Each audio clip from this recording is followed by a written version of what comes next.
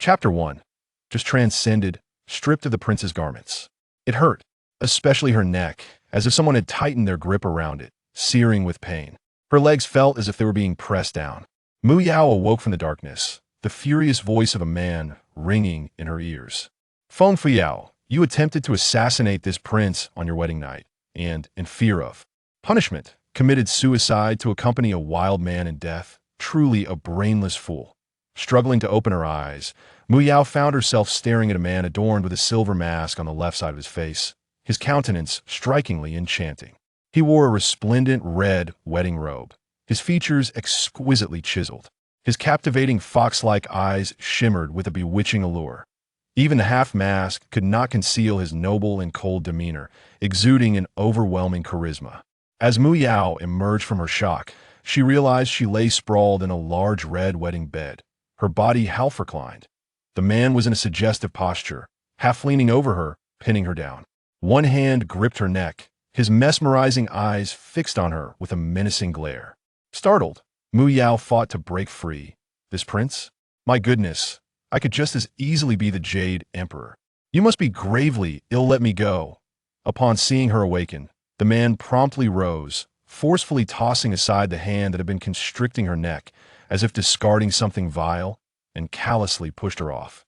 The bed, caught off guard, Mu Yao tumbled down. In a frantic attempt to steady herself, she inadvertently grasped at the man's wedding robe. With a tearing sound, the delicate, silky fabric was ripped apart at his waist. In her clumsiness, she accidentally loosened his belt, causing the vibrant red satin trousers to slide down his long, muscular legs, revealing 8 well-defined abdominal. Musclesso alluring, it was nearly overwhelming. Below, he wore crimson undergarments embellished with exquisite peonies. Ouch! Mu Yao stumbled, letting out a muffled grunt as she knelt before him. When she looked up in alarm, her gaze met the striking peony design on his attire, which had been pushed up, accentuating its sensuality and elegance. Her mind buzzed, blood rushing to her head, rendering her thoughts a muddled haze. What on earth is happening? This is quite something. The sudden turn of events left the man momentarily stunned, a hint of embarrassment creeping onto his ears. His icy, enchanting gaze met Mu Yao's flustered eyes, and he felt his temper boiling over. He swiftly pulled up his trousers, stepping back with a frigid fury. You shameless, ugly creature, how dare you strip this prince's pants? Are you attempting to seduce me? Take a look in the mirror, what do you see? He continued. Feng Fuyao, how could there be such brazen women in the great dragon kingdom? At dawn tomorrow, I shall report to my father, requesting your demotion to a lowly concubine. With that, he flared his sleeves angrily and stormed toward the door. Watching the proud and handsome figure retreat, Mu Yao couldn't help but mutter in indignation. What kind of lunatic is this? You're the one with the lewd thoughts your entire family must share your affliction. Is being good-looking such an accomplishment? You are just a bat with a chicken feather stuck to it. What are you even worth? She braced herself against the floor, struggling to rise, her eyes scanning the surroundings. Before her lay a vibrant red scene, saturated with festive colors, clearly an ancient bridal chamber. Oddly, a torn white silk ribbon dangled from the ceiling beams, beneath which sat a tilted stool. Touching her throbbing neck, she scrutinized the brilliant red wedding attire, her heart racing with shock. Wasn't she at a historical museum, admiring relics from the ancient Great Dragon Kingdom? She distinctly remembered gazing through a glass window at a pair of red trousers worn by the king, when suddenly the ground shook, and the museum collapsed. Then everything went dark. How'd she ended up in this bizarre place? Had she truly transcended to this ancient wedding night? Wait, what had that lunatic just called her? Feng Fuyao? Great Dragon Kingdom? Suicide on her wedding night. Ding. A cute voice suddenly echoed in Mu Yao's mind. System Little Melon reporting to the host. Congratulations, host. You've joined the ranks of those who have transcended, arriving over 1,000 years ago in the Great Dragon Kingdom. You have become the infamous cannon fodder female lead. Feng Fuyao. Mu Yao's mouth formed an O shape, staring blankly for a moment before regaining her senses. Feng Fuyao the one described as ugly and foolish, desperate to marry the crown prince? Wasn't she the one who attempted to assassinate the cunningly Wang and ended up hanging herself? I've actually transcended into her body. Was that enchanting man just now her husband, Li Wang? I merely came to observe a pair of red trousers. Is this truly the punishment I deserve? I wish to return. System Little Melon, you're quite clever indeed. You have taken her place. The man you just encountered is your new husband in this identity, Shun Junzi. Now that you've arrived, there's no turning back, for her corpse has already decayed. Mu Yao scratched her head in frustration. Isn't this just a cruel joke? System Little Melon. Host, welcome to the Great Dragon Kingdom. Let me tell you about its current state. The reigning emperor is Li Wang's father, Shun Jinda. This man is incompetent and has achieved little, also a notorious addict. Curiously, Mu Yao inquired, addict? What substance? System Little Melon. He is obsessed with alchemy, indulging in carnal pleasures, neglecting his duties, and pursuing immortality. Currently, the Great Dragon Kingdom is in turmoil, with its citizens suffering and frequent uprisings, teetering on the brink of collapse. Of the emperor's 5 sons, 3 have perished in the struggle for the throne. Now, only the crown prince Shun Junyi and Li Wang Shun Junzi remain. 3 years hence, Emperor Jinda shall pass away, and the crown prince will ascend to the throne. That same year, over 100 members of the Feng family were confined to the residence of Prime Minister Feng, all starving to death. The Night Kingdom allied with border tribes and invaded the capital, resulting in the fall of the Great Dragon Kingdom. Remembering the historical accounts of Li Wang's fate, Mu Yao couldn't help but shiver. I recall that Li Wang died unexpectedly a month before the crown prince's ascension. Later, his body was dragged from his coffin by rioters, leaving him without a burial place. The fall of the Great Dragon Kingdom led to the extinction of the Shun family. If I have become his princess, am I not also doomed to a tragic fate? What purpose did my transcendence serve? To be mere cannon fodder. Just as Shun Junzi reached the threshold, he abruptly halted, disbelief etched across his features. His deep-set eyes, peering through the ajar door, were astonished as they landed on the young woman within. Heavens! What earth-shattering news had he just overheard? Chapter 2. The prince can hear the princess's heart. Shun Junzi was engulfed in a tumult of emotions. This woman had traversed a millennium to arrive in the Great Dragon Kingdom. 3 years hence, the current emperor would pass away, and Crown Prince Shun Junyi would ascend to the throne. The entire Feng family, numbering over 100 souls, would perish of starvation within the confines of Feng Mansion. The Night Kingdom would breach Chang'an City, leading to the demise of the Great Dragon Kingdom, and he, for reasons unknown, would meet an untimely death. With no resting place to call his own? How could this be conceivable? Surely, this scatterbrained individual must have lost her senses and was spouting nonsense? Yet, the young woman in the room had not uttered a single word. Could it be that he was able to hear her inner thoughts? A glimmer of contemplation flickered in Shun Junzi's eyes. A bold and peculiar notion took shape in his mind. What if the true Feng Fuyao had already hanged herself, and the Feng Fuyao before him was merely a wandering soul from 1,000 years hence, borrowing a body?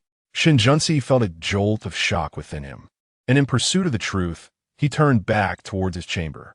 Mu Yao, witnessing his return, cast a glance at his sculpted abs. An image of the tight, red undergarments he had worn flashed through her mind. Indeed, the very same pair displayed in the museum. Although the museum's version was tattered and faded, the peony pattern remained identical. Mu Yao, taking a cautious step back, spoke sharply, Shun Junzi, my father is Prime Minister Feng. You cannot kill me. If it comes to it, we shall simply part ways. Yet inwardly, she scoffed, what kind of man wears embroidered red undergarments? His taste is truly outrageous. Rumors spoke of the treacherous minister's sordid past, his violent nature, and his aloofness toward women. Possessing a visage of striking beauty on one side and utter ugliness on the other, he was even said to favor men, with a close companion by the name of Sikong Xiaobao. Strangely enough, the treacherous minister did possess an admirable physique, rivaling that of top supermodels. Dressed so flamboyantly, he must surely be the submissive partner. Yet, she wondered, what did this supposed dominant partner Sikong Xiaobao look like? Shun Junzi realized that he indeed could hear the woman's thoughts. She dared to ridicule him for wearing red undergarments? It was merely a choice made for auspiciousness on the wedding night. Who would wear such bright red undergarments on a regular basis? Truly, what ignorance! Furthermore, the historical accounts that labeled him as a submissive partner? What nonsense was that? It was clear they were not speaking well of him. Mu Yao scrutinized Shen Junzi, internally lamenting, "No, I must seek a divorce from this treacherous minister. Perhaps then I might save my own life. You, who have acted as a henchman in misdeeds, deserve this fate. If only the late emperor had one capable son, the great dragon kingdom might have avoided its downfall. It is only fitting that you be dragged from your coffin by the mob. Ha! The short-lived, treacherous minister. Even in ruin, you remain so alluring. A pity for such a face blessed by the heavens." As Shen Junzi listened to Mu Yao's inner monologue, flames of anger surged within him. However, the woman's thoughts held the key to the fate of the great dragon kingdom and everyone involved. He yearned to uncover more while ensuring that the fool did not perceive any flaws in his demeanor. Shen Junzi suppressed the rising fury within him, striving to maintain an air of nonchalance. With a contemptuous gaze and a tone laced with derision, he remarked, "Ha! My father is the reigning emperor. Eliminating you would be as effortless as squashing an ant. Your painstaking efforts to marry me were merely to assist that scoundrel Shen Junyi in orchestrating my demise. Alas, he too celebrates his wedding today, having wed your sister, Feng Fuxue, as his crown princess. What a mindless fool you are, just a pawn in someone else's game, all the while deluding yourself into believing you possess some noble virtue. You are the princess consigned to me by the emperor himself. The notion of separation is utterly impossible." Shen Junzi regarded the furious visage of his counterpart, a wicked and audacious smile spreading across his face. Your ghastly appearance is enough to make one wretch at the mere thought of gazing upon you. Clean yourself thoroughly. Tonight, I shall endure my disgust and reluctantly consummate our union." He was eager to discern whether this foolish woman would divulge further secrets. If annihilation were to be their fate, let them face it together, he sneered. Mu Yao, observing his handsome yet malevolent grin, retorted angrily, "Do you consider yourself handsome? Dare you remove that mask, so I may see your true face? I demand a divorce this instant." Seeing her incensed, Shen Junzi felt a surge of satisfaction. With a malevolent grin, he exited the chamber, coldly instructing, "Keep a close watch on the princess. Should she escape, you will all pay the price." "Yes," the guards and maids replied, trembling. Mu Yao glared at Shen Junzi's arrogant figure, her frustration boiling over as she stomped her foot. "To hell with you. Who would want to consummate with you? I wish to separate." Just as she reached the door, a guard barred her way, leaving her in despair. Was she truly destined to share a bed with that malevolent creature tonight? Should she resist fiercely or simply close her eyes and endure? Yet the tales of his brutal, cold-hearted nature painted him as a merciless demon. She feared she might not survive the encounter. Spotting a half-length mirror by the dressing table, she approached it, curious to see just how unattractive she appeared to repulse the man so. Upon gazing into the mirror, her heart sank. She nearly fainted at her reflection. Goodness, what a ghastly sight! The girl in the mirror sported heavy, clownish blush, exaggerated brows, and shockingly thick eyeliner. Her lips were painted as red as a vampire's. The makeup caked on thicker than wall putty. This was no bride, but rather a ghoul. Who was the wretched soul that had adorned her with such a ghastly visage? The system's little voice sighed softly. "Host, do not be alarmed. Allow me to explain. Your physical form is not unattractive. In fact, it is quite lovely. When the original owner was born, her mother perished during childbirth, and she was raised by her stepmother, Lady G. Lady G never permitted her to learn anything, leaving her ignorant of music, arts, and needlework. She was determined to ensure that her stepdaughter never surpassed her biological daughter, Feng Fuxue, in beauty. Thus, she intentionally made her appear unattractive, compelling the maids to apply heavy makeup on her. The original owner was infatuated with the crown prince, but he maliciously exploited her affection, promising that if she married Prince Li and facilitated his demise, he would take her as his crown princess. The original protagonist became a pawn in a grand scheme. While on the same day, the prince married the protagonist's younger sister, Feng Fuxue, who is a year her junior. Consequently, this led to the protagonist's unsuccessful assassination attempt on the king of Li and her subsequent suicide by hanging. Host, from now on, you shall assume the identity of Feng Fuxue and you are bound to the king of Li as if you were two grasshoppers on the same string. Separation is not an option. Mu Yao felt a twinge of irritation and inquired, "Little Melon, what system are you?" "I have traversed into the great dragon kingdom." "What mission do I have?" Chapter 3. The system urges me to pursue a flamboyant gentleman. The system, Little Melon, responded, "Host, my main system is the gossip system. The auxiliary system is a basic herbal medicine system, coupled with a space for your use." Upon hearing this, Feng Fuyao's eyes sparkled with excitement. "Oh my goodness, the legendary gossip system? Isn't that akin to the gossip columns of the 21st century? How exhilarating!" Instantly, images of a group of middle-aged women basking in the sun while munching on melon seeds flooded her mind, whispering and pointing at passers-by, their mouths flapping like those of a pea shooter. Anyone who attracted their gossip would inevitably suffer a scandalous downfall, becoming notorious across the land. Just the thought alone sent Feng Fuyao into a fervor. In an era devoid of mobile phones and the internet, she could now feast on fresh news daily. Her life finally held a glimmer of hope. Little Melon, brimming with pride, began to share the latest tidbits. The gossip system is indeed remarkable. It enables you to effortlessly acquire first-hand information. For instance, last night, Emperor Jinda visited the premier brothel in Chang'an, Baiwa Tower, and favored a dancer. Empress Ji has long harbored affections for her brother, Ji Dai, and they often engage in activities under the guise of siblinghood. Moreover, Ji Dai is not the biological son of the Duke of Ji, but rather the result of an affair his wife had. There are countless stories. I could regale you for 3 days without pause, so let us take it slow. Feng Fuyao listened intently, wishing for a melon seed to crack open as she absorbed the juicy gossip. This gossip system was truly splendid. Life in ancient times would no longer be dull.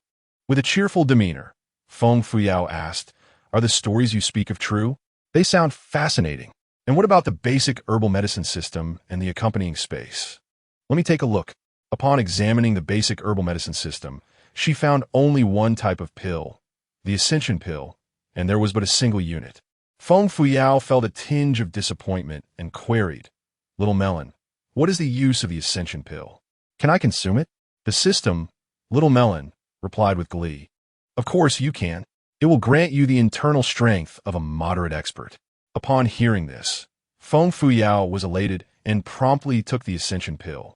Swallowing it whole, a wave of warmth surged through her dantian, coursing through her meridians. Clenching her fists, she gestured casually, and with a resounding crash, the vase on the table shattered into a fine powder. Feng Fuyao felt immensely satisfied with her newfound internal energy. The system also provided various medicines, such as cold remedies, antidiarrheal drugs, anti-inflammatory medications, weight loss pills, and vitality-enhancing capsules.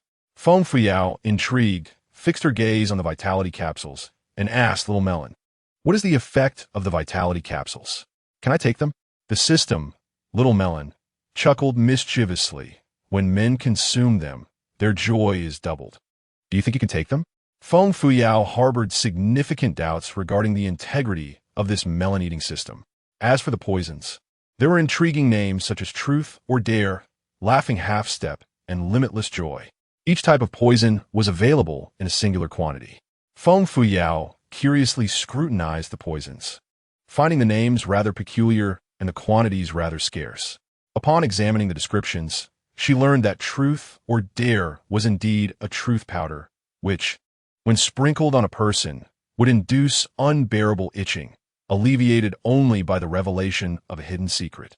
Laughing Half-Step was a madness powder that would drive an individual to act in ways they typically would not dare, with symptoms lasting for 2 hours before subsiding. Limitless Joy referred to an aphrodisiac, specifically one that would lead to utter infertility after use.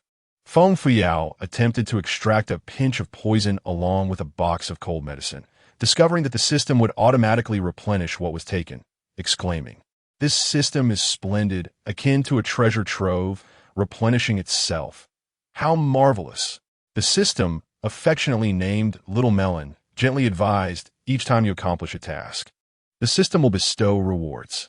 With a gleeful grin reminiscent of a fortune seeker, Feng Fuyao inquired, Can I wish for 10 million taels of gold to become fabulously wealthy overnight? Is that within the system's capabilities? Little Melon gasped in shock.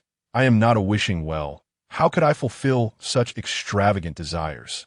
Feng Fuyao burst into laughter, then posed the pivotal question, Little Melon, what exactly is my task? What consequences await if I fail? Little Melon cleared its throat and elaborated. The primary task is to win the affections of the Prince of Li, Shun Junsi, and together save the great Dragon Kingdom, with a deadline of 3 years. The secondary task involves eliminating corrupt officials and nurturing virtuous ministers. Each major task completed will yield mysterious rewards. Should you fail the primary task after 3 years, we shall be obliterated, erased by the system. Feng Fuyao protested, Heavens, this task is exceedingly daunting. Historical records indicate that the Prince of Li is a man of disinclination towards women. How am I to win over a man who favors none of my kind? And to save the great Dragon Kingdom as well?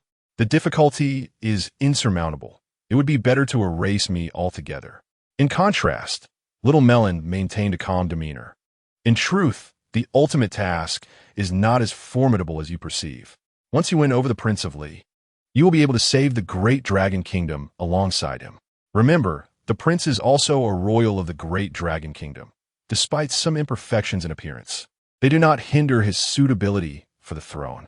Moreover, he is astute, cunning, and far more fit for emperorship than the obstinate and narrow-minded crown prince. Recalling the prince's scathing remarks directed at her, Feng Fuyao ground her teeth in irritation. You might as well ask me to pursue a normal man. To entice a man whose tastes diverge from the norm? Just look at him with a mouth full of venom, cursing everyone. He is clearly no good. Do I have any other options? Perhaps overthrowing the Shun dynasty and declaring myself empress instead? Little Melon promptly dismissed her suggestion. That is not permissible. Only a member of the Shun family may ascend to the throne. Alternatively, you could win over the Prince of Li and bear a child who could become emperor. Feng Fuyao was filled with frustration, contemplating what a farce. If I complete my task in 3 years, can I escape with the treacherous dog minister? Competing with women for men is exhausting enough. Must I also contend with a horde of men for the same? Alas, it would be far more enjoyable to be a wealthy matron. Once I possess wealth, what need have I for a man? Is not guarding my riches delightful? The system, Little Melon, was pleased with the task assigned, disregarding her curses. As long as you fulfill the task, whether you choose to part ways or not is entirely your decision. Host, I have a significant piece of news regarding the King of Li. Would you care to listen? The King of Li is not the son of Empress Ji. He was born from a beautiful singer during the old emperor's southern tour. He was brought back to the palace at the age of 3, raised by Empress Ji, who publicly claimed him as her own. Feng Fuyao expressed her disdain. That wretched emperor. Is the King of Li aware of this? Little Melon replied negatively. The King of Li has always believed that Empress Ji is his biological mother. However, Empress Ji has never regarded him as her own. When the king was 5, Empress Ji incited Shinjunyi to scar his face, rendering him unfit for the throne. Furthermore, in his youth, he suffered from a cold poison inflicted by Empress Ji. Every spring and summer, the poison would flare up, which is the primary reason for his untimely demise 3 years hence. It is imperative that you devise a means to cure him swiftly, otherwise your ultimate task remains unfulfilled. Feng Fuyao felt as though she had been sold for mere coin. Exclaiming in frustration, my target is not only a broken man, but also a half-dead wretch. Strike me with lightning. I wish to cease existing. Chapter 4. The Stunning Countenance. Disguised in makeup, Shun Junzi stormed out of the bridal chamber, striding directly towards the adjoining study. The guards, Yin Shiqi and Xiao Ying, hurriedly followed. The flickering candlelight in the study cast a gloomy atmosphere. Against the wall stood several enormous bookshelves, meticulously lined with volumes. Connected to the shelves, an antique display featured an array of jade artifacts. Everything was impeccably arranged and dust-free. Shun Junzi, tall and handsome, stood silently before the desk, his inscrutable gaze revealing a hint of deep contemplation. The events of the day were too bizarre to remain calm. He was certain that the true Feng Fuyao had hanged herself. The woman who could read his thoughts was a wandering spirit from another realm. Throughout his life, he had encountered numerous extraordinary tales. However, the peculiar phenomenon of a soul possessing another was something he had only read about in obscure historical texts. Regardless, he was determined to confirm tonight whether she was indeed possessed by an alien spirit. Would she reveal more secrets in her dreams? The candlelight illuminated the handsome, ethereal face adorned with a silver mask, casting a shadowy figure. Even clad in tattered wedding attire, he could not conceal his breathtaking beauty. Yin Shiqi quietly closed the door and tiptoed to Shun Junzi's side, casting a sympathetic glance at the prince's ragged clothes. Unlike other prince's brides, who were versed in music, chess, calligraphy, and painting, or excelled in needlework and embroidery, this one was decidedly different. At the very least, one could prepare a delightful pastry or brew a fragrant soup to cater to a man's palate. Unlike the prince, who, under the oppressive influence of the emperor and empress, has married a notoriously frivolous airhead. An airhead is one thing, but to make matters worse, she is also quite unattractive. On their wedding night, she attempted to assassinate the prince. When that failed, she resorted to hanging herself, and now she even dares to commit domestic violence against him. It is almost laughable that the prince rushed to her side upon hearing she was on the brink of death from her suicide attempt, as if he were rescuing a ferocious wolf. Meanwhile, the prince's residence, mere walls away from the lively crown princess estate, is filled with merriment and cacophony. The sounds of guests laughing, the melodies of traditional instruments, and the lilting notes of opera drift through the walls. Today, Crown Prince Shun Junyi is marrying the sister of the airhead, the most beautiful woman in the capital, Feng Fuxiue. In contrast, the Prince of Li is wed to the capital's most unattractive woman, the foolish and frivolous Feng Fuyao. The stark comparison is painfully evident. The emperor and empress have always favored Crown Prince Shun Junyi, and their insistence on matching him with the airhead is truly infuriating. The wedding at the Li Prince's residence is desolate, with very few guests attending to offer their congratulations. Court officials, ever the opportunists, flock to support the crown prince, eager to curry favor with the future emperor, who would squander their time and resources to celebrate a prince who is out of favor and has no prospects for the throne. Yun Shiqi's indignation grows as he watches his lord, nearly overwhelmed with concern. His lord has always maintained a respectable distance from women, and, after finally marrying, he is forced to take such an unworthy partner, becoming a laughingstock in the kingdom of the dragon. With a heavy sigh, Yin Shiqi enters the adjoining bedroom and retrieves a clean nightgown. My lord, the emperor has matched the crown prince with the capital's most beautiful woman. Yet you are wed to the capital's most unattractive airhead. It is truly disgraceful, rendering you a subject of ridicule. In the entire capital, only a few of your friends and a handful of officials have come to congratulate you. Those who look down upon you shall not have a good end. I understand that marrying the airhead was not your desire. You have been wronged. I have prepared your study and bedroom. Please change and rest early. Once you achieve great things in the future, you may cast her aside and marry a woman who truly deserves you. My lord, you deserve the finest woman in the world. Yin Shiqi assists Shun Junzi in removing the tattered bridal garments, replacing them with a rich red nightgown. A hint of cold amusement plays at the corners of Shun Junzi's mouth. Today is my wedding day. I must retire to the bridal chamber. Yin Shiqi's expression shifts dramatically, as if he had heard a great calamity. My lord, you intend to sleep in the bridal chamber? With that unattractive airhead? Shin Junzi nods slightly, a teasing glimmer in his eyes. What else would I do? Am I to sleep with you? Do not forget, the matron sent by my mother is still waiting outside, observing my every move. If I do not retire to the bridal chamber tonight, I can only imagine how she will report back to my mother tomorrow. Since my mother has compelled me to marry the ugly one, I shall comply with her wishes. A mere pretense will suffice. Yun Shiqi's handsome face flushed crimson with anger. Your Highness, you mustn't. On the day of that fool's wedding, she might attempt to assassinate you, only to later hang herself in despair, causing chaos and nearly making you a widower. Considering her grandfather, the esteemed General Hua, has rendered you a favor, you kindly sought to save her. Yet, she cruelly inflicted violence upon you, tearing your wedding robe. What if she takes advantage of your slumber and strikes again? Your Highness, you must not put yourself in peril for this fool. I shall render old Madame Gao unconscious, Yin Shichi declared. Shun Junzi, with his enchanting gaze fixed on Yin Shichi, replied, Fear not. I am well aware of how to proceed. There is no need for your concern. Yin Shichi steeled herself, revealing a resolute demeanor. Your Highness, may I stay close to protect you tonight? I shall remain hidden in the shadows and will not reveal myself unless absolutely necessary. Shun Junzi patted her shoulder gently and whispered, On my wedding night, I require no audience. Stay obediently outside.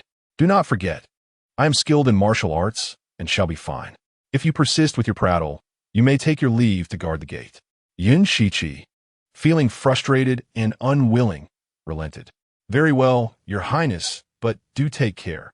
A maid approached to assist with bathing, but was dismissed by Feng Fuyao. She stepped before the mirror and wiped away the heavy makeup that adorned her face. Summoning her courage, she gazed into the mirror, astonished to see her mouth agape. The reflection revealed a girl with exquisite features and skin as fair as snow, her hair flowing like clouds in beauty. Stripped of the garish makeup, she appeared as a stunning beauty. Coupled with her alluring figure, she could only be deemed exceptional. No wonder Feng Fuxiue and her mother went to great lengths to make the original owner appear unattractive. They must have feared she would overshadow Feng Fuxiue. Feng Fuyao stroked her chin, feeling quite uneasy. Tonight was the wedding night. Would that truly consummate their union? Or would he take advantage of her slumber and end her life? After all, the original owner was misled by the scoundrel prince, marrying him with the intent to assassinate. To avoid arousing suspicion, Feng Fuyao decided to revert to the original heavy makeup. She rummaged through her vanity, retrieving several boxes of rouge, powder, and eyebrow pencil. In front of the mirror, she haphazardly applied the makeup, transforming her exquisite visage into a ghastly specter. Only then did she lie down on the bed, her heart filled with trepidation, like a fish awaiting slaughter on the chopping block. Chapter 5. Sharing a bed and disrobing the Prince. Feng Fuyao lay on the bed, her worries growing with each passing moment. Xiao Gua, if I take the initiative, will that treacherous minister kill me? Alas, I have yet to experience love. Not even shared a kiss with a man.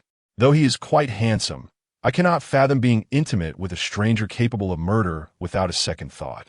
I yearn for a love that is mutual, a lifelong companion. Xiao Gua chuckled mischievously. If he wanted to kill you, you would have done so long ago. Why wait for the new year?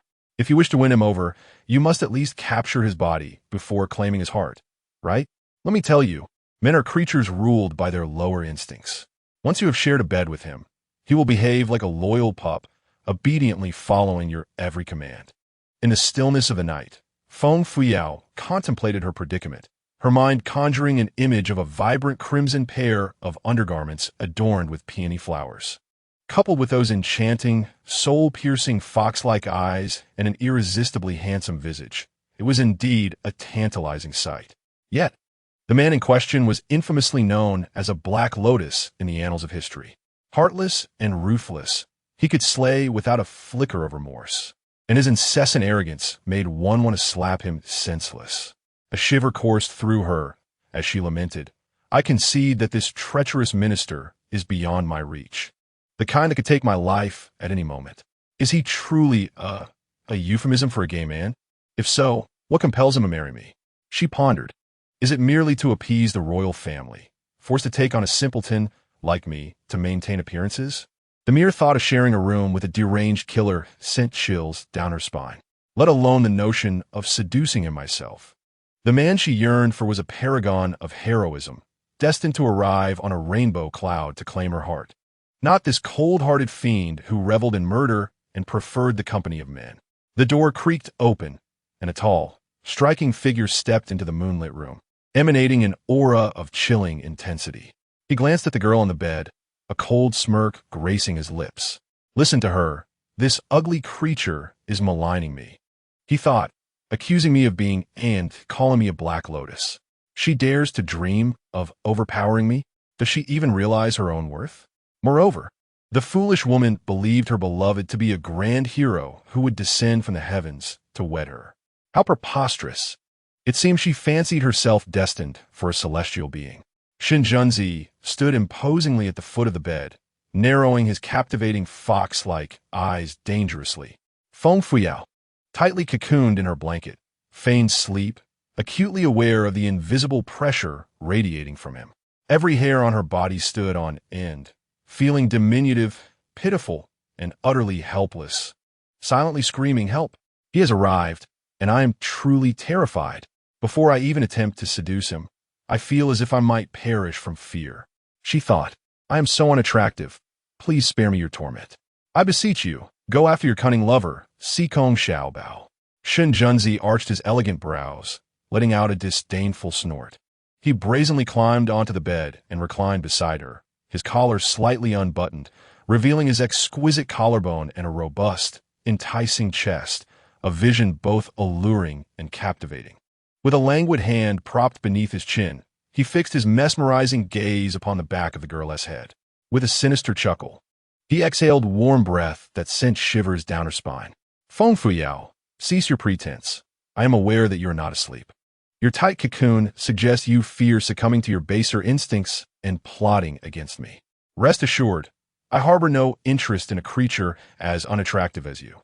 Deciding to abandon her charade, Feng Fuyao slowly turned to face him, revealing a visage as ghostly pale as a corpse.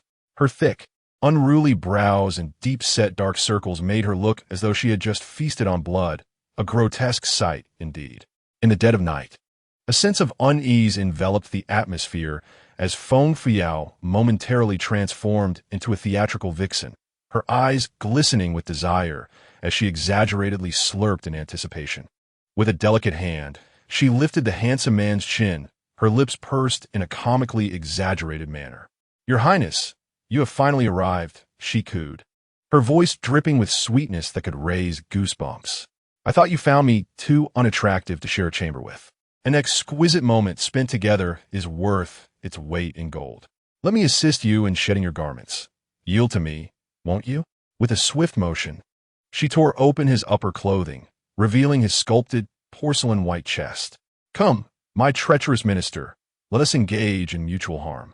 You wish to tease me? Little do you know who the real tease is. I shall cast caution to the wind. Tonight, I will claim you first." As Shinjunzi gazed upon her pallid visage, a wave of nausea surged within him, compelling him to retch uncontrollably. He forcefully shoved her away, his voice sharp and commanding. "Return to your place. Your presence nauseates me. Keep your distance from me henceforth, or face dire consequences." Feng Fuyao secretly sighed in relief, donning an innocent fade as she feigned sorrow.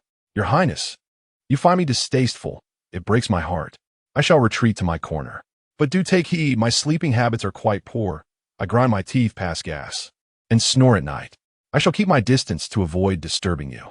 Wherever you choose to rest, I shall not interfere. I am obedient and gentle, the epitome of a dutiful wife."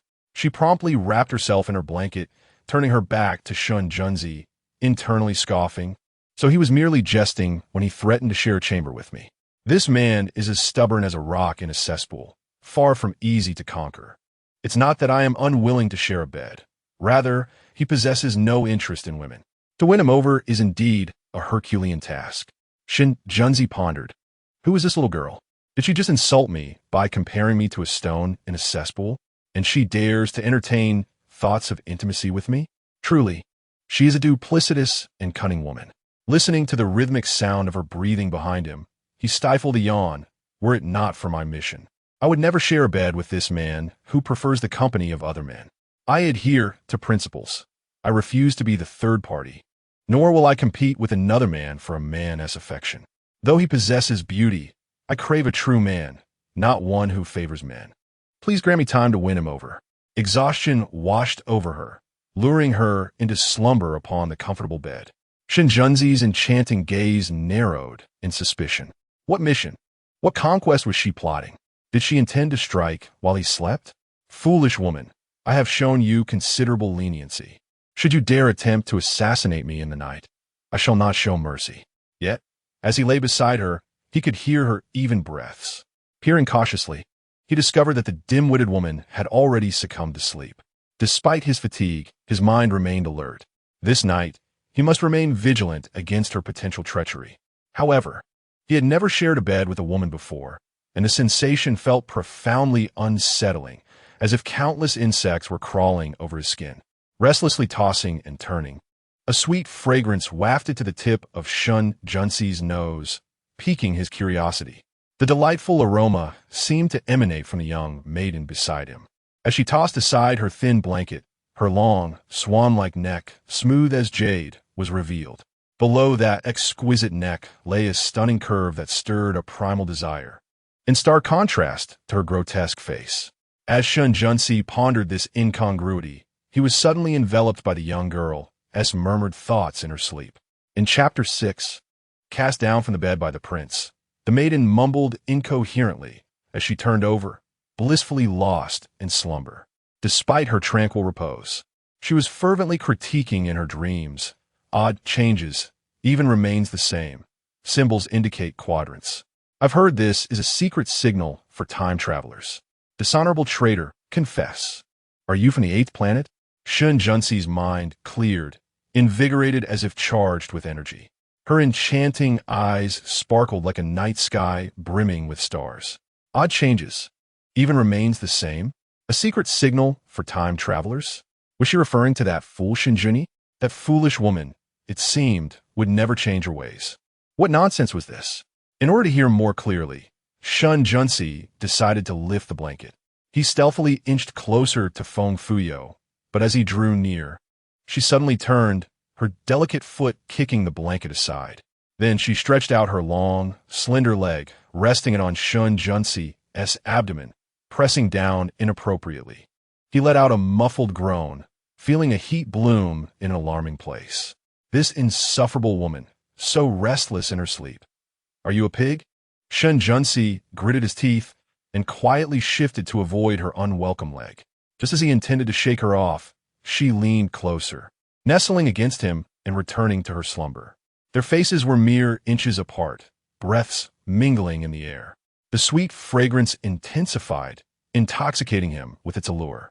Shun Junsi gazed at her unappealing face, his eyes filled with disdain. He reached out, intending to push her away, only for her to unexpectedly grasp his hand, resting her unattractive visage upon his palm, all while murmuring in her dream. What a large chicken leg, and it's wearing red shorts. Oh, here's a big watermelon.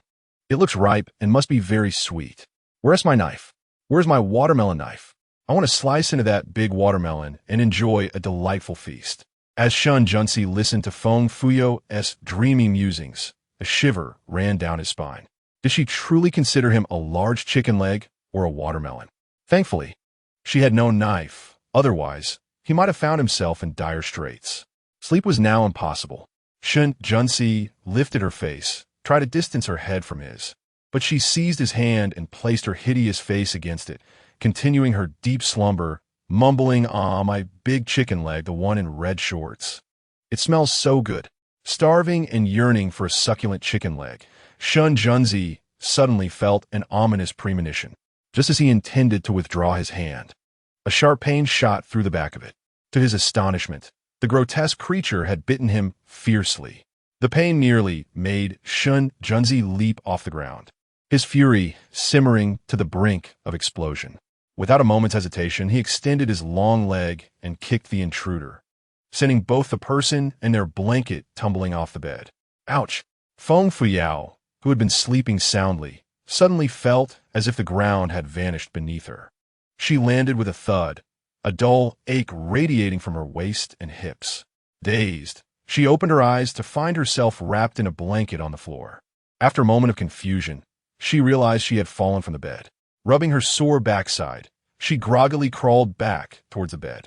In the dim candlelight, she suddenly caught sight of a figure in red leaning against the head of the bed.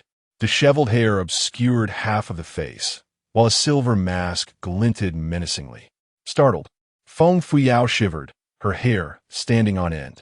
Clutching the blanket tightly, she hurled it toward the figure and screamed, "Help! Help! A ghost! A ghost!" In a panic, she rushed to the table and snatched up a vase, throwing it wildly. Shun Junsi caught the vase midair and scolded, "Why are you screaming in the dead of night? Do you have eyes on the back of your head? Can't you see whether I am alive or dead? Feng Fuyao blinked, recalling that she had traversed into this new world, sharing a bed with her groom. The realization jolted her fully awake, and she instinctively clutched her chest, embarrassedly exclaiming, "Oh dear, you frightened me to death. What are you doing sitting at the head of the bed in the middle of the night with your hair all disheveled? I thought you were a ghost. Don't you know that a person can scare another person to death? By the way, what happened to your hand? Are you injured? Do you need my assistance?"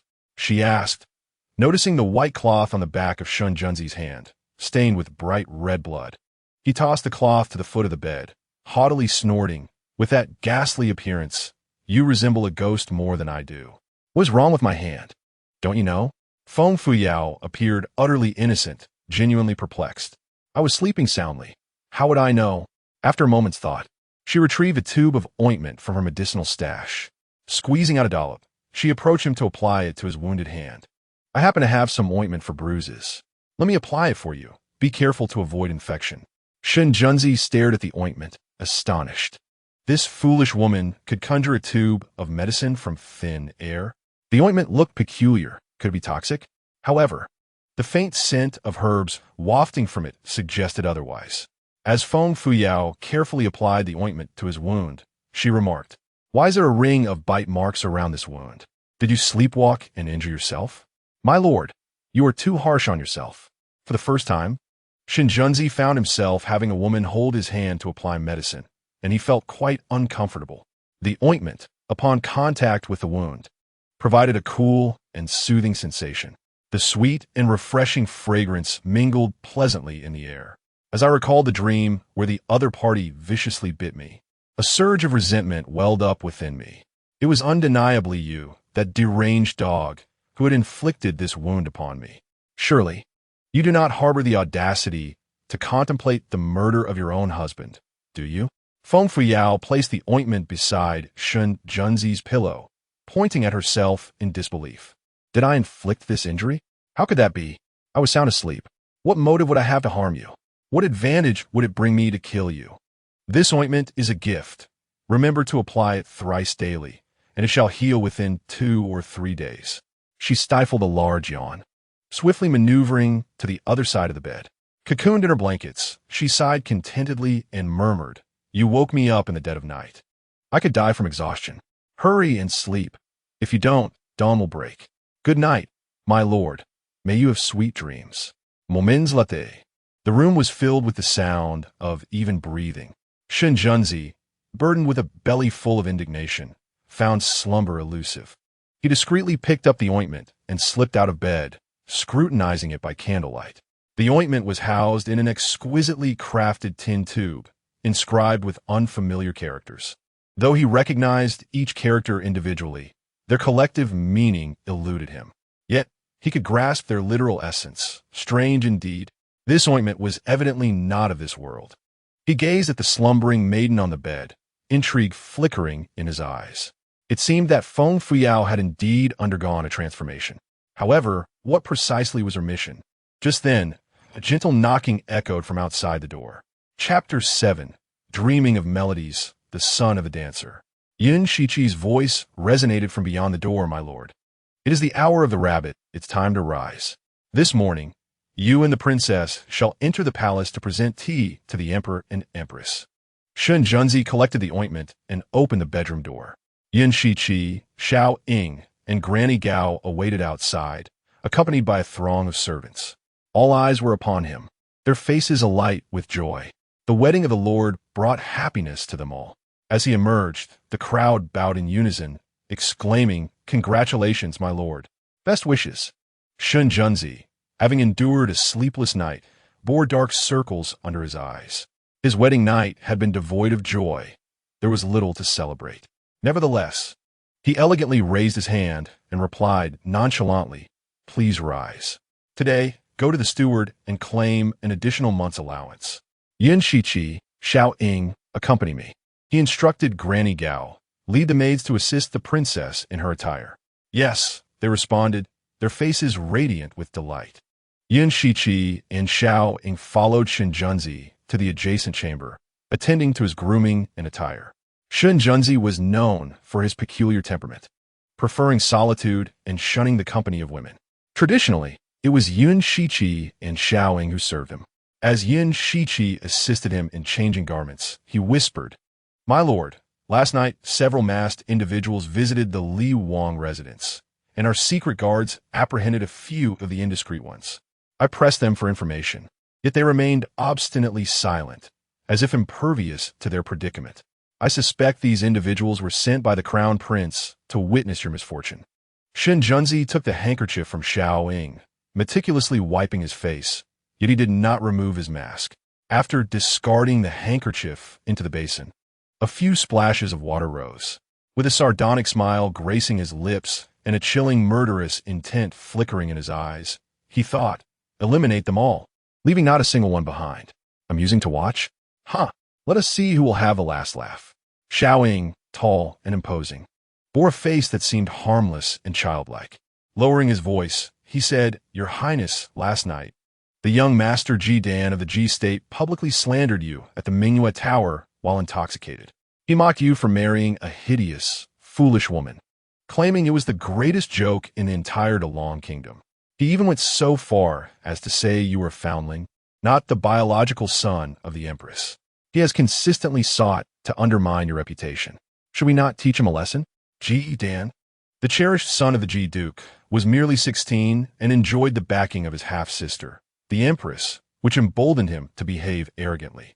He was quite close with the crown prince, yet he persistently sought to belittle Shun Junzi. Out of respect for his maternal uncle, Shun Junzi had tolerated him on several occasions, but it was clear that such forbearance could no longer continue. Shun Junzi reached up to caress half of his mask, coldly scoffing, "Is that good-for-nothing Ji Duke only skilled in revelry and debauchery? Does he truly believe himself to be of any significance simply because he has the Empress's favor? If he is so fond of gambling, let us set a trap for him and show him some consequences. Nothing too severe. Merely breaking a leg should suffice to keep him occupied." His tone was casual, yet a terrifying rage simmered in his eyes. "Yes, I understand," replied Yun Shiqi, bowing slightly. But then he caught sight of the wound on Shun Junzi's hand. Remembering the commotion from the previous night, a flicker of sympathy crossed his features. "Your Highness was forced to marry an infamous woman. You must feel deeply humiliated sharing a chamber with her, no? Could it be that this bite mark was caused by the princess's domestic violence against you? How unfortunate for you." Yun Shiqi was both indignant and pained, cautiously inquiring, "Your Highness, does your hand hurt? Shall I fetch some medicine for you?" With tears welling in his fierce eyes, he turned to seek out the remedy. Shun Junzi waved his hand dismissively, unconcerned. "There is no need. The princess has already treated my wound. It is of no consequence." He then produced the ointment gifted by Feng Fuyao, displaying it to the two with a hint of pride. "This is the ointment the princess provided for me. I presume you have never seen it before?" Yun Shiqi halted in his tracks, staring at the ointment in astonishment. "The princess treated your wound? But wasn't she intent on harming you last night? How could she possibly provide you with medicine?" "Your Highness, this is akin to a weasel wishing the chicken a happy new year. Her intentions cannot be trusted. What if she has poisoned the ointment?" Xiaoying wholeheartedly agreed, nodding vigorously. "Indeed, I share your concerns. It is wise for your Highness to be cautious. Furthermore, this wound appears to be a bite mark. Could it be that the princess truly attempted to harm you last night? The most venomous hearts often lie beneath a facade of gentleness. You must not be deceived by her false kindness." Yun Shiqi and Xiaoying exchanged a furtive glance, both startled. Goodness, could the prince's tastes be so peculiar as to develop affections for an unattractive individual? Having grown up alongside Shun Junzi, they were unwaveringly loyal to him. They harmonized in their concern, anxiously observing their master, fearing he might be ensnared by the charms of the unappealing figure and fall victim to deception. Shun Junzi cleared his throat awkwardly, attempting nonchalance as he remarked, "Ahem, this injury was an unfortunate mishap. I am well aware of how to proceed. There is no need for your worries." Just then, a soft tapping sound echoed from outside the window. A shadow, akin to a wisp of smoke, rolled in through the window and rose before Shun Junzi. It was a young man clad in dark attire, his subordinate Yin Lang, who bowed respectfully, addressing the prince. Yin Shiqi and Xiaoying nodded to Yin Lang before discreetly exiting the room. Shun Junzi, with urgency in his gaze, leaned closer to Yin Lang and whispered, "Yin Lang, what news do you bring from Jiangnan?" Yin Lang nodded, replying softly, "After thorough investigation, I have indeed uncovered some matters. When the Holy Emperor visited Jiangnan, he temporarily resided at the governor's villa in Lianzhou. The governor presented several beautiful dancers to the emperor, and those favored by him were later secretly kept in the villa. Among them was an exquisite dancer named Wan Yang, who later became pregnant and bore a son. 15 years ago, a fire engulfed the Lianzhou residence, claiming the lives of the entire governor's household, leaving no survivors. The dancers perished in the flames as well, while the fate of that young boy remains unknown. I have searched extensively but found no trace of him. I implore the prince to mete out punishment."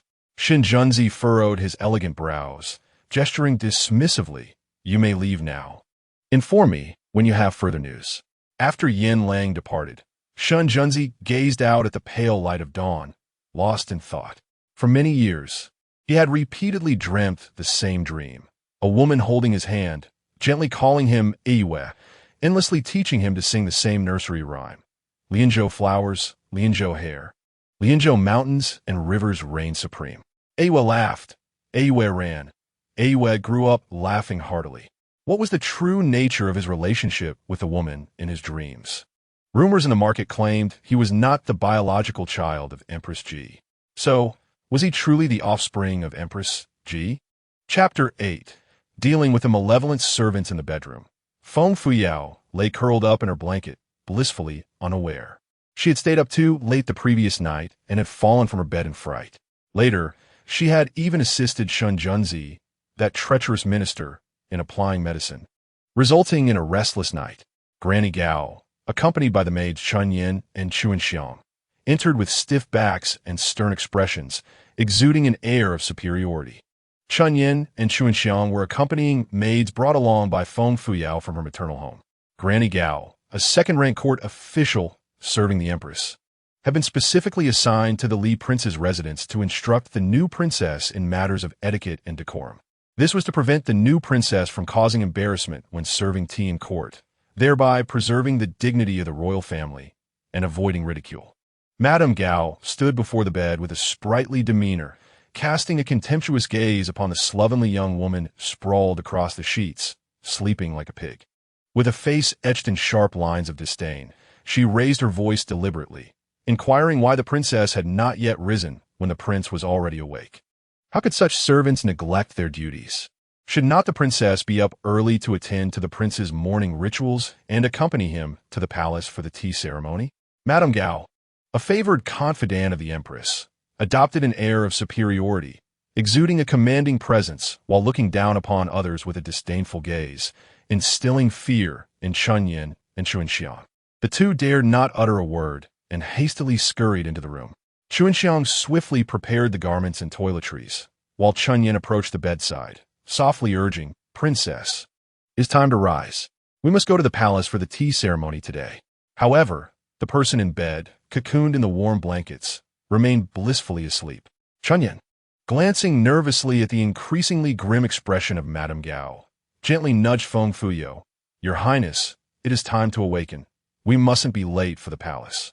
Yet Feng Fuyao, plagued by a severe case of morning grumpiness, was displeased at being roused from her slumber. Impatiently waving her arm, she mumbled with her eyes still shut, "It is not yet dawn. Why the fuss? Let me sleep a little longer. I have not had enough rest." Continuing her murmuring, she snuggled deeper into her blankets. Chun Yin, blushing with anxiety, pushed Feng Fuyao more forcefully. "Your Highness, we are about to enter the palace to serve tea to the emperor and empress. We cannot be late. Please, rise quickly." Observing that Chun Yin was unable to rouse Feng Fuyao, Madame Gao rushed forward, shoving her aside without courtesy. Without hesitation, she yanked the blankets off Feng Fuyao. Leaning close to her ear, she bellowed, "Your Highness, rise. We must go to the palace for the tea ceremony. Being late will incur the emperor and empress's wrath."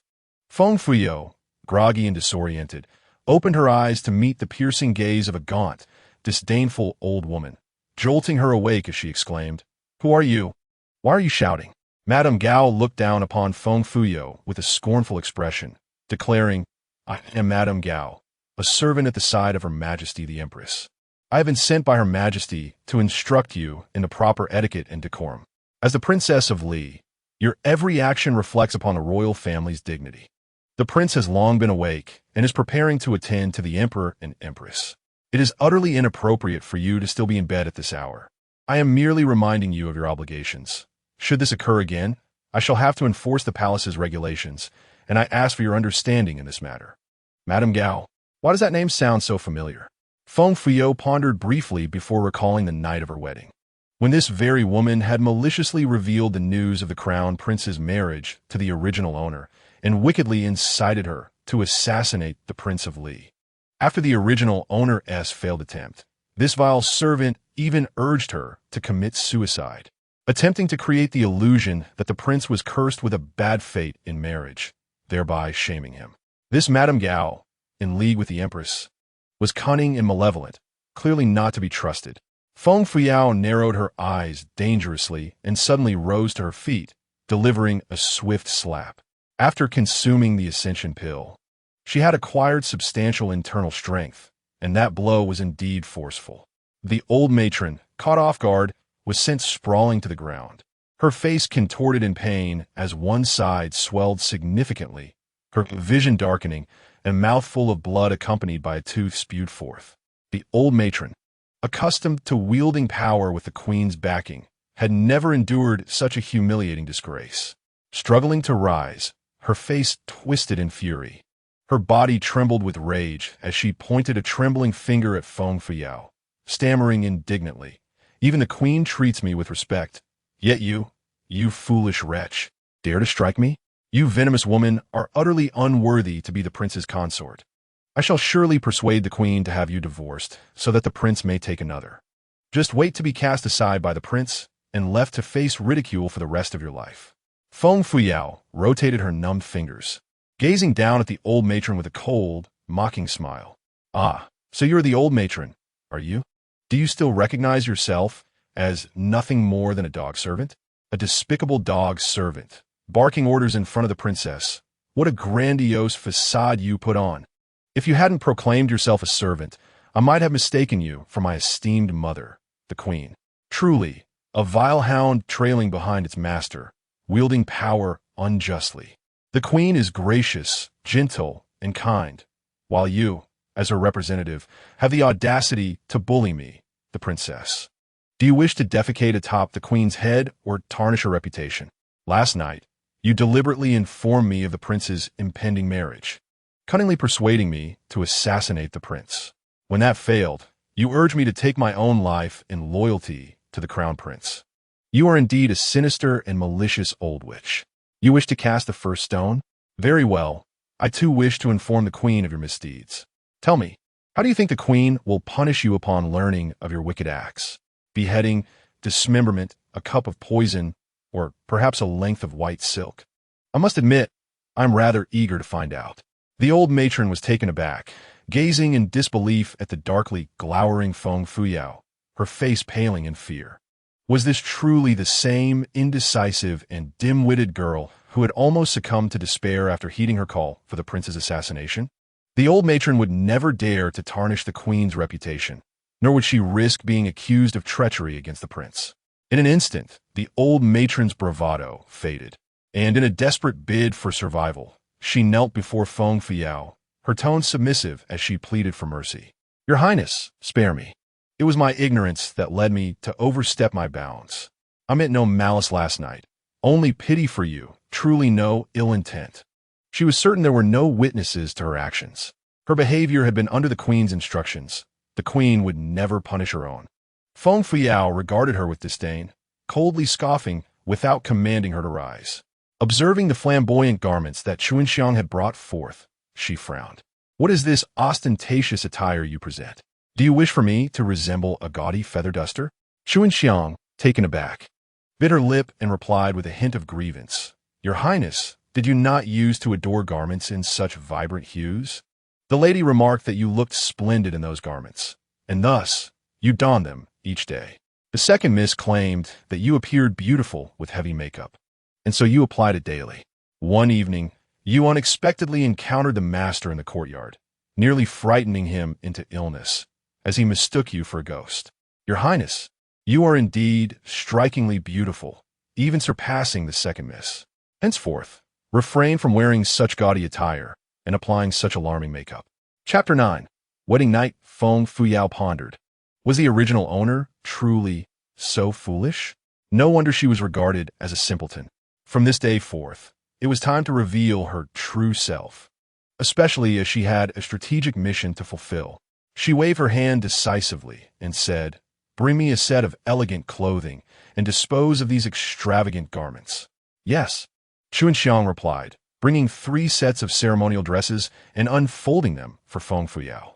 "Your Highness, these 3 court dresses were sent from the Imperial Household Department. There's one in light blue, one in pink, and one in goose yellow. Which would you prefer?" Feng Fuyao surveyed them and smiled as she pointed to the light blue ensemble. "Unfold it for me." "Yes."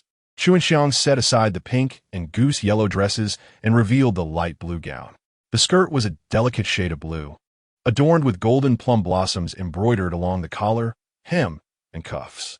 The collar was embellished with exquisite white pearls shaped into floral designs. The wide cuffs and hem billowed gracefully, reminiscent of clouds, fresh and elegant yet undeniably regal. With just a glance, Feng Fuyao found herself enchanted by this attire, thoroughly satisfied. "This one is splendid. I shall wear this. Help me change into it." Chunyan assisted Feng Fuyao in donning the light blue gown and attended to her grooming, removing the heavy makeup that had lingered throughout the night, revealing her exquisite features. Chuanxiang, skilled in her craft, styled Feng Fuyao's hair into a round moon bun, adorning it with jade and gold hairpins embellished with lustrous pearls. Though she wore no cosmetics, she appeared ethereal and refined, strikingly beautiful. Chunyan gazed at Feng Fuyao in awe, exclaiming, "Your Highness, without heavy makeup or ostentatious garments, you resemble a celestial being, far more beautiful than the second miss. Your previous adherence to the lady's advice resulted in such peculiar attire. This title of the capital's most beautiful should truly belong to you." Meanwhile, Granny Gao knelt on the ground, utterly ignored by Feng Fuyao. Rising was not an option, nor was remaining seated, her aged face swollen and discolored. Observing the radiant Feng Fuyao with disdain, she sneered inwardly. A simpleton remains a simpleton. Even if she flies to the treetops, she cannot become a phoenix. No wonder she was chosen by the Empress as a short-lived pawn. Regrettably, the simpleton had failed in her attempted hanging last night and could not fulfill the task assigned by the Empress. Granny Gao's sinister eyes darted around, and she smirked coldly, suddenly raising her voice to ask, "Your Highness, might I inquire where the wedding veil is? I must present it to Her Majesty for her review." It was rumored that this simpleton had been infatuated with handsome men before her marriage, and her persistent advances towards the crown prince had greatly vexed the Empress. Fearing that Feng Fuyao would tarnish the crown prince's reputation, the Empress persuaded the emperor to betroth her to Prince Li. Let her become a mere pawn, ruthlessly striking at the Prince of Li. Such a love-struck fool. Surely she had lost her virtue before marriage. That pristine handkerchief must remain as pure as the driven snow. Should Her Majesty the Queen see the handkerchief untouched by crimson, she would undoubtedly fly into a rage, compelling the Prince of Li to cast aside his wife. The fate of the Princess of Li would be dire indeed. As the thought crossed Grandma Gao's mind, she nearly burst into laughter from sheer delight. Feng Fuyao, hearing the exuberance in Grandma Gao's voice, looked quizzically at Chunyan and Chuanxiang. "What is this handkerchief?" she pondered, having never heard of it before. Both Chunyan and Chuanxiang shook their heads in confusion. They had followed Feng Fuyao to the Prince of Li's residence without anyone instructing them about such matters. Grandma Gao, increasingly self-satisfied, was convinced that Feng Fuyao had indeed lost her virtue and could not produce the stained handkerchief, hence her pretense of ignorance. With her swollen face, Grandma Gao rose and reverently performed a deep bow before Feng Fuyao, her eyes gleaming with calculation. "Esteemed Princess, the handkerchief is a white cloth used on the wedding night to verify the bride's purity. Should it bear a stain of red, all will rejoice. Otherwise, the bride's fate will be grim. She may be cast aside, reduced to a concubine, or even face death by burning, being beaten to death, or drowned in a pig cage. Grandma Gao scrutinized Feng Fuyao's puzzled expression, unable to contain her excitement. The one you are wed to is none other than the distinguished Prince of Li. Every action of the princess reflects upon the dignity of the imperial family of the great dragon kingdom. Therefore, you shall undoubtedly uphold your virtue and not disappoint the royal family. Will you? Pray tell, where is the handkerchief? Please inform this servant, so I may secure it and present it to Her Majesty for her review. Feng Fuyao had not consummated her marriage with Shen Junzi the previous night and was unaware of any handkerchief meant for testing purity. Upon hearing Grandma Gao's grave words, a sense of urgency washed over her. The Empress had arranged her marriage to the Prince of Li solely to scheme against him. However, after her failed attempt at self-harm the previous night, she was certain the Empress would view her as a thorn in her side.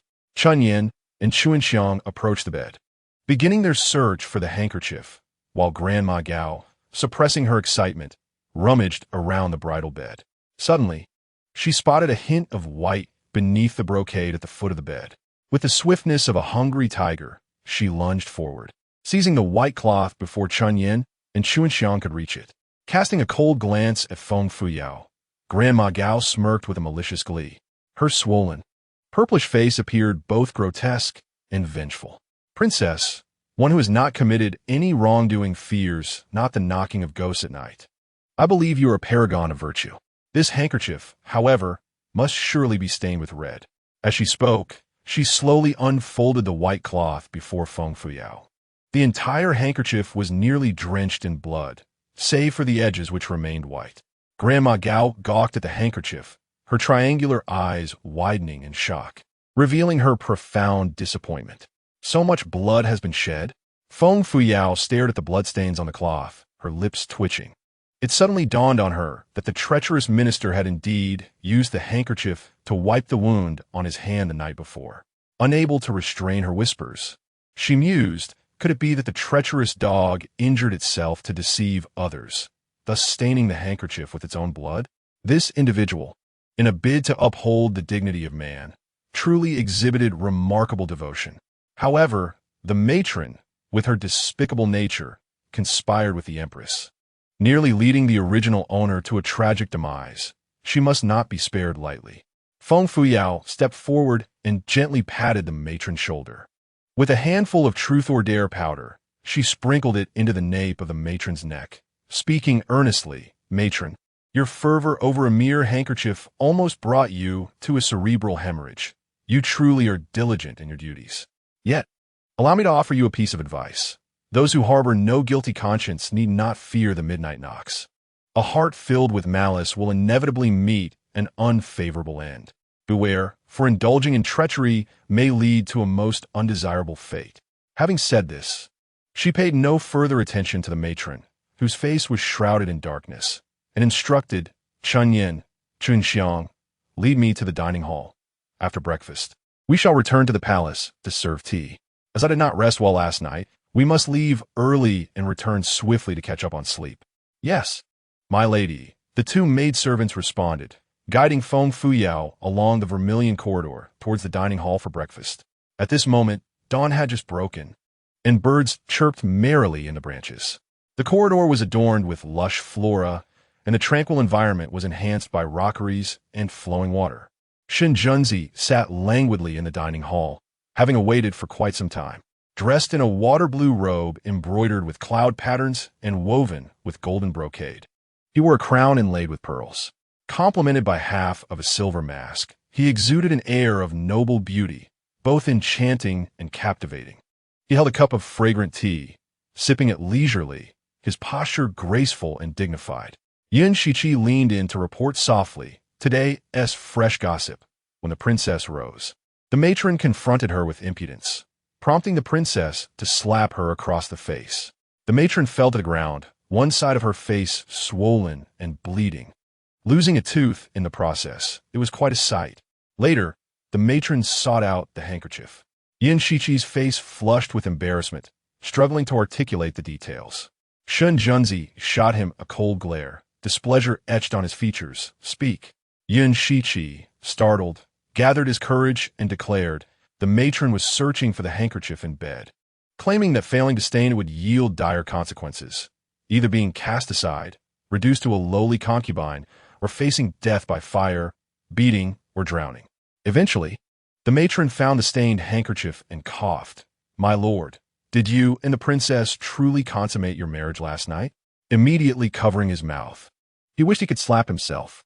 Was it appropriate for a mere guard to question the lord about his marital affairs?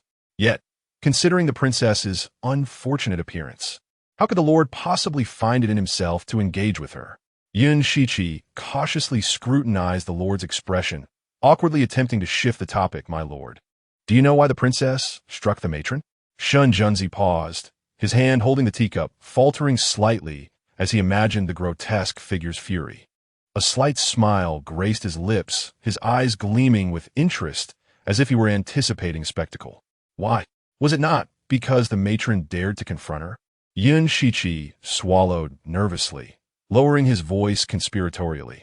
The princess mentioned that the matron deliberately informed her of the crown prince's wedding last night, attempting to persuade her to take action against you. Subsequently, the princess's assassination attempt failed, and she was persuaded to hang herself in a tragic act of devotion for the crown prince. My lord, had you not arrived just in time, the princess might have already perished. That vile old Madame Gao is truly a wicked being deserving of punishment. Shin Junzi fell silent, a hint of sorrow flickering across his handsome features. Were it not for that person's backing, how could a lowly servant like Gao dare to commit such a treacherous act? What perplexes me is the gossip circulating in the market, claiming that I am not her biological son. Yet, I have always regarded her as my true mother, obeying her in all matters. The crown prince has marred my appearance, rendering me forever estranged from that position. Has she truly grown so callous towards me, wishing to eliminate me for the crown prince's smooth ascension? Such a maternal bond is better forsaken. Yin Shichi and Xiao Ying exchanged glances, both revealing expressions of indignation. The Prince Li, having been disfigured by the crown prince since childhood, is also afflicted by a chilling poison that flares up every spring and summer, making his existence a living hell. Even in such dire straits, is the queen still not at ease, unwilling to grant him reprieve? Recently, rumors have been rampant regarding the Prince Li not being the queen's biological child, echoing loudly throughout the realm. He has secretly dispatched individuals to Jiangnan for investigation. Yet the outcome remains uncertain. A profound silence enveloped the dining hall. Time passed slowly, and Feng Fuyao had yet to make her appearance. Yun Shichi and Xiao Ying craned their necks in anticipation, nearly resembling giraffes in their eagerness. If she does not emerge soon, there will be no need to enter the palace to serve tea. Does a hideous creature truly require such an extensive duration for preparation? A toad in a floral garment remains a toad, after all. The three men, weary from waiting, felt a flicker of impatience. At that moment, a breathtakingly beautiful maiden stepped gracefully into the room, illuminated by the morning light. She resembled a radiant beam of dawn, nearly blinding the three men. The girl possessed delicate features and skin as smooth as jade, her sparkling almond-shaped eyes radiating vitality, complemented by her elegant figure. She was a vision of beauty akin to a poetic masterpiece, breathtaking in her presence. Upon entering, she rendered the entire dining hall dull in comparison. Yun Shichi and Xiao Ying gazed in astonishment at the stunning maiden, their mouths agape, as if they could fit an egg within. Is this truly a human? She must be a celestial being descended from the heavens. Yun Shichi, in a daze, blurted out a foolish question. Is she a fairy? However, no one answered him. A flicker of astonishment crossed Shun Junzi's eyes, but he quickly regained his composure, recalling the embarrassing incident from the previous night. His ears flushed with warmth. Inner turmoil stirred within him, and a devilish smirk graced his lips. Silly woman. How cunning of her to don such heavy makeup to deceive him. Was she concerned that he might be less than a gentleman, forcing himself on her? Truly, she underestimated him. Feng Fuyao waved her delicate hand at Shun Junzi, her smile disarmingly innocent. "Good morning, my lord. You look exceptionally handsome today. Have you had breakfast? Surely, you are not waiting for me?" Shen Junzi shifted his gaze from her charming face, haughtily snorting. "Had you not arrived sooner, I would have thought you had perished in your slumber." Feng Fuyao gracefully settled down, her gaze drifting over the exquisite array of tea delicacies laid before her. A radiant smile adorned her face as she exclaimed, "What a sumptuous breakfast!" The table was laden with Xilong Bao, Huan, date paste pastries, osmanthus cake, yanshan noodles, and lean meat congee. Such a bountiful breakfast, all of my favorites. "Thank you, your highness." With that, she personally scooped a bowl of lean meat congee and placed it before Shen Junzi, her demeanor one of eager servitude. "Your highness, why are you not eating? We must be on our way swiftly." "On our way?" Shen Junzi's lips twitched as he retorted sharply. "Where to? The underworld? If you wish to go, then go alone. I shall not accompany you." Unperturbed, Feng Fuyao picked up a Xilong Bao and took a bite, her enchanting eyes glancing at him, sending an electric thrill through the air. "Your highness, you misunderstand. I meant we should depart for the palace." Yet inwardly, she was bursting with thoughts. What a petty man. Why the need to be so calculative? Such stinginess. Be wary lest your husband lose affection for you. "I would gladly accompany you to the palace to serve tea. Do you not appreciate the honor? Do not mistake kindness for weakness. As your princess, I am merely a faade for your convenience. Do you think I am unaware? Otherwise, how could you possibly marry someone as unremarkable as the original? How could she have deliberately injured herself to smear blood on the handkerchief for appearance's sake? Though she bears a semblance of beauty, alas, she is a broken sleeve. Such a waste of good looks. I wonder if he wears red undergarments today?" As Shen Junzi sipped his congee, he nearly choked upon overhearing Feng Fuyao's inner musings. His morning cheer dissipated in an instant. "Foolish woman, why must you incessantly speak of broken sleeves? Which eye of yours has seen me as one? Why persist with the red undergarments? I am not wearing any today. I assure you, it was you who bit my hand, yet you feign ignorance. I truly wish to twist that woman's head off and see what vile thoughts reside within." Chapter 11. The Scandal of the Scoundrel Prince. After breakfast, Feng Fuyao and Shen Junzi boarded a carriage bound for the imperial palace of the Great Dragon Kingdom. Chunyan, Chunxiang, the matron, and 2 guards accompanied them on either side of the carriage. The interior was spacious, with soft cushions adorning the wooden benches. A small incense burner in the corner released a subtle waft of sandalwood. Strands of mottled morning light filtered through the swaying curtains, illuminating the 2 figures within. Seated side by side in the opulent carriage, the atmosphere was decidedly peculiar. Shen Junzi, tall and imposing, sat upright, his silver mask gleaming. His alluring eyes bore a hint of chill, appearing serious while secretly straining to listen to someone's thoughts. Meanwhile, Feng Fuyao peered through the fluttering curtains, surveying the array of culinary delights lining the streets as she tuned into the system's latest gossip. "Last night you wed Prince Li, while Emperor Jinda, after consuming elixirs, spent the night entwined with a beautiful dancer at the 100 Flowers Pavilion. Little did he know, his excessive indulgence left him fainting for half an hour upon returning to the palace this morning." Meanwhile, Empress Ji did not remain idle, spending the night with her brother Ji Dai in a secret rendezvous. Feng Fuyao listened with great interest, covering her belly as she stifled a laugh. Her delicate face flushed. Good heavens, the Jianda Emperor, at such an advanced age, still ventures into brothels? Isn't he afraid of straining his back? Is Empress Ji truly engaged in an incestuous relationship with her brother Ji Dai? Perhaps the scoundrel crown prince is not the son of the Jianda Emperor, but rather the offspring of Empress Ji and her brother? TSK, TSK, TSK. That green hat the Jianda Emperor wears must be quite heavy. No wonder historical records indicate Ji Dai harbored affection for his younger sister, Shen Junkai. He glared coldly at the gossiping girl, his eyes filled with disdain. What nonsense is this? How could historical records document such trivial matters? After traversing a tea's worth of time, the carriage came to a halt. Feng Fuyao reluctantly withdrew her gaze. Had they arrived so soon? The Li Wang mansion is so close to the imperial palace? Indeed, they were on the same street. Shinjuan's tone was far from pleasant. Yin Shichi stepped forward to lift the curtain, respectfully announcing, "Your Highness, Your Grace, we have arrived at the palace." Shun Junkai elegantly stepped down from the carriage, his long legs striding forward. Feng Fuyao, holding onto the carriage door and lifting her long skirt, enviously eyed his remarkable legs, inwardly lamenting, all legs below the neck. How enviable. With a carriage this high, how can my short legs manage to alight? Without comparison, there is no pain. Shin Junkai glanced at her, haughtily extending his long hand. Feng Fuyao graciously took it to descend from the carriage, secretly praising, such beautiful hands, they could rival a pianist's. If only he weren't he would be even more perfect, he. Hearing the first half of her compliment made Shun Junkai quite proud. However, upon catching the latter part, his anger flared. He abruptly shook off Feng Fuyao's hand and turned to stride away. Feng Fuyao stumbled slightly as he released her, nearly tripping over her own skirt. Frustrated, she inwardly grumbled, "If you don't wish to help, then don't. Is it really necessary?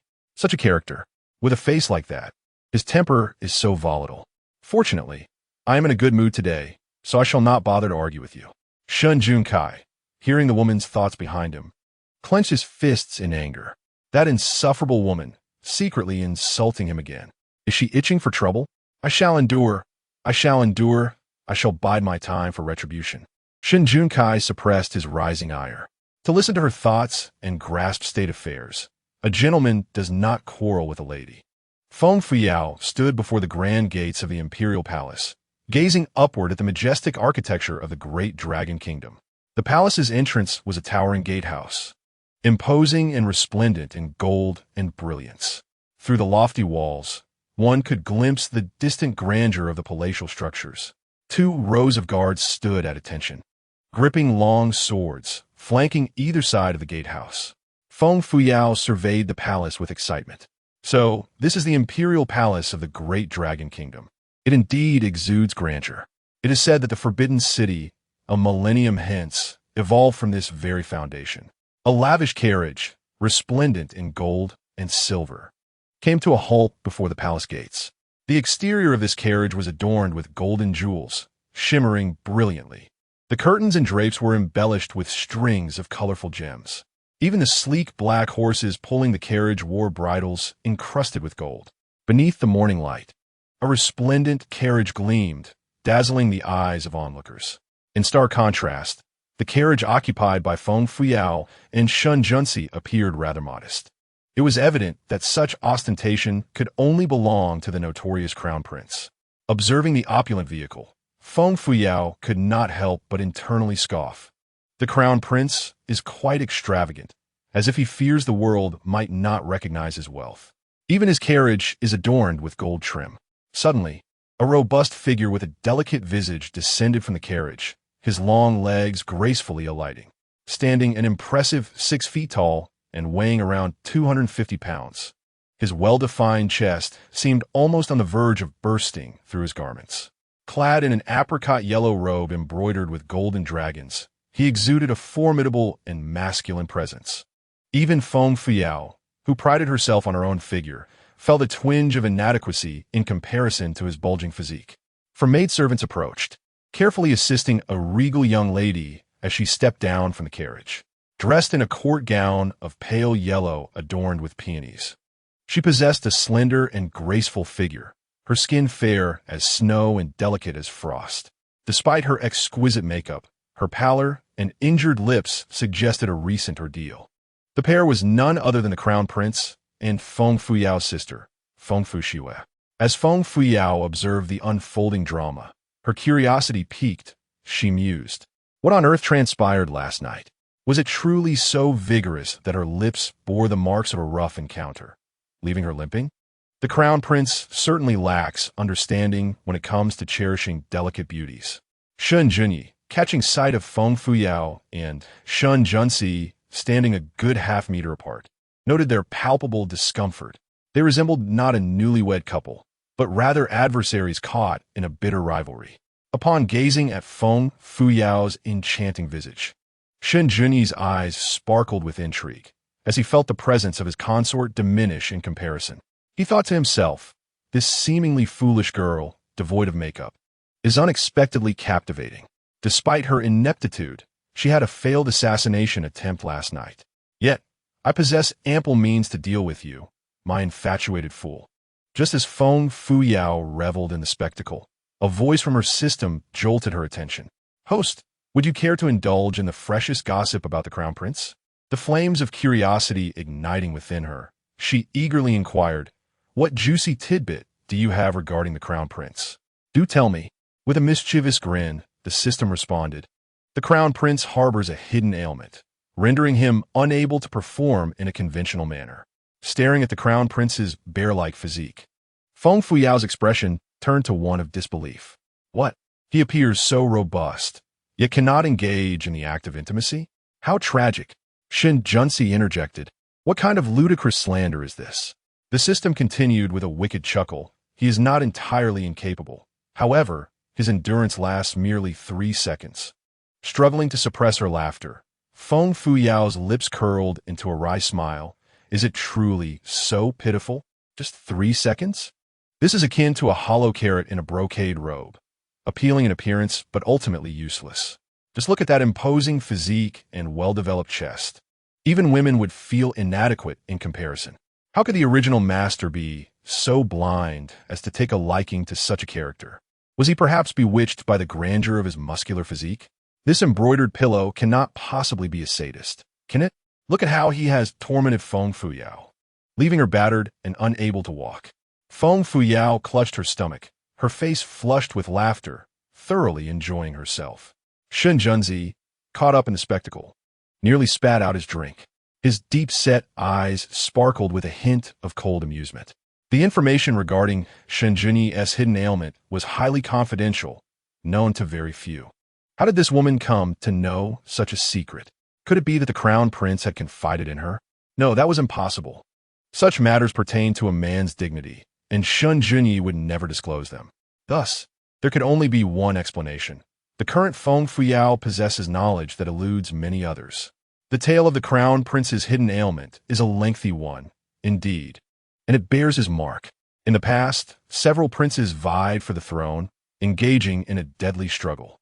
Eventually, 3 of the larger contenders were eliminated, leaving only him and Shen Junyi among the younger generation. When Shen Junzi was 8 years old, he sparred with Shen Junyi, who deliberately marred his left cheek with a slash. The laws of the Great Dragon Kingdom stipulated that a prince with any blemish upon his visage could not ascend to the throne. From that moment forth, the path to the throne was barred to Shen Junzi. In light of such a grave matter, the Empress merely ordered Shen Junyi to transcribe Buddhist scriptures as punishment. At that time, Shen Junzi felt profoundly wronged, confronting the Empress with his bloodied face. Mother, how can you let my elder brother's actions go unpunished? He has scarred my face. Should he not face severe consequences? His malicious intent towards him warranted a harsher punishment, did it not? To his shock, the Empress's expression darkened, and she struck him fiercely across the face. The already bloodied left cheek of Shen Junzi was now further marred, as the wound split open, blood gushing forth, nearly causing him to faint from the pain. He covered his bleeding face, stubborn tears welling in his eyes, refusing to let them fall. Why was it that both he and Shen Junyi were born of the Empress, yet she exhibited such favoritism towards his elder brother? The Empress pointed a finger at him, berating him without restraint. Silence. So what if I favor your brother? I simply like him better and dislike you. What of it? Your brother is more obedient and understanding than you. He did not act out of malice. I've already punished him. What more do you desire? You cannot blame others for your own shortcomings. Besides, it is merely a superficial wound. Why must you be so vindictive and relentless?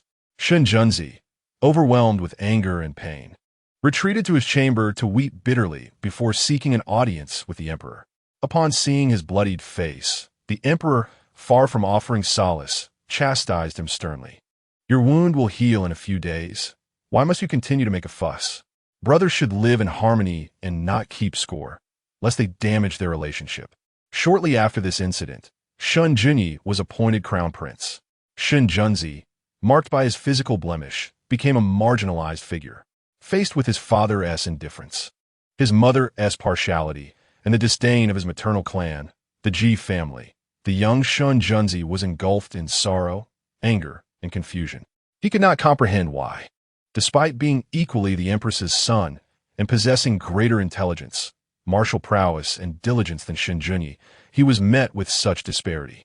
Why does the queen harbor such animosity towards him, readily resorting to violence, while she dotes on her elder brother, Shun Junyi, as if he were a precious gem? After enduring such treatment, Shun Junzi concealed his feelings, determined to gradually fortify himself. He diligently practiced martial arts and swordsmanship, no longer allowing his emotions to surface. He distanced himself from the queen, choosing to endure the prince's harsh reproaches and humiliations in silence. Even when the emperor and empress commanded that he, a mere 8-year-old, serve as a hostage in the Night Kingdom, he complied without protest. For years of a wretched life as a hostage left him living in a state of degradation. When Shun Junzi returned to the Great Dragon Kingdom at the age of 12, the prince was 14, at an age where he began to understand the matters of romance and intimacy. Shun Junzi discreetly bribed a young maidservant by Shun Junyi's side, administering a potent aphrodisiac to the prince. The prince engaged in a night of debauchery with several beautiful maidens, only to succumb to unconsciousness. Henceforth, he was afflicted with the ailment of impotence. Upon learning of this, Empress Ji was both astonished and enraged. She ordered the execution of all maidservants in the prince's residence. In secret, she sought renowned physicians to remedy Shun Junyi's condition, but the years passed with little effect. Shun Junzi narrowed his eyes dangerously, a chilling smirk gracing his lips. The prince and princess approached hand in hand, exuding affection and intimacy, flaunting their love. Feng Fuxiue had finally achieved her desire to marry the prince, becoming the princess. Prancing like a victorious rooster, she strutted past Feng Fuyao, pride evident in her demeanor.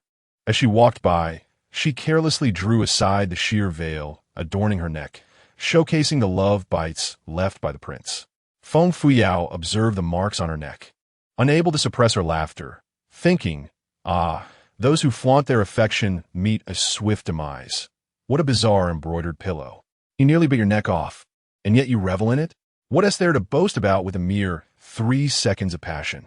You and your mother deceived the original owner with your cunning schemes, and now you've finally achieved your wish of marrying the prince and becoming the princess. I hope you continue to boast without faltering. Shun Junzi listened to Feng Fuyao's inner musings with an odd expression.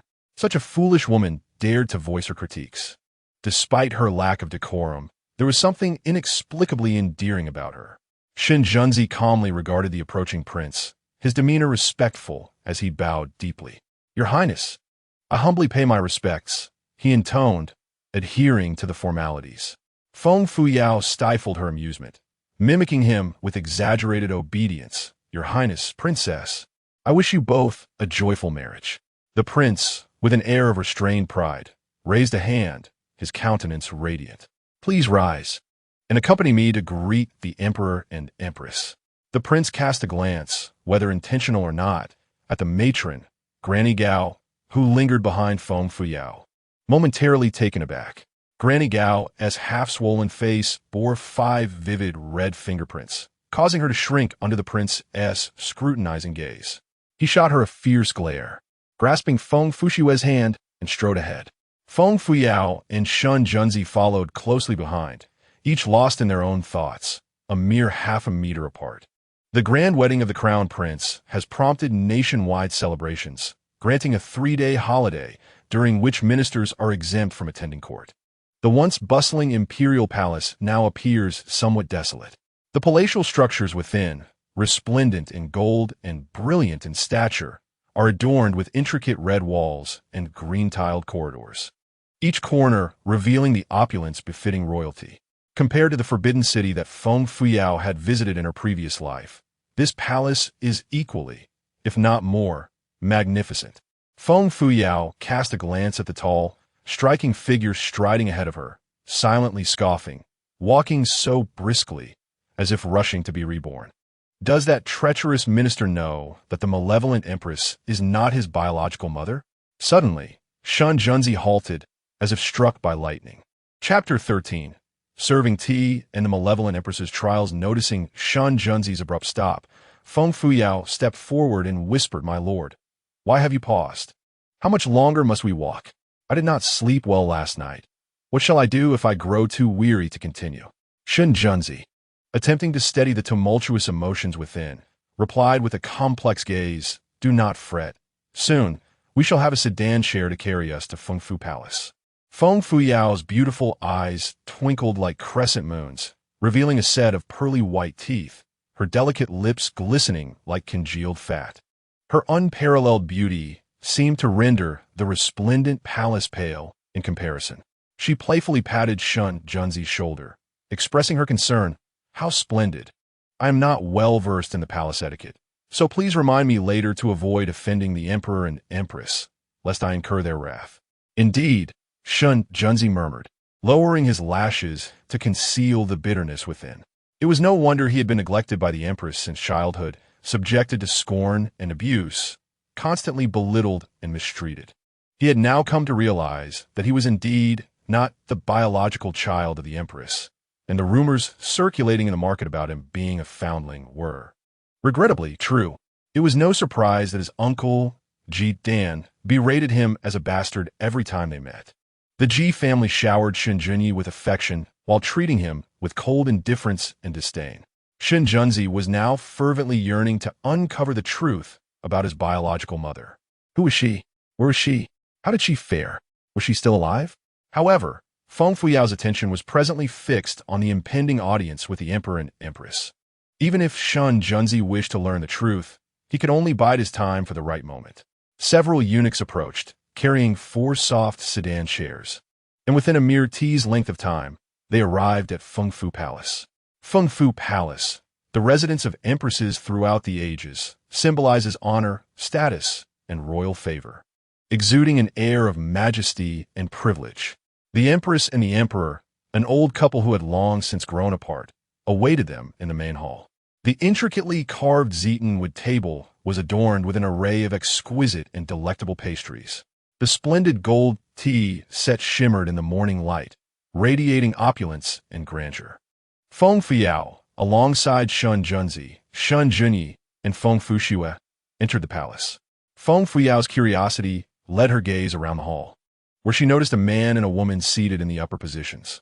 The woman was clad in a bright yellow robe embroidered with golden phoenixes, her demeanor dignified and majestic. Though her beauty had begun to fade with age, her fair complexion and charm remained intact. The man, in his 40s, bore streaks of gray at his temples, with pronounced dark circles under his eyes, though adorned in a resplendent yellow robe with luxurious python patterns. The fatigue etched upon his face remained unmistakable. As they entered, the joyful gazes of the emperor and empress converged upon the crown prince and his consort. Unbeknownst to them, Feng Fuyao and Shun Junzi stood nearby, overlooked like mere bystanders. The 2 pairs of newlyweds knelt in unison before the sovereigns, bowing 3 times and proclaiming, "We, your humble son and daughter-in-law, pay our respects to Father Emperor and Mother Empress.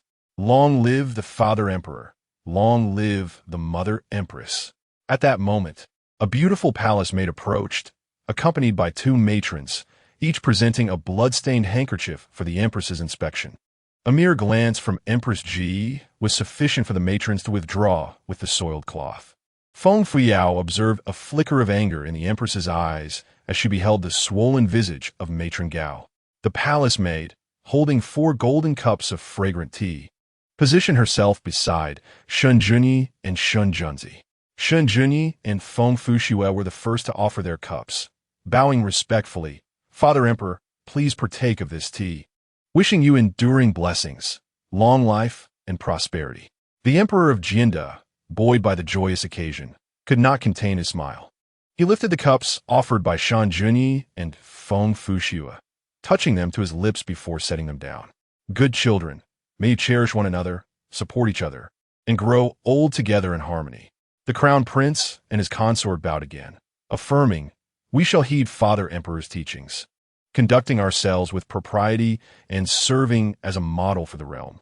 The emperor, heartened, cast a stern yet affectionate gaze over the crown prince's spirited countenance, then turned to the demure Feng Fushue, a glimmer of astonishment illuminating his eyes as he beheld the delicate red marks upon her neck. With narrowed eyes and a knowing smile, he mused on the impetuousness of youth. Feng Fushue, the niece of Empress Ji, had inherited the beauty of the Feng family, her features even more striking than before. The emperor's thoughts stirred, drawing his gaze back to her. Her visage bore a resemblance to a woman he had once cherished in his youth. A pity she had been wed to another. Simultaneously, Shen Junyi and Feng Fushue presented tea to the empress. Mother Empress, please enjoy this tea, wishing you health and longevity. Good, good, good, the empress replied, taking a sip before setting the cup down. She then grasped their hands, tears of joy welling in her eyes as she choked on her words. My children, I have long awaited your growth into adulthood. May you, as husband and wife, live harmoniously, supporting and loving one another, and may your lineage flourish. Indeed, we shall heed Mother Empress's teachings. Shen Junyi and Feng Fushue replied in unison. Feng Fuyao, observing the tender scene of maternal affection, glanced at the solitary, towering figure beside her, silently scoffing. Your son can only endure for 3 seconds. Do you truly believe in a flourishing lineage?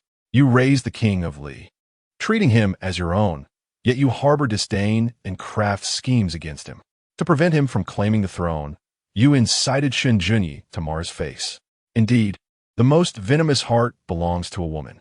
Listening to the inner turmoil of Feng Fuyao, Shen Junzi felt a tumult of emotions surge within him. Quickly inform him about his biological mother. He yearns to uncover more. However, Feng Fuyao ceased her sarcastic remarks as it was their turn to present tea. They first offered tea to the old emperor, who, as per custom, provided a routine admonition. Devoid of the prior warmth and affection he had shown to the crown prince and his consort. Next, they approached the empress with the tea.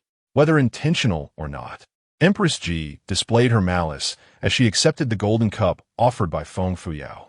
With a clatter, the cup slipped from her grasp, spilling warm tea across the floor. The empress's expression darkened as she pointed at Feng Fuyao, chastising her sharply, declaring her an unworthy wretch incapable of performing even the tea ceremony properly. I have heard your treacherous attempt to assassinate Prince Li last night. Feng Fuyao, how audacious of you. Feng Fuyao gazed at the shattered cup upon the ground. Feigning trepidation while inwardly cursing, the old hag deliberately let the cup fall. Indeed, a venomous woman. Does she blame me for not killing Prince Li last night? It seems time for my performance has come. Let us see who outshines whom. Upon hearing Feng Fuyao's inner thoughts, Shen Junzi felt an icy chill within his heart. The wicked Empress Ji was overstepping, taking advantage of his lack of support. He could not help but retort coldly, my lady wife did not attempt to assassinate my mother. From where did you hear such slander? Mother, to insult my wife in my presence. Is this a reproach against father for choosing her as my consort? Empress Ji was taken aback, her face darkening immediately. This wretched spawn dared to challenge her in front of the emperor? It infuriated her. Feng Fuyao rubbed her eyes, seamlessly slipping into her role, with tears shimmering in her lashes. Mother, I just served you tea. Why did you deliberately refuse to accept it? Do you look down upon me, or perhaps upon Prince Li? Yet, he is also your son. She continued, last night, under your instruction, old Granny Gao fervently urged me to assassinate Prince Li. I could not bring myself to do so. She then suggested I hang myself in loyalty to the crown prince. I, in my ignorance, believed the vile servant's words, and fortunately, Prince Li arrived just in time to save me. Otherwise, I fear today I would have had no opportunity even to present tea in the palace. She concealed her face, pretending to weep as if mourning a great loss. Chapter 14. Truth or Dare punished by the rod. Empress Ji was taken aback, her face darkening as she pointed at Feng Fuyao and scolded her furiously. You treasonous fool. Cease your baseless accusations. Prince Li is my child. How could I ever wish him harm? Where is old Granny Gao? How did you conduct yourself at Prince Li's residence last night, instructing his consort in etiquette? Why does she, upon entering the palace today, to present tea. Displays such ignorance of the proper decorum, speaking nonsense in front of me. Old Granny Gao, standing below, felt an unbearable itch spreading across her body. An overwhelming urge to tear her skin away. More terrifyingly, an obsession seemed to take hold of her mind, compelling her to speak the truth.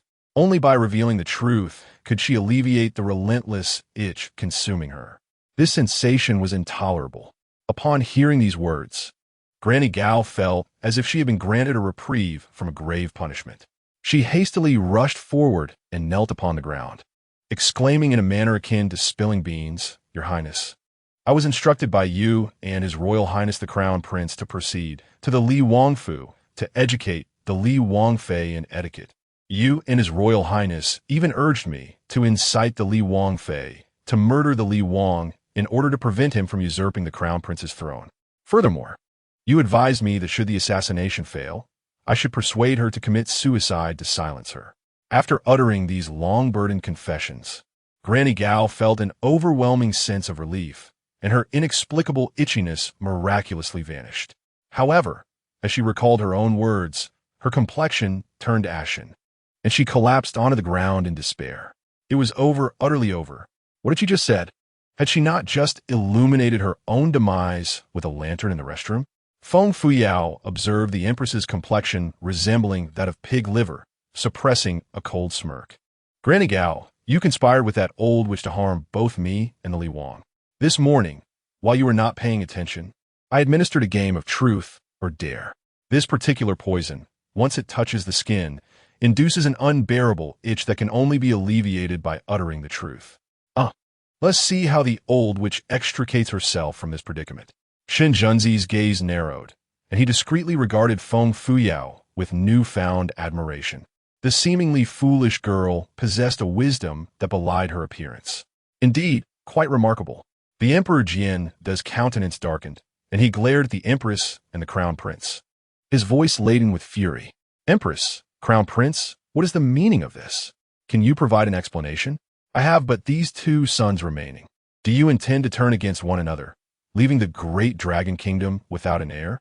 The Empress Ji was so enraged that her head spun, her body trembling uncontrollably. Wiping her tears, she feigned innocence before the old emperor, embodying the epitome of scheming green tea. "Your Majesty, Granny Gao has been afflicted with madness of late, often spouting nonsensical words. How could you trust the ravings of a lunatic? Both the Li Wang and the Crown Prince are my children, and I have always treated them equally. Even their weddings were held on the same day, marrying sisters. I have never shown favoritism. Someone seize Granny Gao. She has gone mad and nearly caused the death of the Li Wangfei. Take her away and beat her to death with sticks." A group of strong women rushed forward, swiftly dragging Granny Gao away. Outside, her cries echoed like a slaughtered pig, accompanied by the dull thuds of sticks striking flesh. After dozens of blows, her screams gradually ceased, likely signifying her demise. The Emperor Jinda's expression was as dark as the bottom of a cooking pot as he glared at Empress Ji in anger. Wiping the cold sweat from her forehead, she feigned a pitiful demeanor before the old emperor, her voice trembling with insincerity. "Your Majesty, Granny Gao was but a servant of mine. I failed to discipline her properly, nearly causing a grave mistake. I beseech your Majesty to punish me." Throughout the ordeal, Shen Junzi maintained a stoic expression, uttering not a single word nor offering any defense. It was as if everything that transpired had no bearing on him. His solitary, desolate figure evoked a sense of sympathy in others. The Emperor Jianda gazed at his son, whose face had long been marred, feeling a twinge of sorrow. Though it was fleeting, he was all too aware of Empress Ji's cunning nature. However, at present, Shun Junyi holds the title of Crown Prince, backed by the esteemed Ji family. The Jianda Emperor, now in his advanced years, relies on the Ji family and is reluctant to offend them lightly. He yearns for tranquility, wishing to diffuse major conflicts into minor ones and to avoid unnecessary complications, fearing that his remaining 2 sons might engage in a deadly rivalry, leaving him with none. Suppressing his anger, the Jianda Emperor sternly warned, "Empress, your status is exalted, and you embody maternal grace. You must be magnanimous, gentle, and prudent. Do not let your favor lead to arrogance. With only these two sons left, it is imperative for you to foster harmony among them, supporting our great long kingdom towards prosperity. Today, I shall not punish you. Reflect wisely on your actions. Yes, I shall remember, the empress replied, secretly elated, her voice respectful. The Jianda emperor, with a heavy countenance, rose and left. Shun Junyi bowed to the empress with a cold demeanor, stating, "Mother, please rest well. I take my leave." Without waiting for the empress's response, he took the hand of Feng Fuyao and exited. In the hall, only the empress, Shun Junyi, and Feng Fushue remained. The empress's expression darkened, her teeth clenched in frustration. That old crone, incapable of accomplishing anything, only brings me vexation. She cannot even handle this simple matter. It is infuriating. Feng Fushue poured a cup of hot tea and respectfully presented it to the empress. "Mother, please drink some tea to calm your temper. There is no need to stoop to the level of that incompetent, lest it harm your health." The empress accepted the gilded cup, her expression softening. "You swear, truly understand. Unlike that fool who can infuriate with just her words. A child without a mother lacks discipline. She is indeed unworthy of consideration. I had the best intentions in marrying her to the Li Prince, yet she shows no gratitude and even plots against me. It is truly outrageous." Shun Junyi gently supported the empress, offering comfort. "She is but a simpleton, speaking without thought. Why should you take her words to heart? Mother, you have granted her a significant favor by arranging her marriage to the Li Prince. Such an ungrateful person need not concern you any longer. Let her do as she pleases." Feng Fushue's eyes flickered as she softly advised, "Mother, sister has just married the Li Prince, and they seem quite happy in their new union. Your concern for her is noble, yet her lack of appreciation is indeed infuriating. Perhaps it is better to ignore her entirely. Does she not realize that if you wish to deal with her, it would be as simple as crushing an ant?" The empress gritted her teeth, a sinister smile creeping on her face. "I cannot swallow this humiliation. I must teach that little wretch a lesson. Feng Fuyao appears to be enjoying her newlywed bliss with the Li Prince, but I shall not allow them to have it easy. I must devise a plan." Feng Fushue's lips curled into a cold, venomous smile. Her objectives had been achieved, and she chose to remain silent, awaiting the unfolding drama. She had heard that yesterday, Feng Fusu and Feng Fujing traveled a great distance to bring a large chest of gold and silver jewelry as a wedding gift for Feng Fuyao. Yet they brought nothing for her, their own sister. Why should they bestow gifts solely upon Feng Fuyao and neglect her? This matter pierced her heart like a thorn, driving her to a frenzy of jealousy. From childhood, the twin brothers had eyes only for Feng Fuyao. Each time they returned from the border, they brought an array of gifts exclusively for her, while the offerings for Feng Fushue were merely perfunctory. In their eyes, she was nothing more than an inconsequential sister. Well, if that were the case, she would find a way to ruin the sister they cherished. Chapter 15. The Fate of Sirius and the Conspiracy of the Night Kingdom in the Imperial Palace of the Great Dragon Kingdom, within the Hall of Nurture Hearts. Emperor Jinda sat upon the dragon throne with a sullen expression, his mind stirred by the actions of the Empress. Empress Ji was the daughter of the Duke of Ji, whom he had married when he was still a prince. The Duke's substantial assistance in securing the throne had naturally led to her elevation as Empress. In those days, the Ji Crown Princess had been as gentle and graceful as the current Crown Princess. Now, however, not only had her beauty faded, but she was also prone to fits of jealousy and temper. Was she not simply relying on the favors bestowed upon her by her father and brothers?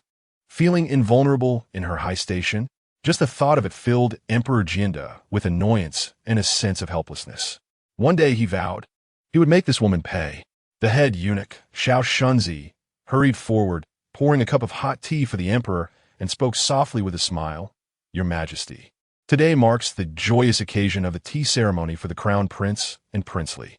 You have long awaited their coming of age and marriage. So please do not let anger cloud this moment. I believe that soon your Majesty will hold a grandchild in your arms. Our great dragon kingdom shall surely enjoy enduring prosperity for generations." Behind Emperor Jinda stood a poised middle-aged man. The The man had long eyebrows that met at the temples, his gaze profound, with a crimson emblem marked upon his forehead. Clad in a dark red robe, embroidered with black and white bawa patterns on both the front and back. He possessed an air of ethereal grace. He was the celestial master of Tsangxuan, renowned for his mastery in alchemy and celestial observations, well-versed in both astronomy and geography. Many years prior, during Emperor Jinda's southern tour, the celestial master had accompanied him. At that time, the emperor had spent 3 months in the south. The governor of Lianzhou had presented numerous exquisite dancers for his enjoyment. Upon the emperor's departure, one of the dancers was already over a month pregnant. Pressured by the empress's tyranny, the old emperor had left the dancer in the south, with the governor of Lianzhou tasked to care for her. After returning to the palace, he had forgotten about the matter. Years later, the celestial master, upon observing celestial omens, deduced that the abandoned son in the south bore the fate of Sirius. Though a harbinger of calamity, this child was crucial to the fortunes of the great dragon kingdom and must be brought back to the palace for nurturing. Thus, Emperor Jinda dispatched someone to secretly retrieve this lost prince. To seal the matter, the entire family of the Lianzhou governor was exterminated. The plan had originally included silencing the mother of Prince Li as well, but her whereabouts were unknown, so this was left unfulfilled. Recently, the crown prince had expressed his desire to marry Feng Fuxue, the legitimate daughter of the Feng chancellor, as his consort. The empress had proactively suggested that since Prince Li was yet to be wed, it would be more fitting to betroth the eldest daughter of the Feng chancellor, Feng Fuyao, to him as his princess. Emperor Jinda, mindful of the powerful position held by the Prime Minister Feng, arranged marriages for 4 individuals, setting a grand wedding date to joyfully wed the 2 sisters of the Feng household. Little did he anticipate that Empress Ji harbored malicious intentions, seeking to exploit the situation to eliminate King Li. Observing the emperor's darkened expression, Master Tsang Xian, with a flick of his handkerchief, smiled faintly. For one is invigorated by joyous occasions, and the emperor appeared increasingly spirited. The Ziwei star shone ever brighter, signaling an imminent resurgence, and in 3 years, it would reach its zenith. It seemed that the great dragon kingdom was on an upward trajectory, with the emperor poised to establish a monumental legacy that would echo through the ages. Little Shunzi clapped his hands, his face brimming with wrinkles from laughter, showering compliments with reckless abandon, for flattery costs nothing. Congratulations, your majesty. The great dragon kingdom shall endure for generations. Indeed, as the saying goes, no matter how many times one is pierced, flattery remains untouched.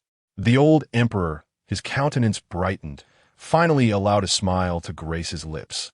Was it not a sign that in 3 years, the great dragon kingdom would soar to prominence among nations? How fortunate! For long, the great dragon kingdom had suffered under the oppression of the Night Kingdom.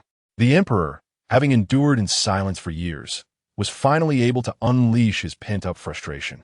Yet, the old emperor was characterized by timidity and avarice, fearful of conflict and lacking ambition. Having occupied the throne for over 2 decades, he remained mired in tradition, preoccupied with alchemy and the pursuit of immortality. The nation stagnated, suffering losses of several cities due to repeated incursions by the Night Kingdom. Had it not been for the Ji family assisting him in seizing the throne, it is dubious whether he would have ever claimed it. In the capital, Chang'an, within the renowned auction house, Wanxiang building, in a lavish chamber, a captivating beauty glided gracefully into the room, carefully closing the door behind her.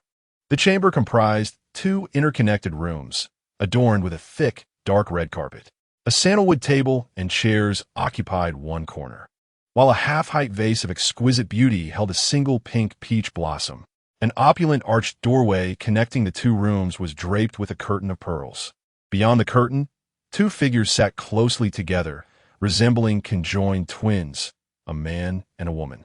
The man, with slender fingers, held a cup of fragrant tea, sipping it with an elegant demeanor. On this side of the pearl curtain, the enchanting beauty bowed respectfully toward the inner chamber, addressing her master with deference, esteemed master. Last night, the crown prince of the great dragon kingdom and King Li were wed on the same day. The crown prince, Shen Junyi, has taken the renowned beauty Feng Fushue of the Prime Minister's household as his bride, while King Li has wed the infamous scatterbrain, Feng Fuyo. The crown prince's residence was abuzz with guests, while the King Li's manor stood desolate and cold. According to reliable sources, the scatterbrain Feng Fuyo attempted to assassinate King Li last night, but failed and, in her despair, attempted suicide by hanging. This morning, the crown prince and his consort, along with King Li and his consort, entered the palace to present tea to the emperor and empress. Empress Ji deliberately refused to accept the teacup, publicly berating the scatterbrain Feng Fuyo before the emperor. The man remained silent for a moment before emitting a scornful chuckle, his voice androgynous. This scatterbrain Feng Fuyo, who cried and pleaded to marry the crown prince, ultimately ended up with King Li. It is only natural she would seek to end her life. Women are often superficial. Which one would willingly marry a disfigured man? However, this disfigured King Li is far superior to the crown prince. The only individual in the great dragon kingdom that truly instills fear in me is King Li.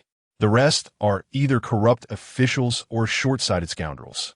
I still recall the tragic circumstances when King Li was cast into the Night Kingdom as a hostage by that wretched emperor. Back then, he feigned weakness and ineptitude. Yet now he has become a significant concern for me. Fortunately, he married a dim-witted fool. Had he wed a formidable woman, he could have easily thrived, potentially turning the crumbling great dragon kingdom into his own possession. The enchanting beauty blinked her lovely eyes and covered her lips with a delicate laugh.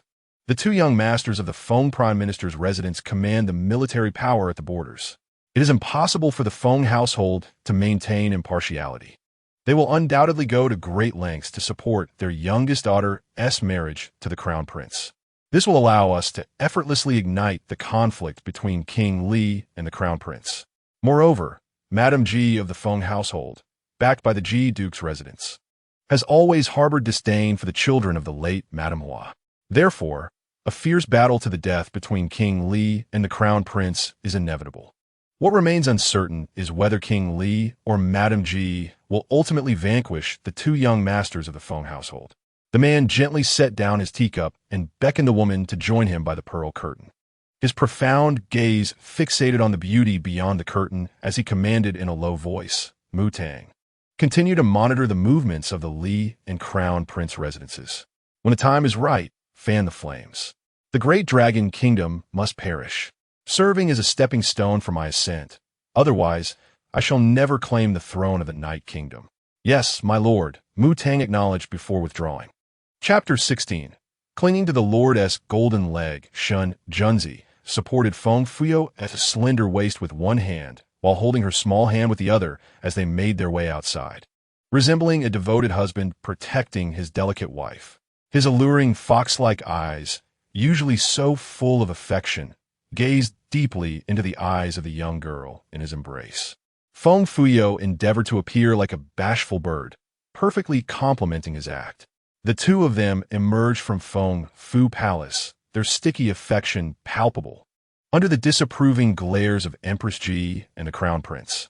As they stepped out of the palace doors, Shen Junzi abruptly released Feng Fuyo's hand and quickly retreated a step behind her. The tender demeanor he had just displayed vanished without a trace. Feng Fuyo glared at his half-masked handsome face, her heart aflame with indignation as she inwardly cursed. What a wretched man, discarded after use. He forgets those who cared for him. How despicable. I foolishly empathized with you, believing you to be mistreated by Empress Ji in your youth, and even played along with your display of affection. A heartless man like you should never be allowed to stir feelings. Otherwise, I might not even realize how I met my demise.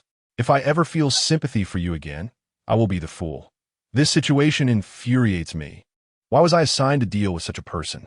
Shen Junzi, overhearing Feng Fuyo's curses, felt his face flush with anger. Well, had he ever discarded anyone after use or denied recognition?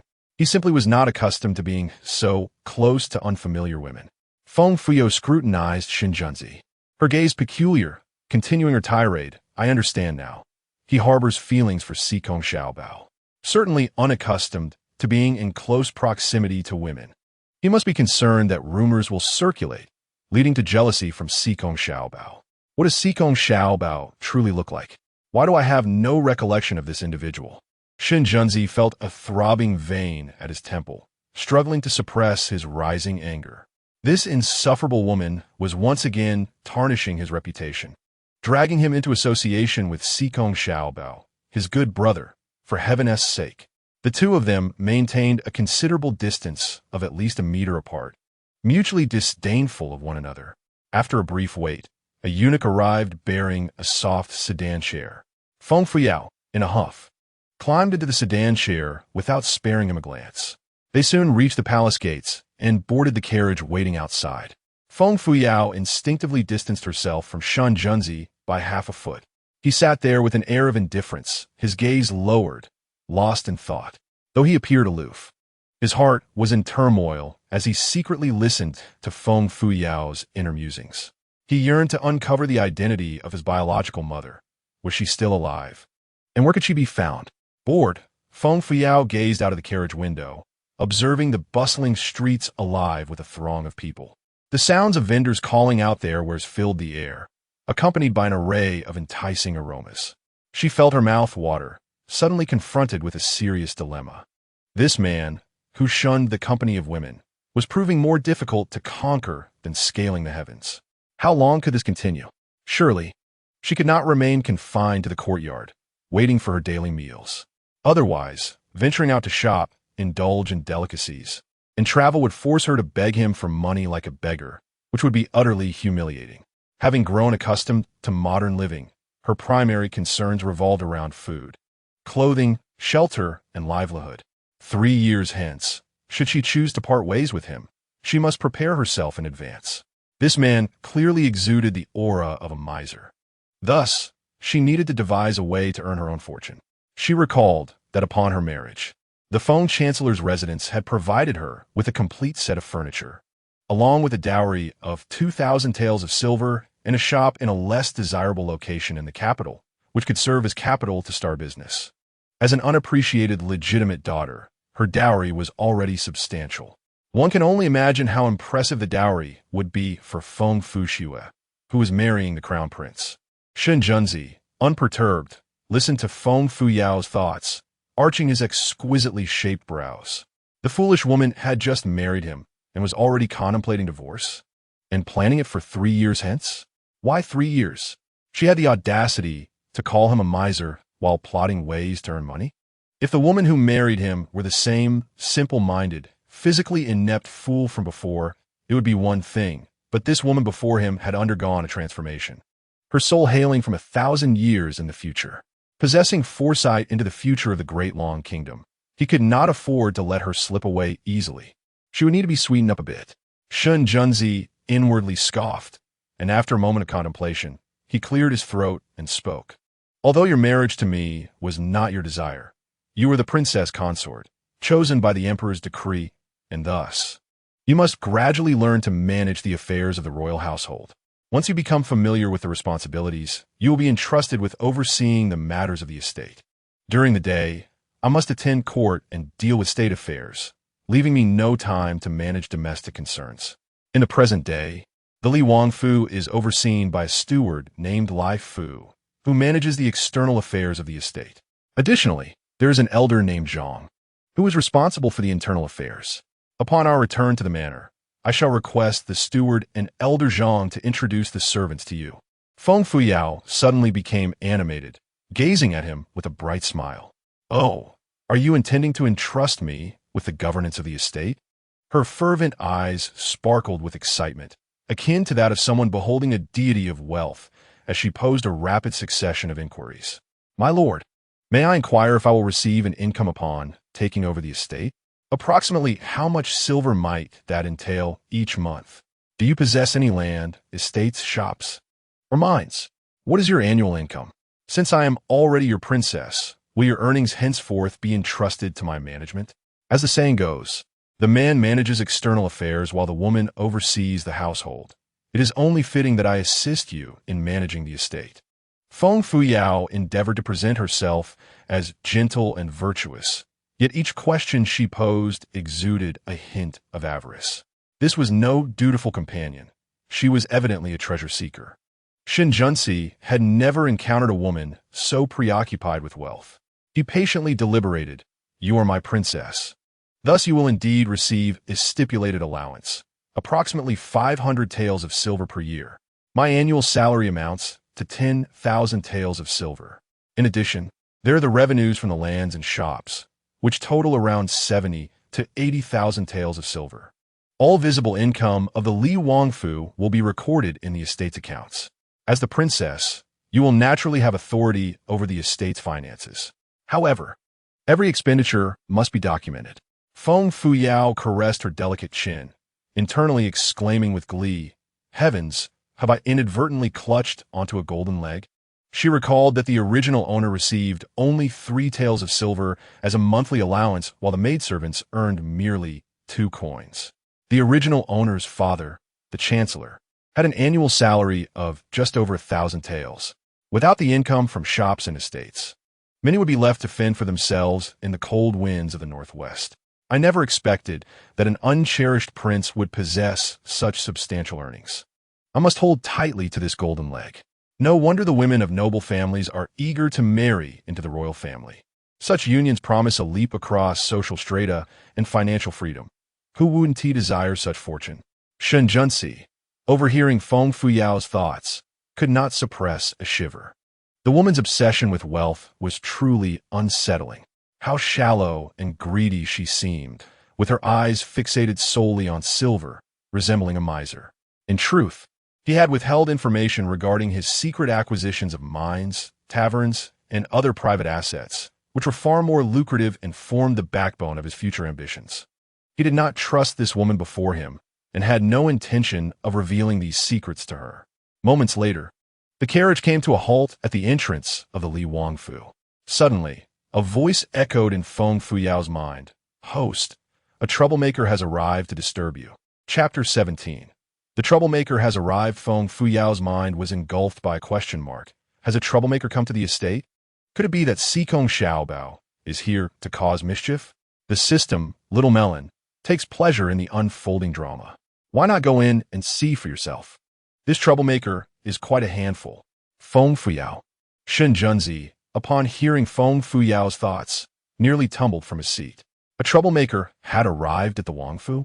Sikong Xiaobao had come to claim the favored consort? He faintly grasped the meaning of favored consort, referring to the woman in a partnership.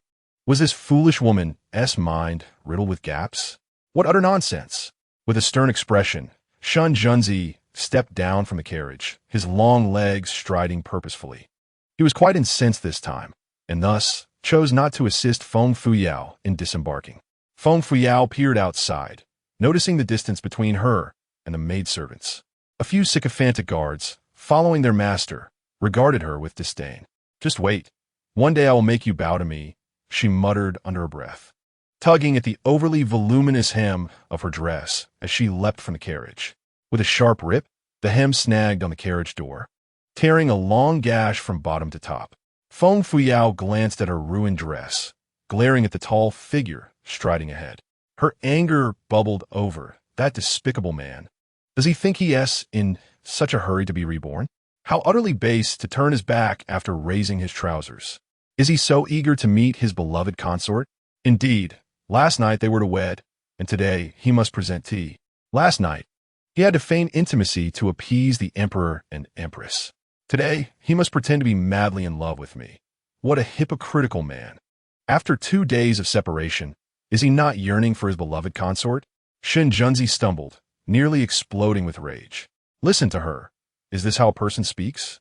This foolish woman accuses him of turning his back after discarding her. He had never even unfastened his trousers. She even berated him for feigning intimacy. He merely wished to hear her thoughts. Shen Junzi's eyes narrowed, wishing he could twist this foolish woman into a pretzel. He felt that one day, she would be the death of him. Slowly, he turned, his gaze dark and brooding as it settled on Feng Fuyao. His expression resembled a stormy sky, the mask he wore unable to conceal the fury that simmered beneath. The guards, Yin Shiqi and Xiao Ying, exchanged glances as they trailed behind. What had come over the prince? Why did he resemble a scorned bride? Alas, a man married to a woman he does not love must endure endless vexation. If only he had wed someone he cherished, would he suffer so? The prince's heart was heavy with unspoken burdens. Feng Fuyao approached, lifting her skirt and beaming a radiant smile at Shen Junzi. My lord, were you waiting for me? How considerate of you. Truly, you need not wait for me. I can enter on my own. Yet inwardly, she mocked him. If you do not hurry, your beloved consort may grow impatient. Look at your complexion. It resembles overcooked liver. Oof. Shen Junzi snorted in annoyance, turning away in a huff as he made his way toward the entrance of Li Wangfu. Feng Fuyao pursed her lips and quickened her pace to follow. The intrigue within her heart flowed like an unending river. What does Sikong Xiaobao truly look like? Oh, how I long to witness the grand performance of your affection with the scoundrel. As the two entered the gates of the Wangfu, they were met by a figure rushing out from within. This individual boldly approached Feng Fuyao and commanded, Feng Fuyao, come here, I have something to say to you. Feng Fuyao scrutinized the person before her, a look of bewilderment etched on her face. Wasn't he this raucous figure the man known as Sikong Xiaobao? Why did he appear as a flamboyant, colorful feather duster? The features of this individual bore a slight resemblance to the disreputable crown prince, with a stocky build, a round face, small eyes, and an air of arrogance. Adorned in a pale yellow gown embellished with flowers and butterflies, the hem of the skirt bore vibrant embroidery. A sheer, rosy shawl draped over her shoulders, while her hair was adorned with an array of jewels. Her vibrant attire shimmered in the sunlight, casting a kaleidoscope of colors. Feng Fuyao's memories of the original owner of this body were scant and vague. After a moment of mental searching, she finally recognized the individual before her and exclaimed, The eldest princess? What brings you to me? The rotund feather duster was none other than the eldest princess of the great dragon nation, Shen Junxian, the eldest daughter of Empress Ji and the biological sister of the crown prince, Shen Junyi, age 25. Being a princess, she had been doted upon by Empress Ji from a young age, which fostered a spoiled and willful disposition. At the age of 16, Shen Junxian had married Lu Zhongwan, the top scholar of her year. Despite being married for several years, they remained childless for reasons unknown. Feng Fuyao recalled having read scandalous tales of the eldest princess prior to her transmigration. These accounts depicted her as someone of considerable licentiousness, at odds with her husband. Bolstered by the support of Empress Ji, she had taken to maintaining a separate residence where she entertained numerous suitors and indulged in a life of debauchery. One could only pity her unfortunate husband, who had likely endured countless humiliations. In her quest to assist her brother Shen Junyi in ascending the throne, she had committed numerous nefarious acts. She harbored a deep disdain for her half-brother, Shen Junzi, often bullying him mercilessly. Once, she had bound a 5-year-old Shen Junzi, gagged him, and locked him away in a deserted courtyard, deceitfully claiming to the palace maids that he had run off to play. It took 3 days of searching before they discovered the starving boy, unconscious in a cupboard within the abandoned room. Feng Fuyao narrowed her eyes, secretly disdainful. This sister-in-law is indeed a venomous troublemaker. At the tender age of 5, she had him tied up and hidden away, nearly causing his demise. After the original owner of this body hanged herself, Shen Junzi remained unmarried and did not take a consort. This troublemaker deliberately sent several women to the Li Wangfu to monitor Li Wang's actions.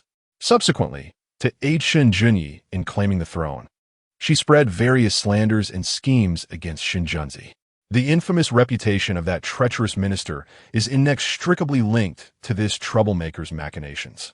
As Shen Junzi listened to Feng Fuyao's innermost thoughts, he felt a flicker of surprise.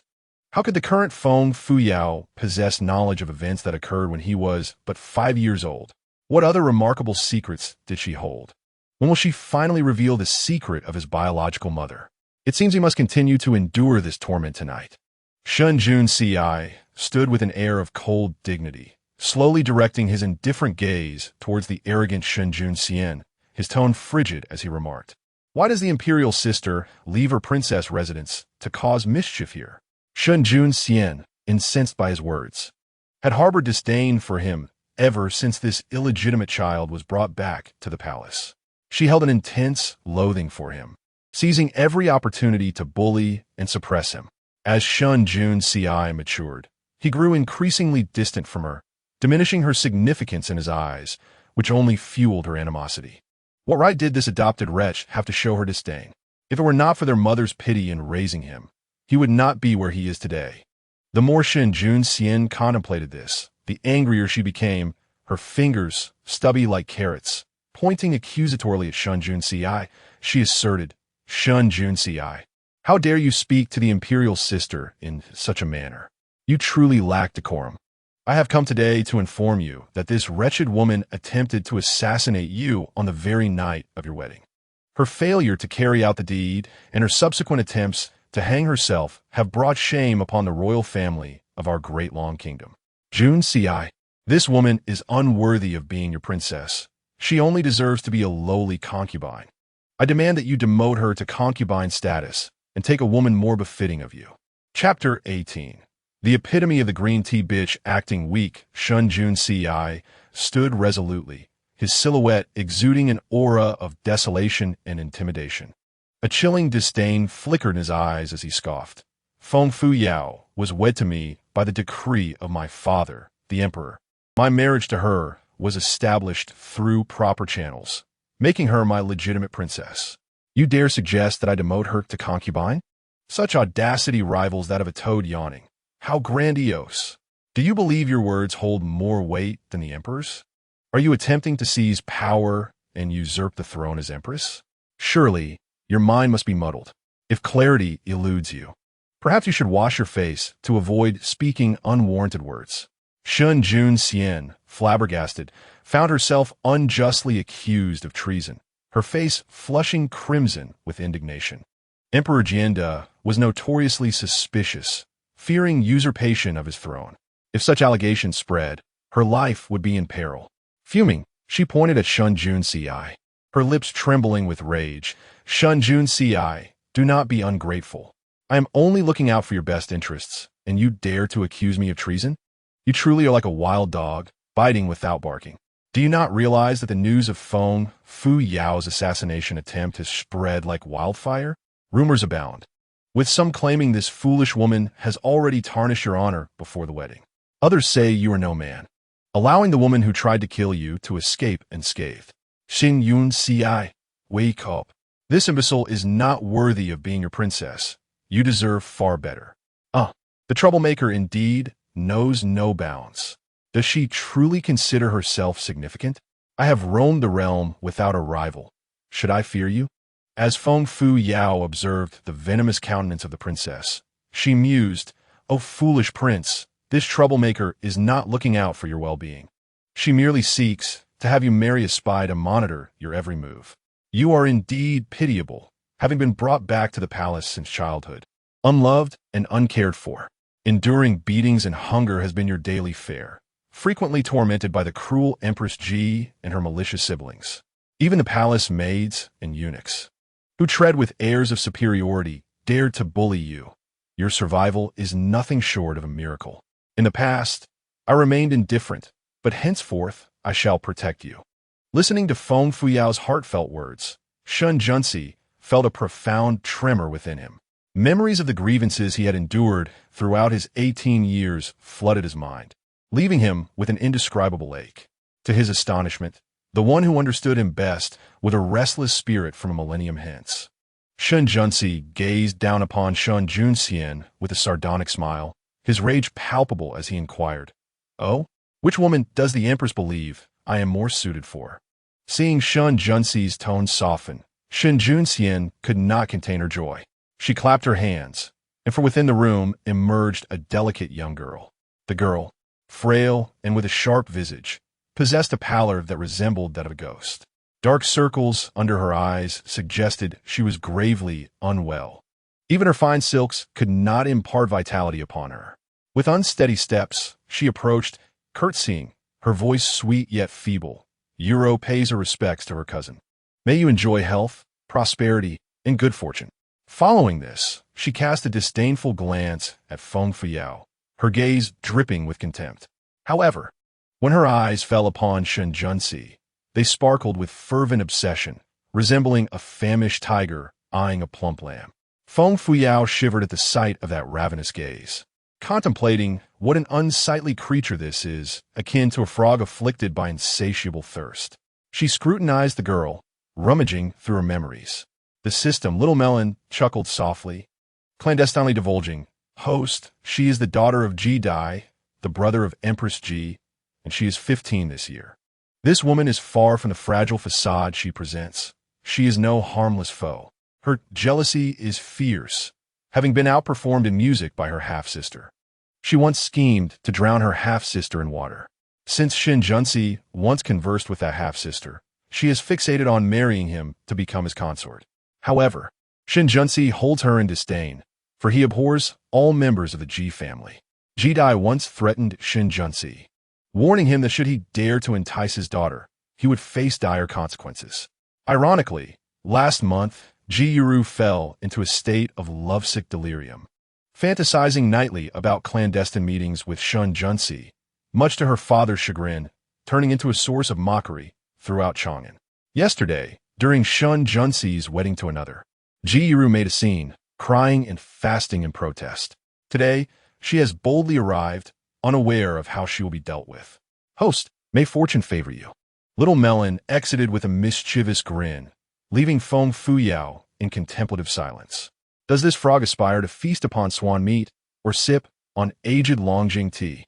Out of jealousy for her half-sister's superior musical talent, she resorted to such cruelty. It's fortunate that the treacherous minister did not fall for such a woman. Otherwise, his fate would surely be more tragic than that of Wu Dalong. The mention of Daliang, take your medicine, then gasp evokes a rather vivid image of the toad spirit. Upon hearing Feng Fuyao's thoughts, Shen Junzi felt a wave of dismay wash over him. It turns out that Ji Yuru was responsible for the demise of the Ji family's illegitimate daughter, who drowned many years ago. No wonder this woman is so detestable. Just like Empress Ji, she is a venomous serpent. Unbeknownst to Long Princess, who is oblivious to Shen Junzi's sentiments, she pointed at Ji Yuru and exclaimed, "Junzi, if we were to speak of a match for you, no one is more suitable than Yuru. She excels in music, chess, calligraphy, and painting, is well-educated, gracious, and possesses both beauty and a kind heart. In Chang'an, her beauty is among the finest. Unlike certain imbeciles who are coarse and utterly unrefined, Yuru has been so distressed by your wedding yesterday that she has lost considerable weight. She has expressed that should you demote Feng Fuyao to a mere concubine, she would persuade my uncle to allow her to marry you as your princess. In my view, Yuru is far superior to that infatuated simpleton." Listening to the Long Princess's words, Feng Fuyao couldn't help but curse under her breath. How ridiculous, spouting nonsense, as if you were a brothel madam. Shen Junzi observed Ji Yuru as she dabbed her eyes with a handkerchief, reddening the corners. "Cousin, if Yuru were to marry you, she would never dream of harming you. Yuru would cherish you, treating you with utmost respect and loyalty." She then cast a sorrowful glance at Feng Fuyao, her eyes brimming with tears. "Feng Fuyao, how could you be so cruel? He is your husband for life. Is your heart made of venom? You are utterly unworthy of being my cousin's princess. Only I am deserving of him." What a disgusting display of insincerity. Feng Fuyao regarded her with disdain, retorting sarcastically, "Oh, a bat adorned with chicken feathers. What do you think you are? Does your family lack mirrors that you cannot see your true nature? A woman who has yet to be wed shamelessly comes to the Li Wang mansion to promote herself. How lowly can you be? My husband and I can manage our own affairs without needing your meddling. Have you all consumed too much saltwater-soaked beans, leading to this absurdity?" Seeing Feng Fuyao stand up for herself, Shen Junzi felt a flicker of warmth in his heart, his gaze filled with meaning and brilliance. The foolish woman's sharp tongue was no match for this moment. At a crucial time, she did not forget her role as his princess. He was curious to see how she would handle these two troublesome women and whether she was truly fit to be the mistress of the Li Wang mansion. Chapter 19. Care to fight? Shen Junxian was seething with anger, feeling that her dignity had been challenged, relying on her knowledge of martial arts. She rolled up her sleeves and lunged to grasp Feng Fuyao's hair. With a fierce glare and foul language, she spat, "You insolent wretch! How dare you disrespect me?" The princess? "Even my father has never treated me this way. Who do you think you are? Today, I shall teach you a lesson you won't soon forget." As the Long Princess displayed her arrogance, Chunyin and Xuanxiang rushed forward in alarm. Like a hen protecting her chicks, the phoenix Feng Fuyao was shielded in the center, flanked by Yin Shiqi and Xiaoing on either side. The princess, infamous for her domineering and fierce demeanor, was a force to be reckoned with. The maidservants accompanying her appeared unfazed, as if they were merely spectators to an unfolding drama. The princess had never faced defeat, for others always yielded to her. Shen Junsi glanced at Feng Fuyao, his eyes momentarily glimmering. This girl from a millennium hence seemed to possess considerable inner strength. Today, he wished to witness her prowess. Feng Fuyao had no intention of tolerating the troublemaker. With a graceful yet defiant stance, she coldly smiled, challenging, "You want to fight? Bring it on." With her left hand, she seized the princess's wrist, while her right hand discreetly summoned a pinch of truth or dare powder, directing it towards the opponent's neck. If this meddlesome individual craved the spotlight, then let her have her moment. Feng Fuyao had learned self-defense in her past life, and now endowed with inner strength, her skills were formidable. Shen Junsi observed her ethereal form with burgeoning admiration. Noticing the powder in her palm, his gaze narrowed. He recalled the affliction of the old matron, who had revealed her deepest secrets.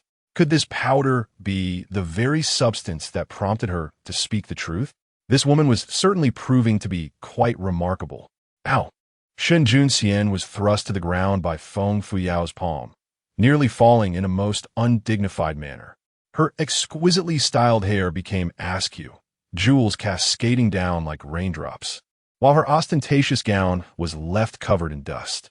When had Shen Junxian ever endured such humiliation? She trembled with rage, smoke practically emerging from her ears.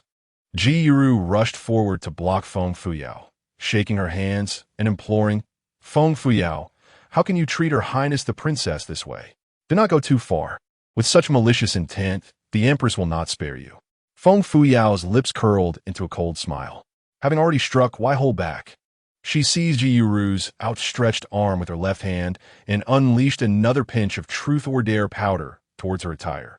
Ji Yiru, lacking any martial prowess, was sent reeling backward, colliding with the princess, who was struggling to rise. With a pair of startled screams, Shen Junxian and Ji Yiru tumbled into a heap, sprawled awkwardly on the ground. Shen Junxian, disoriented, had a bump on her forehead, while Ji Yiru lay upside down like a turtle. The maidservants rushed over in a flurry, assisting them to their feet. Chunyin and Xuanxiang were wide-eyed, nearly shocked to the ground. How astonishing was this young lady? Was she still the timid, fearful miss they once knew? Shen Junxian, supported by her maidservants, wobbled to her feet, glaring fiercely at Feng Fuyao, her eyes ablaze with resentment. "Feng Fuyao, you vile wretch! How dare you lay a hand on me? I have lived my life without anyone daring to treat me so disrespectfully. Even if you're the Princess of Li, you are not entitled to do so." The Grand Princess pointed at Feng Fuyao, gritting her teeth and roaring, "You all go together and swiftly kill her. I will take full responsibility. Feng Fuyao, prepare to meet your demise. Junci, rest assured, once we rid ourselves of this inept fool, my elder sister will find you someone far better." 4 or 5 agile maids emerged from the crowd, clearly adept in combat. They surrounded Feng Fuyao, rolling up their sleeves and preparing to strike. Feng Fuyao shot a discontented glare at Shen Junci, silently cursing him profusely. "You cowardly man. These troublemakers have come because of you. Here I am, acting as cannon fodder, and you're hiding behind like a turtle? Are you even a man? Truly a useless coward. Just because you dislike me, you can't neglect the life of your nominal wife, can you? At the very least, I am maintaining your facade. You cannot stand idly by. You cold-hearted scoundrel, if I assist you again, I shall consider myself a fool." The Grand Princess smirked with malicious glee, signaling the maids to hasten their attack on Feng Fuyao. "Enough!" Shen Junci bellowed, swiftly positioning himself in front of Feng Fuyao. In a flash, He lifted his long leg and delivered a lightning-fast kick to the oncoming maids. The sound of bones cracking echoed. Each maid was struck in the chest, their bodies soaring like kites with severed strings, landing clumsily before the Grand Princess. They writhed in pain, spewing blood, twitching a few times before falling still. Feng Fuyao, witnessing this, clapped her hands in exuberance, exclaiming, "So cool. Go, Your Highness. You look so handsome." Shun Junxi's icy gaze fixated on Shun Junxian, his voice colder than the winter frost. "Shun Junxian, you have trespassed into my royal residence, unjustly accusing my wife and dictating my affairs. Like a vulgar commoner, you roll and throw tantrums, utterly shameless. You have disgraced the dignity of the Dragon Kingdom's royal family. What do you think you are, to interfere in my marriage? Are you attempting to climb atop my father's head, wielding power and plotting treachery?"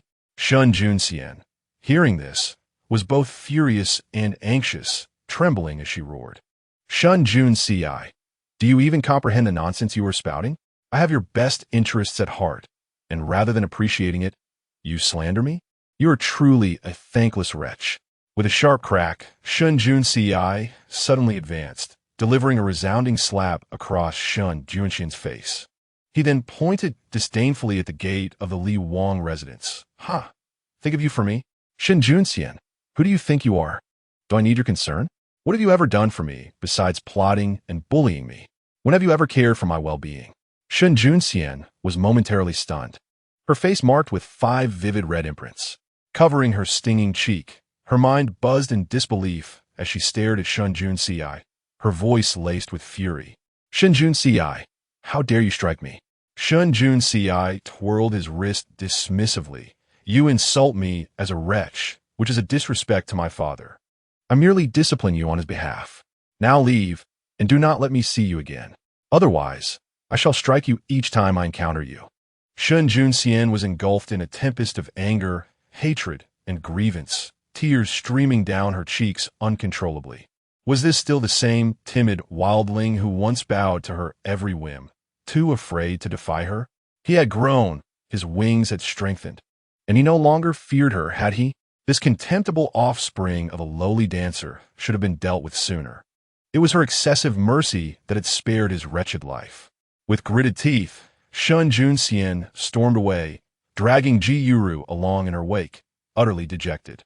However, shortly after these two troublemakers returned to their residence, an embarrassing incident unfolded. Chapter 20.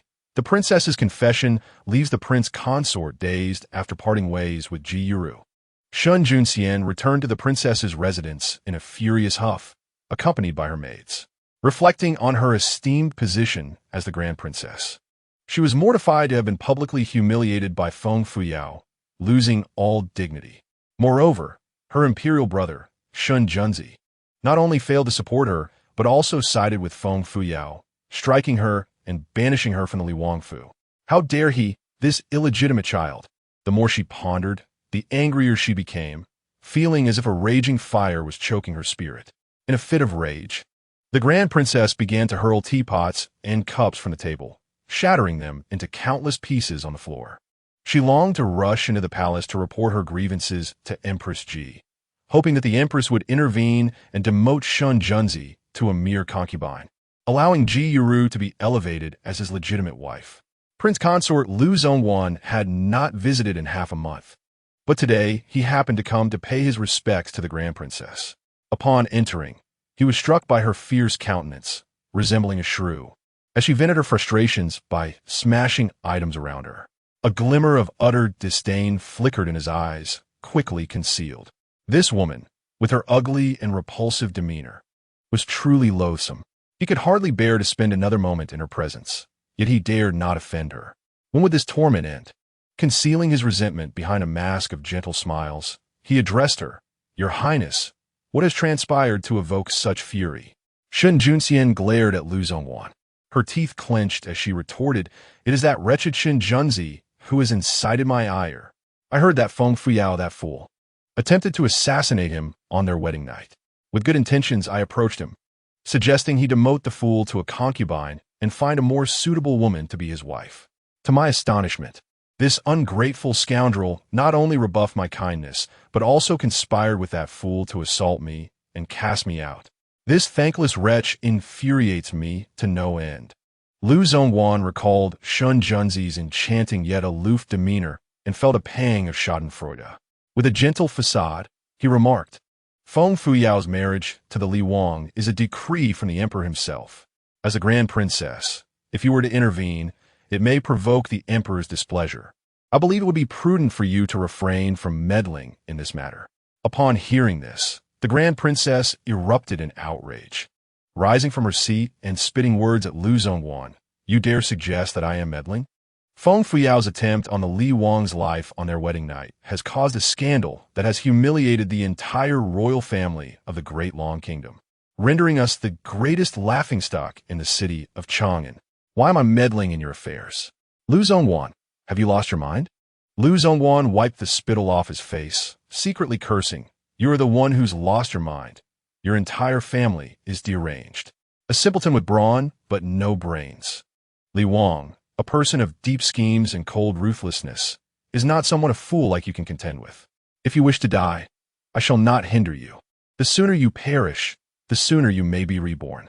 Lu Zhongwan replied indifferently, The princess may do as she pleases.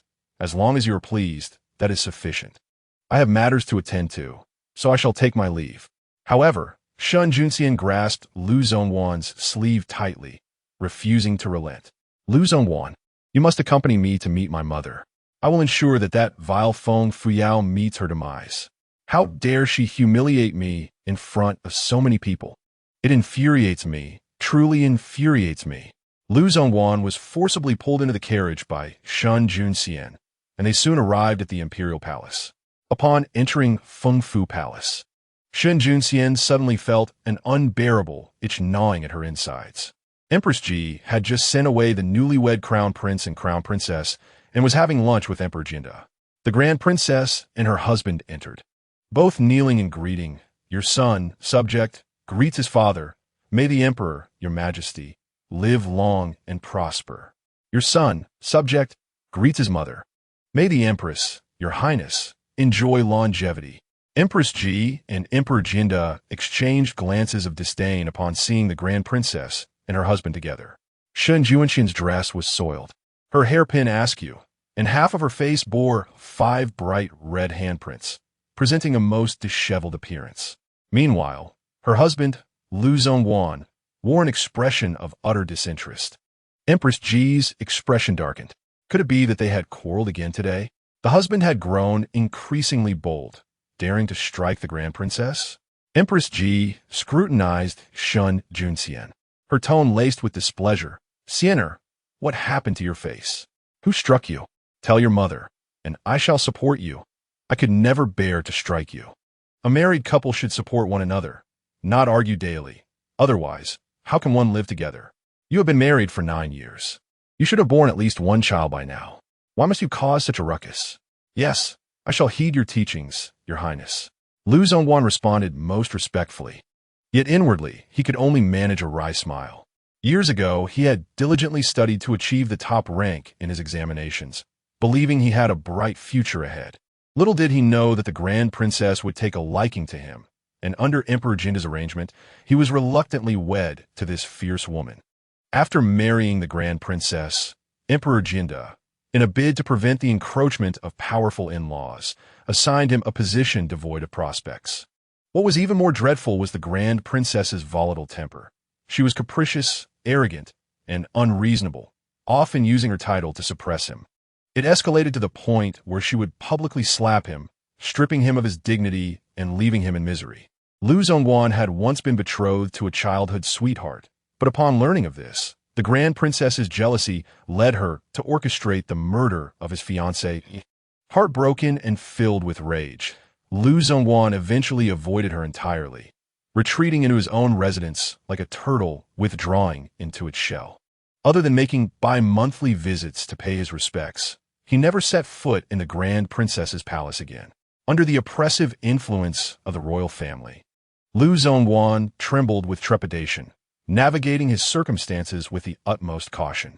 Although he dared not overtly take a concubine, he nonetheless discreetly maintained a paramour. The princess, unwilling to endure the solitude of her chambers, secretly entertained suitors and guests, reveling in nightly festivities, showing no regard for her husband. Lu Zhongwan was acutely aware of the numerous humiliations he had suffered, feeling the weight of shame upon him. Yet he found himself at a loss as to whom he could confide in. The frustration gnawed at him. At that moment, Shun Junxian was preoccupied with an insatiable itch, as if swarms of ants were crawling upon her skin, rendering her incapable of responding to Empress G's inquiries. More alarming was the notion that, under such intense discomfort, she felt compelled to express her innermost thoughts to her husband, as if failing to do so would lead to her demise from the itch. Resolving to speak her truth, she seized Lu Zhongwan's hand, weeping profusely. "Zhongwan, I have wronged you indeed. I should not have clandestinely purchased a residence to harbor young male companions. 6 years ago, I acquired 2 exquisite young men, and I experienced unparalleled joy. From there, it spiraled out of control, leading me to acquire many more suitors. When you do not visit the princess's residence, I seek solace and pleasure elsewhere. Zhongwan, as long as you treat me as you did during our honeymoon, I shall remain devoted to you." With her heartfelt confession, Shun Junxian felt a wave of relief wash over her. However, Lu Zhongwan, the man thus betrayed, was nearly rendered unconscious by the revelation. How could he maintain his ignorance when she brazenly admitted her shameless conduct before the emperor and empress? He could not continue to feign ignorance. Infuriated, Lu Zhongwan forcefully pushed Shun Junxian away and stormed off in a fit of rage. Chapter 21. The revocation of the princess's title. Tao Hua's madness resurfaces. The emperor of Jinda, overwhelmed with fury, slammed his palm down upon the table, causing dishes and bowls to shatter upon the floor in a cacophony of destruction. He strode forward, nearly jabbing his finger into the princess's eye, bellowing, "You wretched creature! Do you comprehend the nonsensical words you have just uttered? You shameless dog! Are you intent on driving me to madness? Is this the daughter you have raised? Jian, you have brought shame upon our ancestors. If word of this spreads, where shall the Shun family's honor reside? Effective immediately, I hereby revoke Shun Junxian's title of princess and strip her of all privileges associated with it." Pale with terror, Shun Junxian collapsed helplessly to the ground. The emperor cast a disdainful glare at both Empress Ji and Shun Junxian before storming out of Feng Fu Palace, supported by a young attendant. The attendant struggled to keep pace with the emperor's swift strides. This spoiled princess, nurtured in extravagance and arrogance, had now faced the most profound humiliation. Recovering from her shock, Empress Ji, dizzy with rage, raised her hand and delivered 2 resounding slaps to Shun Junxian's face. Struck to the ground, Shun Junxian's hair became disheveled, and her already plump visage swelled grotesquely, resembling that of a pig. Shun Junxian recalled her previous words with a seething regret, wishing she could erase them from existence. Oh heavens, what nonsensical utterances had escaped her lips! Why had she dared to speak such things to Lu Zhongwan, especially in the presence of the emperor and Empress Ji? Why could she not temper her loose tongue? Could it be that the insufferable Feng Fuyo had driven her to madness? Empress Ji, pointing an accusatory finger at Shun Junxian, unleashed a torrent of scorn. "You wretched child, I have long advised you to temper your temperament and conduct yourself with discretion. You wept and wailed, insisting on marrying the prince consort, yet you lash out at him, even going so far as to eliminate his childhood companion. Men value their pride. What man would cherish a shrew like you? When the prince consort neglects you, you sneak away to find solace elsewhere. While seeking amusement is one thing, it is imperative that you maintain a clean record. As a princess, how could the prince consort dare to trouble you? Yet you, foolish girl, committed disgraceful acts and had the audacity to reveal them in front of him. Do you think that by confessing your sins to the prince consort, he shall forgive you? You have adorned him with countless humiliations and taken the life of his dear friend. How could he possibly forgive you and restore your relationship? You imbecile! How could I have borne such a brainless creature? Are you intent on driving me to despair?" Shun Junxian, covering her burning face, wept. "Mother, I cannot fathom why I spoke those words. I was tormented by an unbearable itch, and only after voicing those thoughts did I find some relief. What shall I do now? My title as princess has been stripped away. It is gone. Empress Ji, her countenance stern, admonished the palace maids and matrons standing by. What transpired today must not leave these walls. If I discover that anyone has whispered this incident to the outside world, I shall see them punished most severely. Yes, Your Majesty. The palace maids and matrons trembled in fear. After much contemplation, Empress Ji decided to issue a public statement, claiming that the princess was unwell, suffering from a persistent fever that had caused her to speak irrationally, leading to the revocation of her title. She ordered the imperial physician to attend to her. In light of these events, Shun Junxian remained in the princess's residence for several days, publicly declaring her ill health and withdrawing from all gatherings among the noble women. Nevertheless, news of her confessions before the emperor and empress regarding her infidelity and the subsequent loss of her title inevitably spread, fueled by those with ulterior motives. Prince consort Lu Zhongwan, once viewed as a mere dependent, had transformed into an object of sympathy in the eyes of many. His confidence grew, and he began to visit the princess's residence less frequently. Meanwhile, Ji Yiru, upon returning to the Ji State Duke's manor, also succumbed to an insatiable itch. The Duke of Ji Dai, the Right Chancellor, his wife, and numerous concubines were all present. The Duke, having reached the age of 60, commanded respect as the head of the household. He was the foremost contributor to the rise of the ineffectual Jian to emperor and enjoyed unparalleled privileges. His son, Ji Dai, held the esteemed position of Right Chancellor in the Delong Kingdom, wielding considerable influence. His daughter, Jian, was the current empress, while the crown prince, Shun Junyi, was her son and the duke's grandson. The crown princess, Feng Fuxue, was also a granddaughter of the Ji family. The esteemed Duke of Ji's family stands as the most loyal faction supporting the crown prince, eagerly awaiting his ascension to enjoy the opulence that the new emperor shall bestow. Upon her return home, Ji Yiru abruptly knelt before her family, overwhelmed by an uncontrollable urge to divulge a long-buried secret. Father, mother, I was envious of my half-sister Ji Yuchan's superior musical talent. I deceived her into coming to the scenic lake within our estate and, in a moment of malice, pushed her into the water, leading to her untimely demise. I later misled everyone, claiming she had accidentally slipped and drowned. Father, mother, I have wronged her, and I beg for your forgiveness. After bowing 3 times with great fervor, an inexplicable relief washed over her, alleviating her previous discomfort. Yet, as the weight of her confession settled in, bewilderment ensued. What have I just uttered? She thought. Shouldn't this have been a secret I kept hidden forever? Why did I allow my emotions to betray me? The fear of her heinous act being revealed gnawed at her, leading her into a state of despair. The Duke of Ji was taken aback, glancing at his equally stunned son, Ji Dai, whose face darkened with disbelief as he gasped. Do you comprehend the gravity of what you just said? Is it true? Ji Yuchan's mother, now known as Concubine Song, collapsed to the ground, beating her chest and wailing. My poor daughter, your death was so tragic. My lord, my esteemed elder, I beseech you for justice. The water mistress quickly shed a few tears, launching into an impromptu performance, rushing forward to embrace Ji Yiru, lamenting, My dear, your madness has struck again. My beloved child, why has this affliction not yet abated?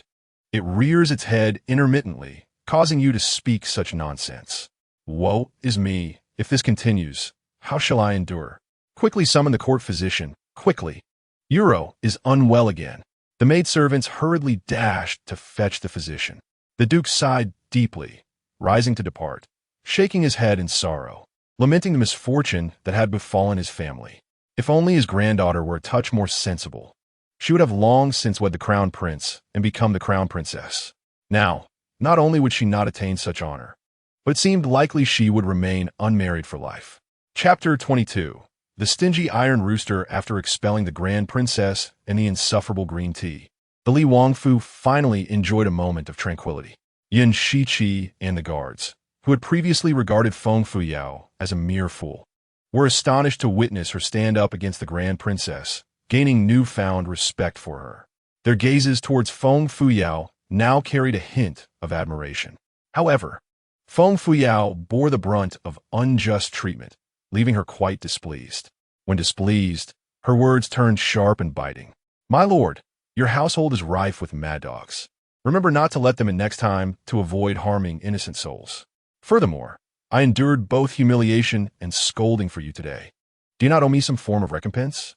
Shin Junzi pondered her words, nodding in agreement, a glimmer of amusement dancing in his eyes as he inquired, "Compensation? What do you desire as recompense?" Feng Fuyao wore a smile that radiated insincerity, feigning earnestness as she counted on her fingers. Leaning closer to Shun Junzi, she whispered, "My lord, look, my elder sister threatens and scolds me, yet I still aid you in battles and shield you from harm. The toad's spirit covets your beauty, and I shall bear the blame for you. I understand you have someone you cherish, thus my role is merely that of scapegoat. Rest assured, I am willing to enter into a formal marriage with you, without interfering in your romantic escapades. I shall keep your secrets, confiding in no one. In light of my unwavering dedication to you, how about compensating me with 500 taels of silver?"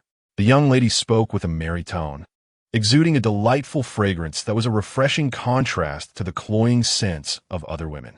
Upon hearing her outrageous demand, Shun Junzi felt a surge of indignation, but he quickly regained his composure. His captivating gaze playfully surveyed her lively and delicate visage as he retorted with a cold smirk, 500 taels? Why not rob a bank instead? How much does your father earn in a year? You expect to receive 500 taels for a mere moment of protection? If you were to shield me 20 times in a year, that would amount to a staggering 10,000 taels, equivalent to my annual salary. Have you lost your senses in pursuit of riches?" Feng Fuyao blinked her beautiful eyes and rolled them in a playful manner. "My lord, you are of noble birth and exquisite worth, far surpassing my father in value. How could he possibly be compared to you? Father, forgive me, but I must borrow you for the moment, for you are indeed my progenitor." Shin Junzi gently pinched her tender cheek, leaning closer with a mischievous smile. "Why the haste? As long as you obey, not only 500 taels, but even I am yours." With that, he winked, his enchanting eyes twinkling. Feng Fuyao, feeling a shiver at his flirtatious gaze, swiftly swatted his hand away and leaped to a distance, indignantly exclaiming, "You miser! If you refuse, then so be it. Why make excuses?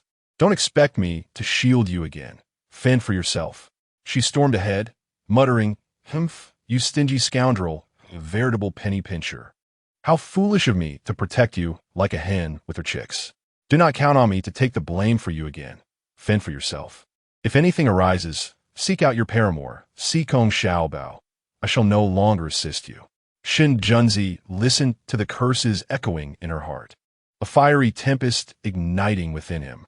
The weight of restraint bore down upon him, and he feared that one day he might lose control and inadvertently harm her. Feng Fuyao, fuming, returned to her chamber, securing her dowry of 2,000 taels in a safe space. With silver in hand, her heart felt at ease. It was safer to keep it close. The system had granted her a 3-year limit. As long as the great dragon kingdom endured, she would survive. She needed to prepare for the future and devise ways to amass more silver. Eventually, she would part ways with the treacherous minister and leave him to Sikong Xiaobao.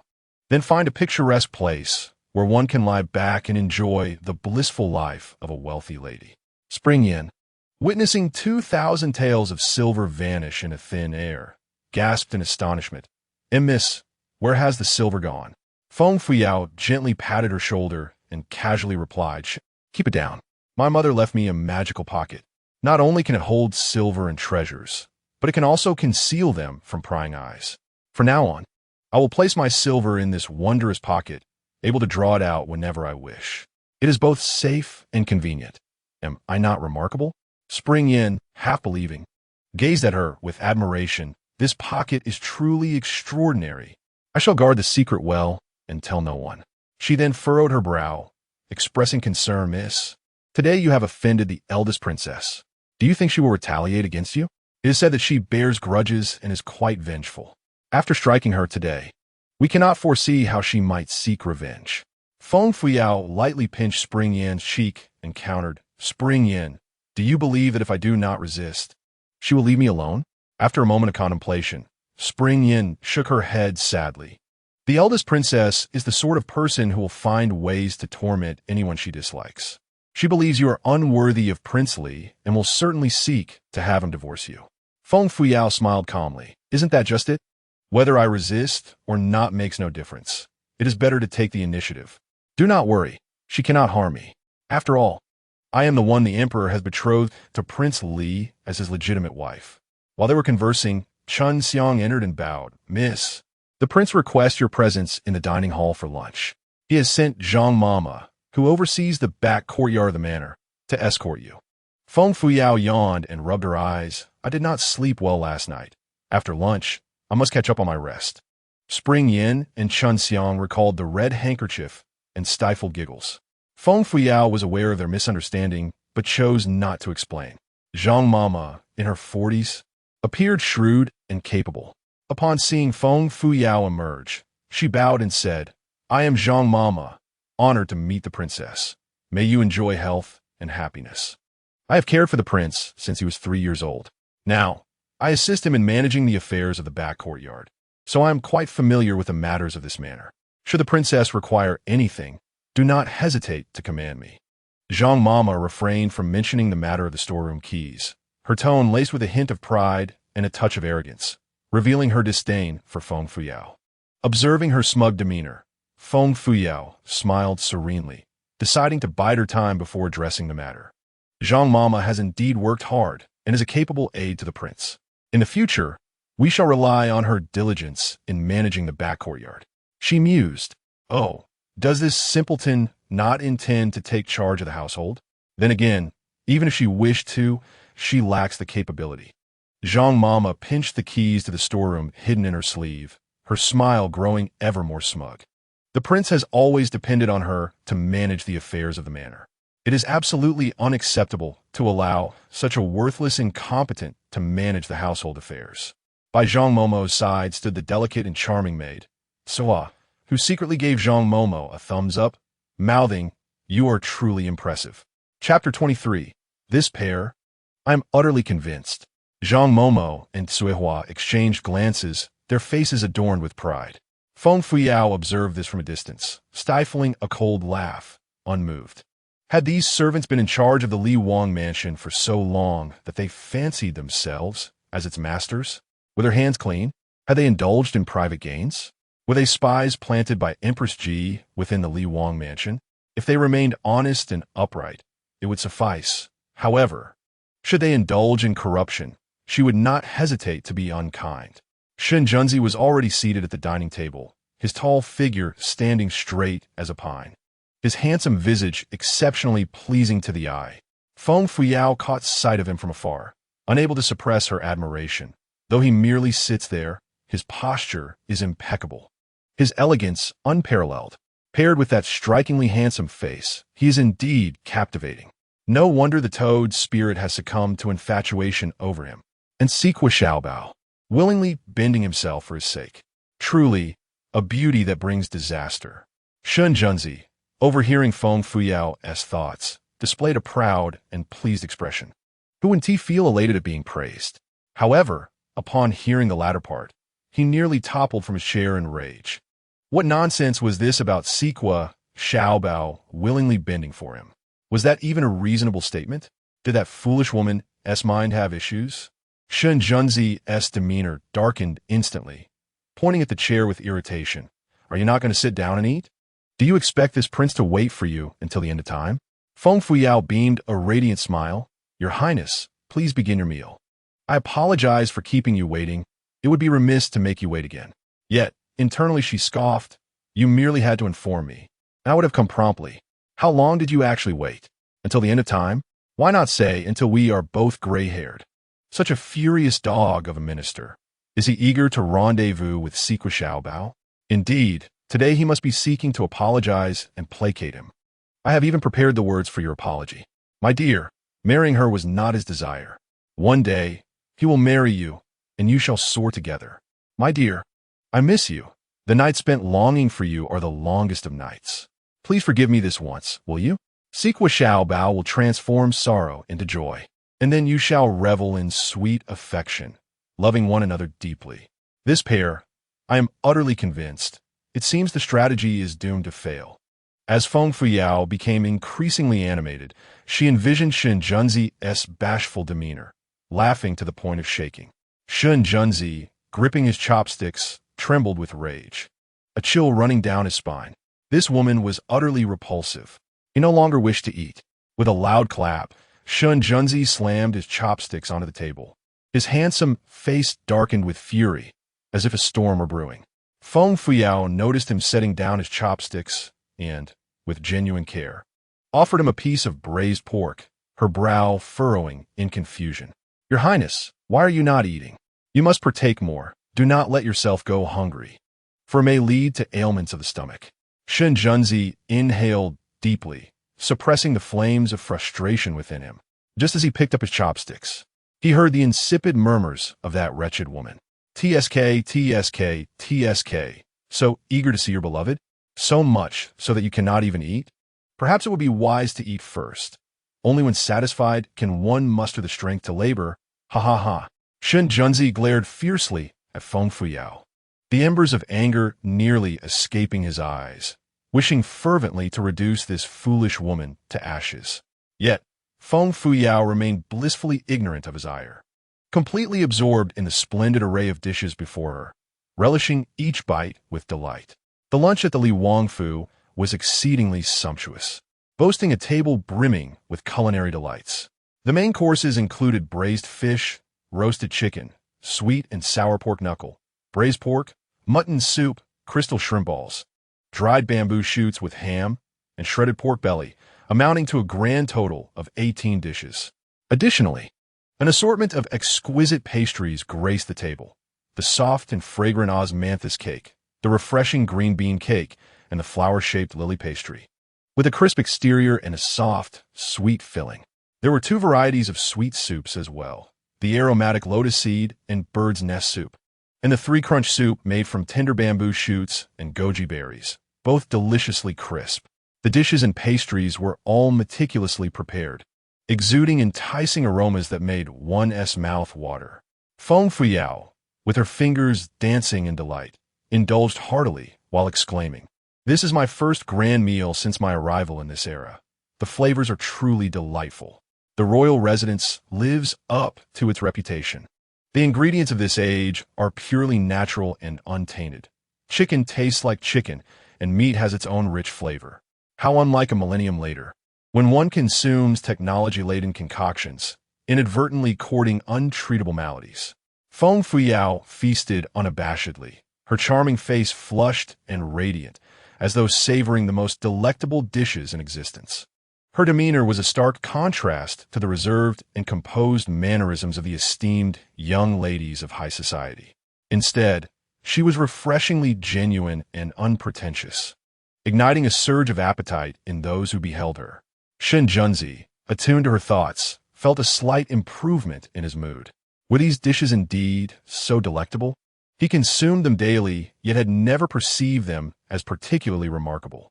Eating slowly, he inadvertently overindulged today, as the enticing flavors were indeed enhanced in the company of others. Their plates were noticeably less full than before. Setting down his chopsticks, he delicately lifted a bowl of lotus seed and bird's nest soup, sipping it gracefully with an air of refinement. Burp! Feng Fuyao, while enjoying her soup, suddenly let out a loud belch. Shen Junzi, hearing the resounding sound, was filled with disdain. Feng Fuyao, embarrassed, offered an apologetic smile. "I'm sorry, I got a bit carried away with my eating." Granny Zhang and Suihua exchanged a disdainful glance, thinking to themselves how this simpleton had no sense of decorum. What refined young lady would behave in such a crude manner? A woman lacking maternal guidance, indeed, proves unworthy of the stage. Yin Shiqi and Xiao Ying lingered behind, indulging in fervent critiques. What transgression had their lord committed to wed such a woman of crude demeanor? What fate awaited him in the latter half of his life? Shen Junzi, suppressing his growing irritation, spoke slowly. "In the future, should you desire any delicacies, simply inform the steward, Lai Fu, and he shall make the necessary arrangements. Furthermore, I shall attend court daily, returning occasionally for meals at noon and in the evening." If you find yourself hungry, do not wait for me. Feel free to eat at your leisure. Feng Fuyao, having satisfied her appetite, was in exceedingly high spirits. Very well, my lord, she replied. Lai Fu, the steward, stood nearby, his face beaming with delight as he performed a deep bow. This humble servant, Lai Fu, has the honor of meeting the princess consort. Should you wish for anything, please do not hesitate to inform me, and I shall prepare it for you. Feng Fuyao responded graciously. Thank you, Steward Lai. I shall not stand on ceremony. My lord, I did not sleep well last night. I shall take a brief rest now, she said, waving her hand to Shinjunzi as she rose to leave. Secretly chuckling to herself, hurry along to meet your beloved. Do not keep her waiting. I wish you a joyful rendezvous, and may you find lasting companionship. But remember, young ones must practice moderation, Shinjunzi thought, his mood plummeting upon hearing her inner musings. With a menacing glare directed at the back of Feng Fuyao's head, he coldly remarked, Are you in such haste to be reborn? Do not rush off just yet. I wish to introduce you to the servants of the estate, lest you mistakenly confront the wrong person and bring shame upon me. Chapter 24. A flower amidst cow dung. Shinjunzi observed Feng Fuyao making faces at him, an expression urging him to hasten to meet her lover. Feeling vexed, his demeanor turned decidedly unfriendly. Striding forward, he seized Feng Fuyao's wrist, dragging her along like a lifeless dog, indifferent to her ability to keep pace as he marched ahead. Feng Fuyao stumbled in his grasp, nearly losing her balance. The pressure on her wrist was painful, and she managed to speak through gritted teeth. My lord, could you possibly slow down? You are hurting me. Yet inwardly, she cursed. You dog of man, is your rapid pace merely a rush to be reborn? Does your long stride make you superior? With a face longer than a donkey's. Do I owe you money? Clearly, it is you who owes me. Hearing her audacious insults, Shinjunzi halted in his tracks, anger boiling within him. Just as he was about to explode, Feng Fuyao wrenched her hand free and continued on her way. Observing the discord between their lord and lady, Yin Shiqi, Xiao Ying, and the other attendants quickly made their exit, hastening to the main hall of the Li Wang residence to await their arrival. The household servants, having received word, had long been assembled before the main hall. After a brief wait, they witnessed the princess consort and the prince approach, each wearing a stern expression. They entered the hall and took their seats in silence, ignoring one another. Yet, with their striking beauty, they appeared as a perfect pair, illuminating the entire hall with their presence.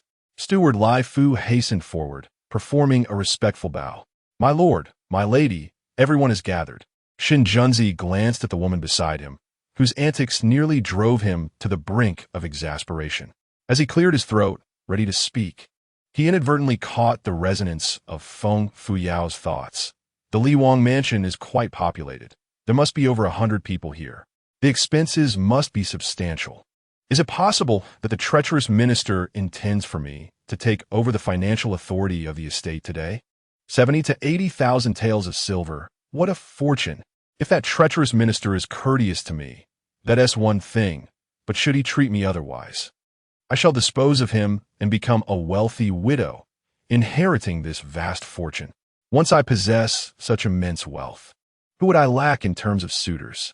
Having suffered an unjust grievance, Feng Fuyao was secretly reveling in her fantasies of tormenting Shinjunzi 1,000 times over, lost in her own delight. Little did she know that her thoughts were audible to him, igniting a furious storm within his mind. The foolish woman actually contemplated eliminating him to seize his wealth, and then to use his riches to attract other men. Her aspirations were ludicrous, as if the abacus beads were about to spring into his face. Did she truly possess the capability to claim such a fortune? Shinjunzi struggled to suppress the tumultuous anger bubbling within him. His fists clenched so tightly that his knuckles turned white. He truly feared that he might lose control and strangle this foolish woman. No, her precognitive abilities were valuable, and she had to be preserved for his greater plans. He must exercise restraint and avoid acting impulsively. After calming his raging ire, Shinjunzi regarded the attendants with a composed demeanor, speaking in as tranquil a tone as possible. I have wed the princess. and she shall henceforth be the mistress of this mansion. Any reasonable request from the princess must be adhered to by all. From now on, to see the princess is to see me. Is that understood? Understood, came the collective murmur from the crowd, though whispers of doubt circulated among them. Could it be that the prince intended to entrust the financial authority of the mansion to a simpleton princess? How could someone devoid of literacy manage the estate's finances? Would she not squander it all? Shen Junzi abruptly stood, surveying the crowd as he declared, "That will suffice. You may all return to your duties. Disperse." With that, he strode away, not sparing a glance back. Feng Fuyao glared at the proud back of the man she deemed a dog, her ire boiling over. I thought he would allow me to assume control of the mansion's finances. Is this it? He doesn't even hand over the keys to the treasury or the account books. How utterly dismissive. I knew it. That dog of a man regards me with suspicion, as if I were a thief. It's infuriating. Ahead of her, the man revealed a wicked smile at the corner of his lips. "Oomph. I had initially considered granting you the reins, but I fear you might conspire against your husband. I am even more concerned that you might squander my hard-earned silver on some rogue. Whether you can manage the financial authority rests on your own capabilities. If you can't even handle these servants, you are unworthy of being the mistress of the Li Wang mansion." Shen Junzi silently scoffed, his remarkable figure swiftly vanishing from sight. The attendants exchanged glances, whispering amongst themselves, "Is that it? Is the princess not to manage the household? Does the prince truly not intend to bestow the financial authority upon her?" The prince, renowned for his wisdom and martial prowess, undoubtedly harbors a lack of trust towards this incompetent fool. The onlookers cast glances at Feng Fuyao, infused with subtle disdain. Granny Zhang and Cui Hua exchanged triumphant glances, convinced that the prince still favored her over Feng. What a farcical notion of a princess! Her words ought not to be taken to heart. "We shall continue our affairs as usual." Cui Hua lowered her voice, skillfully flattering. Granny, who has cared for the prince since his youth, is akin to his mother. How could a useless imbecile like Feng Fuyao ever compare to you? Even her flattery pales in contrast to your grandeur. In my eyes, you are the true lady of the Li Wangfu. Cui Hua's sycophantic praise delighted Granny Zhang, who strutted about like a victorious rooster, her contempt for Feng Fuyao growing ever more pronounced. Feng Fuyao, incensed by the derisive glances, silently cursed the man. "What do I care for your princely authority? If I must bear the blame for you again, then I am indeed a fool. Go ahead and seek your treasures." In the study, Shen Junzi stood tall and poised, engrossed in his official documents. His every gesture exuded elegance and nobility. Beside him stood a strikingly handsome elder, whose gray hair contrasted with his sharp features and piercing eyes, radiating brilliance. Clad in a dark brocade robe, he appeared remarkably dapper. At that moment, the elder glared at Shen Junzi, his eyes wide with disbelief. "My dear disciple, you claim to have married the princess yesterday? You wed that infamous fool from the Feng family? My goodness, isn't that akin to placing a flower in a pile of dung?" Noticing Shen Junzi's displeased gaze, he quickly backtracked. "Ah, I meant the fool is the grass bag. Not you. My disciple is the flower.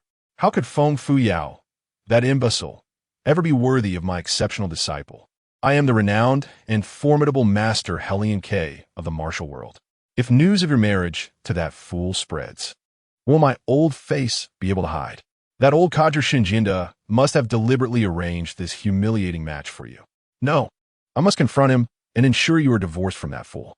Chapter 25. He trusts not fate, but himself. Cloud 17 and Xiao Ying, stationed at the door, could not suppress their laughter. The elder shot them a stern glare, admonishing, "What are you laughing at? Do you not see I am reprimanding my disciple?" Cloud 17 and Xiao Ying maintained a serious demeanor, standing as straight as statues. The elder turned back to Shen Junzi, expressing his dissatisfaction. "In just over a month of my absence, such a significant event has transpired. Why were you silent? Had I known sooner, I would have found a way to prevent this marriage. No, my disciple, you must rid yourself of this piece of dung. This mound of excrement shall undoubtedly become a stumbling block to your future endeavors." Shen Junzi rubbed his aching forehead. The deceased woman was already a source of concern. and now his master had come to torment him? Why were these individuals so relentlessly worrisome? Fatigued, Shen Junsi rose and assisted Helian K into a chair. He poured a cup of fragrant tea and placed it before him. Master, please do not act impulsively. This woman is of some utility to me. Helian K waved his hand, dismissing Yin Shichi and Xiaoing. Once they had closed the study door, he gazed earnestly at Shen Junsi, saying, "You rascal, heed my words. A woman who hinders your progress is not worth keeping. An utter fool. Do you intend to keep her merely as a pillow? It is rare to find a three-legged toad, but two-legged women are plentiful. Discard this fool, and you shall find one who is more obedient and suited to you." Shen Junsi's lips twitched, and a dark line appeared on his forehead. "Master, I assure you, I have my reasons for keeping her." Elian que scrutinized Senjunci. Noticing he did not appear to have indulged excessively, he earnestly advised, "Disciple, we have labored so long and hard. We cannot let a pile of dung ruin our efforts. Moreover, your cold poison is on the verge of flaring up again. Until it is completely cured, you must exercise self-restraint and absolutely avoid losing your purity. Otherwise, you shall suffer greatly, compounding your woes. Each spring and summer, Shen Junsi's cold poison would manifest, rendering him in a state worse than death, akin to a perilous encounter with the gates of the underworld. Were it not for Helian K's acupuncture and herbal remedies, he would have long since met the king of hell. Helian K's departure from the capital was to procure medicinal materials to treat Shen Junsi's ailment. Since he could remember, Shen Junsi had suffered from this affliction annually for over a decade. The illness appeared akin to poisoning, yet seemed to stem from a cold toxin acquired in the womb, proving exceedingly troublesome and persistently resistant to eradication. Shen Junsi regarded his concerned master, patiently explaining, "Master, she truly is of use to me.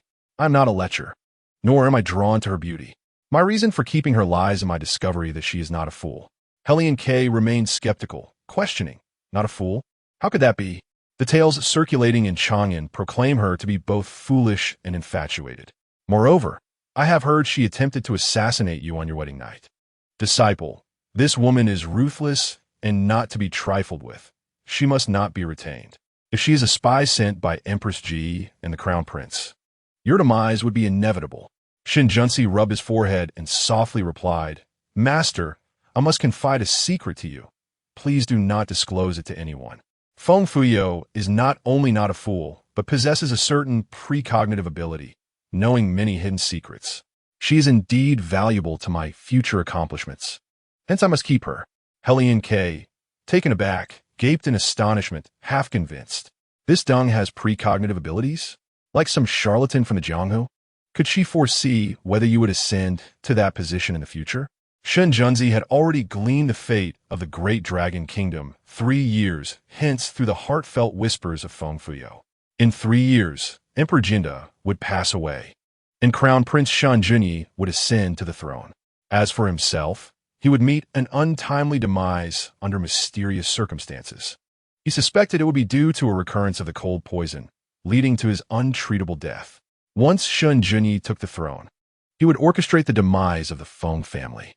The Night Kingdom would conspire with the border tribes to seize the opportunity to breach the walls of Chang'an, resulting in the downfall of the great Dragon Kingdom. He was acutely aware of this tragic outcome, yet he was resolute in his desire to expend every effort to save his nation. He did not believe in fate, but rather in his own capabilities. If he could eradicate the cold poison within 3 years and eliminate the corrupt officials manipulating the court, as well as remove the obstinate and ineffectual crown prince to claim the throne himself, might he not avert the destruction of the great Dragon Kingdom and allow it to flourish? The mere thought ignited his passion, filling him with an inexhaustible fighting spirit. However, the complexities of this matter could not be succinctly conveyed in just a few words. He could not yet share these thoughts with his master, who had already sacrificed so much for him. He wished to spare the elder any further worry and disappointment. Years ago, the great Dragon Kingdom suffered defeat in battle against the Night Kingdom. At the tender age of 8, he was cast aside by the old emperor and sent to the Night Kingdom as a hostage. It was not until he was 12 that General Hua, against all odds, brought it back to Chang'an. Those 4 years were a living hell, worse than that of beasts. It was his master who discovered his cold poison affliction, alleviating his suffering and saving his life. His master treated his illness, taught him martial skills, and provided clandestine protection. Were it not for his master, he would have perished in a foreign land, becoming nothing more than a wisp of a soul. In this world, his master was the only one he could trust and feel close to. As Shun Junzi reminisced about the past, a wave of warmth surged within him, and he softly replied, "Master, I do not yet know. Her foresight is sporadic and cannot predict events too distant. Thus, keeping her by my side is more advantageous than relying on the heavenly Tao Pavilion. Perhaps one day, she may truly foresee the future of the great Dragon Kingdom." A glimmer of excitement flashed in Helian K's eyes as he nodded gently, a look of elation on his face. "In that case, you may as well keep that pile of cow dung as your pillow. However, she is not only your princess, but also the wife of my disciple. As your master, I cannot help but feel concerned. I shall test her to see whether she is truly foolish or merely feigning ignorance. Should this pile of cow dung harbor ill intentions towards you, I will not be lenient." Shun Junzi, seeing his master's playful nature resurface, could only helplessly respond, "Master, please do not go too far. After all, she is my nominal princess. If anything were to happen to her, it would not reflect well upon us." Helian K patted his disciple's shoulder, a mischievous grin spreading across his face. "Rest assured, my dear disciple, I am aware of the boundaries. I would never go so far as to end her life. My disciple is extraordinarily gifted and unparalleled. She is not just anyone who can be deemed unworthy." All he wished was to discern whether this pile of cow dung possessed a wicked heart, and if she was truly as inept as she appeared. "I shall quietly share with you that I have made further progress in the art of disguise. Thus, I have decided to test it with that pile of dung." Shun Junzi, having grown accustomed to his master's mischievous nature, kindly advised, "Master, you have been out and about for so long. It would be wise to take a proper rest and refrain from further mischief." Helian K gazed at him with affectionate eyes and chuckled. "I am aware. I am still residing in the Minghua Pavilion. You little rascal, should you witness my attempts to test her, you must not lend her assistance, or I shall be quite displeased." Having said this, he pushed open the window and with a swift motion vanished from sight. Chapter 26. Has the legendary husband arrived? Feng Fuyao returned to the Liuli Pavilion, nestled in her warm bedding, and indulged in a delightful afternoon nap. When Chunyin noticed she had awakened, she attended to her rising and washing. Chuanxiang entered with a bowl of bird's nest soup and several exquisite pastries, placing them delicately on the table. She helped her sit at the table and draped a cloak over her shoulders, saying, "Miss, please have something to eat." Feng Fuyao, having consumed a hearty meal at noon, was not hungry. She merely sipped a bowl of bird's nest soup and casually inquired, "Where is the prince? What is he up to?" Chunxiang shook her head, indicating her ignorance. "The prince has not returned to the Liuli Pavilion since his lunch. He must be preoccupied." "Miss, the prince has not entrusted the authority of the royal residence to you. What shall we do? The keys to the storeroom remain with Granny Zhang. Will we not be beholden to others henceforth?" Feng Fuyao glanced at the sky outside. Although the sun shone brightly, the weather remained somewhat chilly. There was no need to rush in overseeing the affairs of the royal residence. "Chunxiang, what date was it yesterday?" Chunyin forced a smile and replied, "Miss, you do not recall? Yesterday was the 15th day of the first month, the day of your wedding with the prince.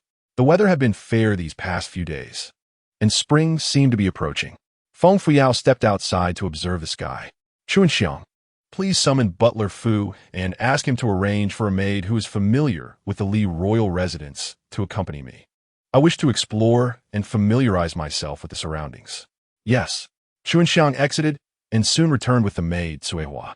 Though reluctant, Cuehua bowed to Feng Fuyao and said, "This servant, Cuehua, pays her respects to the princess and is at your service." Feng Fuyao appraised Cuehua's alluring attire. It was evident that this maid was not one to be easily tamed. In a soft tone, she instructed, "Cuehua, is it? Please lead me around. I wish to become acquainted with the environment of the Li royal residence." "Certainly." Cuehua's eyes flickered momentarily, secretly begrudging. thinking that the Li royal residence was undoubtedly superior to the Feng minister's residence, and today she would allow her a glimpse of it. Following Tsuehua, Feng Fuyao wandered throughout the Li royal residence. The front of the residence boasted a magnificent mansion, while the rear featured a serene and picturesque garden. The entire estate comprised 7 or 8 buildings, totaling over 100 rooms of various sizes. With red walls and green tiles, adorned with vibrant flowers, lush trees, and elegant pavilions, it presented a splendid spectacle. After consuming a Shanggong Dan, Feng Fuyao felt invigorated and moved with remarkable agility, traversing a considerable distance without feeling fatigued. Chuanxiang and Chunyan, accustomed to accompanying her in her myriad activities, also felt no exhaustion. However, Tsuehua was not so fortunate. She walked until she was drenched in perspiration, panting heavily from the exertion. Silently cursing Feng Fuyao dozens of times, she reflected on the nature of young ladies from affluent families, who typically remain sequestered within the confines of their chambers, seldom venturing beyond their doors. Yet here was a newlywed princess, wandering about with abandon, traversing every nook and cranny, even the stables and bathing area, appearing as though she had never encountered the world before, a sight that truly inspired disdain. Feng Fuyao observed with a cold gaze, noting that Tsuehua, a mere servant, seemed more delicate and affected than the young mistress herself. Uninterested in Tsuehua's opinions, she resolved to indulge herself as she pleased. She discovered that the Li Wangfu boasted an impressively grand bathing chamber, featuring a large tub filled with warm water source from a hot spring on a back mountain. According to Tsuehua, this bathing area was reserved for the prince's use. Each spring and summer, he suffered from a recurring cold poison ailment, requiring immersion in the hot spring to find relief. After exploring the initial parts of the estate, Tsuehua, drenched in perspiration, gasped for breath and inquired, "Your Highness, shall we continue our exploration?" The rear garden awaited, yet with spring just beginning, the foliage lay bare, offering little of interest. Feng Fuyao furrowed her delicate brows and replied, "Naturally, let us proceed. Lead the way." Tsuehua seethed internally. Was this simpleton truly so idle as to wander the rear garden in winter? Yet she dared not voice her irritation, suppressing her feelings as she guided them toward the garden. Within the rear garden, vibrant flora flourished, with rows of chrysanthemums adorning the stone pathways, presenting a splendid sight. At the garden's end rose a small hill, its steps winding upward. In the distance, a corner of a pavilion peeked through the dense foliage. At the foot of the hill lay an artificial lake, its waters undulating gently, extending towards the neighboring prince's residence. Bordered by willows swaying gracefully, a picturesque scene. Feng Fuyao, lifting her skirts, eagerly ascended the steps, leaving the 3 maidservants far behind. At the summit, a charming pavilion awaited her. As she approached its base, she overheard a conversation within. A youthful voice, robust yet unfamiliar, resonated with indignation. "Sitsi, I heard that you were nearly dispatched by that simpleton last night. Is it true? How could that fool resemble a fierce demon? You weren't harmed, were you?" This matter has stirred quite the commotion in Chang'an, with rumors aplenty. Upon hearing it, I rushed here, fearing for your safety. Thankfully, you are unscathed, otherwise I would have been beside myself with worry. "Oh, your hand is injured? Was it bitten by that fool? What a despicable simpleton." Then came the calm yet melodious voice of Shun Junzi. "No matter, you needn't be concerned. It is of no consequence. The spring examination approaches. How are you preparing? During these days, refrain from wandering about and focus on your studies for the exam." The youth, patting his chest with pride, boasted, "Who is Sikong Xiaobao? I am the dashing figure that all adore, the one who makes flowers bloom. Fear not, I shall certainly excel and become the top martial scholar. Henceforth, I shall be your most capable assistant." Feng Fuyao paused in her steps, stealthily retreating into the thicket beneath the pavilion, quietly eavesdropping and relishing the unfolding drama. Her heart ignited with the flames of gossip. Heavens, what extraordinary revelations have I just overheard! Sikong Xiaobao, the legendary husband of the attacking faction, has arrived. Oh my, how thrilling! Why do these 2 individuals seek refuge in such a secluded place for their clandestine meeting? Is it out of fear of being discovered and having their affair exposed? What does Sikong Xiaobao truly look like? I long to catch a glimpse of him. Yet, if I were to appear unannounced, would I not be mistaken for an intruder and silenced by the treacherous minister? Shun Junzi, with his acute sense of hearing, had already detected the approach of someone near the pavilion. As he pondered this, a nightmarishly familiar voice echoed from beneath the pavilion. The foolish woman, was she not napping? Why did she stealthily arrive here? And what nonsense about her rendezvous with Sikong Xiaobao, fearing exposure of their illicit affair? Truly, she is a persistent spirit that refuses to dissipate. With a sly smile curling at the corners of his lips, Shun Junzi glanced towards Feng Fuyao's hiding spot.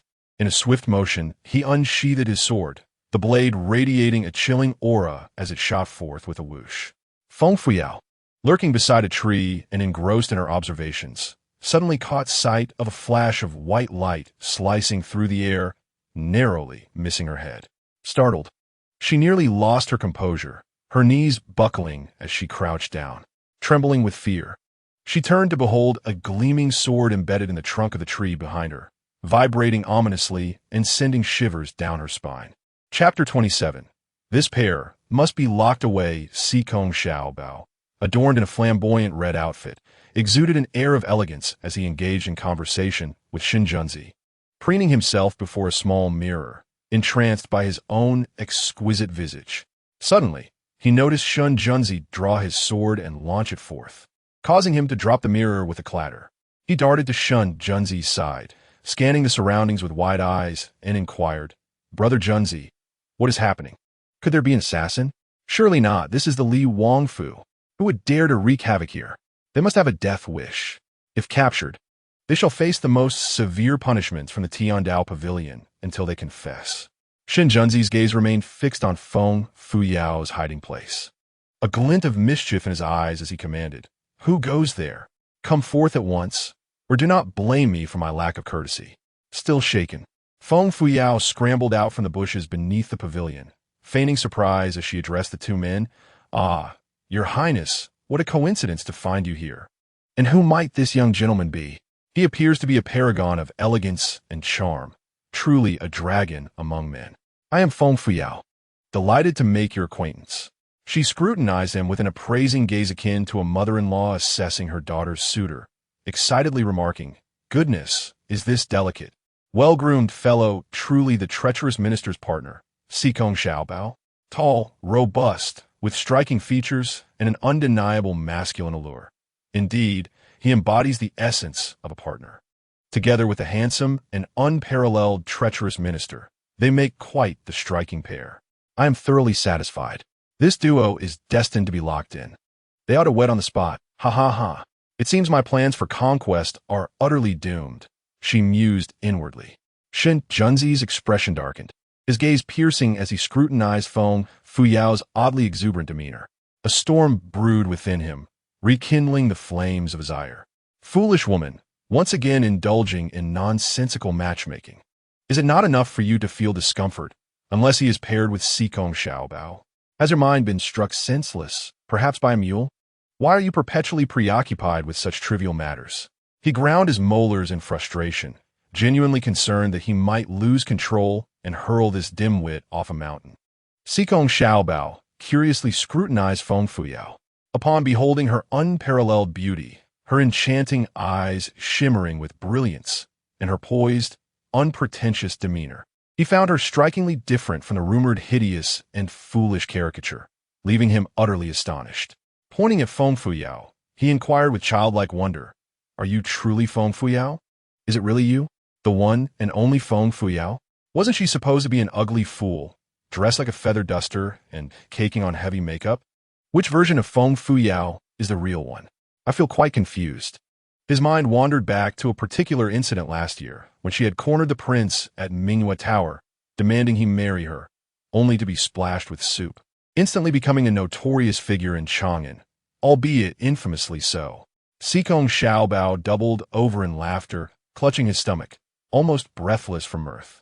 Just as he was caught up in his amusement, he felt two piercing glares akin to murderous daggers beside him. Straightening up, he met the furious and disdainful gaze of Shun Junzi. Feeling a rush of embarrassment, Sikong Xiaobao coughed awkwardly into his hand, attempting to diffuse the situation. Feng Fuyao, my brother Shun is far superior to the prince. Marrying him would not be a loss for you. You ought to treat him well and refrain from causing unnecessary trouble. Feng Fuyao glanced at the long-faced individual beside her and inwardly scoffed. This Sikong Xiaobao is refreshingly candid and endearing, albeit a bit dim-witted. Calling me out like this, where does that leave my husband's dignity? Isn't that akin to slapping him in the face right here? Look. His face is nearly turning the color of an eggplant. Shun Junzi's face flushed with rage, turning a deep shade of purple. Was he irked by Sikong Xiaobao's remarks? Clearly, it was this foolish woman who had vexed him instead. Did she possess no inkling of her own lack of self-awareness?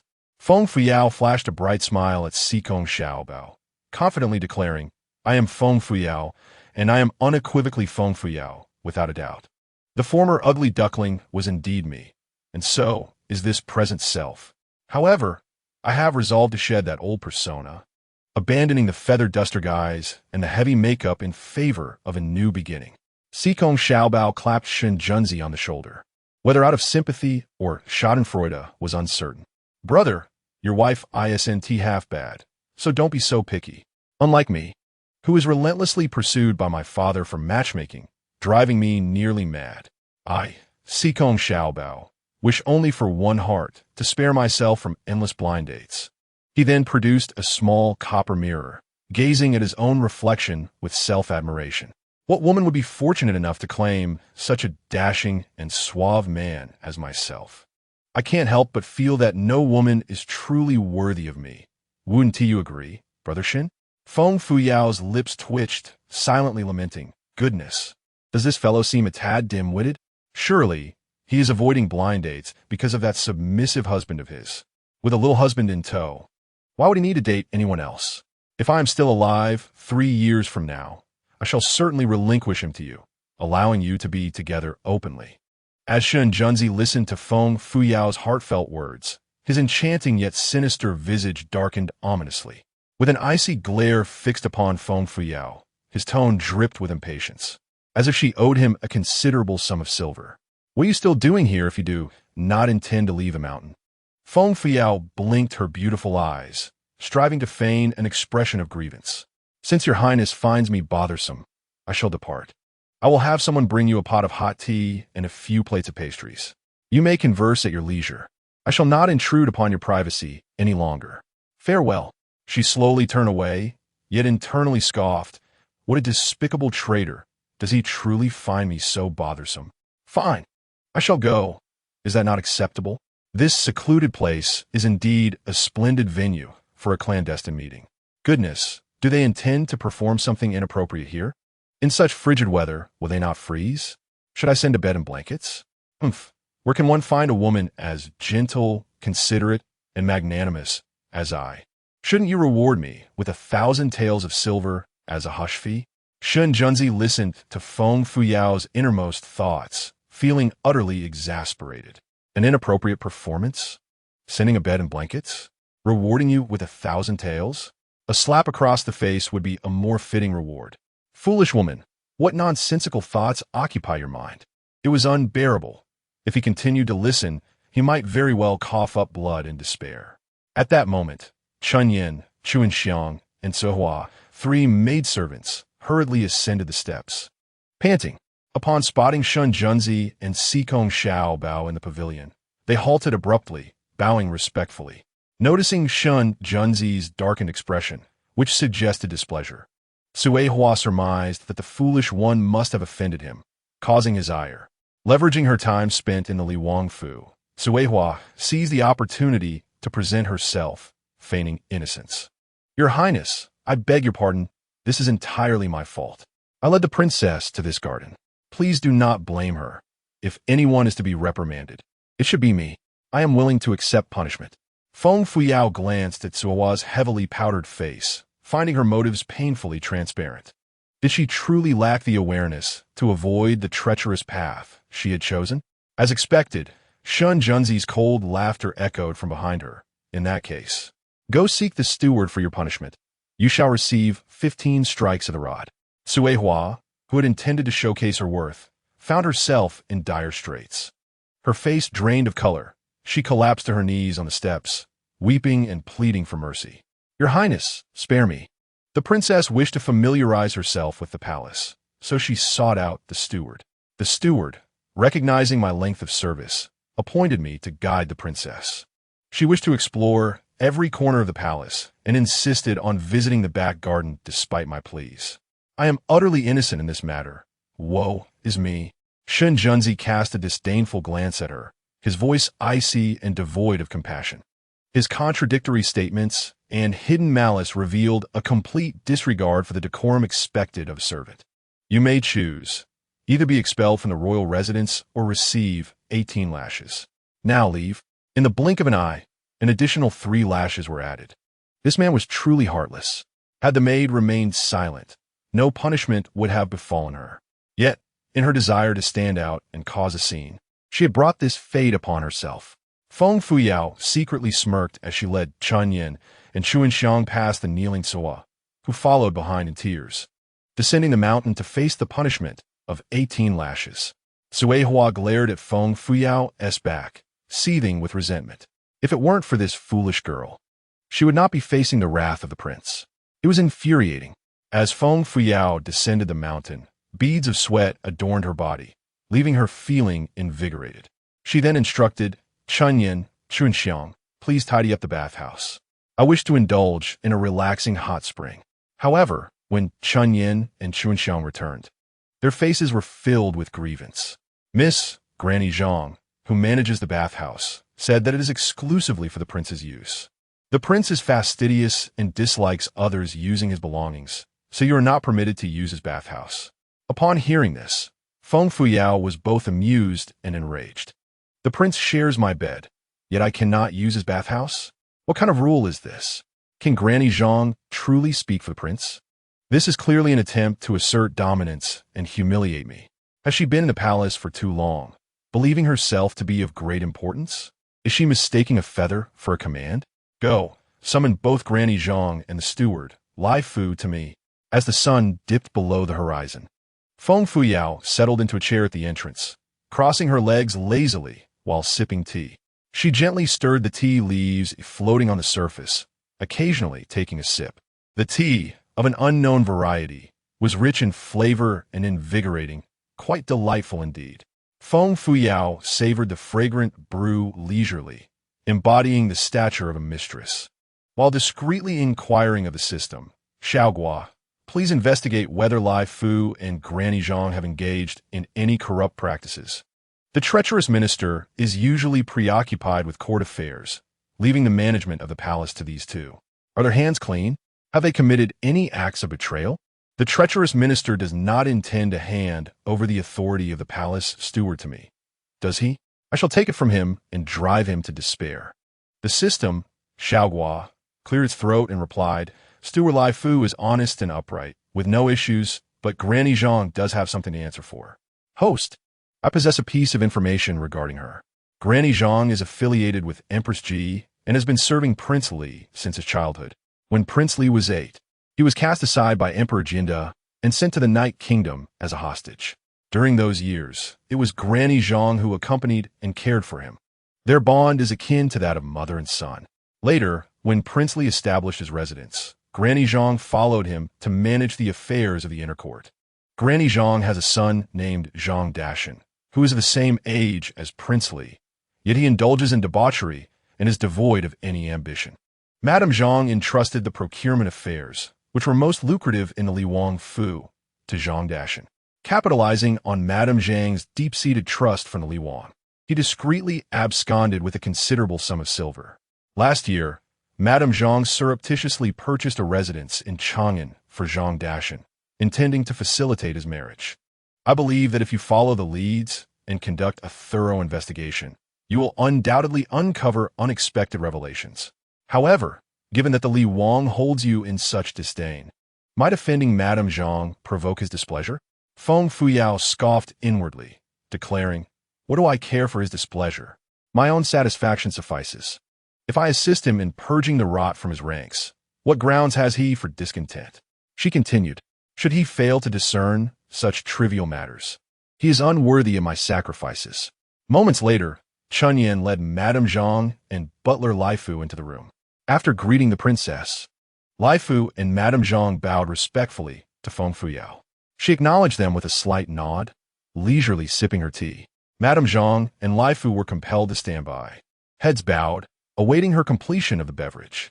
With a tinge of jealousy, Madame Zhang cast a glance at Feng Fuyao, fully aware of the circumstances, yet undeterred. The prince's bathing quarters were exclusively his. Why should such a simpleton be permitted to use them? Did she truly deserve such privilege? Even if the prince were present, her demeanor would remain unchanged. Having watched him grow up, their relationship was close, and he would undoubtedly side with her, not with an outsider like the simpleton. Before Feng Fuyao had finished her cup, she lifted her gaze and was momentarily dazzled. A strikingly handsome and graceful man approached, illuminated by the setting sun, which seemed to gild him in a golden light. His breathtakingly enchanting features rendered him akin to a celestial being descending to earth. Upon the prince's arrival, everyone bowed respectfully, their attitudes imbued with deference. Madame Zhang stood tall, casting a disdainful glance at Feng Fuyao, her pride evident. Was the prince not here to bolster her standing? How could the Li Wang Fu function without her? Simpleton, soon you shall witness the prince's rebuke. Feng Fuyao remained seated with an air of nonchalance, not even shifting in her seat, exchanging playful glances with Shun Junzi. Ah, your highness, has it concluded so swiftly? She mused inwardly, TSK, TSK. With such striking looks and demeanor, indeed a sight to behold. Were you not performing an adult act on a mountain? Has it ended so soon? Surely. The fool is not akin to that embroidered pillow prince, all show and no substance, only pitiful for 3 seconds? If so, the treacherous minister's happiness is surely at stake. Shin Junzi cast a glance at the stunning maiden bathed in the sunset's glow, having initially intended to depart. However, upon hearing Feng Fuyao's unspoken thoughts, he felt his blood boil with indignation, smoke rising from his head. Suppressing the urge to forcibly subdue this foolish woman, he stepped indoors, found a chair, and sat down. Pouring himself a cup of fragrant tea, he savored it while glaring at the back of her head, grinding his teeth. Foolish woman, feeling particularly frisky, are we? Does his presence not render you uncomfortable? He was eager to see what tricks the foolish woman would resort to. Feng Fuyao felt the piercing gaze directed at her from behind, and a cold smile crept across her lips. Does that dog of a man not wish for me to take over the authority of the Wangfu? I shall indeed seize control of the household affairs. A new official is bound to show some enthusiasm, especially as I am your legitimate princess. I shall make you open your eyes wide to witness the true nature of those you trust, especially that Zhang Momo. She will undoubtedly bring you to the brink of bloodshed from anger. Just the thought of your defeated expression excites me to the point of sleeplessness. Heh. Shin Junzi raised an eyebrow. So you desire the authority of the Wangfu's steward? If you have the capability, then go and claim it. Chapter 29. Inspecting accounts under the cover of night, the servant's arrogance after finishing her tea, Feng Fuyao finally lifted her gaze towards Lai Fu and Zhang Momo. With a composed and exquisite countenance, she exuded an aura of authority without needing to raise her voice. Zhang Momo, Lai Fu, am I not the princess of this Li Wangfu? Lai Fu discreetly glanced at the enigmatic Shin Junzi. Remembering the punishment that Sui Hua had just endured, he felt a tightening sensation. Quickly, he donned a broad smile, resembling a dog wagging its tail. The princess was bestowed upon by the emperor's decree and was lawfully wed to the Wang Ye. Surely, she is the rightful princess of Li Wangfu. Whatever demands the princess may have, please do not hesitate to command, and I shall exert every effort to fulfill them. However, I implore you not to place me in a difficult position. I am but a humble servant. Zhang Momo, however, was far less courteous, relying on her own achievements and the backing of the Wang Ye. She regarded Feng Fuyao with undisguised disdain. Princess, since I have been managing the rear court of Li Wangfu, all accounts are clear and transparent. All servants adhere to the rules of Li Wangfu, fully aware of their duties. Although you are the princess, You too must abide by the regulations of Li Wangfu. For instance, the Wangya's private bathing chamber is not for your casual use. The Wangya study is off limits to you. The keys to the storeroom are in my possession. You cannot demand them at will. Even if you require these items, you must seek the Wangya's permission. Only with his consent can you proceed, and you must not overstep the established rules. Shen Junzi tightened his grip on the teacup, a glimmer of excitement flashing in his eyes. He was well aware that Zhang Momo was affiliated with Empress Ji. Thus, he understood her clandestine actions all too well. His decision to refrain from confronting her thus far was strategic, aimed at keeping Empress Ji complacent. After lying low for so long, he did not wish for this single rat to disrupt his grand plans. Would the simpleton be able to rid him of this nuisance today? His anticipation was palpable. Feng Fuyao fixed her gaze on the arrogant countenance of Zhang Momo, a cold smile forming on her lips. You insolent servant, do you truly consider yourself the mistress of this Wangfu? You speak of rules, do you? Today, I shall ensure you are thoroughly convinced. Sitting in her chair with her long legs crossed, she exuded a languid and relaxed demeanor, with a slight smile playing upon her lips. The warmth of her expression did not reach her eyes. How commendable it was to adhere to the rules of the Li Wangfu. I hope that Granny Zhang remembers the words spoken just moments ago. Granny Zhang, with her unwavering dedication to the prince, had indeed toiled and contributed significantly. However, there is a matter I wish to inquire of her. Has the income and expenditure of the Wangfu been duly recorded? Who is responsible for the procurement within the estate? And who maintains the accounts of the income and expenditure? Are there complete ledgers for all transactions? Glancing at the silent Shen Junzi, Granny Zhang felt a twinge of anxiety. Yet, she quickly regained her composure.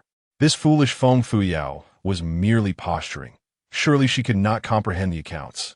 With a facade of calm, Granny Zhang responded, Indeed, my lady, all income and expenditure is meticulously recorded. The accounts are maintained by Zhang Dashan, who is also responsible for procurement. Feng Fuyao, with a radiant smile, directed the steward, Lai Fu, kindly inform Zhang Dashan to bring forth the account from the past 3 years to meet me. Since the prince has declared me the mistress of this Wangfu, you are obliged to treat me as your superior and assist me in managing household affairs, rather than acting like certain sycophants who, with disdainful eyes, obstruct even my desire to bathe. Servants should embody their roles, not presume to wield authority over their masters. Wouldn't you agree, Granny Zhang? Upon hearing Feng Fuyao's words, Granny Zhang felt a surge of resentment. The prince had never taken interest in the minutiae of the Wangfu, nor had he ever examined the accounts. This fool had shown no prior signs of such intent. How could she suddenly demand an audit? If the truth were to emerge, what then? Granny Zhang, drenched in perspiration, cast a pleading glance at Shinjunzi. My lord, the hour is late, and it is nearly time for supper. It would be inconvenient to conduct an audit in the dark. Why not postpone it until tomorrow? It would be regrettable if it were to disturb your rest. Secretly, Granny Zhang mused that if she could endure this day, she could persuade Zhang Dashan to concoct a set of false accounts to deceive this simpleton. Shun Junzi's gaze darkened as he regarded Granny Zhang before languidly asserting, The princess is the mistress of this Wangfu. If she commands an audit, then an audit shall be conducted. Lai Fu, why do you delay? Go fetch Zhang Dashan immediately. Yin Shiqi, accompany Lai Fu and bring forth the ledgers for the past 3 years. His eyes sparkled with intrigue, tinged with a hint of excitement. Could this foolish woman truly decipher the accounts? Surely, she could not merely be putting on a show. One could only hope she would not disappoint him. Lai Fu, casting a glance at the haughty Granny Zhang, swiftly took his leave with Yin Shiqi. Granny Zhang, torn between anger and anxiety, felt her heart race. Yet she found herself powerless. She could only silently pray that Zhang Dashan's records would suffice to deceive, without revealing any discrepancies. Feng Fuyao, observing the darkening sky, calmly instructed, Chunyin, Chuanxiang, light the lamps and prepare some warm tea and snacks for the prince. Yes, replied Chunyin and Chuanxiang, bustling to light the lamps and instructing the young maidservants to bring forth warm tea and delicacies. Feng Fuyao settled at the table, glancing at the pensive figure before her, playfully gesturing toward the snacks. My lord, Are you hungry? Shall we partake in some refreshments together? Soon, I shall be reviewing the accounts. If your highness is preoccupied, please do not hesitate to attend to your matters. Alternatively, you may dine first. I may require a bit of time to complete my tasks. Shun Junzi stood tall and elegant, his figure perfectly straight. His crystalline eyes sparkled with an enchanting glimmer under the candlelight. He offered a slight smile to Feng Fuyao, evoking in her a sense of being irresistibly drawn in. The princess dedicates herself to the affairs of the prince's residence. Naturally, I shall accompany you, he added. When you are finished, we shall dine together. I am in no haste. Feng Fuyao observed the teasing glint in his eyes, fully aware that this cunning and shrewd man was eagerly anticipating a delightful spectacle, perhaps hoping to witness her embarrassment. With a chuckle, she picked up a pastry and savored it with her tea. In the time it took to enjoy a cup, Lai Fu and Yun Shiqi entered, leading Zhang Dashan, followed by several attendants carrying 2 large baskets of account books. Zhang Dashan appeared to be around 17 or 18, of average height with a dark complexion, bearing a resemblance to Zhang Mama. Upon spotting Zhang Mama, a flicker of panic crossed his features. He hurried forward, bowing to Shun Junzi and Feng Fuyao. This servant pays his respects to your highness and the princess. He presented the account books from the past 3 years, requesting their review. Chapter 30. The prince's self-interest and various justifications. Feng Fuyao gestured towards the thick tomes in the basket, a serene smile gracing her lips. So you are Zhang Dashan? These are indeed the account books from the past 3 years? Please inform me, which are the income ledgers and which are the expenditure ledgers? Zhang Dashan suppressed his inner turmoil and pointed to the baskets. Esteemed princess, this basket contains fewer books, marked in blue for income ledgers. The other basket, which is more substantial, marked in red for expenditure ledgers. He then retrieved a few ledgers and placed them before Feng Fuyao. These few are from the year before last. I humbly request your examination. Shun Junzi cast a meaningful glance at Feng Fuyao, his gaze profound, akin to a cunning fox quietly observing a little rabbit performing. Feng Fuyao calmly opened the account books and scrutinized them closely. Upon inspection, she discerned the discrepancies. The total income of the Li Wangfu for the year before last amounted to 5,800 taels of silver, primarily derived from the prince's salary, imperial rewards, and income from the fief, with additional contributions from officials' gifts and tributes. Feng Fuyao was taken aback, so she proceeded to open last year's income ledger. The figure remained at 5,600 taels, even slightly less than the previous year. With clarity of mind, as she perused the records, she quietly mused. The incomes for the past 2 years are merely over 5,000 taels? Wasn't that treacherous minister boasting of an annual income nearing 70 to 80,000 taels? This fellow is indeed devious, having long been wary of these servants. It appears that a significant portion of the income has not entered the prince's residence accounts, but rather into his own private treasury. Clearly, he has known all along that Zhang Mama is associated with Empress Ji, hence his precaution. No wonder he has been so indulgent towards Zhang Mama and others. It seems he does not care for this meager sum. However, whether he cares or not, I certainly do. How much silver does my father earn in a year? Why should these funds be allowed to be squandered by these parasites? Previously, I was oblivious, but now that I am aware, I cannot remain indifferent. I shall certainly assist you in eradicating these pests. Shun Junzi listened to Feng Fuyao's inner thoughts, nonchalantly savoring a sip of fragrant tea. It was careless of him to have disclosed that portion of revenue to her. It seems the woman is not as foolish as she appears. In fact, she is rather astute. Should that seemingly inept woman manage to aid him in removing Zhang Momo, it would indeed be advantageous. Feng Fuyao set aside the income ledger and retrieved the expenditure ledger from 2 years prior, opening it for examination. The expenditure ledger comprised 5 volumes, detailing the primary expenses of the Li Wangfu. It included daily living expenses, monthly allowances for servants, seasonal attire for the prince, maintenance costs for the estate, and gifts for other officials, among other items. Zhang Dashan's handwriting was exceedingly messy, and the content was recorded rather simplistically. Moreover, as Feng Fuyao was unfamiliar with the traditional characters, she found it quite challenging to read. However, her primary focus was on the recorded amounts. Feng Fuyao read swiftly, marking the key figures with a brush. Zhang Momo, observing her grip on the brush, nearly burst into laughter. How could this simpleton, who could barely hold a pen and recognized few characters, discern any significant details? Was she attempting to impress the prince on the very second day of their marriage by making a grand show of auditing the accounts? Alas, she was bound to embarrass herself. In no time, Feng Fuyao completed her review of the thick ledgers, highlighting several major expenditures. Upon reaching the end, she could not suppress a smile. The total expenditure for the previous year amounted to 5,500 taels of silver, almost equaling the income. This accounting was indeed quite proficient. She continued to peruse the previous year's expenditures, marking the salient points. As expected, the expenses nearly matched the income once more.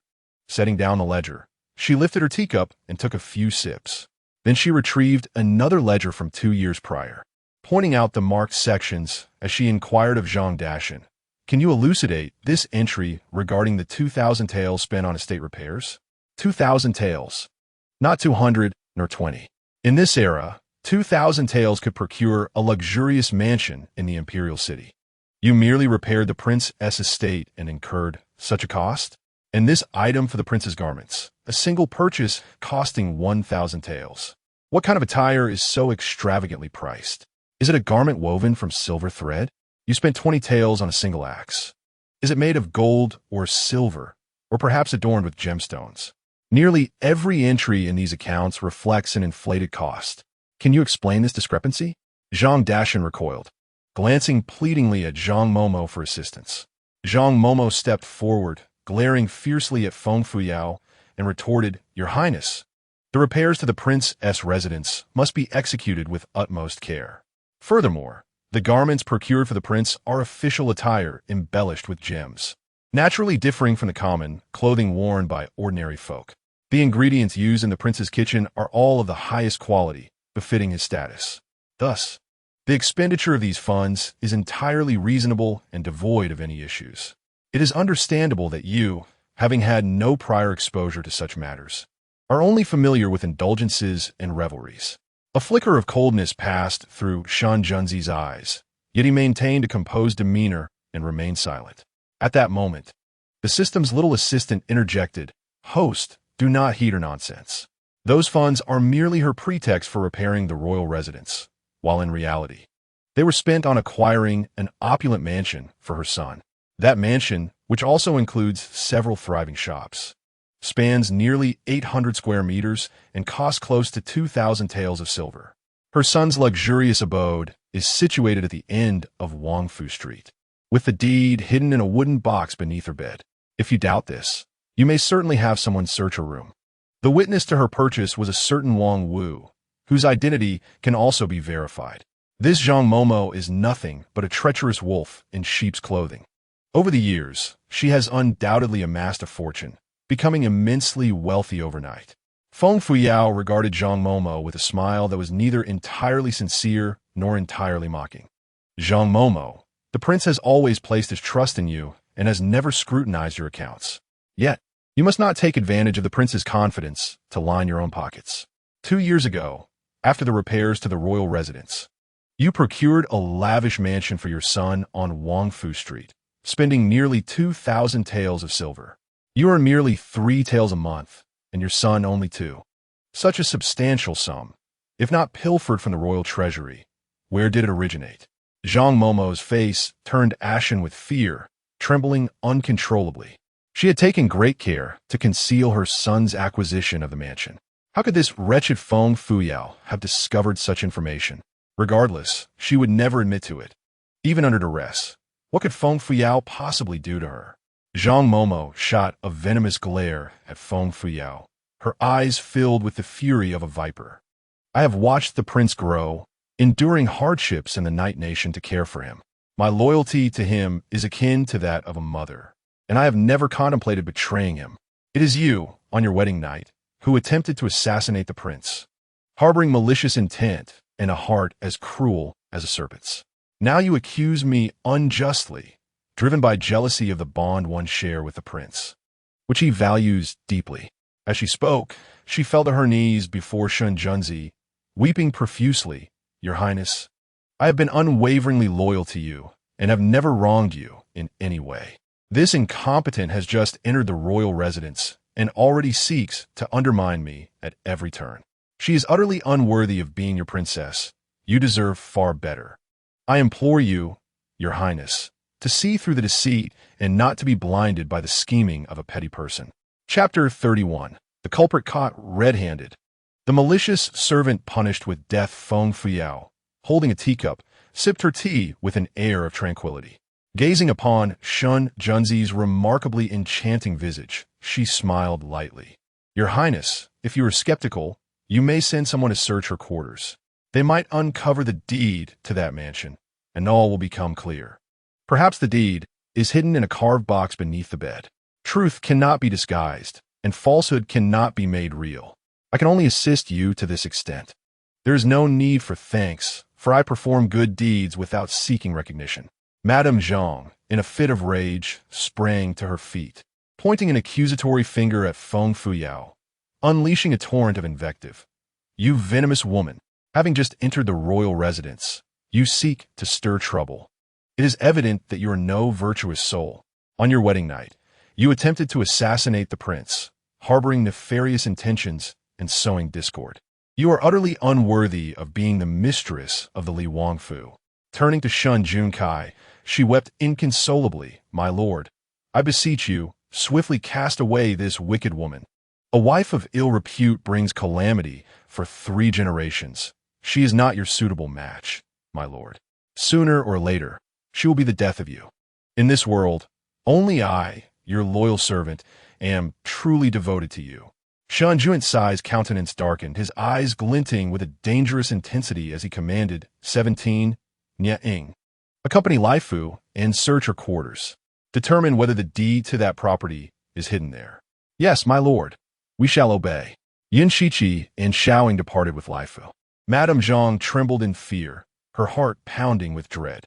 Surely they wouldn't unearth the box containing the deed? Besides that incriminating box, her chamber harbored numerous ill-gotten gains. After all, in the past, despite her greed, no one had intervened, leading her to cultivate a habit of avarice, feeling restless without pilfering something daily. The more she pondered, the more terror gripped her, and she fell to her knees before Shun Junkai, weeping as she recounted her past benevolence towards him. "My lord, do you recall the events of your 5th year? You were bound by the Grand Princess and hidden in a derelict room, nearly starving to death. I was the first to find you and rescue you. Had I not discovered you, you would likely have perished long ago. Do you remember when you were sent as a hostage to the Night Kingdom at the age of 8? It was I who remained steadfast by your side, caring for you and enduring hardships alongside you. Once, when the Night Kingdom's princess unleashed ferocious dogs upon you, I was bitten and covered in wounds to protect you. I still recall that winter when the snow reached half my height, leaving us cold and famished. The servants of the Night Kingdom tormented you, denying you blankets. It was I who, braving the heavy snow, pleaded with those wretches, only to suffer their brutalities. Enduring great humiliation, I managed to procure a bowl of thin porridge and a meager blanket for you. My lord, my loyalty to you is as steadfast as the heavens, a truth that even the universe can attest to. You must not be deceived by this enchantress." Feng Fuyao listened to Madame Zhang's self-serving lamentations. At that moment, the system, Little Melon, delivered timely revelations, exposing several of Madame Zhang's secrets, inciting her fury. In her heart, she scorned, "Indeed, you have performed numerous tasks for the Li Wang, but that is merely your duty as a servant. Little Melon just revealed that it was you, this venomous woman, who aided Empress Ji in casting a chill poison upon the Li Wang. Furthermore, during the incident where the prince was disfigured, you were an accomplice to Empress Ji, deliberately adding rot-inducing poison to his wounds, leaving half of his face unrecognizable. You feign unwavering loyalty to the Li Wang, yet in truth, you are merely a vicious hound for Empress Ji. The Li Wang has always treated you well. How could you turn against him? You truly are an ungrateful serpent." Shun Junshi's hand trembled uncontrollably around the teacup. His countenance darkened like a storm cloud, foreboding impending turmoil. Memories surged forth, causing his heart to constrict painfully once more. It was no wonder that after Shinjunyi had marred his visage, every time Granny Zhang applied the medicinal ointment to his wounds, he would endure excruciating pain. Not only was it agonizing, but it also itched intensely, driving him to the brink of madness. He longed to tear his skin away. This torment persisted night after night, robbing him of restful slumber. Each time he could bear it no longer, tears brimming in his eyes, he would beseech Granny Zhang, "Granny, why do wounds elsewhere heal in a matter of days? Yet the injury on my face lingers." He recalled Granny Zhang's comforting smile as she reassured him. "The wound is too deep, my little prince. Healing will take a bit longer. Just endure a little longer, and it shall be well." However, the wound festered repeatedly, tormenting him for over 2 months before it finally healed. The left side of his face, once marred, became pockmarked and unsightly, a stark contrast to the flawless beauty of his right side, rendering him ghastly. Henceforth, he dared not gaze into mirrors, resorting to wearing a half-mask to conceal his disfigured left side. Granny Zhang continued to weep profusely, extolling her profound loyalty to Shun Juanxi, almost as if she were to erect a monument in her own honor.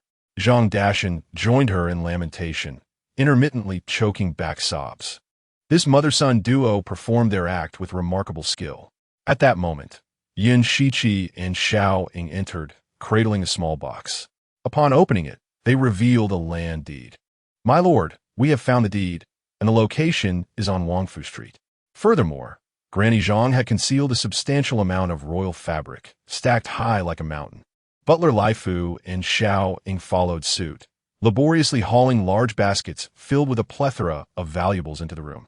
These baskets, placed before Feng Fuyo and Shun Juanxi, brimmed with an array of precious items: exquisite ginseng, premium bird's nest, rare jewels, complete sets of silverware, jade rui, and top-tier coral trees, all dazzling enough to blind the beholder. This was merely what had been discovered today. It remained uncertain how much she had pilfered in the past. Upon seeing this, Granny Zhang turned pale as death, her legs buckling as she collapsed to the ground, fervently bowing and begging for mercy. "My lord, spare me. I beseech you, consider my unwavering loyalty and grant both me and Dashan our lives." She was engulfed by a tumult of anger, hatred, and regret, lamenting her choices deeply. Lord Li, typically indifferent to the affairs of the back courtyard and never scrutinizing the accounts, had inadvertently allowed her to treat the Li residence as her own domain, fostering her habit of taking whatever she wished. She regretted not hiding these items in her son's home instead. All of this she blamed on that vile Feng Fuyo. Had she not instigated matters, how could the prince have investigated her? Zhang Dashan trembled, collapsing beside Granny Zhang, his body shaking uncontrollably. Shun Juanxi's forehead throbbed with anger, his eyes ablaze with fury. An icy aura emanated from him, chilling to the bone, as he spoke with a voice colder than winter's frost. "Granny Zhang, I have always placed my trust in you, only to discover that I have nurtured a treacherous wolf. Now that we have both the evidence and the culprit, what do you have left to say?" Zhang Mama, terrified and desperate, bowed repeatedly, pleading, "Your Highness, I acknowledge my wrongs. I beseech you to spare the lives of me and my family, considering my years of service to you." Shun Junzi regarded the treacherous mother and son with disdain, his words cold and unyielding. "Take these treacherous wretches away and execute them. All their possessions shall be confiscated by the royal household." Chapter 32. I do not wish to roast the prince after dealing with Zhang Mama and her son. That evening, following dinner, Shun Jun gathered all the servants of the Li royal manor. He produced the key to the storeroom in the rear courtyard and solemnly handed it to Feng Fuyao, announcing to all, "This is the key to the storeroom. You shall keep it. Henceforth, I entrust you with the management of the rear courtyard. Please take charge of purchases and accounting matters as well. You may freely utilize anything belonging to the manor without needing my consent." Feng Fuyao graciously accepted the key. Appearing obedient as she replied, "I shall not be impolite. Thank you for your trust, Your Highness." Yet inwardly, she derided the situation, scoffing, "I thank your entire family. You have deposited most of the income into your own little treasury, hardly returning any to the manor. How can you expect me to manage the accounts with such meager expenses? It's like giving alms to a beggar. Could it be that you have a mistress outside, creating another love nest with Sikong Xiaobao? Look at those broad shoulders, narrow waist, and long legs. He makes one drool, yet he remains unattainable for me. Never mind. Let us not dwell on it. There are still 3 years ahead, no need to rush. Shin Junzi observed her seemingly docile demeanor, unaware of the furious insults she hurled at him. What man would not be angered by such insolence? Foolish woman, is this never-ending? One cannot afford to be overly courteous to such a simpleton. Shun Junzi, suppressing his rising ire, spoke with evident impatience. Didn't Tu cry out to take a bath? Are you going or not? Feng Fuyao, having traversed much ground and climbed a mountain that afternoon, felt sticky all over and quickly replied, Your Highness, please attend to your matters. I shall bathe first. Then, lowering her voice and approaching him shyly, she added, Your Highness, I am not a good sleeper. I have grown accustomed to sleeping alone, and having someone beside me would disturb my rest. Considering I helped you eliminate that pest, Zhang Mama, why not allow me to have the Liuli Pavilion? You could sleep in another room, yes? After all, the manor is vast, and there are plenty of rooms. You and T missed this one. This arrangement would also facilitate your meetings with Sikong Xiaobao. Wouldn't it? See how generous, understanding, and gentle I am. I assure you, I will not speak a word of your affairs. Let us settle this. I shall go bathe now. Good night, Your Highness, and may you have sweet dreams. Feng Fuyao curtsied to Shin Junzi and cheerfully dashed off to bathe. Shin Junzi watched her graceful figure, his gaze narrowing dangerously, a sly smile creeping onto his lips. Was the foolish woman attempting to use Sikong Xiaobao to threaten him? She thought to dismiss him for solitary slumber? Not a chance. How tedious it would be to retire each night without hearing her thoughts. Feng Fuyao luxuriated in a floral petal-filled bath, relishing a delightful soak in the hot spring. Chunyan gently washed her hair, chattering away, Miss, today you went against old Madame Zhang, which truly frightened me. I feared for your well-being. You're the first bride to assume control of the household on the very second day of your marriage. What bride acts with such decisiveness as you do? You are remarkable. Mississippi Chun Xiang assisted Feng Fuyao in the bath, laughing. Indeed, old Madame Zhang appears quite fearsome, with a demeanor that suggests she is not easily dealt with. You may not know, but when I spoke to her about the bathing arrangements today, she was all fury and arrogance. One might think she is the true mistress of the household. A servant who cannot recognize her own position deserves punishment. Feng Fuyao luxuriated in the warm bath, nearly drifting into slumber. The matter of Shun Junzi executing old Madame Zhang and her son was far from a simple case of corruption. It was highly probable that Shun Junzi had already discerned old Madame Zhang's allegiance to Empress Ji. This cunning individual had merely seized the opportunity to rid himself of her by using her own hands. With her eyes closed and a slight smile gracing her lips, Feng Fuyao mused that had old Madame Zhang been honest and upright, the prince would have ensured she was well treated, considering her past favors. Alas, human greed is insatiable, and her ambitions were perhaps too grand. By the way, once I take charge of the prince's residence, both of you must learn to manage the accounts alongside me. I will cultivate you into my trusted aides, not mere ordinary maids. Yes, we will heed your commands, miss, the two young maids replied joyfully. After indulging in the bath for a good half hour, Feng Fuyao reluctantly rose. Chun Yin and Chun Xiang helped her into a clean nightgown and dried her hair. They draped a thick fur coat over her shoulders and guided her back to her bedroom with a lantern in hand. The bathhouse was not far from the bedroom. A short stroll along the corridor brought them there. The evening breeze carried a hint of chill, a remnant of late winter. Upon returning to her spacious, soft bed, enveloped in a warm quilt, Feng Fuyao felt elated, rolling over in the comfort of her cocoon. Chunyin, take the other quilt away. From today onward, the prince will not be sleeping here. What? Chun Xiang exclaimed, alarmed. Miss, you and the prince have just been married, and he won't be sleeping with you? That simply won't do. Last night, he slept soundly here, didn't he? Why has he chosen not to come now? Is he angry that you dismissed old Madame Zhang? Chun Yin, equally flustered, blushed with indignation. How can newlyweds sleep apart? Surely, he cannot be upset with you for confronting old Madame Zhang. You are merely managing the household for the prince. How could he treat you so? The two young maids were incensed, but Feng Fuyao waved her hand in resignation. Oh, no, it's not that. I am just accustomed to sleeping alone and prefer it that way. You two may leave now. I am quite tired and wish to sleep.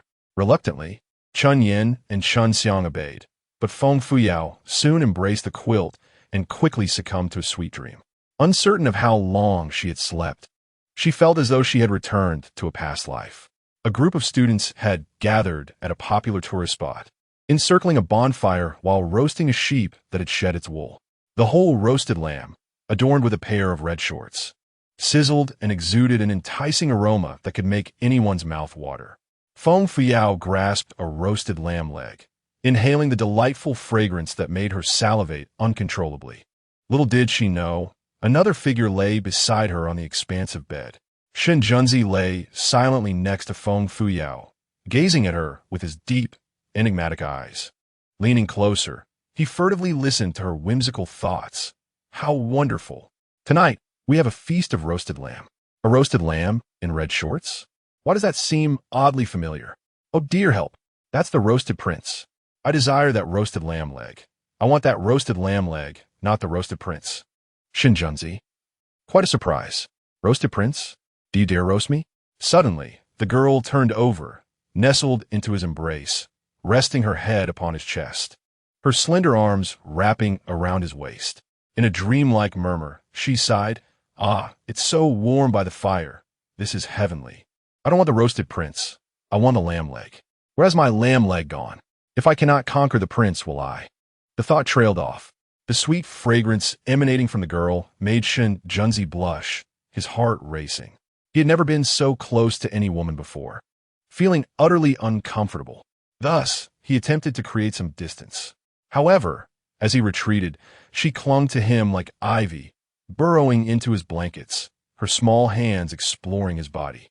With a cheer, she exclaimed, "I found a roasted lamb leg." Shinjunzi's mind buzzed, his thoughts blanking out. It felt as though a fire ignited within his heart, blazing fiercely.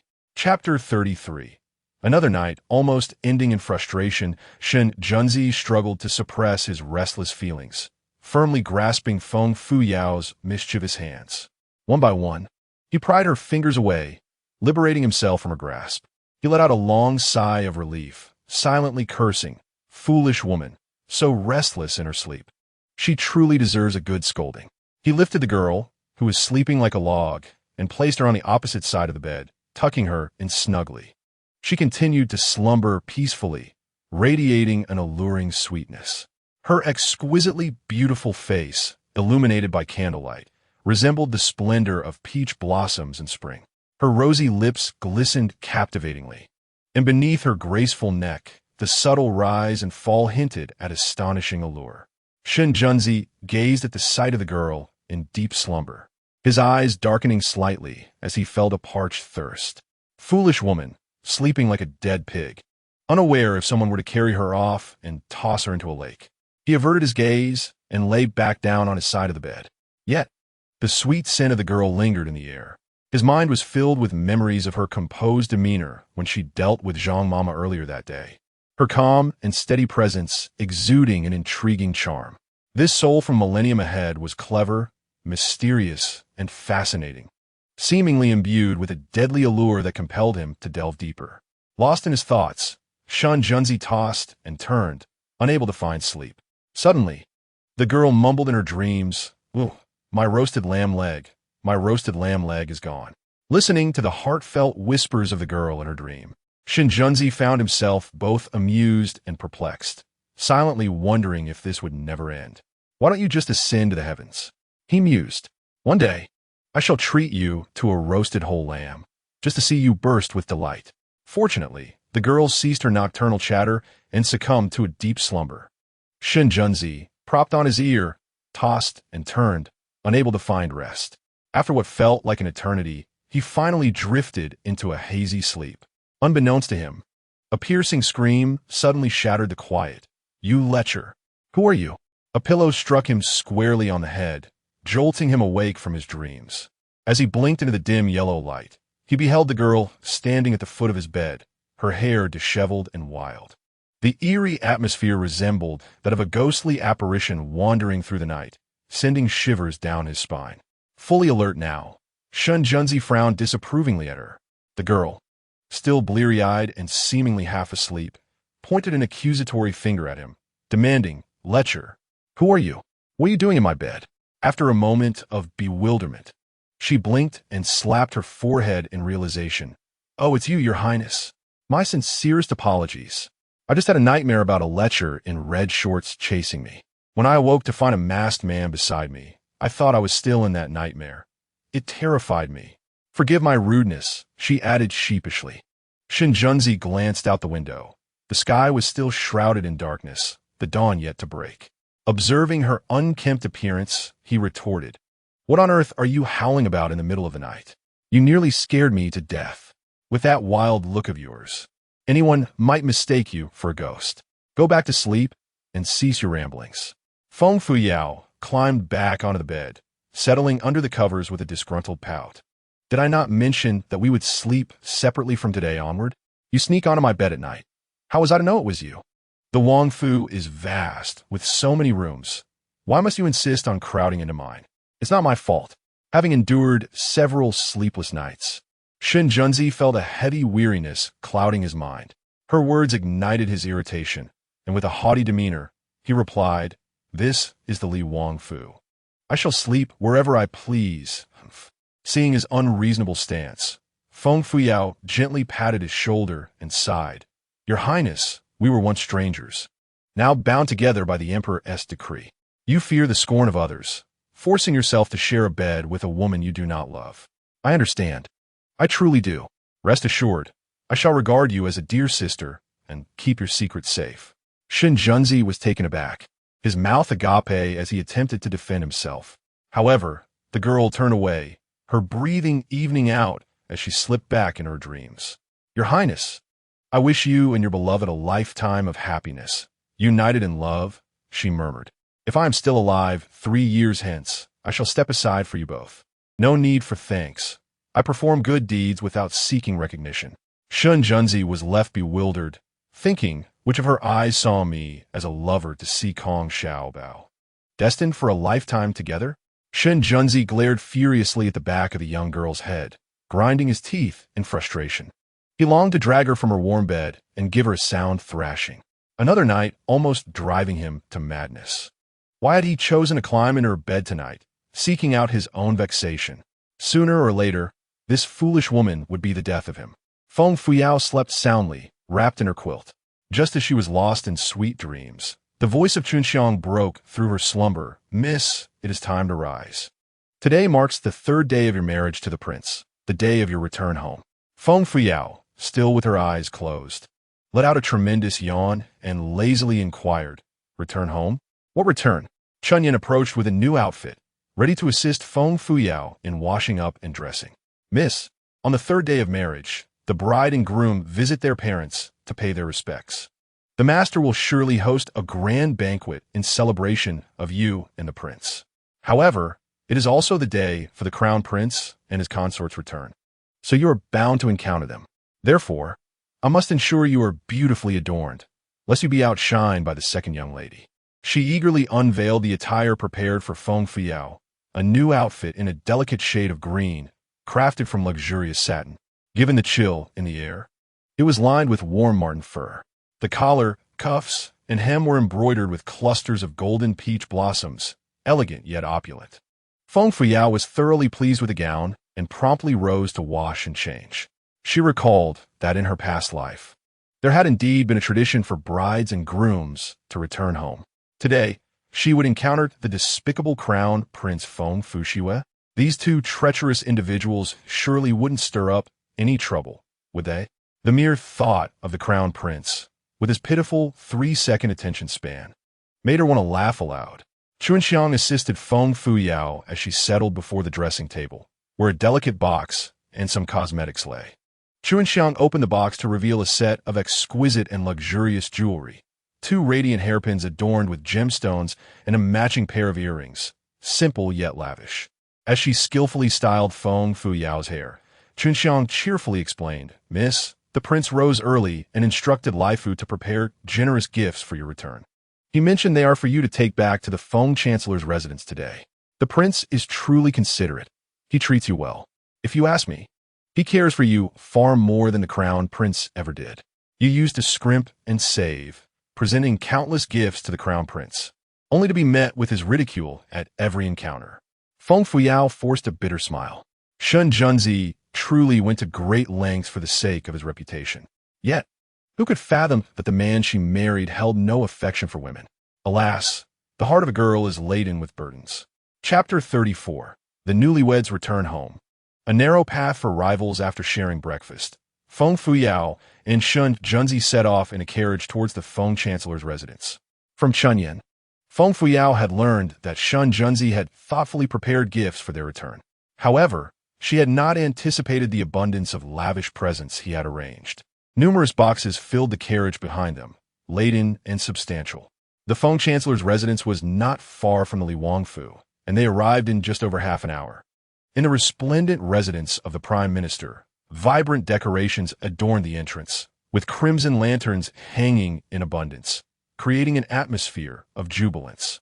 A throng of servants, clad in festive attire, gathered around the Prime Minister and Lady Ji, awaiting at the grand doorway.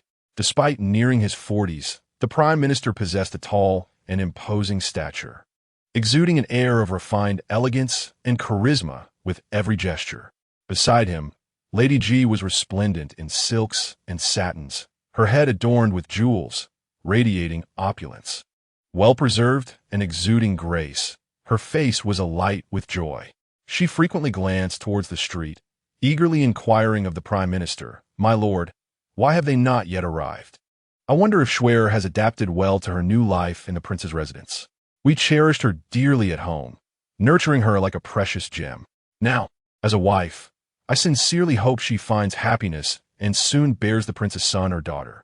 Lady Ji then observed the Prime Minister's stern countenance and lowered her voice. "My lord, the incident of Yaoer attempting to assassinate King Li on her wedding night, and her subsequent failed hanging, has spread like wildfire throughout Chang'an.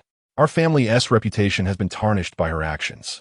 It is true that good news travels slowly, while bad news spreads like wildfire. Even during her youth, she exhibited eccentric behavior, and it seems that her marriage has not tempered her folly.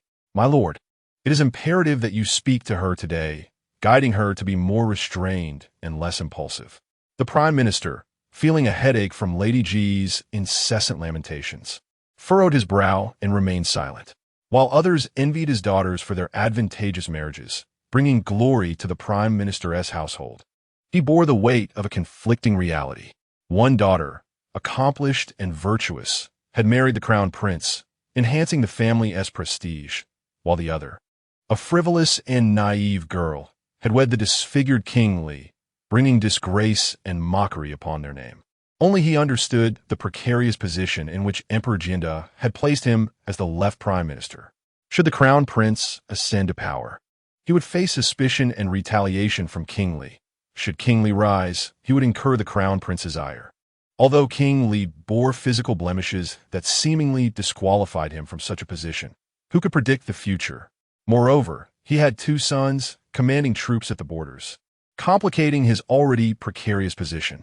At that moment, a servant dashed forward from the street, joyfully announcing, "My lord, madam, the carriage has arrived." Lady Ji's face blossomed with delight as she hurriedly adjusted her attire, her eyes glistening with excited tears. "Have His Highness and the Crown Princess arrived? Oh, they are finally here." As the crowd eagerly awaited, 2 carriages came to a halt before the Prime Minister's residence. A tall, strikingly handsome man, adorned with a silver mask, gracefully descended from one of the carriages.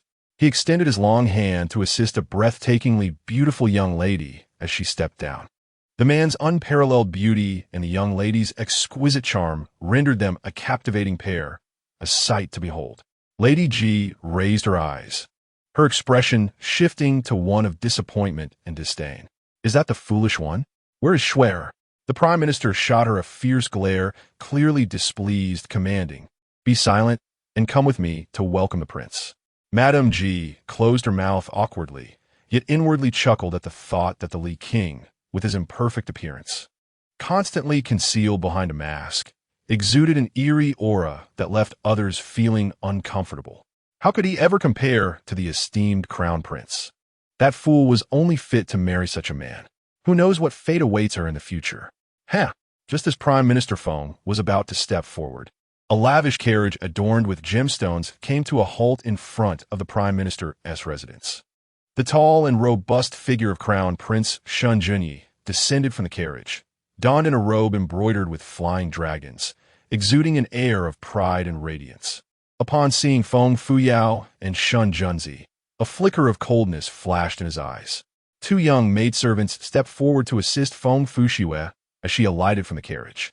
Clad in a high-end court dress of pale yellow embellished with pearls, her neck adorned with a light rose-colored veil, and crowned with a phoenix gold tiara symbolizing the esteemed status of a crown princess, she appeared resplendent, yet somewhat pale and haggard. Her gait was awkward and limping, evoking an uncomfortable sight. Upon spotting Feng Fuyao, Feng Fushiwe immediately straightened her back, raising her head proudly like a victorious rooster, brimming with self-satisfaction. Feng Fuyao stifled a laugh. TSK. Your husband only has a pitiful 3 seconds. What is there to be proud of? Truly, you seem desperate to flaunt your misfortunes, lest anyone be oblivious to your plight. Your walking resembles that of a crab. You must have been through quite a lot. You two certainly enjoy a grand spectacle. Initially, you were relentless in persuading me to pursue the scoundrel crown prince while secretly entwining with him. Moreover, you and your malicious mother insisted I dress like a ghost to parade around. It turns out, you and your mother are the quintessential green tea bitches, Shun Junzi's lips twitched. What nonsense about 3 seconds and playing around. Is this the sort of talk befitting a woman? Prime Minister Feng swiftly signaled Madame Ji with a glance. The two hastened forward, bowing deeply to Shun Junyi and Shun Junzi, exclaiming, "We pay our respects to His Highness the Crown Prince and Her Highness the Crown Princess, and to His Highness the Li King and Her Highness the Li Princess." Shun Junyi raised his hand with an air of superiority, his demeanor exuding regal authority. "Madame Ji, there is no need for such formality." With a wave of his hand, a guard approached bearing a grand gift draped in crimson silk. Shun Junyi personally unveiled the red silk, revealing a brilliant coral tree. The coral tree shimmered with vibrant colors, radiating dazzling red hues under the sunlight, a clear indicator of its substantial value. Shun Junyi pointed at the fiery coral with pride, declaring, "This is the fiery coral from the South Seas, a meticulously prepared gift from the Crown Princess and myself." Madame Ji gazed at the coral with greedy eyes, her smile widening. "This is truly extravagant. Your Highness is most thoughtful." Meanwhile, Shun Junzi, feeling overlooked, waved his hand. Yin Shiqi and Xiaoing also disembarked, carrying gifts adorned with crimson silk, brimming with heartfelt offerings, filling several baskets.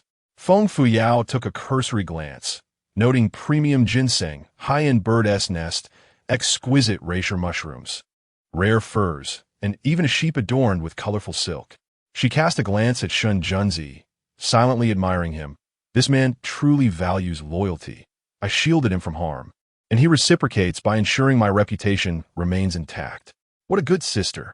You treat me so well. I shall certainly do the same for you," she added with a mischievous grin. Shun Junzi was bewildered. Were they not husband and wife? When did they become sisters? Was this woman's mind somehow befuddled? To think of him as a woman? The offense was minimal, yet the insult was profound. Shun Junzi, suppressing his ire, raised his hand and coldly declared, "These are gifts prepared by this prince and his princess." Madame Ji glanced at their offerings with little enthusiasm.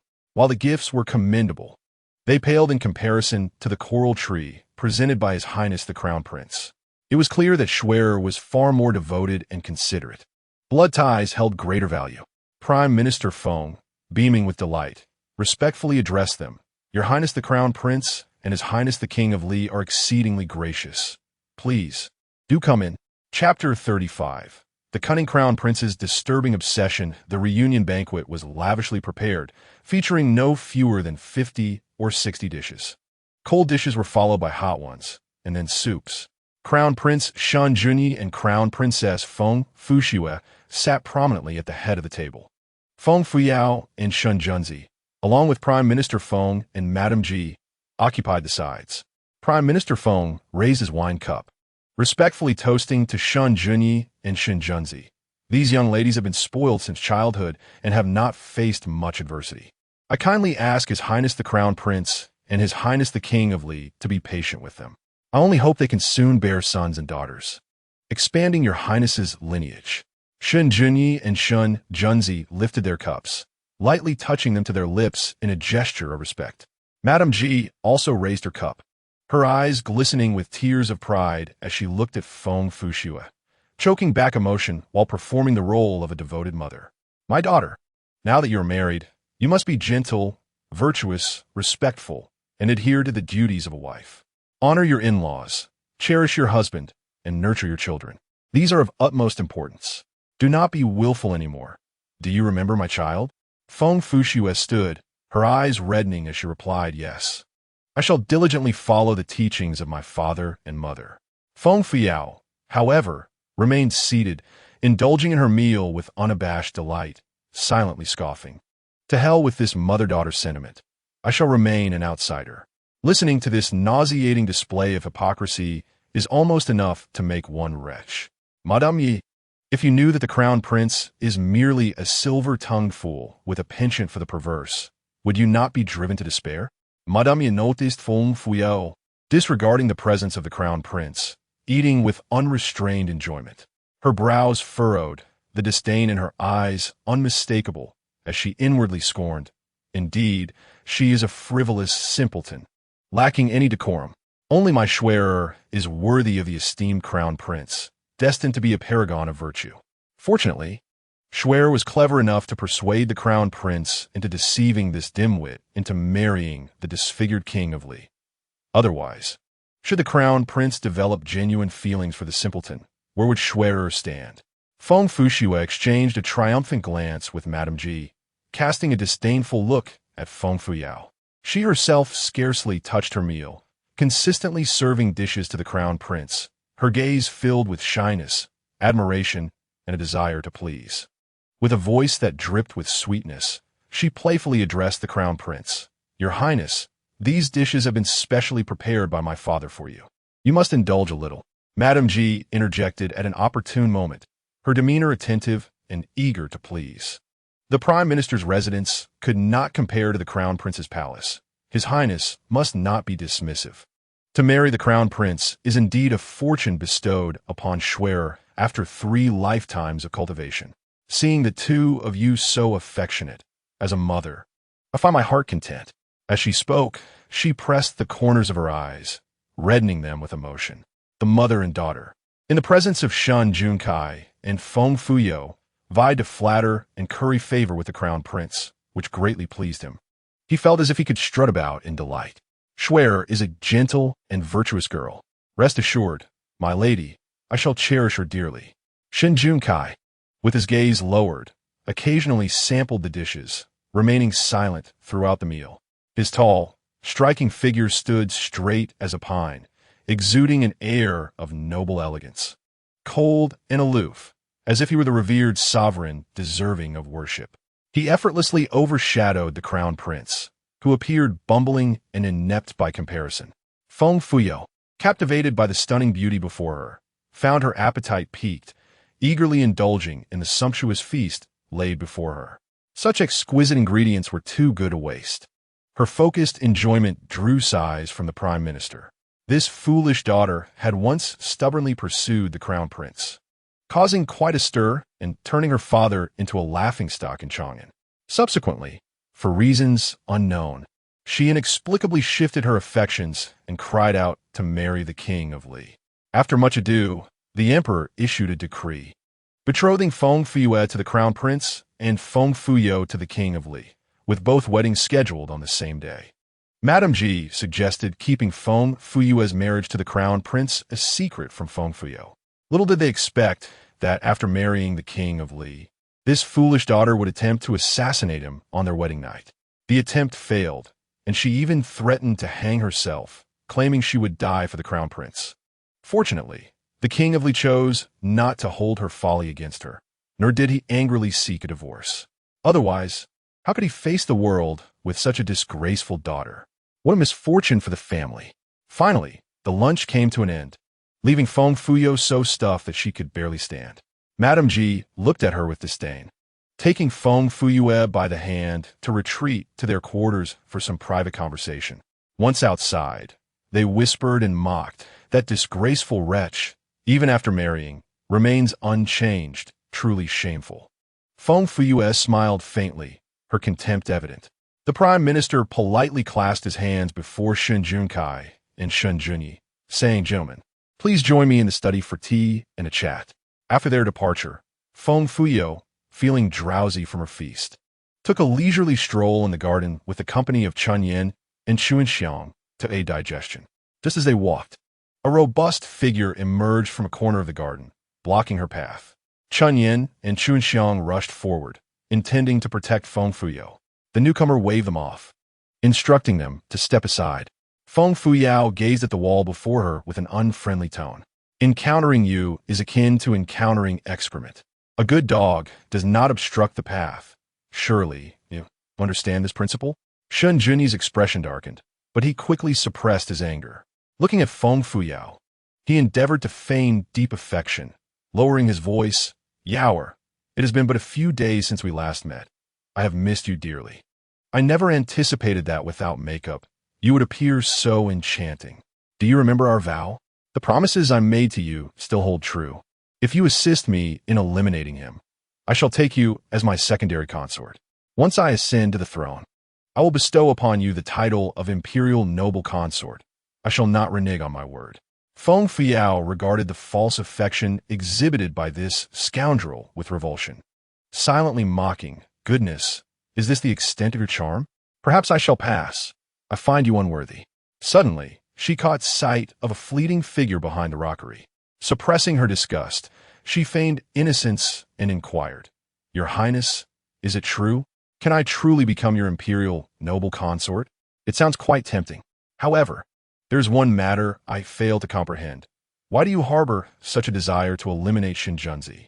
He has already been disfigured by you and poses no threat to your claim to the throne. Why pursue his annihilation? After all, he is your brother." "Brother? Him?" Shen Junyi scoffed derisively, his face a mask of disdain and jealousy. Leaning closer to Feng Fuyo and lowering his voice conspiratorially, he revealed, "Yaoer, allow me to enlighten you. He is not my true brother, but rather a bastard child picked up by the emperor. His mother is a lowly songstress, and even the identity of his father remains uncertain. My father, in his pity, chose to take him in, given his lowly nature. Do you believe I should treat him with courtesy? It is infuriating that my father entrusted the management of Tiandao Pavilion to this illegitimate child. I must seize control of Tiandao Pavilion. He must not be allowed any power, hence he must die. Yaoer, if you help me eliminate him, I shall marry you as my secondary consort. Once I ascend to the throne, I will undoubtedly elevate you to the position of imperial noble consort." As he spoke, his gaze became sultry, reaching out to stroke Feng Fuyo's hair. Chapter 36. Public seduction and tempting gifts. Feng Fuyo swiftly retreated, as if evading a foul stench. The system, in a fit of indignation, exclaimed, "Goodness, this scoundrel prince is utterly revolting, daring to publicly seduce this lady. Does he take me for a fool? If I were to truly kill Shinjunzi, I would surely be subjected to merciless punishment by the old emperor. What chance would there be to become his secondary consort? This scoundrel prince aims to take the lives of both Shinjunzi and myself. How could the original owner of this body have been so blind as to fall for such a wretch? I feel nauseated." Shinjunzi, concealed behind a rockery, glared ominously at the back of Shen Junyi's head, a fierce murderous intent flickering in his eyes. He yearned to sever the hand that dared to touch Feng Fuyo's hair. In that moment, his anger reached a boiling point. Shen Junyi had always harbored malicious thoughts, never once regarding him as a brother, but rather as an enemy, plotting against him at every turn. In their youth, under the pretense of a martial contest, he had feigned an accident to mar Shinjunzi's face, depriving him of his rightful claim to the throne. Had he not eavesdropped on Feng Fuyao's innermost thoughts and discerned the truth of the matter, he would have remained blissfully ignorant, believing them to be his dearest kin. Ah, what a painful revelation! How utterly ironic! The Crown Prince, backed by Empress Ji and the Ji family, sought every possible means to eliminate him. Failing that, he intended to persuade Feng Fuyao to marry him, planning to assassinate him on their wedding night. Thus, Shen Junyi could extricate himself cleanly from the affair. Indeed, he was a heartless wretch. This scoundrel could scarcely fathom that the Na'vi fool had already undergone a transformation. She was no longer that simple-minded, infatuated girl he had toyed with at his whim. In the end, one could only wonder who would meet their demise first. Shen Junyi had no inkling that Feng Fuyao had evolved beyond her formerly simplistic infatuation. When he noticed her indifference to his overtures, a flicker of irritation ignited within him. In the past, a mere few sweet words from him would send this imbecile wagging her tail like a lovesick puppy. Why, then, did she remain unmoved now?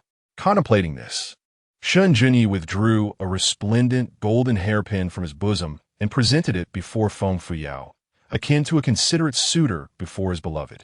His gaze was tender and lingering, his words dripping with affection. Forgive me, it is all my fault. This is a gift I have specially prepared for you. Did you not once desire a token of my affection? I understand you are still upset with me for marrying Feng Fushua and for failing to uphold my promise. However, you must know that my union with Feng Fushua was decreed by my father and mother, not my own desire. The one I cherish most is you. She cannot compare to you. Should you assist me in eliminating King Li, I shall take you as my concubine, and I will not go back on my word. Hidden behind the rockery, Shen Junzi seethed with rage, gripping the hilt of his sword tightly as he contemplated rushing out to slay that wretched creature.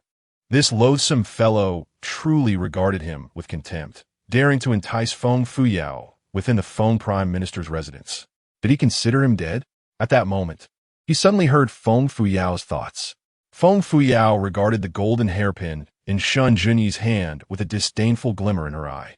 TSK, TSK, TSK, you despicable scoundrel. How could one so foolish and vile ascend to the throne? It is precisely your rise that hastens the downfall of the great Dragon Kingdom. In my opinion, Shen Junzi is 1,000, even 10,000 times more worthy to be emperor than you. He is handsome and charming, possessing both valor and wisdom, with the ability to endure. Moreover, he is cunning and strategic, far surpassing the likes of you. Unlike you, a bumbling fool, clumsy as a bear. In only a pitiful 3 seconds. What a truly lamentable simpleton. At that instant, Shen Junzi was taken aback to hear himself praised by Feng Fuyao. His previously tumultuous heart inexplicably calmed, and a subtle smile graced his lips. This foolish woman held him in rather high esteem. Perhaps she possessed some discernment after all, not a blind and foolish simpleton. Gradually loosening his grip on the sword's hilt, he slowly regained his composure. No, he could not kill the Crown Prince just yet. Otherwise, the old Emperor, Empress Ji, and the Ji family would never spare him. He must proceed with caution, refraining from haste. After such an extensive preparation, he cannot afford to see his efforts go to waste. He intends to eliminate the Crown Prince without arousing suspicion, ensuring that no one could discern any fault. In the next moment, Shen Junzi's expression darkened ominously. He was nearly incensed by Feng Fuyao's subsequent thoughts. Leaning languidly against a grand tree, Feng Fuyao scoffed inwardly. Of course, Shen Junzi has a fatal flaw. He is a lover of red undergarments. However, despite his preferences, he is fully functional, not hindered in his pursuit of offspring. In our era, many such individuals exist, marrying and having children while leading seemingly normal lives, all the while indulging in clandestine affairs. It is highly probable that Shen Junzi will lead a similar existence in the future. If I wish to pursue him, must I share a husband with Sikong Xiaobao? How frustrating. Shen Junzi's eyes burned with fury, his temples throbbing with rage.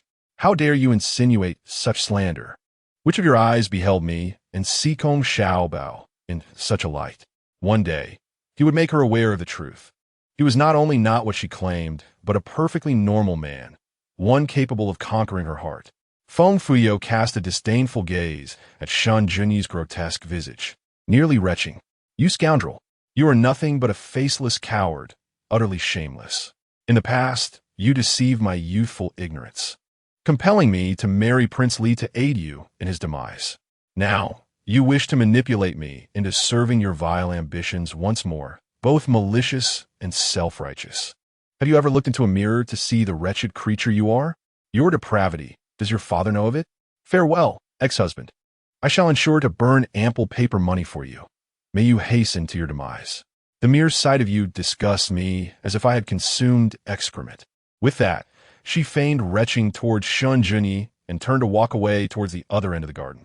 Shen Junyi, witnessing her transformation from a na-ve fool, felt a surge of resentment. He called after Feng Fuyo's retreating figure. Feng Fuyo, I offer you a gift, the title of concubine, as a sign of my regard. Do not spurn my generosity. Remember, I am destined to be the future emperor. Shen Junyi is nothing.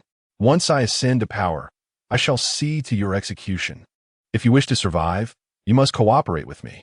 At that moment, a tall figure emerged from the shadows, like a streak of light, crashing into the scoundrel prince with a fierce, deadly rush. Shen Junyi, caught off guard, was sent sprawling to the ground in a most undignified manner. He lifted his head, glaring furiously at Shen Junyi, seething with rage. Shen Junyi, how dare you lay hand upon me? Such audacity! Shen Junyi stared coldly at him, his voice icy. You have harassed my princess and lured her into plotting my assassination. I have spared your life, showing you considerable mercy. Should you dare to cross my path again, I shall ensure your demise. Shen Junyi's expression faltered, struggling to rise, pointing at Feng Fuyo in denial. Shen Junyi, it was she who shamelessly obstructed my path, attempting to seduce me. In the future, you must keep a close watch on your beloved princess, lest she strays and brings you shame. Feng Fuyo's slender silhouette hurried towards them from the opposite end of the road. Chapter 37. Such a scoundrel of a man. I have no regard for him at all. Feng Fuyo pointed a trembling finger at Feng Fuyo, scolding, Feng Fuyo, you shameless harlot. How dare you try to seduce his royal highness in my absence? Do you truly wish to marry the prince so desperately? You are already wed to the king of Li. You ought to uphold your duties as a wife and cease your flirtations. To think that you would secretly entice the prince on the day of your return. How can you be so brazen?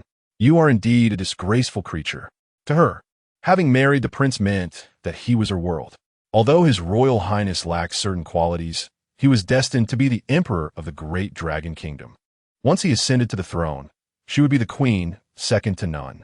Such allure and glory were sufficient to overshadow any shortcomings he possessed. She would not permit this harlot to steal the prince away. Absolutely not. Feng Fuyo gazed at Feng Fuyo with a mocking expression, retorting, Feng Fuyo, are you truly blind or merely pretending? Which of your eyes saw me enticing this scoundrel? You once schemed against me, insisting that if one loves the prince, one must assist him in all endeavors, even the most heinous. I foolishly became a pawn, a sacrifice, while you married this scoundrel. No one would stoop so low. Feng Fuyo, you are indeed a despicable creature, harboring a heart full of malice. Rest assured, I have no interest in such a scoundrel. However, you two seem quite compatible. I wish you both a long and happy union. May you find bliss together. She emphasized the word bliss with particular weight. Feng Fuyo's face turned pale with rage, her finger trembling as she pointed at Feng Fuyo, unable to articulate her fury. In a tone only they could hear, Feng Fuyo mischievously remarked, Dear sister, I have heard that the scoundrel prince is lacking in that regard, perhaps even perverse. On the day I served tea, I noticed your gait was less than graceful. Your face flushed as if you had just given birth. I am truly curious. How did the two of you consummate your marriage? Would you be so kind as to enlighten me?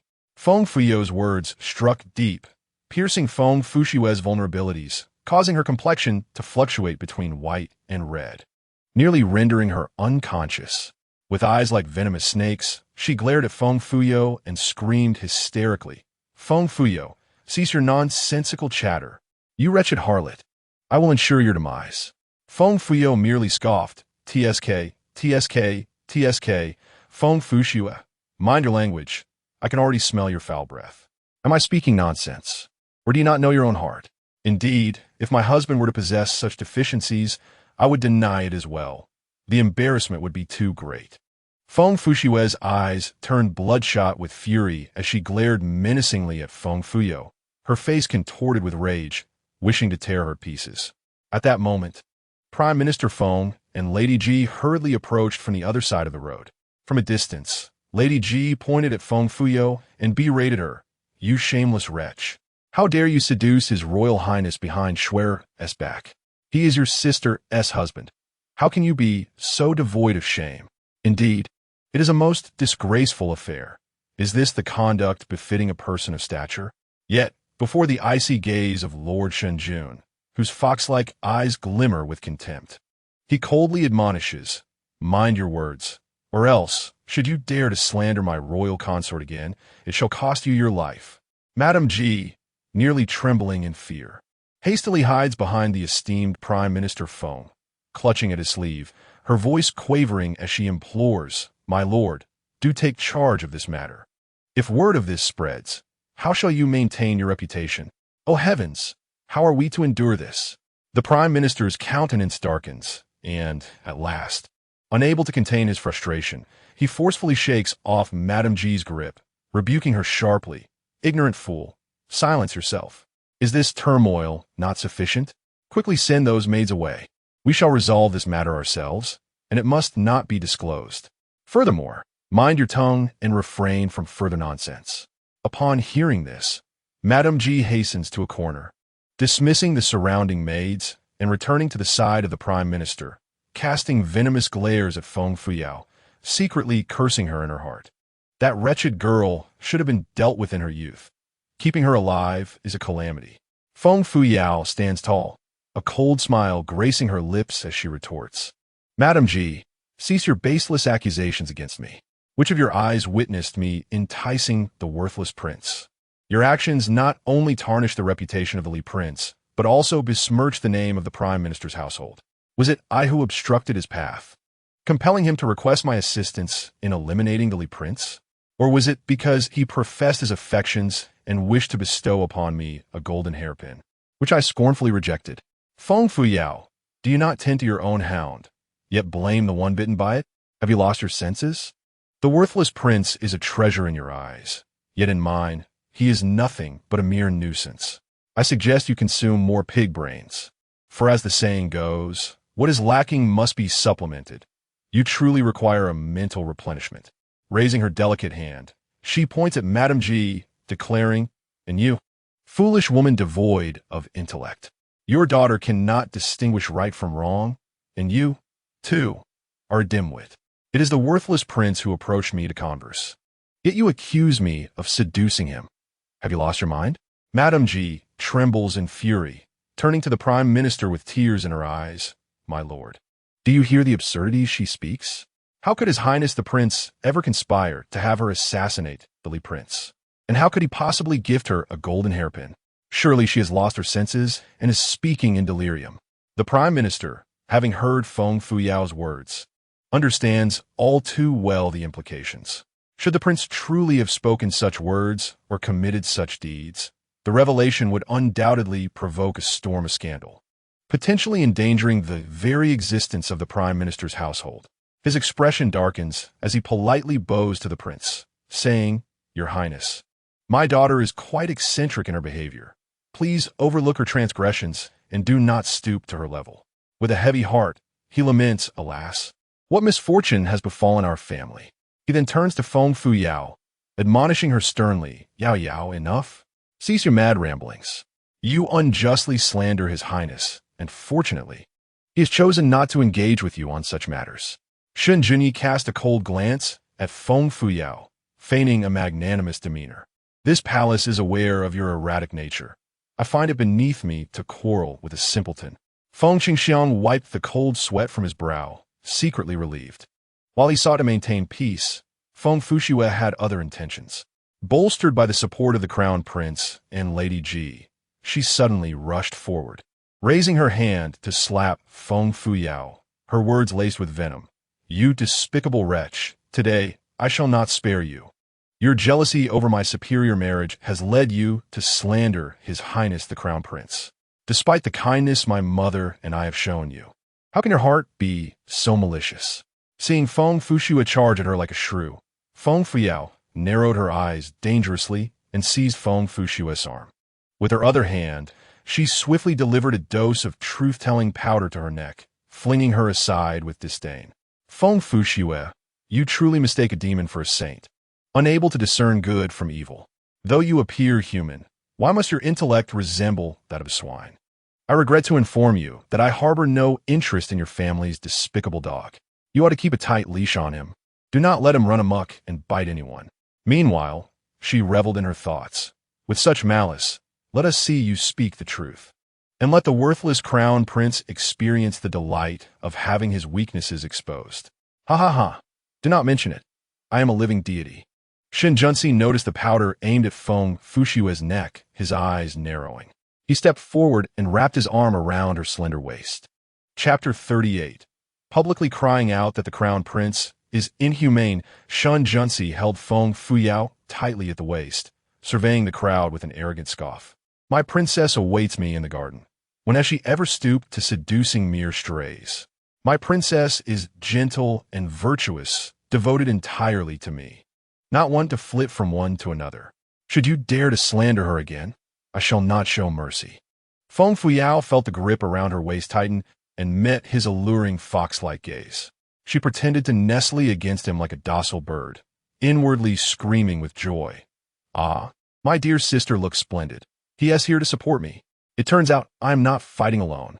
Sister, I have set up a game of truth or dare for that little green tea, and soon there will be a spectacle to behold. The worthless crown prince will be publicly humiliated by his beloved, and he shall never show his face again. Just wait and see that the dog-like prince will be so enraged he spit blood. Hith, Shinjunsi. What is the matter with wanting to make this woman cry? He is clearly her husband, yet she foolishly refers to him as her dear sister. Would a good thrashing be the only way to jolt her back to reality?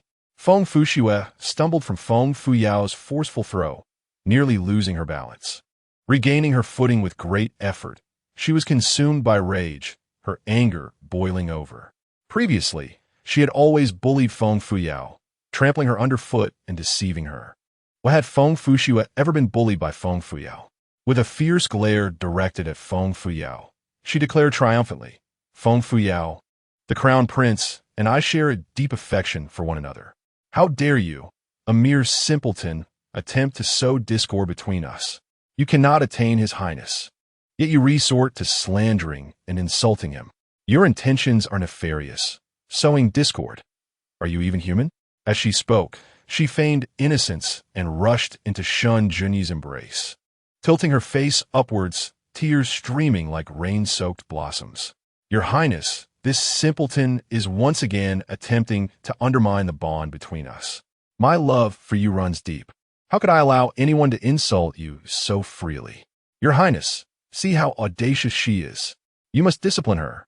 Shun Junyi gently wiped away the tears from Feng Fushua's face, adopting a protective demeanor akin to a hen shielding her chicks. Swear, sweet one, do not cry. Our love is genuine and steadfast, the most unwavering bond in this world. Let those clowns be. No one can disrupt our affection. He then cast a fierce gaze at Feng Fuyao.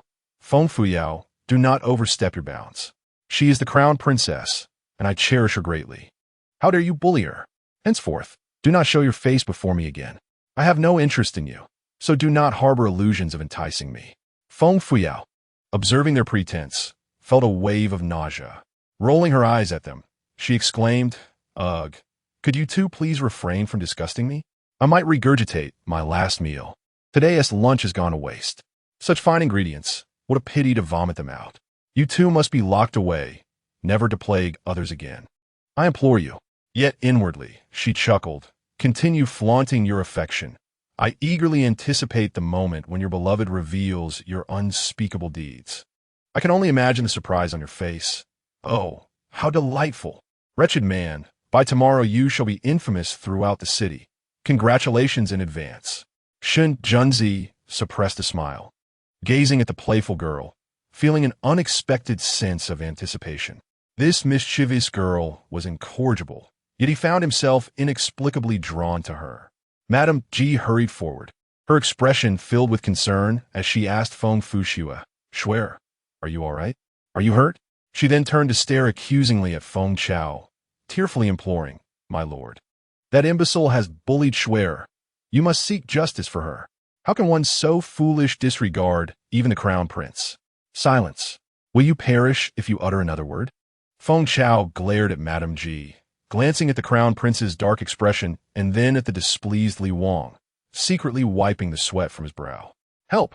He could not afford to offend either of these formidable figures. He needed to send these calamities away quickly, never to return. With a hurried smile, Feng Chao said, "It's all a misunderstanding. Let us not let a family quarrel disrupt our harmony. Your Highness, Prince Li, why not join me in the hall for some tea and refreshments? I have prepared exquisite delicacies for you. Once you've enjoyed them, I will graciously escort you back to your estates." The group, each harboring their own thoughts and discomforts, awkwardly made their way to the hall. Seated comfortably, sipping tea and enjoying delicacies, it seemed as if the earlier discord had never occurred. Feng Fuyao lounged in her chair, blissfully indulging in her treats, as if the events that had transpired in the garden were mere figments of imagination. Meanwhile, Feng Fuxue and Madame G seethed with indignation, casting furious glances at Feng Fuyao, wishing they could bore holes into her with their stares.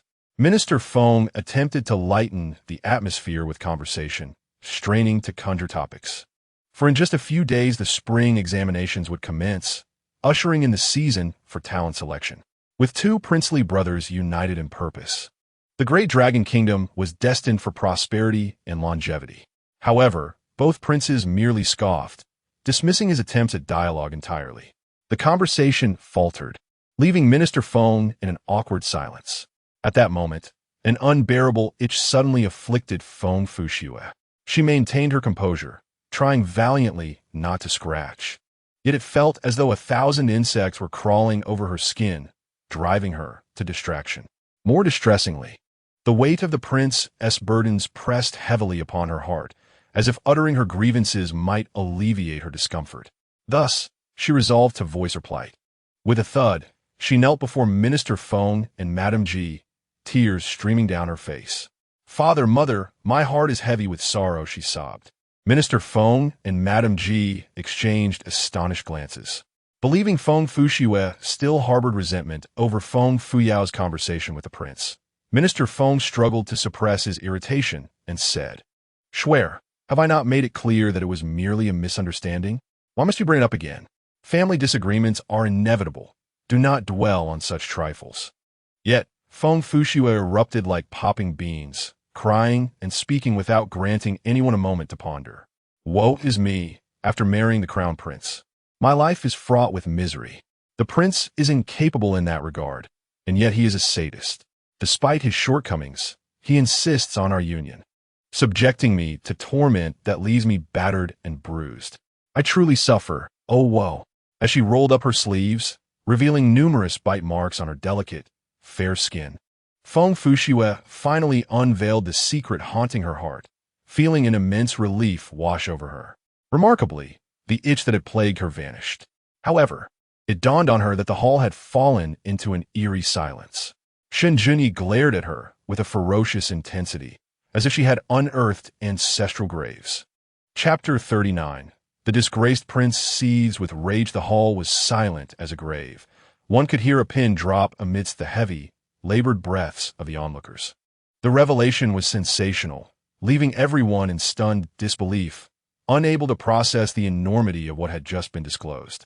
The guards stationed at the entrance were taken aback by the shocking turn of events, their expressions a mixture of astonishment and amusement, and they lowered their heads, feigning ignorance. Minister Feng and Madame G wore expressions of utter incredulity, their faces flushed with embarrassment. The prince, tall and imposing, was revealed to be lacking in prowess. Not only that, but he had subjected their precious daughter to such cruelty. Heaven above, what madness is this? Should this scandal reach the public, where would they hide their faces? Feng Fuyao gazed at the myriad of bite marks, both deep and shallow, adorning Feng Fushue's arms, utterly astonished. If her arms bore such terrifying marks, one could only imagine the extent of the damage to her body, akin to a map. Was the crown prince so inept that he transformed his sorrow into such brutal aggression? Was it not exceedingly ruthless? As Feng Fuyao emerged from her shock, she exchanged knowing glances with Shun Junzi, struggling to suppress her laughter with great difficulty. My goodness, I never anticipated the truth to be so explosive. Is the crown prince truly this twisted? Is he a mad dog? Shun Junzi cast a blank stare at Feng Fuyao, his eyes betraying a hint of admiration. This woman was utterly wicked, yet he found himself somewhat appreciative of her audacity. Feng Fushue's words left the crown prince utterly bewildered, as if struck by a heavy blow. His mind buzzing in disbelief. Anger coursed through him, turning his complexion a deep shade of fury, and he trembled with rage and humiliation. With a sudden gasp, he spat out a mouthful of blood. One might criticize a man for his ineptitude, but to suggest he was incapable was an affront no man could bear, especially not one of his esteemed rank as the crown prince. To have his shortcomings exposed before his sworn enemy, that scoundrel Shun Junzi, was a humiliation beyond measure. As Shun Junyi felt stars dancing before his eyes, he was acutely aware of his own vulnerability, as if stripped bare before the crowd, subjected to their scornful gazes and derision. The burden of his inadequacy had long been a source of torment for him. In an effort to conceal his shortcomings, he had built his physique to a formidable stature. Even before marrying Feng Fushue, he had taken 2 concubines and countless courtesans, his harem bustling with life akin to a tea-house. The women, cowed by the crown prince's authority, dared not speak of such matters. Yet today, that shameless woman, Feng Fushue, brazenly revealed it before all. How dare she? How dare she? Veins bulged on Shun Junyi's forehead as his expression contorted with rage, resembling a furious beast. Pointing an accusatory finger at Feng Fushue, he roared, "Do you comprehend the foolishness of your words? When have I ever been incapable? Was it not you, this shameless woman, who pleaded with me to act in such a manner? You claimed that the harder I bit, the more pleasure you derived. When I was gentle, you expressed dissatisfaction. How can you be so despicable? You dare to publicly slander me due to your own unfulfilled desires? You unworthy wretch, you do not deserve to be my crown princess. I shall inform my father and mother, demanding your demotion to a mere concubine." Feng Fuyao sipped tea and nibbled on pastries, relishing the freshly revealed scandal. She could hardly contain her amusement, exclaiming, "Oh my, this revelation is exhilarating. The 3-second man is utterly ridiculous. To think he is a sadist yet shifts the blame onto his woman. Does he really not know his own worth? Is it truly amusing to inflate one's own image? If you were to demote Feng Fushue to a mere concubine, you would only solidify your own incompetence. Oh, what a twist. I never imagined that truth or dare could be so malicious. I absolutely love it." The system's little melon was excessively boastful. Are you not disdainful of the poison powder that cannot kill? One must realize that the most formidable dagger is one that strikes at the heart. Now, do you comprehend its potency? Shun Junzi could hear Feng Fuyao's inner thoughts and nearly laughed aloud. So, the poison powder Feng Fuyao employed was called truth or dare.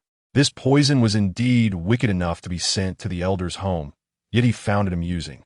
From this day forth, he would surely stoke the flames, spreading tales of the crown prince's impotence and sadistic tendencies throughout Chang'an and even the Great Long Kingdom.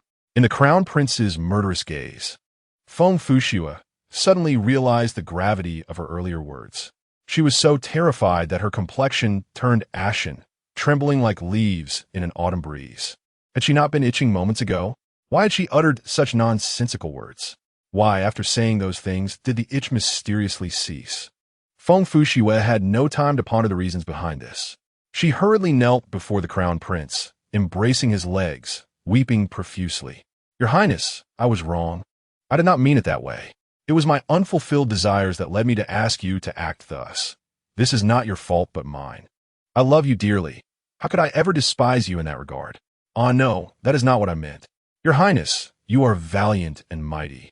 I adore you immensely. I was merely momentarily confused." Momentarily confused? Shen Junyi ground his teeth, his eyes blood red. He longed to tear this foolish girl apart to quell the hatred in his heart. Did she not realize that her reckless words could ruin his lifetime of reputation? After today, his disgraceful impotence would echo throughout the great long kingdom, potentially jeopardizing his future claim to the throne. Madame Ji was both embarrassed and enraged. Flustered like an ant on a hot pan, Feng Xiang, recovering from his astonishment, hurriedly attempted to mediate, lowering his tone and saying, "Your Highness, Shuer must have been angered by your conversation with Yaoer. Thus, she spoke foolishly to provoke you. Please, Your Highness, temper your anger. Do not hold her words against her. After all, couples often quarrel, and there is no marriage without its disputes.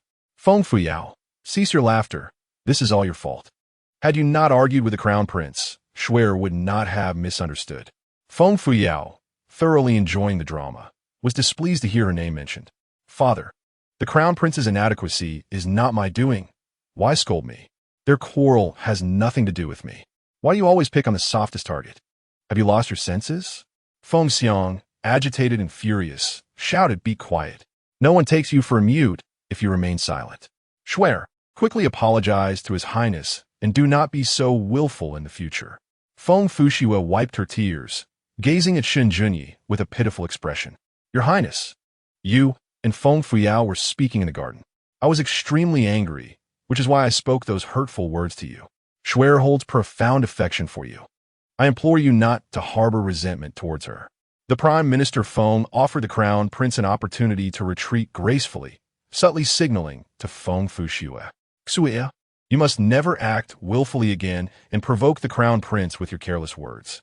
As the crown princess, you must embody tolerance and magnanimity, and never let jealousy cloud your judgment. Do not assume that His Highness's affection gives you license to act recklessly. Hurry and assist His Highness back to the palace." Feng Fushua hastily rose to her feet, rushing to support Shen Junyi. However, he lifted his foot and forcefully kicked her in the chest, sending her sprawling to the ground. With a furious huff, he swept away in anger. Chapter 40. The unworthy crown prince storms off.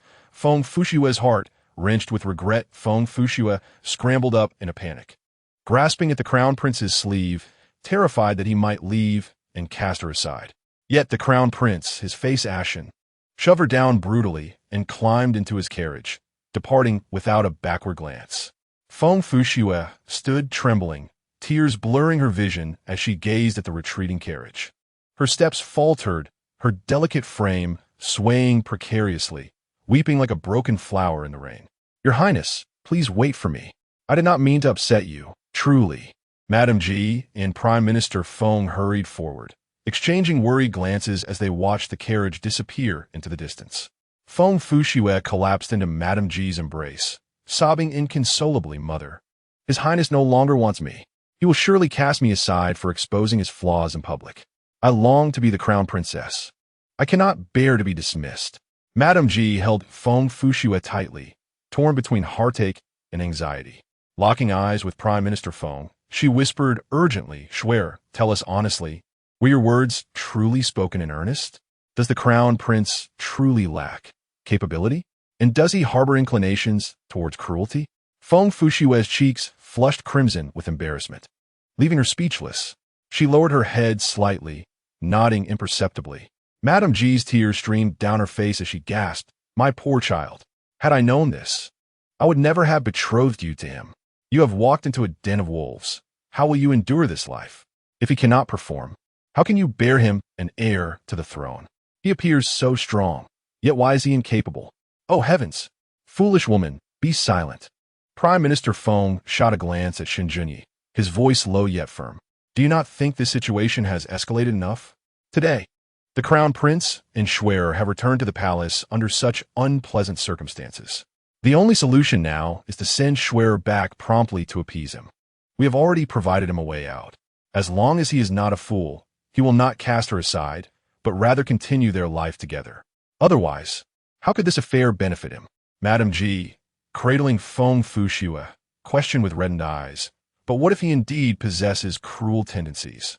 What if he continues to mistreat Shuer? My dear child, just the thought of it twists my heart in anguish." Feng the Prime Minister glared at her in anger, his beard bristling with indignation. Initially, when the Empress sent someone to propose marriage for the Crown Prince to Schwer, I intended to refuse, wishing to steer clear of this murky situation. Yet, you two wept and wailed, insisting that Schwerer and the Crown Prince were deeply in love and that she must marry him. Now, the situation has escalated. She is already wed to him, the Crown Prince, and how can one simply speak of divorce? Even if it is a pit of fire, Schwerer must leap into it. Do you possess the audacity to oppose the Crown Prince or the entire royal family? Do you wish to drag the entire Feng family into her demise? Schwerer is married to him now. She must follow him as a hen follows a rooster, and no matter the life she leads, it is her destiny. Feng Fu Shui wept heartbrokenly, her cries echoing her despair. No, Schwerer cannot be divorced. She desires to be the Crown Princess, to become Empress. She now feels like a wilting flower, and should she be cast aside by the Crown Prince, how could she ever hold her head high before the world again? Who would dare to accept her, a woman discarded by the Crown Prince? She longs to accompany him and eventually become Empress, to live splendidly before the eyes of society. Even if the Crown Prince is a man with sadistic tendencies, she would willingly endure. Feng the Prime Minister furrowed his brow tightly and loudly commanded the steward to prepare the carriage. Madam, and I shall personally escort the Crown Princess back to the palace. Yes, the steward replied, trembling as he set off to arrange the carriage. Feng Fu Yao and Shun Jun Si leisurely sat in the hall, having enjoyed a splendid performance, delighting in the unfolding drama. Currently, Feng the Prime Minister and Madame Ji were in a frenzy, preoccupied with sending Feng Fu Shui back to the Crown Prince's residence, leaving no time to attend to the two of them. Seeing that the entertainment had concluded and the delightful spectacle had ended, Feng Fu Yao gently tugged at Shun Jun Si's sleeve, leaning closer to whisper, "Your Highness, if we linger any longer, we may become a nuisance. It is time to take our leave." "Indeed, let us depart," Shun Jun Si replied, rising and assisting Feng Fu Yao to her feet. They exchanged knowing smiles and walked outside to bid farewell to Feng the Prime Minister and Madame Ji. At that moment, Feng the Prime Minister and Madame Ji were in no mood to engage with them, eager for their departure. Feng the Prime Minister politely clasped his hands in greeting to Shun Jun Si, saying, "I apologize for my inadequate hospitality. I hope your Highness can forgive me. Should there be future opportunities, please bring Yaoer back more often. The Feng residence is her family home. Do visit frequently." Shun Jun Si raised a hand, his tone unusually gentle. "Your Excellency is too kind. In the future, I shall surely bring Yaoer back to visit more often." Feng the Prime Minister sternly glared at Feng Fu Yao, his expression serious as he admonished her. "Yaoer, as a wife, you must embody tolerance and grace. Be gentle and virtuous, supporting your husband and nurturing the children. At home, you follow your father. In marriage, you follow your husband. Do not act out impulsively, lest you harm the bond between husband and wife. I hope you will soon bear children for His Highness." Feng Fu Yao exchanged a glance with Shen Jun Qi, nodding in a perfunctory manner. "Understood. Father, you may now attend to your matters. We shall take our leave." Yet within her heart, she was overwhelmed with sarcasm, thinking, "Father, have you ever seen two women together that could bear children? And the prince is a man who favors other men. Do you think I can bear children? I'm also at a loss as to how to win his heart. Let Feng Fu Shui be the one to expand the prince's lineage," sighed Feng Fuyao. Shun Junzi listened to Feng Fuyao's inner thoughts, a small flame of irritation igniting within him. This foolish woman was once again chattering incessantly. With her incessant talk of severed sleeves, she truly had the audacity to regard him as a woman, which was exceedingly vexing. Minister Feng was eager to usher the two into the carriage, for he had far more pressing matters to attend to. However, Feng Fuyao and the other had yet to exit the hall when a rotund little boy suddenly dashed forward. Wielding a stick, he swung it at Feng Fuyao with reckless abandon, cursing and shouting, "You clumsy fool, I'll beat you to death. You came back to steal my food, my drink, my possessions. I'll make you pay." Feng Fuyao raised her hand to block the stick and looked down to see a boy of around 7 or 8 years old, glaring at her with furrowed brows. The boy was as round as a little barrel, his features squished together due to his plumpness, and his eyes were narrowed into slits. With every movement, his chubby form quivered. This boy was none other than Feng Fushou, the youngest son of Madame Ji. During his birth, Madame Ji had face complications, leaving him somewhat dim-witted. Since childhood, he had been coddled by Madame Ji, growing into a spoiled and overbearing little tyrant, known for bullying others under her encouragement. Feng Fuyo, having had enough of this little bully, snatched the stick from his hands and scolded, "You insolent brat, what madness possesses you? You're as round as a dung ball. Are you trying to eat yourself to death? You show no respect or manners at all." The little tyrant, resembling a cannonball, bounced towards her in an attempt to reclaim the stick, shouting, "You wretched woman, once you're married off, don't come back. Mother says all the wealth of the Feng family will be mine. Hurry and leave. Don't embarrass yourself by trying to take my inheritance. No one in the Feng family wants you back. I've thrown your old room into the muck, and you can forget ever staying there again." Feng Fuyo was nearly amused by this little ruffian's audacity. What kind of wicked teachings had that vile woman, Madame Ji, imparted to this child? She had no intention of coddling this arrogant brat. Grabbing his chubby arm with one hand and raising the stick with the other, she delivered a sound spanking to his behind, all the while berating him, "Your mother has failed to educate you properly. Allow me to do so in her stead. You disrespectful little wretch, you truly deserve this. What inheritance do you think you will receive? You have 2 elder brothers and a host of half-brothers. Even if inheritance were to be passed down, you would be the last in line. Have you hit your head somewhere?" After a few swift strikes, the little tyrant howled in protest, clutching his behind while tears and snot streamed down his face. Desperately struggling, he cried out with a voice that resembled a broken bell, "Stop! Please, don't hit me anymore. My behind is going to burst. You wretched woman, how dare you strike me? I will tell mother and have her deal with you. You may as well await your demise from starvation," wailing in despair.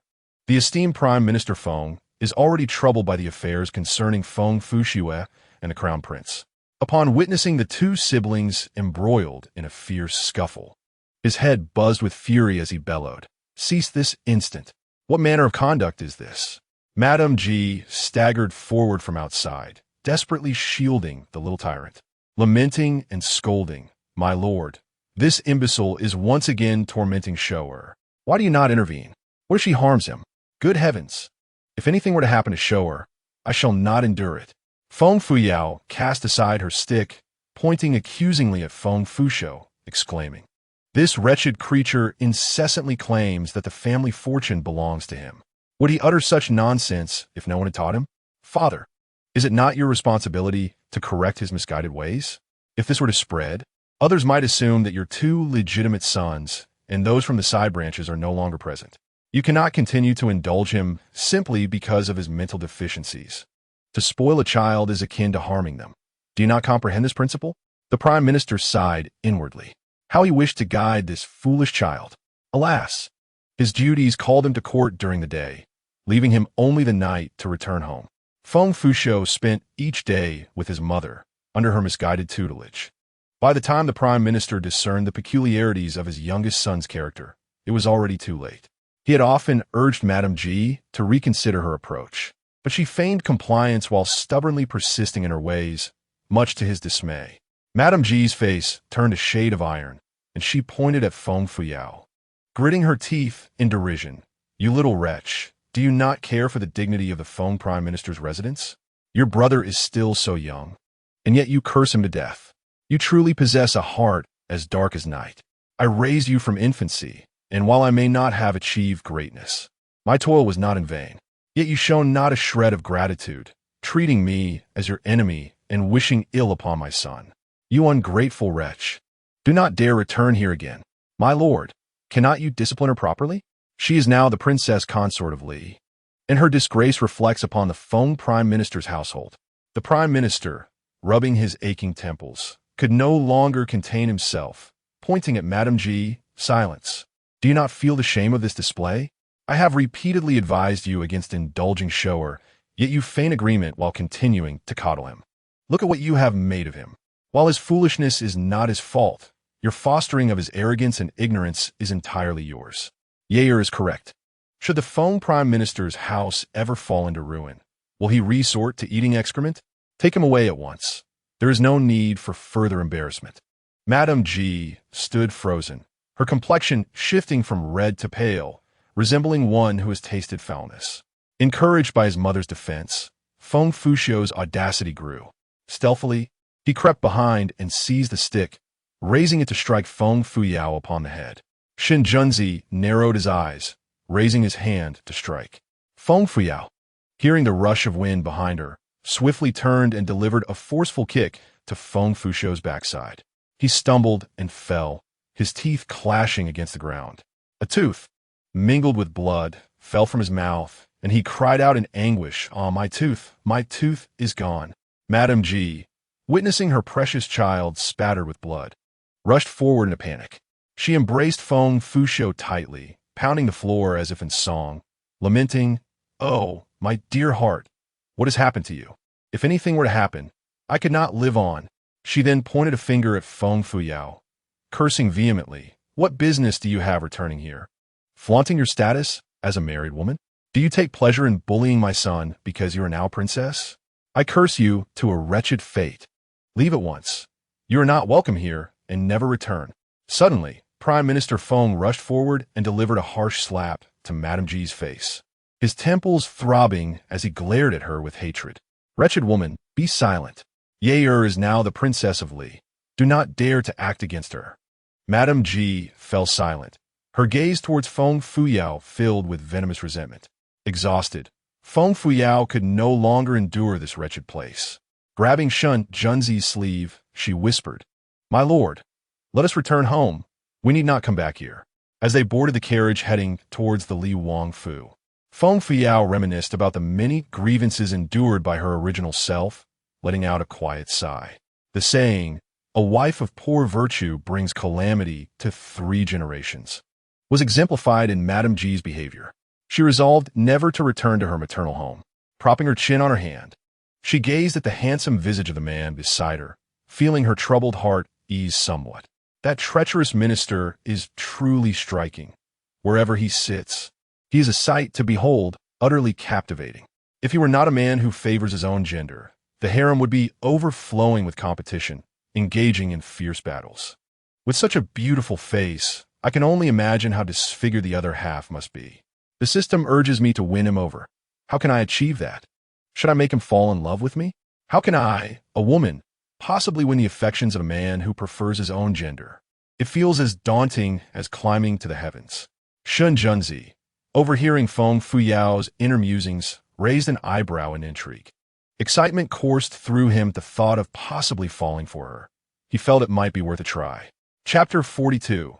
The joy of infinite purchases. Feng Fuyao, scheming in her heart, looked at Shen Junzi, playfully pouting, "My lord, today the scoundrel prince faced a setback, and I am quite delighted.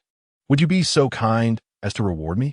Shen Junzi regarded her radiant face with a composed demeanor and inquired, "What kind of reward do you seek? As long as your demands are reasonable, I am more than willing to oblige."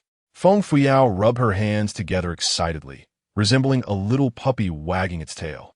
Charming and vivacious, she smiled brightly. "How could I possibly make unreasonable demands? I could never do such a thing. Will you accompany me for a shopping spree? I yearn to indulge in the delightful experience of unrestricted shopping. All expenses incurred during this unbridled spree shall be borne by you. What say you?" Shen Junzi, meeting the mischievous gaze of the young maiden, inquired with curiosity, "What is this unrestricted shopping? I have never heard of it." Feng Fuyao, with her delicate fingers, explained, "Unrestricted shopping means there are no limitations on the types, quantities, or amounts of purchases. One can buy whatever one desires. For instance, gold and silver jewelry, cosmetics, fabrics for garments, delectable foods, and so forth. Rest assured, I shall not purchase any large items such as houses, shops, restaurants, or casinos. What do you say, Your Highness? Can you fulfill this modest wish of mine?" Feng Fuyao blinked her beautiful eyes, gazing at him with eager anticipation, secretly murmuring, "The crown prince is so malicious towards you. I shall bring him to disgrace, helping you exact your revenge. How generous I am towards you. Having traversed to this ancient era, I truly wish to explore and savor the joy of unrestricted shopping." What you may not know is that a millennium hence, towering skyscrapers abound, devoid of any architectural character. The ancient city gates and palatial structures have become mere tourist attractions, teeming with crowds.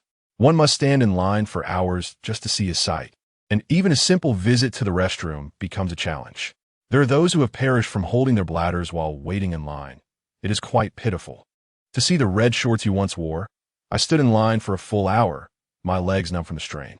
Alas, I encountered an earthquake and found myself transported here to meet you. I possess only fragmented memories of the original owner's growth, and I am largely ignorant of other matters. Dear sister, one must not be overly stingy. Please agree to my humble request, I implore you. Upon hearing the preceding words, Shen Junsi initially felt a measure of sympathy for Feng Fuyao. However, upon hearing her refer to him as dear sister again, the spark of irritation ignited anew.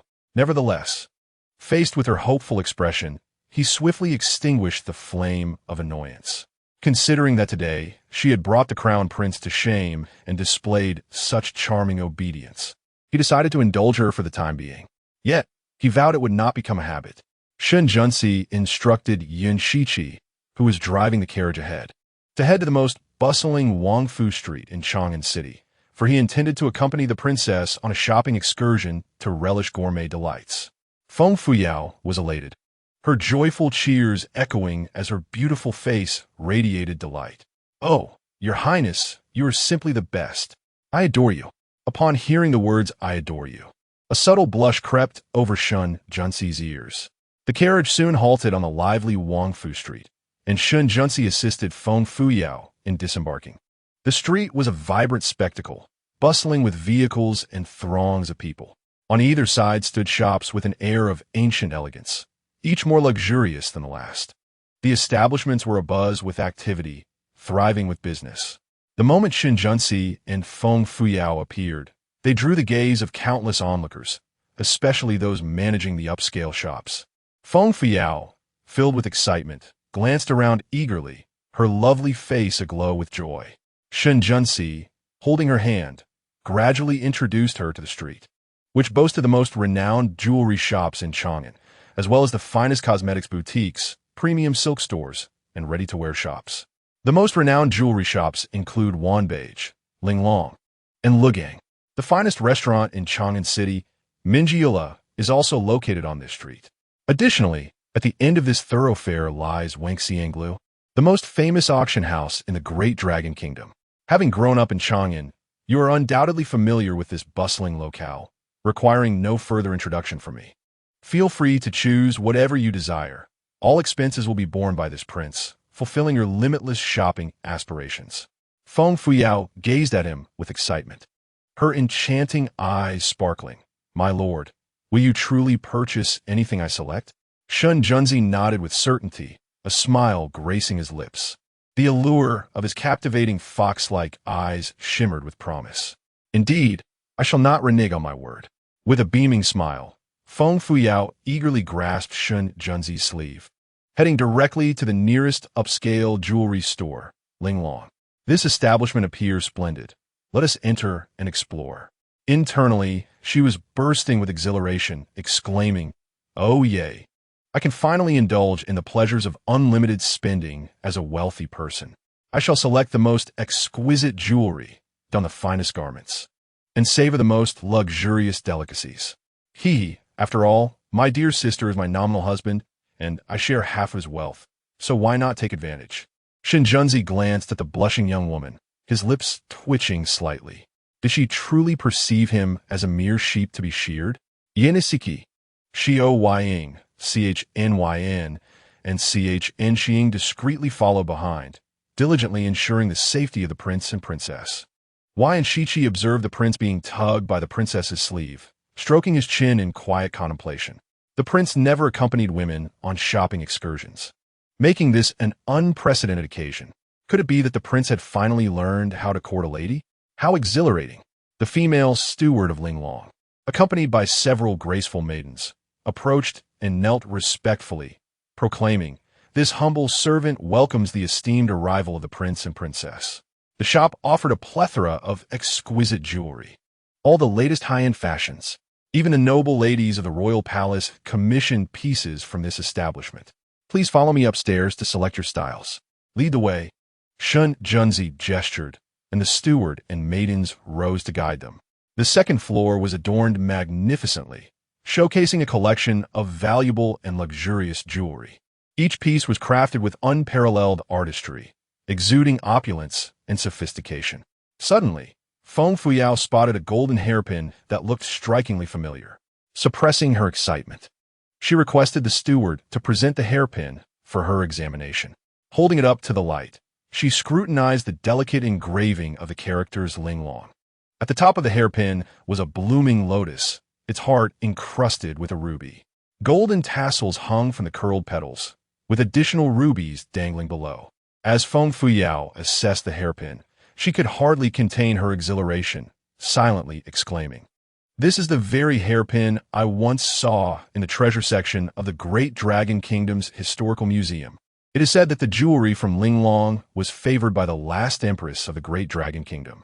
Could it be that the person who purchases this hairpin will become the future empress of the Great Dragon Kingdom? If I acquire it, would I not be rewriting the history of the Great Dragon Kingdom? Chapter 43.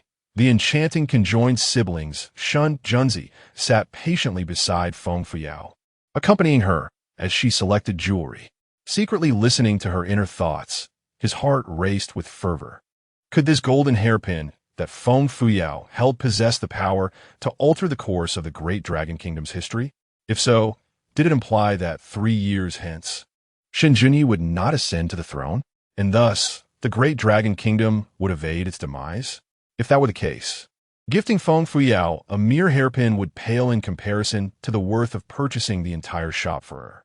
Feng Fuyao clutched the hairpin with great excitement. "Manager, please bring forth all the new arrivals and featured styles from your esteemed establishment. I wish to choose carefully." "Certainly, esteemed guest. Please hold on." The manager covertly glanced at Shinjunzi.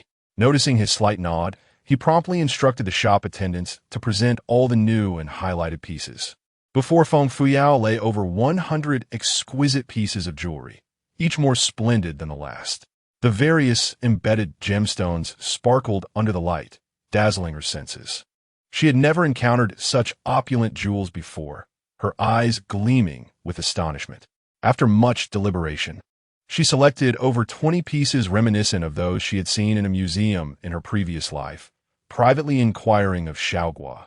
"Xiaogua, the pieces I have chosen are all styles I encountered in the museum of my past life." The museum's account states that these jewels were used as burial adornments for the queens of the Great Dragon Kingdom throughout the ages. Yet, how can I be seeing these jewels now if they were meant to be burial items for queens? Could there be an error in the records? Or is it possible that what I saw in my past life differs from what I see now? If I purchase these jewels, might I change the course of history? Xiao Gua analyzed. Since this pertains to history, there will inevitably be instances that align with it and those that do not. It is plausible that the queens had some jewelry custom-made for burial at the time of their passing. Historical records indicate your demise by hanging, yet here you are, thriving. It is highly likely that the current Great Dragon Kingdom has diverged into an alternate parallel world, teeming with infinite possibilities for different outcomes. Your sole duty is to do everything in your power to prevent the kingdom's downfall in 3 years. Otherwise, our fates will be dire. Feng Fuyao pondered, tracing the intricate patterns on the jewelry. To avert the kingdom's collapse, should I then purchase all these pieces? After all, I am not the one footing the bill. It will be that unfortunate soul, a naive lamb awaiting slaughter. Ha. If I do not let him spend extravagantly today, my conscience will feel quite troubled. Countless dark lines appeared above Xiao Gua's head. If it had a head, Shun Junzi was holding the hairpin Feng Fuyao had examined, eavesdropping on her thoughts. As a question mark slowly emerged above him. With whom was Feng Fuyao conversing? Who was Xiao Gua? Could it be that Feng Fuyao possessed the ability to communicate with unseen entities? Or perhaps she could converse with those from a future world. Upon hearing her refer to him as a naive fool, he felt a tremor of indignation. However, the mere thought of her purchasing those jewels. It is possible to alter history and prevent the Great Dragon Kingdom's demise 3 years hence. His discontent swiftly transformed into a radiant optimism. With a silent scoff, he thought, "Foolish woman, I shall endure for now. I shall settle these scores with you in due time."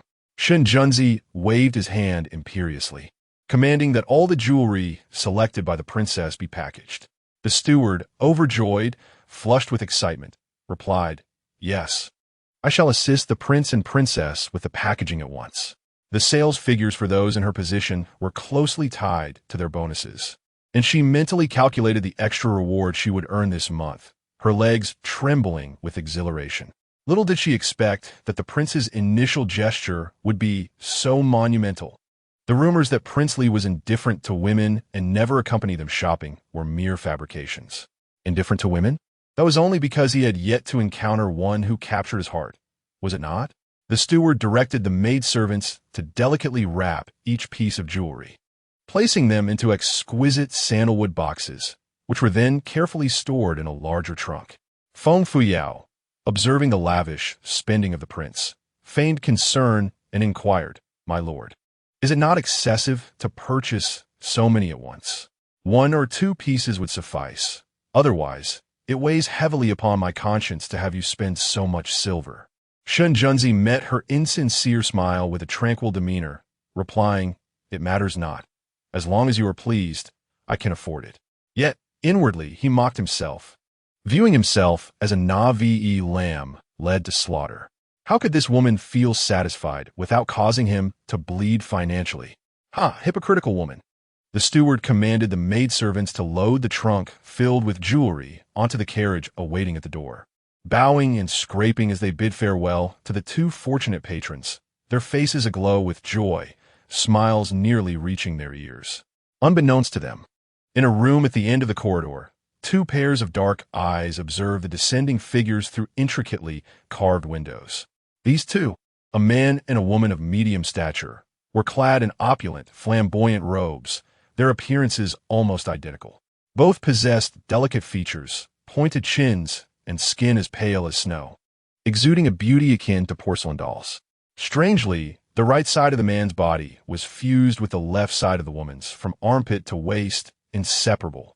Yet they possessed their own heads, arms, and legs, resembling a pair of conjoined twins. These conjoined siblings were none other than Yuan Wuji, the prince of the Night Kingdom, and his sister, Princess Yuan Lanrua. They had lived together since childhood, unable to separate even for the most private of matters. Exchanging glances, they revealed eerily identical smiles. The siblings then stepped forward to a widened chair and took a seat. Princess Yuan Lanrua seized a cup from the table and smashed it to the ground with a resounding crash, her anger boiling over as she exclaimed, "How outrageous! Shen Junzi, that despicable barbarian, is said to be indifferent to women, yet he marries a foolish princess and accompanies her in purchasing jewelry? It infuriates me. How could he, once torn to shreds by my hounds, lying bloodied and gasping at my feet, now possess such audacity? To my astonishment, he has endured in silence for 4 years and has now ascended to the position of the master of the Heavenly Path Pavilion, becoming the most formidable figure in the great Dragon Kingdom. Brother, did you not assert that a fool would serve as the best weapon against the King of Li?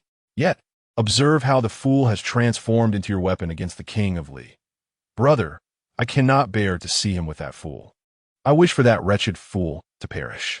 The youth gazed at the young woman, whose face was flushed with indignation, and inquired with skepticism, "Lanru, something seems amiss. Have you developed feelings for that scoundrel? He removes his mask only to reveal a grotesque visage. Surely, your tastes are not that base? However, should you truly harbor affection for him, once I vanquish the great Dragon Kingdom, I shall present this grotesque creature to you as a male companion. I eagerly anticipate witnessing how you will torment him mercilessly." Chapter 44. An Awkward Situation. The sunflower water band, as a headband, Yuan Wuji gently caressed the ring on his finger, a disdainful smile gracing his lips. "As for Feng Fuyao, that fool, we shall find a suitable moment to employ poison to manipulate her. Patience is essential. One cannot rush such delicate matters. Once the opportunity arises, we shall confront her. Lanrua, we have exerted considerable effort to orchestrate the union of the fool with the King of Li, merely to eliminate the king through her agency. Today, it appears that the king of Li is rather fond of this fool, which is advantageous. If we can control that fool, she may unwittingly assist us in disposing of the king of Li. I hope our grand scheme comes to fruition soon. Yuan Lan Ruo pouted playfully. Very well. I shall heed my brother's counsel. I do not harbor any affection for Shen Junzi, that grotesque creature.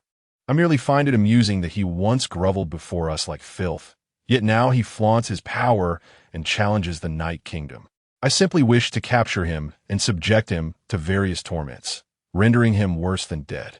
Yuan Wuji caressed his sister's charming face, assuring her, rest assured, such a day will undoubtedly come. Feng Fuyao, having completed her jewelry shopping, continued to peruse the streets alongside Shinjunzi. They came across a beautifully adorned shop, its interior adorned with a myriad of colorful fabrics. Feng Fuyao tugged at Shinjunzi's sleeve, her excitement palpable. What do they sell here? It looks quite luxurious. Let's venture inside. As they approached the entrance, the shop's female attendants and manager warmly welcomed them. Inside, numerous women were selecting various items. Since the goods were intended solely for women, no men were permitted within. Upon noticing an exceptionally handsome man donning a silver mask enter, the women raised their heads in curiosity. The female manager pointed to the items displayed, enthusiastically introducing each one. Welcome, esteemed guests. It is truly heartwarming to see the master accompanying his lady on a shopping excursion, a gesture that is both tender and enviable. Our establishment specializes in women's goods, including handkerchiefs, belly wraps, portable mirrors, headbands, rouge, and powder, among others. All items are of exquisite quality, with innovative designs, ensuring honesty in trade. We are a time-honored establishment with a century-long history in Chang'an. Madam, your discerning eye for our wares is commendable. Feng Fuyao noticed a collection of intricately embroidered long fabric strips hanging nearby, each adorned with long ties at both ends. Casually picking up an item, I curiously examined it, and, gesturing towards my forehead, inquired of Shun Junzi, my lord, does this forehead cloth look appealing? The embroidery appears exquisite, though it seems a tad wide, nearly obscuring my vision. The young girl playfully covered her eyes with a long strip of fabric, casting her gaze around mischievously, exuding a charming and adorable aura. Shin Junzi scrutinized the cloth strip, finding it indeed peculiar. The style was rather odd, and the forehead cloth was undeniably too wide. Nearby, several women perusing their purchases stifled giggles and whispered among themselves, how amusing that girl is, mistaking a Kuei belt for a forehead cloth. It's utterly hilarious. The handsome man wearing a silver mask was none other than the Prince of Li. How striking he looked. Yet, what charm could he possess with half his face marred? Hence the mask. Yun Shiqi and Xiao Ying trailed behind, overhearing the murmurs, their faces flushed with embarrassment, nearly wishing to dig a hole to hide in. Although the princess possessed a beauty as radiant as a flower, her intellect seemed somewhat lacking. Mistaking a Kuei belt for a forehead cloth was truly astonishing. The stewardess, with an odd expression, struggled to suppress her laughter, softly reminding, ahem, my lord, my lady, that is not a forehead cloth. It is a Kuei belt. The forehead cloth is over there. Shun Junzi's lips twitched, his ears burning with embarrassment. Striving to maintain a facade of nonchalance, he inwardly lamented. This foolish woman does not even know what a Kuei belt is? How mortifying! Feng Fuyao removed the long strip from her forehead, inspecting it thoroughly. This cloth strip was sturdy, reinforced with 2 layers of waterproof oilcloth. Noticing Shun Junzi blushing profusely nearby, she could hardly contain her amusement, pondering, a Kuei belt? Isn't that akin to a menstrual pad? Did such items exist in ancient times? Why do I lack the original owner's memories regarding this? She sighed. Oh dear, how embarrassing. I was careless. Shun Junzi mused. So, a millennium later, this item is referred to as a menstrual pad? Why is it associated with that time of the month? I simply cannot comprehend. Feng Fuyao, with a flourish, slammed the Kuei belt onto the table, boldly declaring, I'll take a variety of designs, 50 in total, and have them all packaged for me. This item was consumable, and 50 would not last long. The stewardess beamed with delight, responding, "Yes, my lady. I shall prepare them for you right away. Please let me know if there's anything else you desire, and we shall settle the account shortly." With that, she swiftly selected 50 Koeshue belts, packed them into a cloth bag, and handed it to Feng Fuyao. Feng Fuyao casually passed the bag to Shinjunzi, feeling as if he were holding a hot potato, promptly transferred it to Yun Shichi behind him. Yun Shichi clutched the bag as if it were a blazing fireball, his face flushed and mortified, wishing desperately for a way to disappear. Why was he the one holding it instead of Xiao Ying or the two maidservants standing at a distance?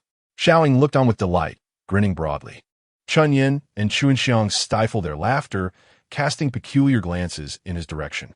Yun Shichi felt overwhelmingly embarrassed, his face nearly crimson with shame. He desperately wished to toss the package away. It was utterly embarrassing. On the other side, Feng Fuyao was holding up a flamboyant belly band, comparing it to herself. The stewardess stood beside her, enthusiastically introducing, "Madam, look at the fabric of this belly band and the exquisite embroidery. They are all of the finest quality. The material is crafted from the most luxurious silk, while the embroidery is renowned southern embroidery, each stitch coming to life. You won't find such high-end belly bands anywhere else." Feng Fuyao held the belly band up, mischievously winking at Shun Junzi. "My dear husband, this fabric is as smooth as water, and the embroidery is delicate and beautiful. Wearing it close to the skin will surely be comfortable. Do you think I look good in it? If you like it, I shall purchase several." She secretly chuckled to herself, thinking, "Dear sister, you might want to buy one too, to match your bright red undergarments. You could wear it for Bao Lai to see. He would undoubtedly adore it. Oh dear, I can't wait to see you in it." Imagine a belly band adorned with bright red embroidery and matching red undergarments. Heavens, the image is too beautiful to contemplate. I might just have a nosebleed.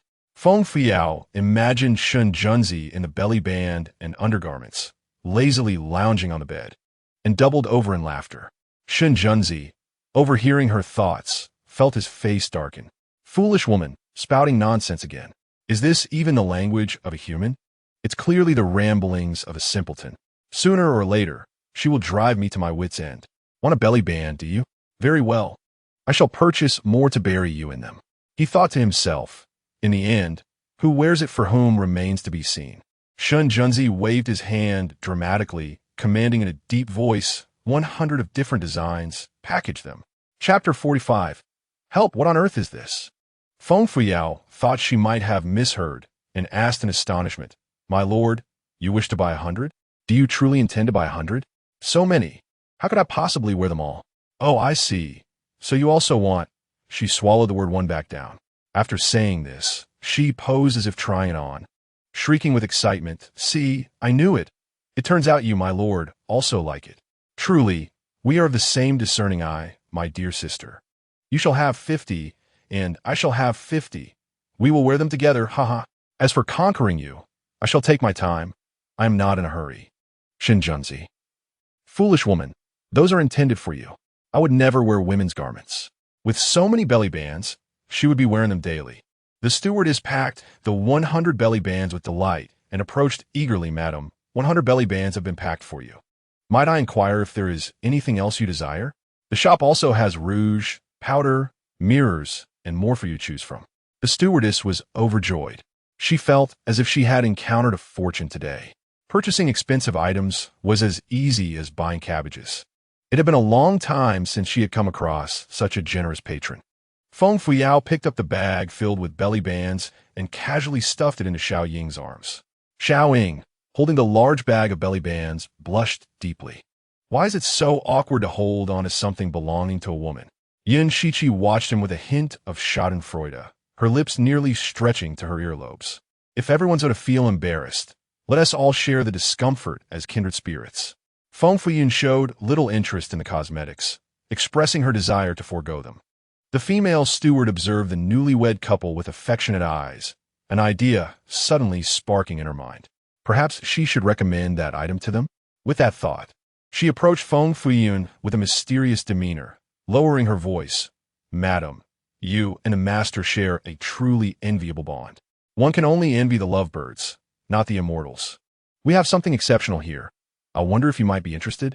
Feng Fuyun glanced at Shun Junzi. Her curiosity piqued. Exceptional? What is it? Where is it? The steward smiled coyly, confidently stating, the exceptional item is in a private VIP room, often sought after by couples. It boasts excellent quality at a reasonable price, guaranteed to satisfy. However, it is crafted from pure gold, so it comes at a slightly higher cost. Feng Fuyun's curiosity deepened as she tugged at Shun Junzi's sleeve. Husband, shall we take a look? Shun Junzi, equally intrigued, instinctively nodded. Yes, let us see. If you like it, I will purchase it for you. The steward was overjoyed and eagerly led the way to the secluded VIP room, courteously ushering them inside. She invited them to sit and poured 2 cups of fragrant tea. A female attendant approached with an exquisite wooden box, placing it solemnly before Feng Fuyun and Shun Junzi. The steward's face radiated with a mysterious smile as she slowly opened the box, revealing a glimmering golden object. Feng Fuyun rubbed her eyes and instinctively asked, Goodness, what on earth is this? A giant golden caterpillar? What is it for? Just as she reached out to examine it, Shun Junzi swiftly covered her eyes, wrapping his arm around her waist and leading her outside. The steward, noticing this, hurriedly interjected, Madam, Master, I haven't had the chance to explain it in detail yet. Shun Junzi shot a fierce glare at the steward, his expression dark and icy, a fleeting glint of menace in his eyes. His cold and formidable aura made the steward tremble, causing her to hastily close the wooden box and have the attendant take it away. Feng Fuyun swatted Shun Junzi's hand away from her eyes, protesting, I didn't get a good look. What on earth was that? Didn't you say you would buy it for me? Why are we leaving? Shun Junzi, with a cool demeanor, replied, It's not anything good. You don't need to know. Feng Fuyun, perplexed yet persistent, insisted, What was it? Can't you just tell me? Shun Junzi, with a hint of pride, stubbornly responded, No. There are some things you don't need to know. Faced with his obstinacy, Feng Fuyun sighed, All right then. Let us settle the bill quickly so we can continue our shopping. We've bought enough items. Next, let us go get something to eat. Simultaneously, a sense of delight swelled within as thoughts of delicacies flooded her mind. I desire osmanthus cake, mung bean cake, dragon beard candy, and gourd candy. I crave roast chicken, skewered meats, succulent dumplings, broth-filled wontons, and exquisite 3-flavor dumplings. Ah, and I yearn for a whole roasted lamb. Shun Junzi raised an eyebrow and remarked, Are you not concerned about overindulging? He cast a meaningful glance at Yun Shiqi, who promptly produced a silver ingot to settle the bill with the matron. Taking Feng Fuyun's hand, Shun Junzi led her into the bustling street outside. The sun had begun its descent, casting a golden hue over the lively thoroughfare filled with a throng of people. Many shops had already adorned their entrances with large lanterns. In this era, there was no curfew, and the night was even more vibrant than the day. With the impending imperial examinations, numerous scholars had flocked to Chang'an. The students meandered in small groups, enjoying leisurely strolls or gathering to drink and discuss scholarly matters. Feng Fuyun inhaled deeply, exclaiming, How delightful! My lord, what shall we eat? Bathed in the sunset's glow, the young maiden's eyes sparkled with vivacity, radiating an unparalleled beauty. Passers-by stole glances, their gaze filled with admiration, while some men cast envious and resentful looks at the fortunate fellow accompanying such a stunning beauty. Shun Junzi instinctively straightened his back, taking a few steps forward to shield her from the covetous and unwelcome stares. He realized for the first time that accompanying such a breathtaking beauty drew undue attention. This Na'vi girl, unaware of her allure, curiously surveyed her surroundings. With a profound gaze, Shun Junzi pointed down the road, saying if we turn the corner, we will find the renowned Mingyue Tavern, famous for its whole roasted lamb. Should you wish to indulge, I shall take you there. Besides the lamb, many other dishes are equally delightful. Feng Fuyun clapped her hands in joy, the air thick with a celebratory spirit. Tugging at his sleeve, she looked up with her sparkling eyes and exclaimed, Oh yes, I am eager for a grand feast. My lord, the unlimited purchase includes treating me to a grand meal. Right? You promised me unlimited purchases, and that means I can have whatever I desire. Your word must hold weight. Meeting her expectant gaze, Shun Junzi felt an inexplicable joy swell within him and nodded. Indeed, my word is my bond. If you wish for anything else, I shall procure it for you. Feng Fuyo glanced around and pointed toward a vendor selling gourd candy. Like a mischievous child, her eyes gleamed with delight as she exclaimed, "Those gourd candies look so enticing. They must be delicious. I want gourd candy." Yun Shiqi, noticing her excitement, stepped forward to make the purchase. However, Shun Junzi raised his hand to halt him. Instead, he approached the vendor himself and personally bought 5 pieces of gourd candy for Feng Fuyo. Yun Shiqi was taken aback, pondering, why does the Lord appear to be so smitten? Is he not acting like a mere sycophant? He mused in disbelief. Goodness, could it be that the Lord has developed affections for this simpleton? Feng Fuyo took a bite of the gourd candy, her face lighting up with blissful satisfaction. Sour and sweet, it is absolutely delightful. You must try it, she insisted, playfully offering another piece to Shin Junzi. Yet she secretly murmured, how delightful it is to have the god of wealth by my side. I can buy whatever I desire. An enormous fool, indeed, to not take advantage of such fortune. Shin Junzi. In her eyes, was she merely a source of funds for her extravagant whims? She longed to hurl a candied gourd at her face. Meanwhile, the two were indulging in shopping and culinary delights, reveling in their merriment. On the contrary, within the prince's residence, chaos reigned supreme. Chapter 46. A bow to the enraged Prince Prime, Minister Feng, and Lady Ji personally escorted the weeping Feng Fushua back to the prince's residence. The prince, in a foul mood, did not bother to greet the couple. Observing the prince's reluctance to meet them, both Feng and Lady Ji wore expressions of discontent. The prime minister's face was longer than that of a donkey, clearly displeased. Before departing, Lady Ji repeatedly admonished Feng Fushua, "My dear, now that you are wed to the prince, you are his in life and his ghost in death. Your fate is intertwined with his. Do not act recklessly. Apologize to the prince sincerely. Once his temper has cooled, all will return to normal. The prince suffers from an ailment, which is not his fault, nor is it terminal. With proper care, he shall recover. As his princess, you must treat him with kindness. As a wife, be gentle, virtuous, and understanding. In the future, you are destined to be a queen, so do not act impulsively or speak without thought." Lady Ji now regretted her decisions deeply. Had she known it would come to this, she would not have sought the favor of Empress Ji, eagerly marrying her precious daughter to that incapable man. No matter how peculiar the prince might be, Feng Fushua must swallow her grievances and endure.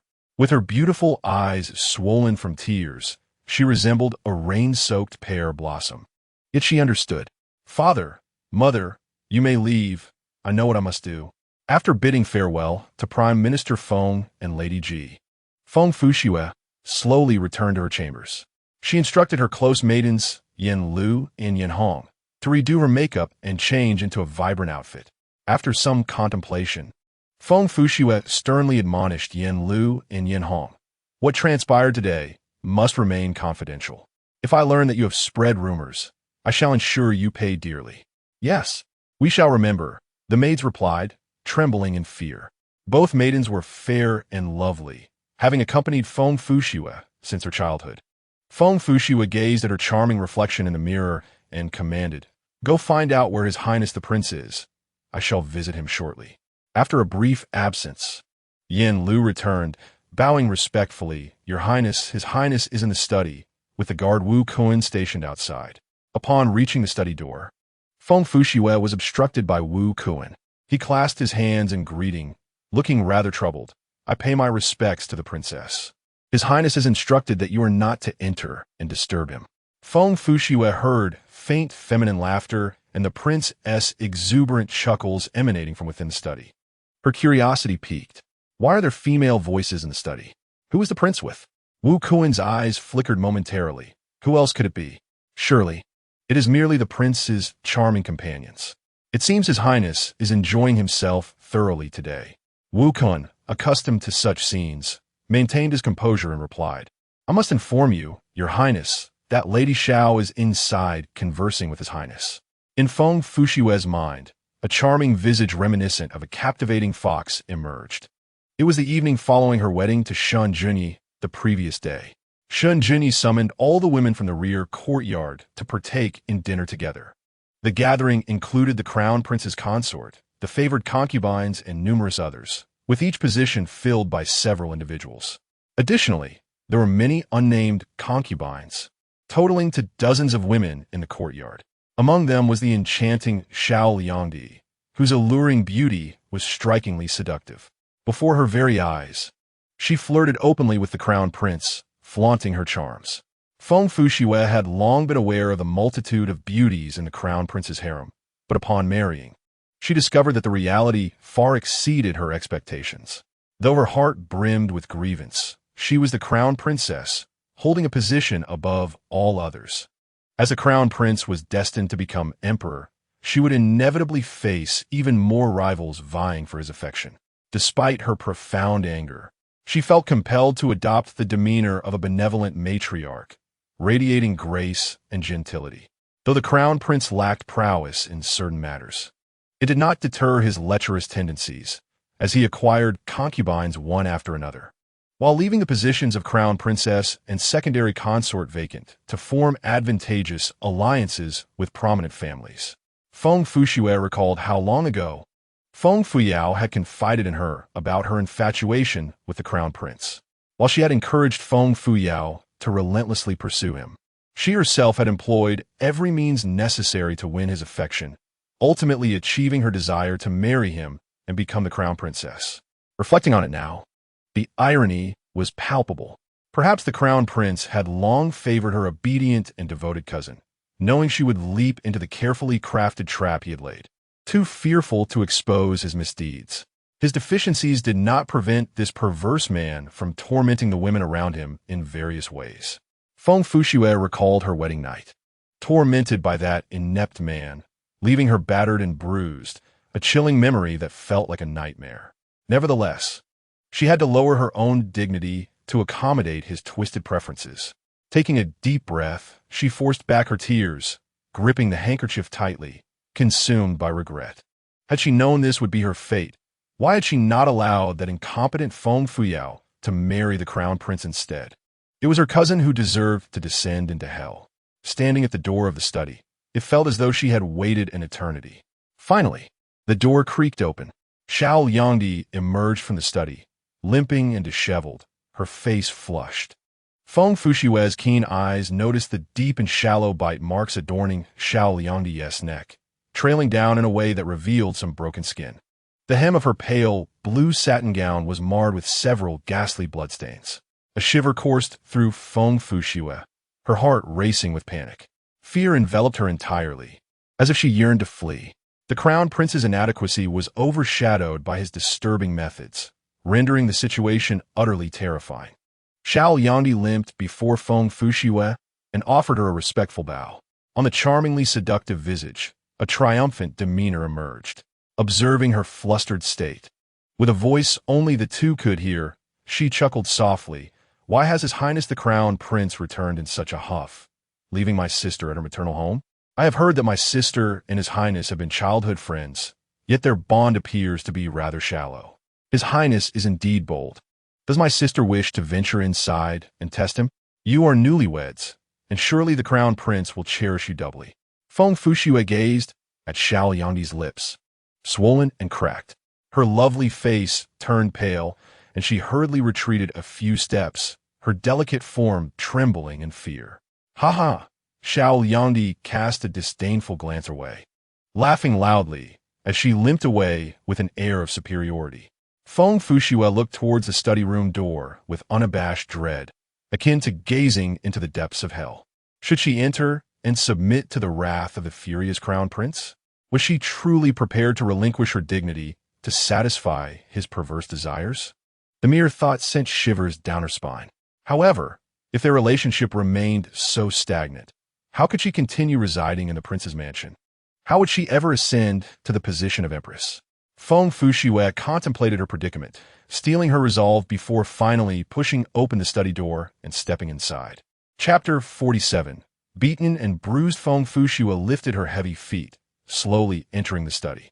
Her heart raced with trepidation, almost leaping from her throat.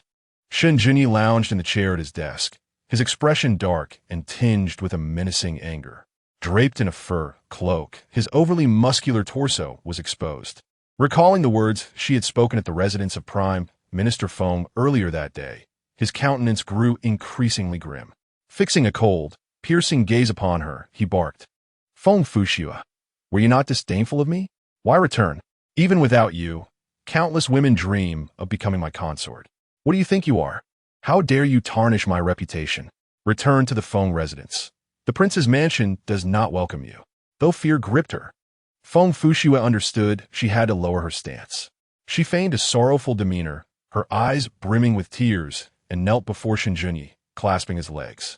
Lifting her tear-streaked face, she cried out in a voice as delicate as a rain-laden pear blossom, "Your Highness, I was wrong. Please forgive me. I saw you conversing secretly with Feng Fuyao in the garden and feared you might be taken by that simpleton. Thus, I spoke thoughtlessly to provoke you. I have admired you since childhood and have always dreamed of becoming your woman. You are the man I cherish most, my beloved cousin. I could never disdain you. Your Highness, please grant me your forgiveness. I will obediently heed your wishes. Whatever you desire of me, I am willing to comply." Feng Fuxue spoke these insincere words through her tears, nearly making herself ill. Yet, the path she chose must be traversed, even if it was paved with tears. As the saying goes, no flattery goes unappreciated. Her extravagant praises slightly quelled Shenjunyi's fury. Shenjunyi reminisced about the time before their marriage when Feng Fuxue secretly gifted him various handmade presents. Disregarding propriety, she clandestinely met with him, complying with his desires and engaging in acts of utter embarrassment. With a bashful demeanor, Feng Fuxue confessed her feelings, declaring him to be the most handsome man in her eyes. She professed her admiration and affection, expressing her dreams of marrying him and becoming his woman. Feng Fuxue, with her exquisite beauty and dignified composure, was renowned as one of the most beautiful women in Chang'an. Her father, the esteemed Prime Minister Feng Zhuo, held significant power, and her two brothers commanded military forces at the borders. Only a woman of such caliber could serve as a pivotal support for him in ascending the throne and solidifying his reign. As Shenjunyi gazed upon Feng Fuxue's charming visage, a cold glint flickered in his eyes. Suddenly, he raised his hand and struck her fiercely across the face. With a sharp crack, Feng Fuxue received a resounding slap to her left cheek. "Ah!" She let out a piercing scream, collapsing to the ground in a disheveled heap.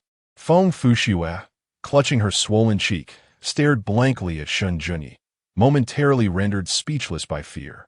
Perhaps overwhelmed by terror and shock, she almost forgot to weep. In her eyes filled with dread, Shenjunyi seized her hair, disarranging her meticulously styled bun.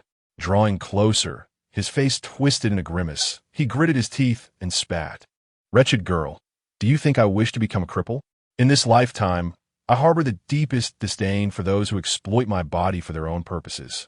As the crown princess, you not only fail to defend my honor, but also choose to defame and humiliate me before so many onlookers. Merely contemplating this incites a fierce desire within me to see you utterly destroyed." Feng Fuxue trembled in terror at the grotesque visage of Shenjunyi, her body quaking as she wept pitifully. "Your Highness, I have erred. I acknowledge my mistake, and I swear I shall never dare to do so again." Today, an inexplicable itch consumed me, compelling me to speak of that matter. "I implore you, Your Highness, spare me. I shall not transgress again." Shenjunyi smirked wickedly, and with a swift movement, delivered two resounding slaps to the other side of Feng Fuxue's delicate face. Her pristine visage swelled in response. Stars danced before her eyes. Her head buzzed, and a metallic sweetness trickled from the corner of her lips. She wiped her mouth, staining her hand with bright crimson blood. Fear etched across her face. Her fragile form shivered like a leaf caught in the wind as she pleaded desperately, "Cousin, I beg you, cease this. I understand my faults. From now on, I will obediently heed your words and will never dare to defy you again." Shenjunyi's finger nearly pierced Feng Fuxue's eye as he spat venomous words. "Wretched girl, you have brought me disgrace. It would be as effortless to extinguish your life as it is to crush an ant. That I have not yet taken your life is a testament to my mercy. Do you not wish to abide by my commands? Then come with me, and let me witness your performance." With these words, she fiercely grasped Feng Fushue's hair, dragging her into the room connected to the study as though she were a lifeless dog. Moments later, the room echoed with the man's maniacal laughter and the woman's anguished cries. Half an hour later, Feng Fushue was carried out of the study, having been tormented to the brink of unconsciousness by the enraged crown prince. Blood flowed incessantly, and her body was covered in wounds. Not a single piece of flesh left unscathed, apart from her exquisite face, which remained unscathed and still charming. The royal physician of the prince's manor was summoned promptly to tend to Feng Fushue's wounds. The physician, accustomed to such sights, routinely prescribed ointments for hemostasis and healing. After his departure, Yan Lu and Yan Hong, following the physician's instructions, began to apply the ointment to Feng Fushue's injuries. As they removed her garments, a ghastly array of scars was revealed, a sight too harrowing to endure. Yan Lu and Yan Hong exchanged fearful glances, their hearts trembling in terror. Observing their mistress's pitiful state, they carefully administered the medicine while their eyes brimmed with tears. Having been cherished and pampered since childhood, how could she have endured such torment? Was a man she had painstakingly married truly a sadist? It was not until dusk that Feng Fushue awakened amidst a stabbing pain. Upon opening her eyes, she was met with the sight of Prince Shun Junyi seated at the head of her bed, his gaze fixed upon her as if admiring a meticulously crafted masterpiece. His unsettling smile resembled that of a madman. Startled, Feng Fushue sprang from the bed, cowering at its edge, trembling uncontrollably. "Do not come any closer," she stammered. Shun Junyi's eyes narrowed dangerously, his voice laced with displeasure. "Feng Fushue, do you know what you are saying? Do not test my patience." Remembering his methods prior to her unconsciousness sent a wave of fear through her. She had no choice but to appease and ingratiate herself to this man. Fearful, resentful, and terrified, she feigned a bashful demeanor and uttered insincere words. "Your Highness, I adore you dearly. Once I recover, I shall serve you well. Please allow me to rest."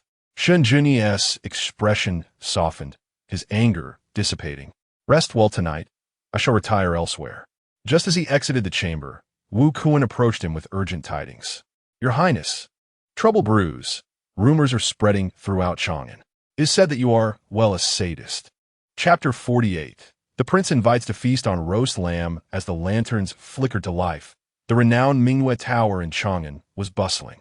In a lavish private room, the table was adorned with a bounty of delectable dishes, steam rising and aromas wafting, enticing all who beheld them. At the center of the table lay a golden, crispy roast lamb, surrounded by an array of exquisite delicacies. The roast lamb, perfectly charred yet tender, exuded an irresistible fragrance. Shun Junzi, tall and poised, sat beside Feng Fushue. His presence illuminated the room, exuding a grace that elevated the entire atmosphere. His handsome visage, partially masked, appeared even more enchanting under the bright lights, exuding an alluring charm. His deep-set eyes lingered on Feng Fushue's lips, glistening with grease, and a subtle smile crept upon his face. He had never encountered a woman who savored her food with such delight. It seemed every dish she tasted was a divine delicacy, igniting an unexpected appetite within him. Typically devoid of hunger, he found himself indulging alongside her. Feng Fushue held a roasted lamb leg in her hand, savoring it with abandon, her mouth delightfully smeared with oil. As I savored the roasted leg of lamb, I couldn't help but exclaim my admiration for its crispy exterior and tender, flavorful meat. It was truly delectable. "Your Highness, do partake. It is genuinely exquisite." Meanwhile, I engaged in delightful gossip with the system, Little Melon, in my previous life. I was a mere student of modest means and had never tasted a whole roasted lamb until today. In my past existence, a roasted lamb would cost nearly 1,000 coins. How marvelous it is. This is the most delightful dish I have ever encountered. Shun Junzi savored his meal leisurely, eavesdropping on Feng Fuyao's musings.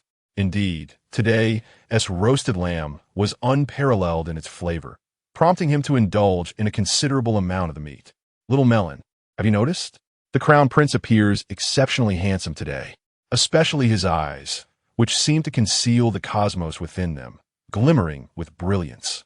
They're the most beautiful eyes I have ever seen. Shinjunzi couldn't help but smile wryly. Were his eyes truly that captivating? In his youth, he had endured ridicule and discrimination, often bullied by Shun Junxian and Shun Junyi, who derided him as a wild child picked from the refuse. United, they would beat him mercilessly, leaving him bruised and battered, while the palace maids and eunuchs merely watched in amusement, unwilling to lend a hand. In despair, he had sought comfort from Empress Ji, lamenting, "Mother, both my royal sister and brother call me a monster, a wild child from the garbage." Not only did they insult him, but they also physically assaulted him, leaving him with missing teeth. He opened his mouth to reveal the bloodied gaps where his teeth once resided. Instead of offering solace, Empress Ji regarded him with disdain, mocking him. "Who told you to possess such a peculiar character? Your skin is as pale as a ghost, which is quite unsettling." She admonished him to avoid provoking his royal siblings, asserting that his brother would one day become the crown prince and that he should support and respect him rather than blame him over trivial matters. As Shun Junzi pondered these thoughts, Feng Fuyao's voice broke through his reverie. "Little Melon, do you think the crown prince often brings his beloved here to enjoy roasted lamb? Imagine the scene, with him feeding her and her feeding him. It must be quite a spectacle of affection." The system, Little Melon chuckled. "I searched the records. They have visited a total of 25 times, each occasion indulging in roasted lamb." Feng Fuyao was astounded. So many visits. To be honest, despite his cunning and treachery, the crown prince is remarkably exceptional. I have great admiration for him, even though winning his affection is harder than ascending to the moon. Nonetheless, I shall strive for it. Observing her radiant demeanor, Shun Junzi scoffed internally.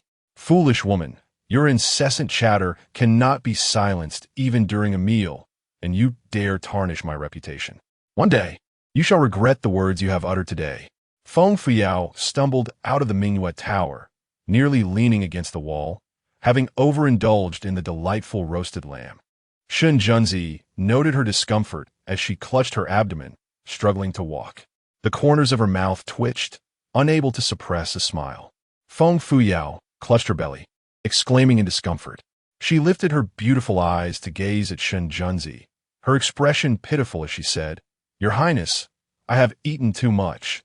I feel so unwell. I shall never indulge like this again. Is it far to the palace? Perhaps we should walk back to aid digestion?" Shun Junzi, feeling similarly overindulged, nodded in agreement. "Not too far. At the end of this road, we merely need to turn a corner and continue for a while to reach Li Wangfu." The two of them strolled slowly along the bustling street, the night sky adorned with twinkling stars and a crescent moon hanging in the deep blue expanse. Vendors filled the sides of the street with various night market stalls, their illuminated lanterns winding ahead. The thoroughfare buzzed with lively pedestrians coming and going. A wonton stall featured several small tables where weary travelers paused to enjoy steaming bowls of fragrant dumplings. Nearby, a street performer, a middle-aged man, led a small monkey. Balancing a stack of bowls atop its head, the little creature hopped about with remarkable agility, not a single bowl tumbling down. A crowd gathered around the performance, erupting into enthusiastic applause. Feng Fuyao, captivated by the vibrant atmosphere, tugged at Shun Junzi's sleeve and weaved through the throng to witness the monkey-esque act. With delight, she clapped her hands and cheered, "Bravo! The little monkey is splendid." Feng Fuyao turned to Shun Junzi, giving him a knowing glance. "Look how adorable that monkey is. You must reward it." Shun Junzi rummaged through his sleeve and produced a hefty piece of silver, tossing it into the ceramic bowl before the monkey. With a resounding clang, the bowl nearly shattered. The performer, astonished by the generous offering, rubbed his eyes in disbelief, confirming the sight before him repeatedly. Trembling with excitement, he nearly knelt in gratitude, exclaiming, "Thank you, kind sir. You will surely find happiness and success." Feng Fuyao, pulling Shun Junzi away from the crowd, laughed. "You are quite generous." That vendor looked as if he might faint from joy. They continued their journey toward Li Wangfu, with Feng Fuyao eagerly selecting items from various stalls. Shen Junzi, like a loyal attendant, carried several fabric bags in both hands, dutifully following her and handling the payments. He harbored serious doubts that this woman would finish exploring the entire street that evening. An elderly man, dressed in tattered clothing and leaning on a cane, limped towards them. Unintentionally or not, he swayed and collided with the distracted Feng Fuyao, letting out a groan as he fell at her feet. This fellow clearly seemed to be up to no good. Engrossed in her shopping, Feng Fuyao hadn't noticed the approaching pedestrian until she felt a gentle bump, followed by an astonished exclamation as someone grasped her attire. Turning swiftly, she found a ragged old man slumped on the ground, his cane lying beside him, one leg draped in a blood-stained bandage. The elderly man clutched Feng Fuyao's sleeve, wincing in pain as he cried out, "Oh dear, my leg! You cripple my leg! Little girl, do you not pay attention while walking? You think this old man is easy to bully, so you deliberately bumped into me, didn't you? My leg had only just healed, and now you've injured it again. What do you propose I do? There are so many witnesses here. There's no escaping responsibility." Upon hearing the old man's accusations, a crowd began to gather, intrigued by the commotion. Shen Junzi stood calmly to the side, his tall and imposing figure standing out amongst the crowd. The old man caught Shen Junzi's eye, feeling quite pleased with himself. "Look how your master is about to test this simpleton. What an excellent opportunity," he thought. "Step aside. Don't meddle in affairs that don't concern you." Shen Junzi's handsome face grew solemn, reflecting his displeasure. Is this old fool simply seeking attention? His acting is so poor. If he gets exposed, what then? This is clearly a case of deceit. Yet, I am curious to see how Feng Fuyao will respond. Will she fall prey to his trickery? Thus, he remained silent, observing. Feng Fuyao regarded the old man with suspicion and inquired, "Sir, may I assist you in standing? Did I truly collide with you? How can you prove that it was I who broke your leg? The bloodstains on your bandage do not appear particularly fresh." The old man, wiping away his tears, trembled as he fervently nodded, "You absolutely struck me.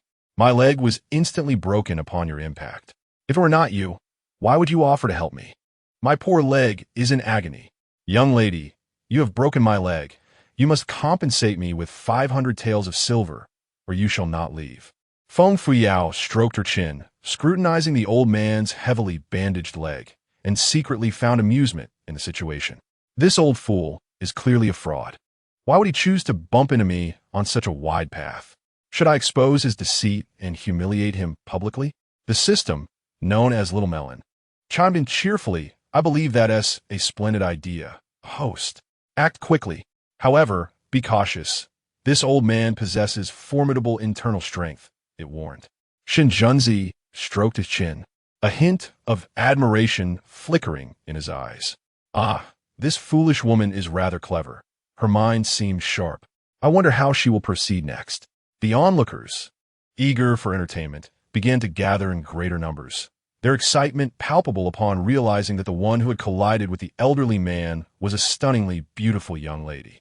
They eagerly shouted, "Young lady, quickly apologize to the old man and compensate him. Yes, you are dressed in fine attire. It is evident you are of noble or wealthy status. Do not take advantage of the elderly and infirm." Chun Yin and Chuanxiang rushed forward from behind, promptly shielding Feng Fuyao. Chuanxiang pointed accusingly at the old man, her voice filled with indignation. "Sir, is your leg made of gold? To demand 500 taels of silver right off the bat? Why not simply resort to robbery?" Chun Yin, equally incensed, added furiously, "Perhaps you should just rob someone outright with such a greedy demand." Yin Shiqi and Xiao Ying stepped forward, ready to reprimand the old man. However, Shen Junzi signaled for them to remain silent and stand aside. Yin Shiqi and Xiao Ying observed the elderly gentleman closely and were suddenly struck with realization, inwardly cursing. Could this old man be the revered mentor of the prince? Is he here to test whether the princess is indeed a fool? A spectacle awaits. Feng Fuyao raised her hand, signaling Chuanxiang and Chun Yin to remain calm, and declared loudly, "Everyone, please quiet down. If I truly break the old gentleman's leg, I shall take full responsibility. However, if I do not," Feng Fuyao deliberately left her statement unfinished. Crouching down to address the old man, "Sir, you desire 500 taels as compensation, correct?" The elderly gentleman nodded arrogantly, insisting, "It must be 500, not a tael less. Young lady, you appear to be of noble birth. 500 taels should be a mere trifle for you. Should you refuse to comply, I will spread word of this and ensure you cannot hold your head high in Chang'an." Feng Fuyao maintained a composed demeanor, a mischievous smile gracing her lips. "Very well. It is merely 500 taels, a sum I can afford." The old man's expression brightened, though inwardly he scorned her, truly, a simpleton, despite her decent appearance. She was easily cowed by my ruse. Heaven help me. How could my disciple marry such a nincompoop? How could he shamelessly bring her out to tarnish his reputation while shopping? The old man glared at his apprentice with a look of deep resentment. How infuriating it is. How infuriating indeed. Shin Junzi glared back, warning him not to weep later should misfortune befall him. However, Feng Fuyao shifted the topic, pointing at the old gentleman's leg, which was wrapped in blood-stained bandages, and coldly remarked, "Sir, unveil the bandage so I may examine your injury.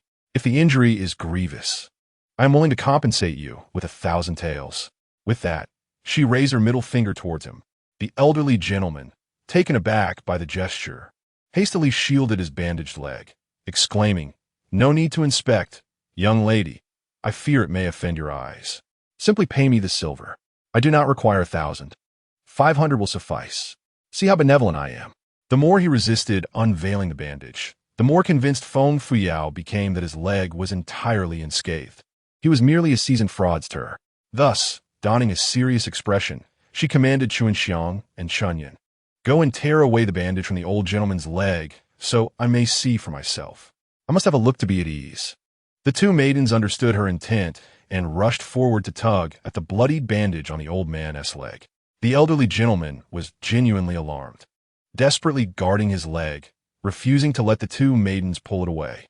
However, Chuanxiang was swift, tearing the bandage free, revealing the old man's leg, which was completely intact. Not only was it unbroken, but not even a scratch marred its surface. This wretched old man turned out to be a con artist. The onlookers erupted in outrage, collectively chastising the elderly gentleman. "But your leg is fine. Are you attempting to extort 500 taels from this young lady for no reason? How callous can you be? Such shamelessness, an old fraud indeed. This kind of swindler should be turned over to the authorities. Let us band together and deliver him to justice." However, the old gentleman remained unconcerned about the absence of any actual injury. Instead, he clutched his legs, shouting with a voice that seemed to shake the heavens. The old man was suffering from internal injuries, with broken bones within. Could you discern that? I care not. The young girl must compensate me with 500 taels of silver. Otherwise, I shall spread the tale of your collision with an elder and your mistreatment of him throughout Chang'an, tarnishing your reputation and ensuring you shall never find husband. This old man truly embodies the essence of a scoundrel, shameless and audacious. Feng Fuyao, observing the old man's unflinching demeanor, bent down to pick up a yoke from a nearby stall. She brandished it menacingly towards the old man's legs, a sinister smile gracing her lips.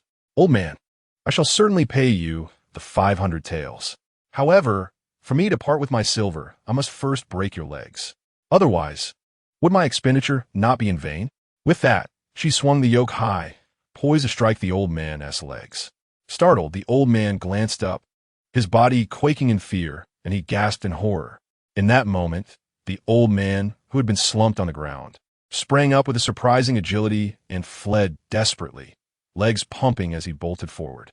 As he ran, he turned back to hurl curses at Feng Fuyao. "You vile girl! You promise compensation but resort to trickery? Bah!"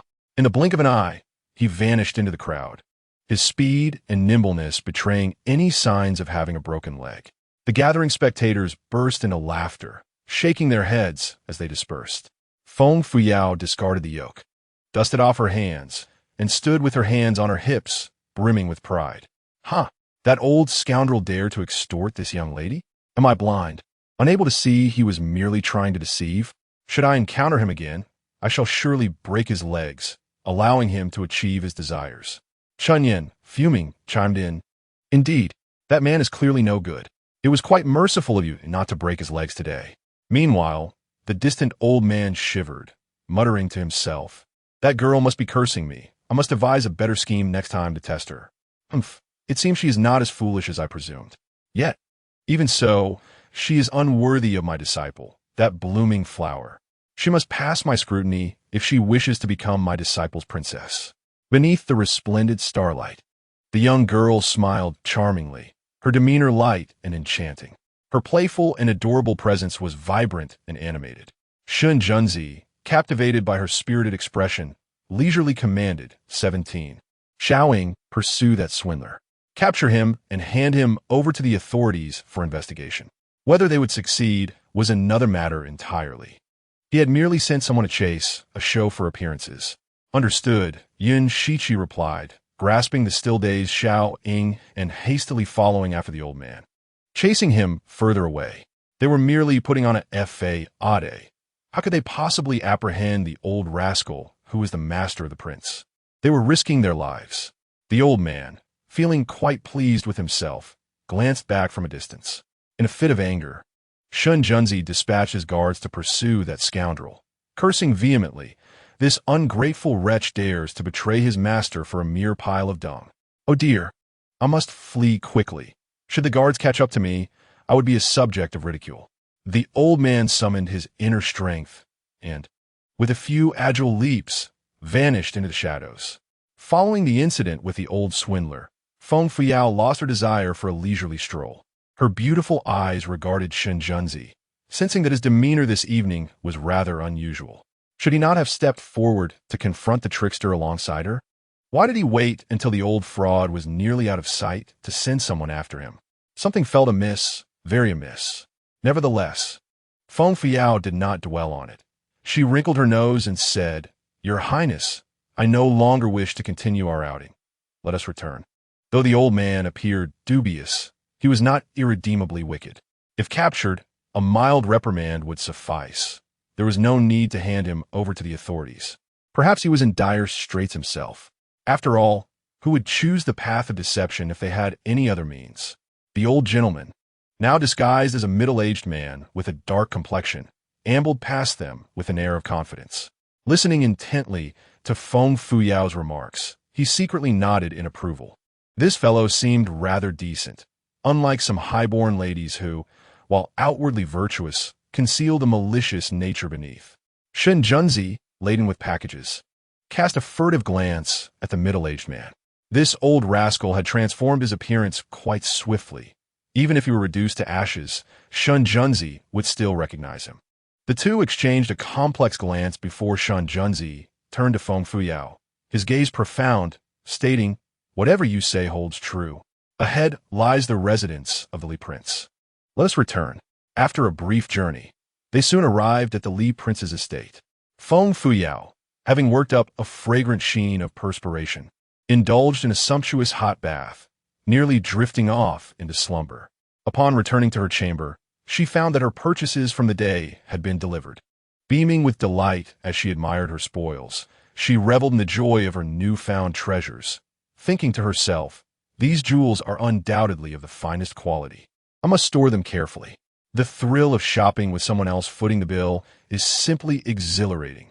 I shall cling to the golden thigh of this Navi fool and enjoy a life of luxury alongside him. Although he does not love me, he is, after all, my nominal husband. It is his responsibility to spend on me, serving as a form of compensation. Once he and his true love are together, I shall no longer bask in his glow. Alas, I wonder how long it will take to win him over. Just then, the Navi fool entered, his eyes glinting with a chilly menace. Does this woman possess a hidden stash of treasures? Where is it? Why am I unaware? Shun Junzi's gaze bore into the back of her head, a sly smile creeping across his lips. You foolish woman. Perhaps it is time for you to seek help for your misguided thoughts. Do you truly consider me such a Navi fool? You are aware that I am your husband, are you not? Once she thought he was out of his mind, forgetting such things. How could Feng Fuyao possibly fathom the myriad of tricks this fool had up his sleeve? With a playful grin, she presented 50 embroidered silk pouches to Shun Junzi. winking mischievously with her beautiful eyes as she whispered, "My lord, these 50 pouches are for you. They pair splendidly with your embroidered red shorts. Do not feel embarrassed. I shan't tell a soul.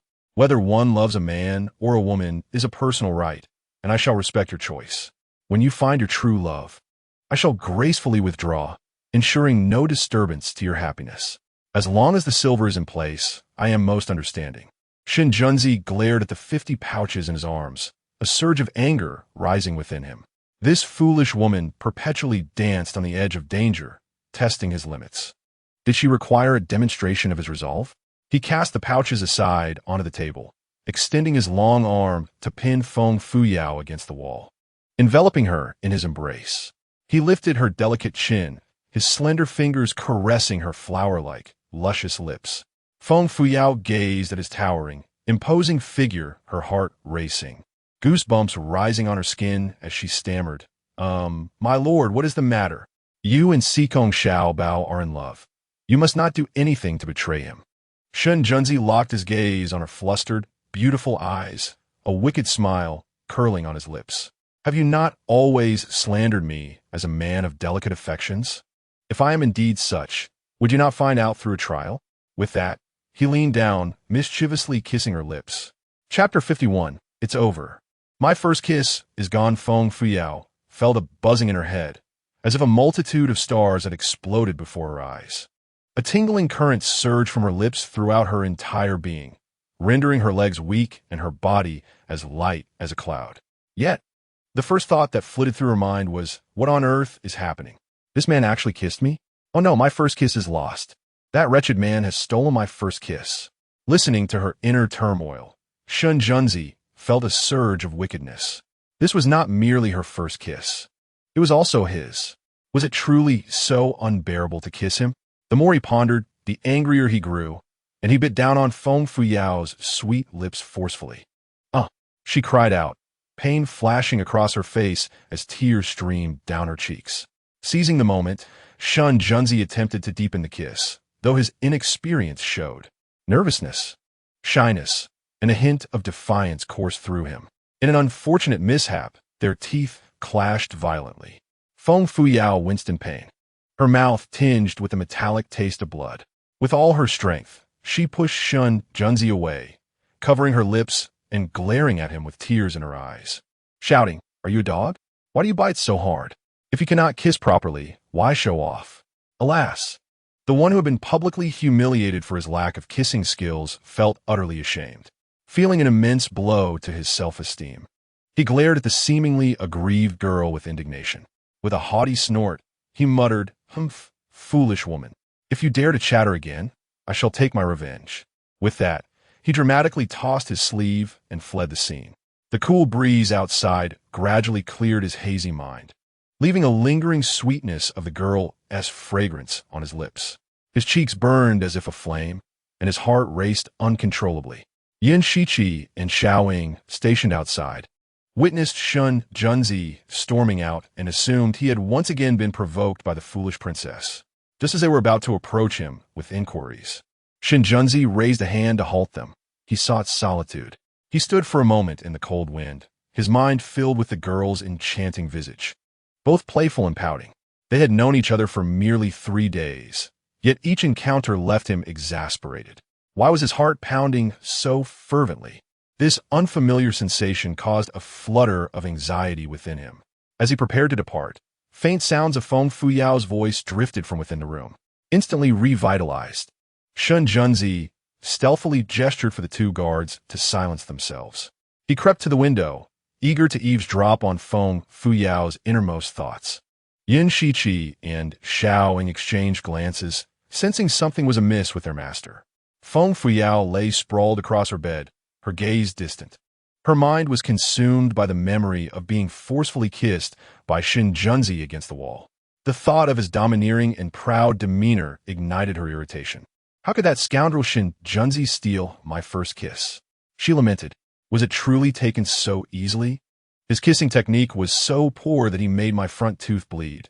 What a dreadful experience. Did he not practice kissing with Sikong Xiaobao, but instead went straight to the main event? Upon hearing her thoughts, Shun Junzi felt as if he might explode with rage. How dare that foolish woman criticize his kissing skills? It was his first time as well. He had been overly nervous, a mere accident. Next time would surely be different. Little Gua, overhearing Feng Fuyao's remarks, erupted in laughter, though Shen Junzi remained oblivious. Ha ha, it's normal to be nervous if you've never kissed a girl before, she chuckled. Besides, he is so handsome. A kiss won't cost you anything. Think of it as practicing driving. You're not a loss, after all. Sooner or later, you will conquer him and become accustomed to it. Feng Fuyao nearly laughed herself into a fit. Practicing driving? Is that truly an apt comparison? I've always regarded him as a close sister, and now he has kissed me. How can I still consider him a sister? That would be self-deception. I know I have a mission to win him over, but he harbors no love for me. I cannot accept intimacy with him. What if he succumbs to his primal instincts at night? Little Gua, I cannot share a bed with him tonight. The system, Little Gua, scoffed in disdain. Oh, spare me your melodrama. He is so handsome. Sleeping with him won't put you at a disadvantage. Why not strike while the iron is hot and conquer him today? If a son were to be born, one could certainly support him in becoming an emperor while you assume the role of the Empress Dowager. And where'd he go? Feng Fuyao contemplated this suggestion and found it seemingly feasible. After all, whether the knife strikes early or late, it is still a knife. I have made my decision. I shall take action tonight. Ha ha ha. Shen Junzi, just wait.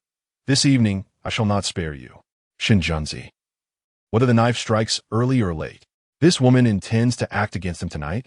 After concealing her intentions for so long, she finally plans to take action? He had thought they were on the same side, united against the crown prince. Now, he was curious to see how this foolish woman would confront him tonight. With a grim countenance, Shen Junzi, seething with anger, took a hot bath. As he emerged from changing, he was intercepted by his master, Helian K, at the bathroom door. The old man scrutinized him with an odd expression, speaking earnestly, "Disciple, today you have not only accompanied that troublesome girl on her shopping spree, but also dined lavishly with her. You even sent someone to pursue your master for her sake. Are you attempting to betray your teacher?" Shen Junzi twitched at the corners of his mouth, visibly disdainful. "If you wish to test her, could you not find a better reason? Must you blame me for your inept performance? Why not take a break instead of being idle all day?" Elianke, infuriated, puffed out his cheeks. "You insolent boy. Am I not working hard for your sake? Confess honestly. Have you fallen for that troublesome girl?" "Disciple, the cold poison within you is on the verge of manifesting. One misstep could lead to your demise. Had you not maintained your purity, you would have perished long ago. Though that girl possesses beauty, you must not recklessly endanger your health. The more beautiful a woman, the more she can bring disaster. Guard your virtue." Helian K continued to prattle on, reminiscent of a monk reciting scripture. Shen Junzi, already vexed, felt his head throbbing from the relentless chatter. He turned toward the bedroom. Interrupting Helian K, "I understand, master. I know what to do. You should retire early. I have court tomorrow. If you truly find yourself with nothing to do, perhaps find a suitable wife for your disciple." Helian K watched his retreating figure, furious enough to stomp his feet. "You insolent boy, are you mocking your master? Just wait until I break your legs. You must not allow yourself to be swayed by that troublesome girl." Chapter 52. Mistaking the prince for a dog, Shen Junzi's tall and elegant figure gradually entered the room, dressed in a moon-white silk robe that swayed gently in the breeze. His long hair cascaded loosely behind him, while a silver half-mask glimmered enchantingly in the flickering candlelight. He struggled to contain the fury boiling within him, remaining vigilant. Tonight, that foolish woman intends to take action against him. He was eager to see how she would proceed. Surely she did not plan to employ seduction against him? As Shen Junzi stepped into the bedroom, he was taken aback. The young maiden, adorned in a resplendent crimson embroidered nightgown, reclined gracefully upon the bed, her sinuous and exquisite form resembling a breathtaking masterpiece, stirring the heart profoundly. Beneath her elongated alabaster neck, a hint of alluring jade-like beauty subtly revealed itself, while her delicate hand supported her exquisitely beautiful visage. With doe-like, crystal-clear eyes sparkling with purity, she gazed at him, her voice as sweet and melodious as a babbling brook. "Your Highness, have you finished your bath?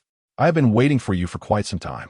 Shun Junzi regarded the maiden, whose beauty rivaled that of a celestial being, his gaze narrowing dangerously, a cold smirk gracing his lips. Look at her, he thought. This woman truly intends to ensnare me with her charms. Her affectionate gaze is far too convincing. Fortunately, he could hear her innermost thoughts.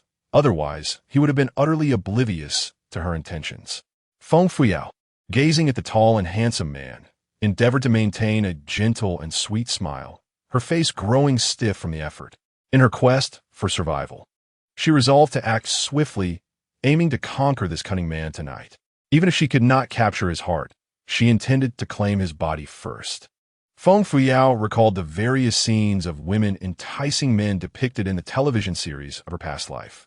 With that in mind, she slightly lifted her nightgown, revealing her slender, snow-white legs, and coyly cooed, "Your Highness, after being married to you for so many days, you haven't even touched me once. Is it because you find me unattractive or foolish? How about we share a night of passion together?"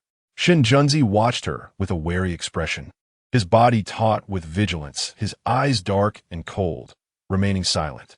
Feng Fuyao gracefully descended from the bed, approached him, and took his hand, leading him to the table. With a smile, she pointed to the surface and suggested, "Your Highness, shall we have a drink first? The moonlight is splendid tonight, perfect for a rendezvous beneath the flowers." Only then did Shun Junzi notice a jar of exquisite grape wine and 2 translucent crystal goblets on the table. Additionally, at the center, a small vase held a blooming pink peach blossom, exuding a delicate fragrance. Shin Junzi furrowed his brows, his wariness intensifying. Was this foolish woman planning to intoxicate him before making her move? Such elaborate preparations for his demise indeed revealed her cunning nature. Feng Fuyao removed the clay seal from the wine jar and poured 2 glasses of the ruby-red wine into the crystal goblets, the liquid complementing the goblets beautifully.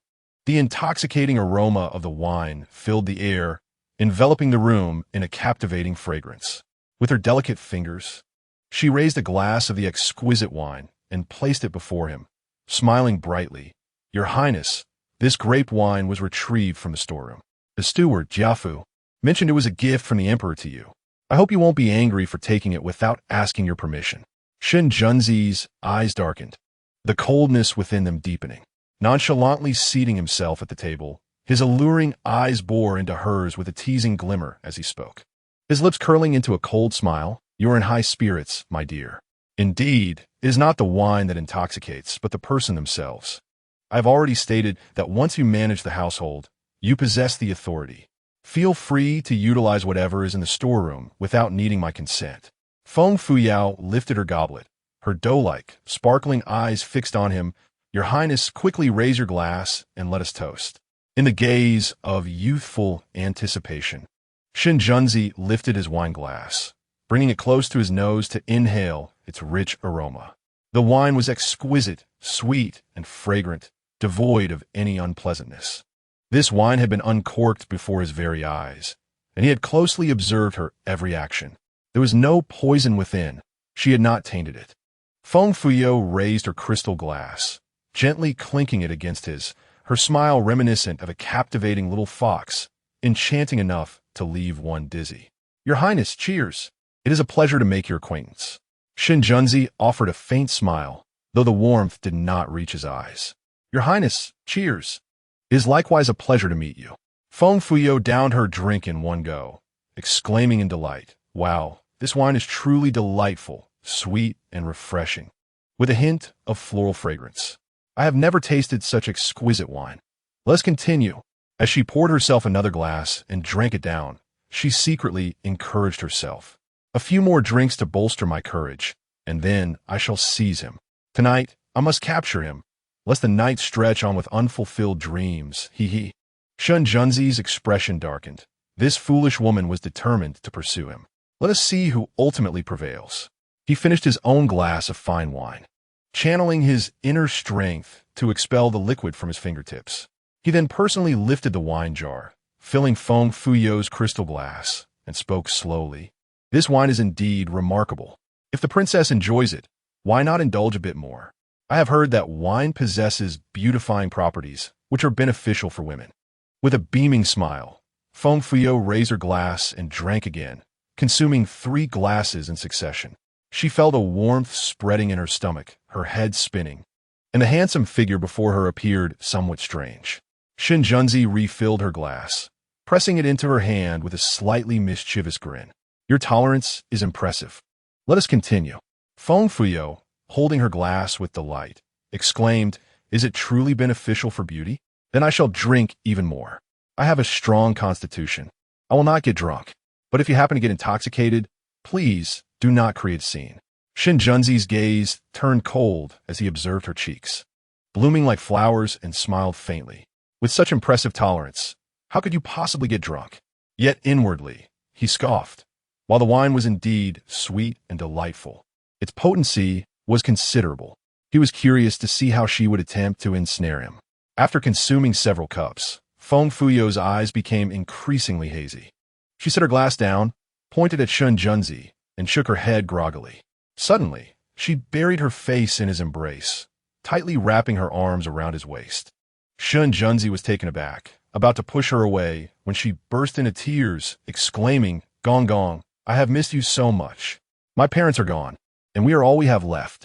Gong Gong, it feels like I have traversed through time and married a ruthless, treacherous minister. Gong Gong, if he does not fall in love with me, I will perish in 3 years. Gong Gong, what should I do? I cannot win him over, and I feel as though I am dying. Shinjunzi gazed at the inebriated maiden, his heart trembling. Originally, this foolish girl merely sought to entice him today rather than to harm him. It was he who had misconstrued her intentions. Thus, he instinctively inquired, Who is Rolling? What is your relationship with him? The young girl nestled against his waist, affectionately nuzzling into his embrace, her tongue slightly lisping as she murmured, Rolling, you are my big, beloved dog. How could you forget your little master? Shinjunzi was taken aback. Chapter 53. The prince secretly practices kissing. Shinjunzi was incensed at being regarded as a big dog. He lifted the inebriated girl, who had collapsed into a heap, and unceremoniously tossed her onto the bed. However, she clung tightly to his neck, refusing to let go, and stubbornly declared, Rolling, you are making a mess around the house again, are you? I want to win over the prince and make him fall in love with me. If he doesn't love me, I shall perish. Her face, flushed and alluring, exuded the rich aroma of alcohol. Her beautiful visage resembled the vibrant blossoms of peach trees in spring, captivating and luscious. Shinjunzi pried her hands from around his neck and lay beside her, patiently coaxing. You must sleep now. If you don't, you'll awaken with a headache tomorrow. Yet the girl rolled into his embrace, clutching his neck tightly as she muttered, Rolling, you've been guarding the house. Haven tea you? You haven tea, let anyone in to steal, right? No, I haven tea. Rolling, you didn't go and steal the chickens from Uncle Wong next door, did you? No. Rolling, your fur is so warm. I love holding you while I sleep. Rolling, I'm marrying a treacherous minister, yet he may never love me. In 3 years, I shall die and can never return. If I am gone, remember to go out and find food for yourself. You want to die. Gradually, the girl ceased her murmurs and fell into a steady rhythm of breathing. Shinjunzi slipped from the bed, opened the outer door, and quietly instructed Yin Shichi at the entrance, 17, brew some hangover soup. Yin Shichi hesitated but asked no questions. Moments later, she delivered the soup. Shinjunzi supported the slumbering girl and helped her drink some of the restorative concoction. After completing this task, he lay down beside her. A night of peaceful slumber ensued, and he awoke to the dawn. The room was suffused with a delicate fragrance of wine and a sweet aroma that was refreshing. Upon opening his eyes, he found the girl nestled in his arms, sleeping soundly. In the morning light, her long eyelashes fluttered gently like wings with each breath. Her tender lips resembled budding flower petals, exuding an irresistible allure. The sensation of holding her as she slept was profoundly heartwarming, causing him a moment of distraction. Unbidden, memories of last night, as passionate kiss, and her drunken confessions surfaced in his mind. His heart raced uncontrollably, as if ignited by a flame, rendering his entire being aflame with warmth. Shinjunsi gazed intently at the girl's innocent and exquisite face. Recalling her disdainful comments about his kissing skills from the previous night, irritation surged within him. Foolish woman, how dare you belittle my kissing prowess, he thought with a huff. Compelled by an inexplicable force, he leaned in closer, gently pressing his lips against her supple and tempting mouth. The sensation of their lips meeting sent delightful shivers coursing through him once more. He delicately captured the sweet petals of the young maiden's lips, learning the art of kissing. Her lips, enchanting and delectable, seemed imbued with a fatal allure that rendered him utterly captivated. Foolish woman, did you not claim that this prince cannot kiss? Yet here I am, practicing in secret. Next time, you shall surely see me in a new light. Shinjunzi embraced the maiden, deepening the kiss. His cheeks flushed with warmth, and his breath quickened. The sensation of kissing was truly ineffable. What could it possibly feel like for two souls to kiss? Shinjunzi's mind wandered, and he pressed his lips a bit too heavily. A soft whimper escaped the maiden in her dreams, and she instinctively pushed him away. Shinjunzi's heart raced as he cautiously observed the sleeping figure in his arms. She remained blissfully unaware, showing no signs of waking. With a twinge of guilt, he felt relieved. If she discovered his secret kiss, he could only imagine the mockery he'd endure. He gently removed her slender arm from his waist, covering her with the blanket before tiptoeing out. Yun Shiqi and Xiao Ying had been waiting outside, and they sighed in relief upon his emergence. Yun Shiqi handed him his formal attire, accompanying him toward the study while lowering his voice. Your Highness, we have disseminated the news of the Crown Prince's ailment. It is said he was so enraged he nearly spat blood, demanding a thorough investigation into the leak. We have been discreet, and he will not trace it back to us. Furthermore, the upcoming spring examination has caused quite the stir in the capital. Last night, someone at the Drunken Flower Pavilion was caught selling examination questions by the brothers of the Tiandao Pavilion.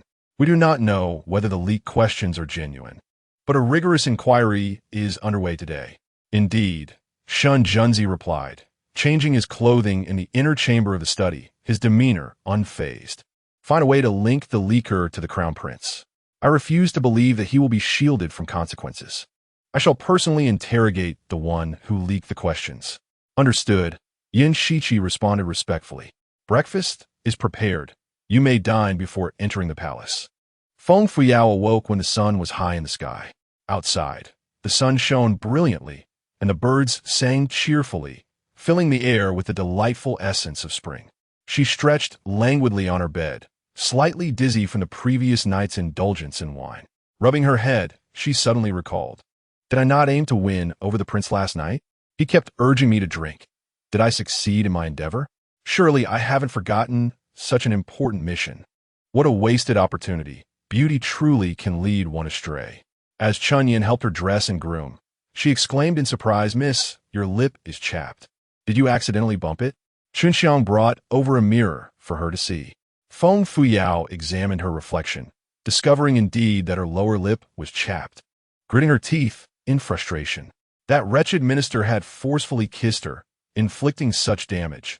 Was he a dog? One day, she would repay him in kind. After finishing her breakfast, Feng Fuyao wandered around the Li Wangfu. In a world devoid of television, mobile phones, or internet, boredom enveloped her. Just as I contemplated seeking out a few books in the study, the steward Laifu approached with news, stating that the young lady from the Hua General's residence had come to pay her respects and was waiting for me in the front hall. After a moment's reflection, Feng Fuyao recalled that the Hua General's residence was the maternal family of the original owner. The venerable Hua Lao General, who now enjoyed a life of honor, was, in fact, the original owner's maternal grandfather. Throughout his life, Hua Lao General had sired only one son and one daughter. The daughter was the original owner's late mother, Lady Hua, who had tragically perished during childbirth. The general's son had dedicated himself to defending the borders alongside his wife, only to succumb in battle during last year's turmoil in the western tribes, leaving behind a daughter, Hua Bulyuo, and a son, Hua Manching. The grievous loss of his children had taken a toll on the old general, whose health had steadily declined. Now in his advanced years, he struggled to care for his grandchildren, living under less than favorable circumstances. Feng Fiao remembered how Lady Ji often instigated discord regarding her relationship with the Hua general's household, asserting that the family was cursed and anyone who associated with them would meet an untimely demise. Consequently, the original owner had maintained minimal contact with the Hua family, resulting in a distant relationship. Feng Fuyao's impression of Hua Buiyuo and Hua Mansion was quite vague. She only recalled that the siblings had grown up in the borders with their parents and had only returned to Chang'an after their parents' demise. Presumably, the cousin visiting her today was Hua Buiyuo, who was a year younger than the original owner. Upon entering the front hall, Feng Fuyao beheld a tall young lady awaiting her presence. Dressed in practical attire, the girl possessed a healthy, sun-kissed complexion, with expressive brows and bright eyes. She exuded vigor and charm. In an instant, Feng Fuyao found herself fond of this cousin. Upon noticing Feng Fuyao, the young lady rose and performed a graceful bow, her face breaking into a radiant smile that revealed two adorable little canines. "Cousin, I have heard you are married. I come on behalf of my grandfather to see you. I hope that monster you married has not mistreated you." Feng Fuyao poured her a cup of hot tea and gestured toward the pastries. "Cousin Hua Buiyuo, you are truly delightful. Please indulge in some treats. Rest assured, Princely is not as fearsome as the rumors suggest. How could he possibly mistreat me? And how is grandfather? It has been far too long since I last visited him." Hua Buiyuo's expression dimmed as she spoke softly. "Cousin, ever since my parents' unfortunate incident last year, his health has been declining. Just yesterday, he coughed up blood and fainted. My brother has been tirelessly caring for him. If grandfather were to pass as well, my brother and I would be left as orphans." Feng Fuyao felt a pang of compassion in her heart and offered words of comfort. "Grandfather is not yet in his 60s. Surely he will endure. After we have had lunch here, shall I accompany you back to visit him?" Hua Lao, General Hua Sanhai, was a renowned patriot of the Great Dragon Kingdom, celebrated for his valiant efforts against invading foes. He had led troops on numerous occasions to repel aggressors, accumulating countless military achievements throughout his life. Historical records recount that 3 years hence, when the Great Dragon Kingdom fell and Chang'an was besieged by the Night Army, the Elder, despite his frail health, rallied the citizens to resist, aiding the elderly, weak, and women to evacuate. Ultimately, he succumbed, outnumbered, and was struck down by the Night Army upon the city walls. An elderly man stood resolutely atop the city walls, his body riddled with arrows, gripping a silver spear. His eyes, wide and fierce, bled from 7 wounds, yet remained unshut in death. Flanking him were his grandchildren, one on each side, also pierced by arrows, both having succumbed to their injuries. At that moment, the formidable army of the Night Kingdom had breached the city of Chang'an. The valiant General Hua and his grandchildren were met with solemn respect, and orders were given for their dignified burial. Feng Fuyao recalled the historical accounts of General Hua's family, her heart heavy with sorrow. The Great Dragon Kingdom was now in a state of decay, teetering on the brink of collapse. The old emperor, indulging in pleasures and engrossed in alchemy, had forsaken his duties amid a sea of blossoms.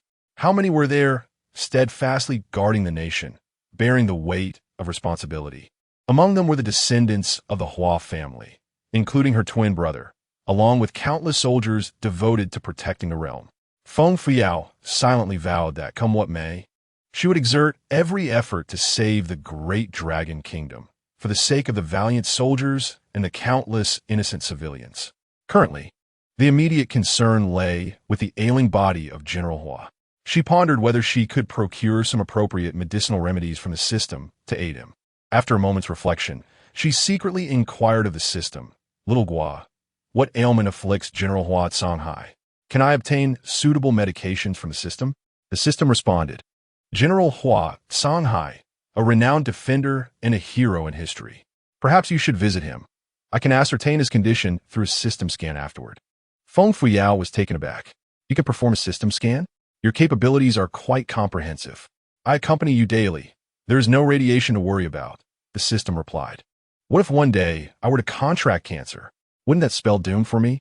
The system, metaphorically brimming with black lines of annoyance, retorted, "I am not a physical entity. I merely exist as a system within your mind. How much radiation could there be? It's far less than that of sunlight. Then perhaps you should avoid sunlight and become a turtle, she quipped. Hua Blio nibbled on snacks while surveying the Li Wangfu. Cousin, I believe I have only seen you once before, during my return from the borders last year after my parents passed. Since then, I have not laid eyes upon you again, though grandfather often speaks of you. Feng Fuyao felt a pang of shame for the original owner of this body. Luo.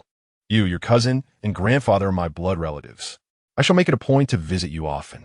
While munching on her treats, Hua Buliuo chuckled. Grandfather once told my brother that you were not well regarded in the Feng Chancellor's household and were looked down upon. He suggested that if you could not find a suitable match, you should marry my brother and become his wife. This way, you would not have to suffer elsewhere.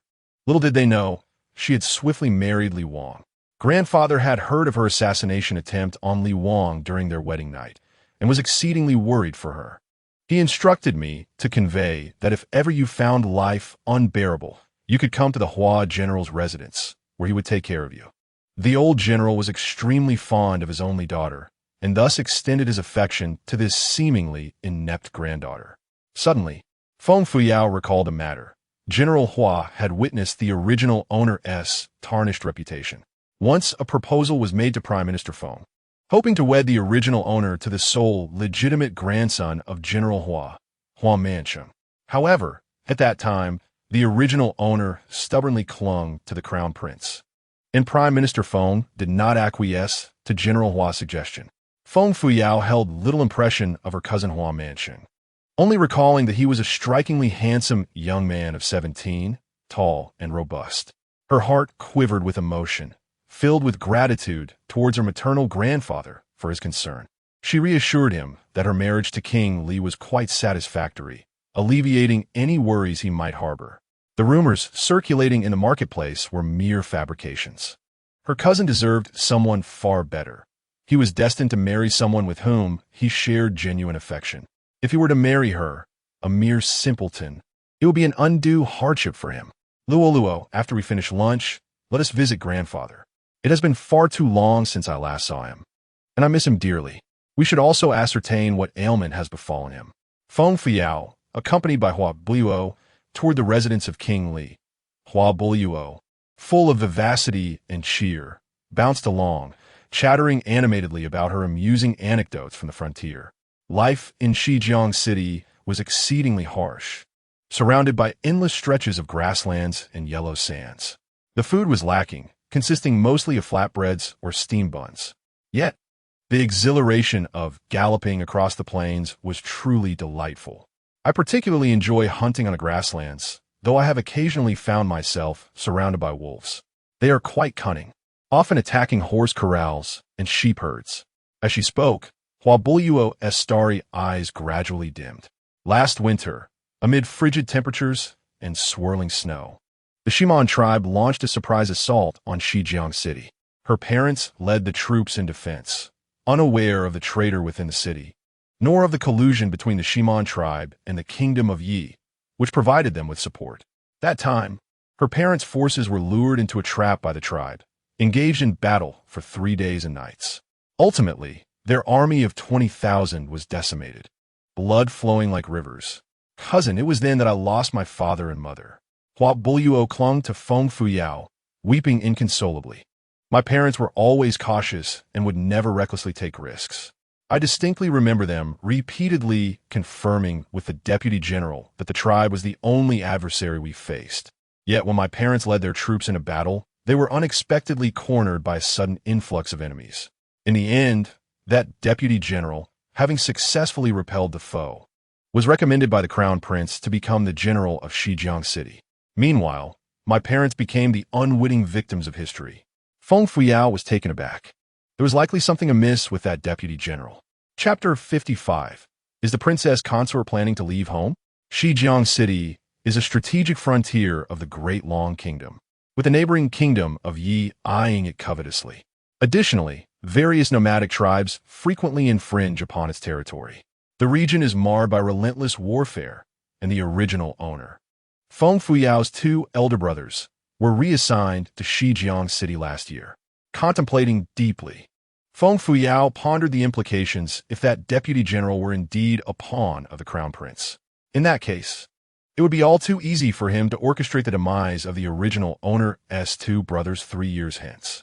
This malignant tumor must be eradicated swiftly, otherwise, it would spell endless troubles ahead. Her 2 elder brothers, associating with such wolves, were undoubtedly courting disaster. Feng Fuyao gently cradled Hua Buluo, patting her back and soothingly murmuring, "Luo, Luo, villains will inevitably meet their demise. They shall surely face retribution. Have you spoken to your grandfather about this matter?" Hua Buluo, her tears streaming down her face, choked out, "I have mentioned it to grandfather, but he merely cautioned me to keep it quiet. Otherwise, the Hua general's residence will face utter ruin. He said that now, only my brother and I remain in the Hua general's house. He wishes to see us grow up safely, not wanting to stir up trouble. Presently, grandfather is pressuring my brother to participate in the spring imperial examinations, hoping to steer him away from the path of a military general." Feng Fuyao pondered quietly, recognizing that the old general was acutely aware of the situation. The individual in question had ties to the crown prince, thus aligning him with the future emperor. The aged Hua general had witnessed the sacrifice of his son and daughter-in-law for the sake of the nation. Now, in his twilight years, he had only a pair of grandchildren left to cherish. The crown prince, being the future sovereign, was backed by the formidable Duke of Ji. They were not adversaries that the Hua general's residence could afford to offend. Feng Fuyao was struck by another question. What animosity existed between the Hua general's residence and the crown prince that would compel the latter to meticulously plot against Hua Buluo's parents? After some contemplation, she discreetly inquired of the system, "Little Gua, do you know what grievances lie between the Hua general's residence and the crown prince?" The system, after a brief silence, replied, "Many years ago, the old general and the Duke of Ji had a falling out over which prince to support in ascending to the throne. Subsequently, once Emperor Jinda rose to power with the Duke's backing, he became quite indifferent to the Hua general, relegating him to guard the western frontier. The old general, now advanced in age, was only recalled later. His son was then assigned to the front lines, where he met his demise, as did his daughter-in-law. Over the years, the western frontier has been plagued by frequent conflicts and incursions from the Night Kingdom. The Hua general advised the imperial court to bolster defenses at the western frontier. However, the Duke proposed sending a prince as a hostage to negotiate peace. The emperor accepted the Duke's counsel and dispatched the 8-year-old Prince Li to serve as a hostage. It was only 4 years later that Prince Li returned to Chang'an. In the realm of politics, as in war, deception prevails. It is not so simple to delineate the events. Feng Fuyao sighed inwardly, feeling a sense of helplessness. She led Hua Buluo to the storeroom, seeking out nourishing supplements such as ginseng and reishi mushrooms. Carefully placing them in a cloth bag, she planned to visit the Hua general after lunch. Hua Buluo gazed at the storeroom brimming with goods, her face filled with envy. "Cousin, the storeroom of the Li prince's residence is so full, unlike our Hua general storeroom, which is bare and empty. Grandfather has fought all his life, yet our home is completely depleted. Others in office have throngs of servants and mountains of gold and silver, while our family is left with nothing but bare walls, not even a decent garment to wear."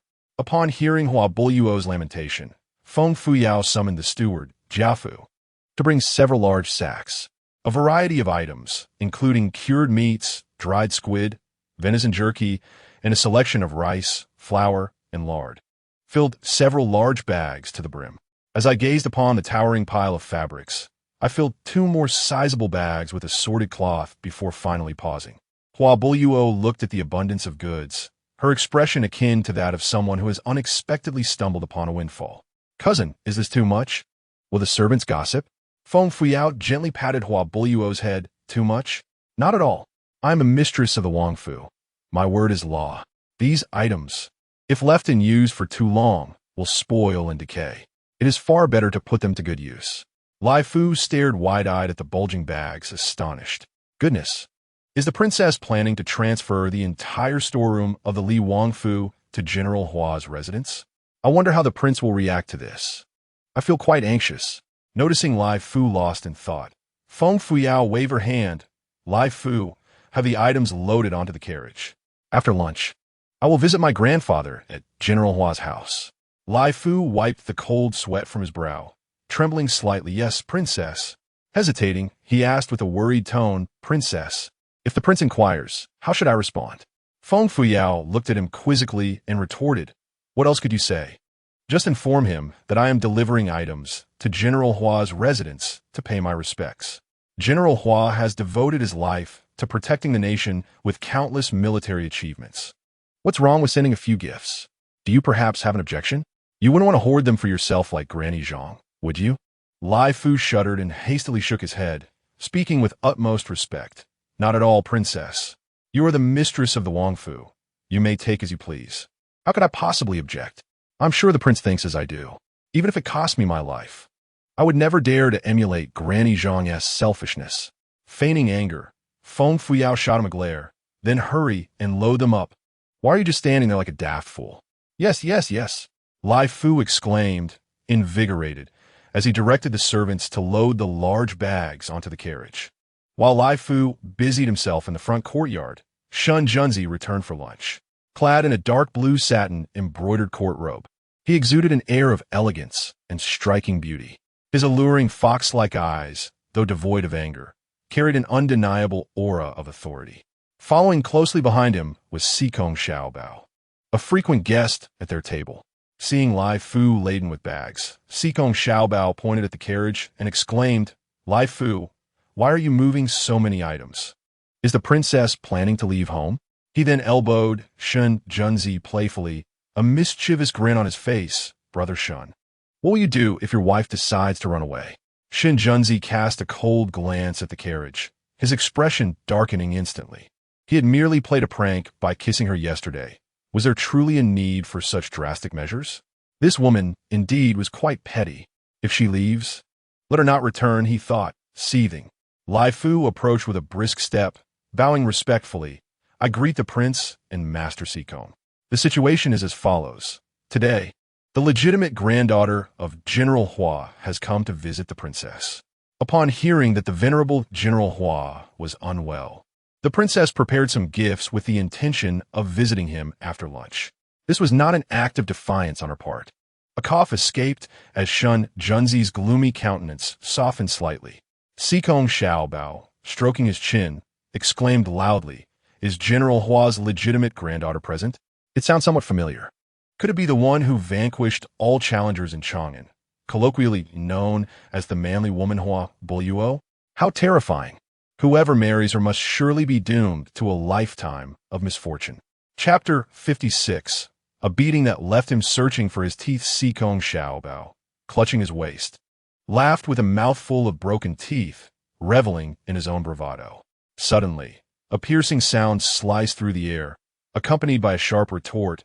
You effeminate fool! Who are you calling a manly woman? Are you illuminating the latrine with your lantern? You are the real manly woman.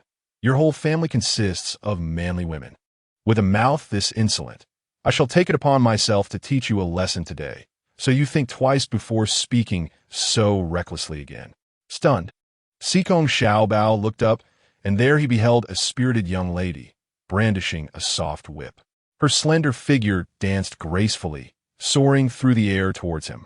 The girl possessed striking features. Her eyes sparkled brighter than the stars themselves. In an instant, Sikong Xiaobao's smug grin became rigid on his face.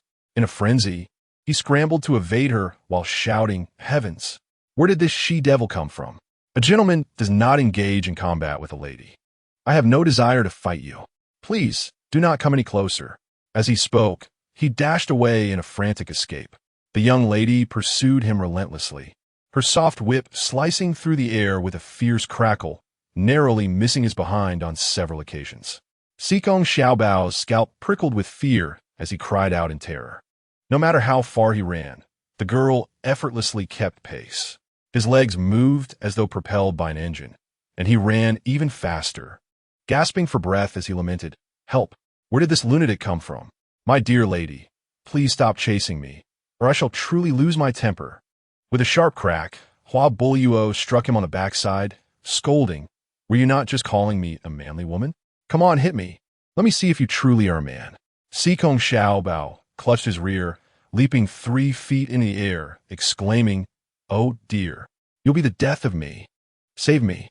Meanwhile, Shun Junzi leisurely observed the spectacle, arms crossed, while Yun Shiqi and Xiaoing joined in the commotion, cheering enthusiastically.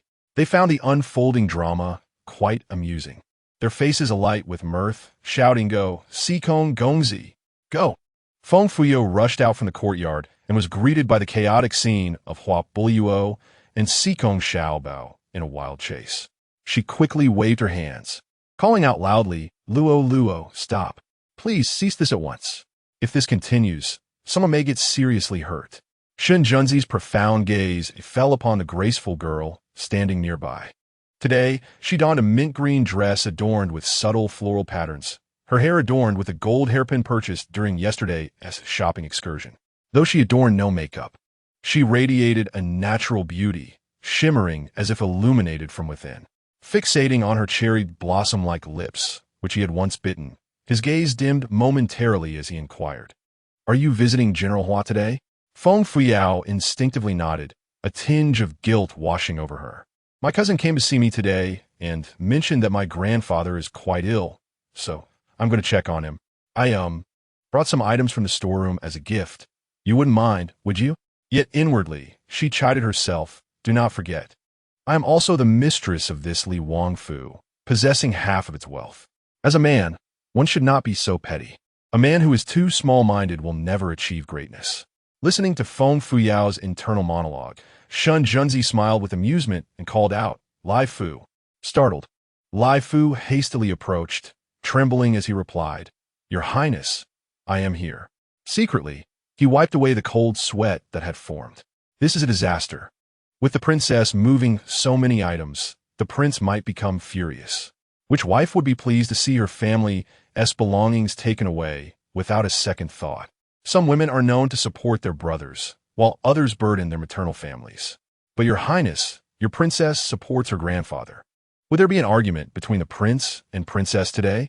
Shun Junzi gestured towards the fully loaded carriage. Lai Fu, prepare another identical set of gifts as the princess has arranged, to be sent to General Hua's residence, stating that they are from both this prince and the princess. What? Lai Fu exclaimed, his mouth agape, almost unable to believe his ears. The items gifted by the princess filled an entire carriage. If a duplicate were to be sent, wouldn't that require another full carriage? Would the prince truly send 2 identical carriages? Perhaps a change was in order? Noticing Lai Fu's stunned expression, Shun Junzi reprimanded. "What are you dawdling for? Hurry and prepare." Snapping back to reality, Lai Fu eagerly replied, Yes, I will prepare it right away." He scurried off to ensure that another full carriage was packed with the gifts chosen by the princess. Feng Fuyao was taken aback, feeling quite surprised. She had assumed that Shun Junzi would disapprove of her generous gifts. To her astonishment, he acted contrary to expectations, sending another identical set of gifts in his name. Why was he so accommodating today? Feng Fuyao graciously bowed, her face alight with joy. "Your Highness, you are too kind. In this case, I shall extend my grandfather's gratitude to you."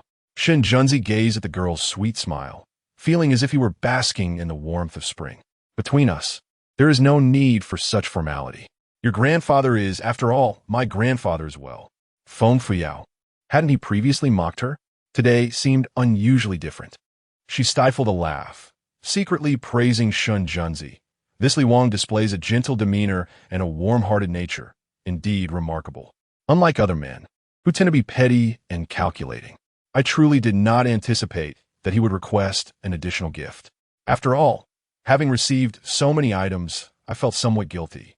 Historical records depict him as a ruthless and heartless traitor. However, I cannot help but perceive him as not so malevolent as history suggests. Yet, history is often rewritten by the victors. The adversary of the king of Li seized the throne, naturally leading to the disparagement of his predecessor in historical accounts. Elevating oneself while belittling others is, after all, a customary tactic of those in power.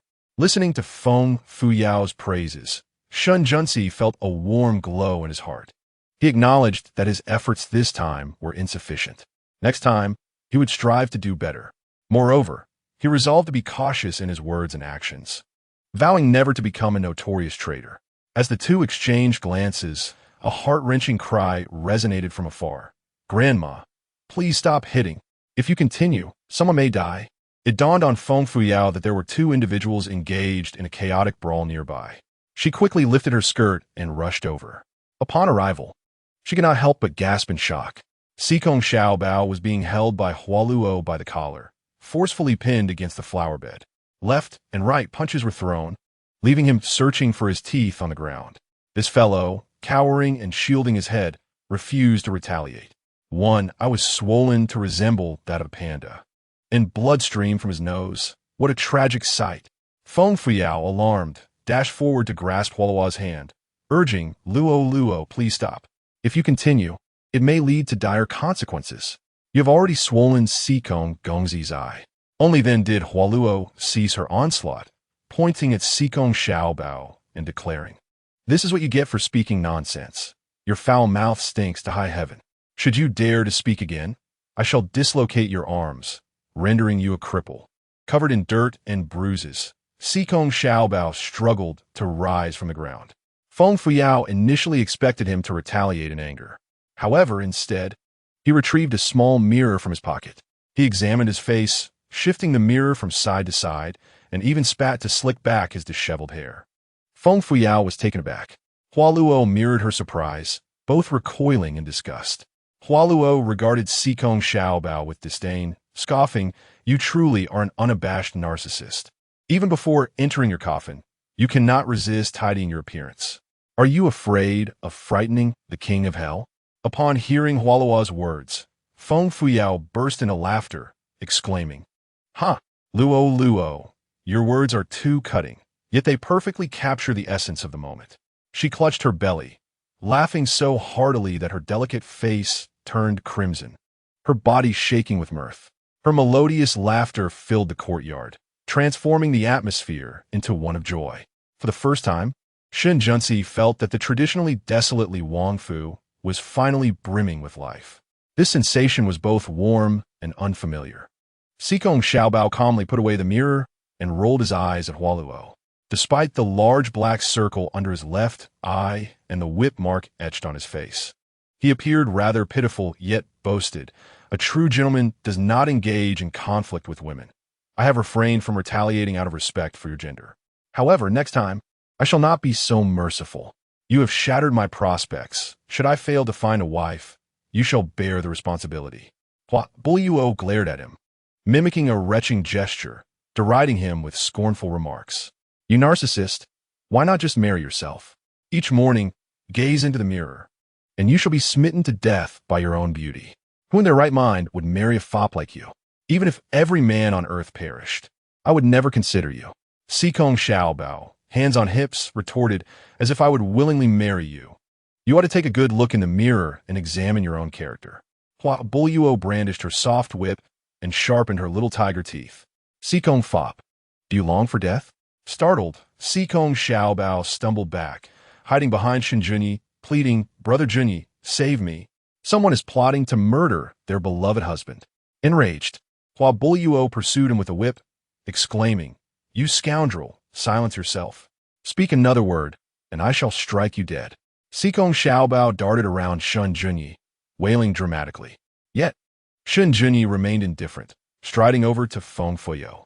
Amid her astonished gaze, he calmly took her hand and led her toward the dining hall. "Let them make their ruckus. You shall accompany me for lunch."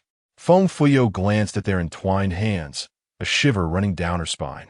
She turned back to see the pitiful Xikong Xiaobao trailing behind, frantically lamenting, "Why is this treacherous minister holding my hand? What did I do to him last night while inebriated? Good heavens, could it be that I actually... Heavens above, I surely did not sleep with him, did I? Why do I feel nothing? Look at his pained expression. His eyes nearly roll back into his head. Am I to bear a child? What if he insists on choosing Xikong Xiaobao? Then I shall raise the child alone, living independently." Shen Junyi, overhearing Feng Fuyao's inner thoughts, felt his head buzz. Did she truly sleep with him?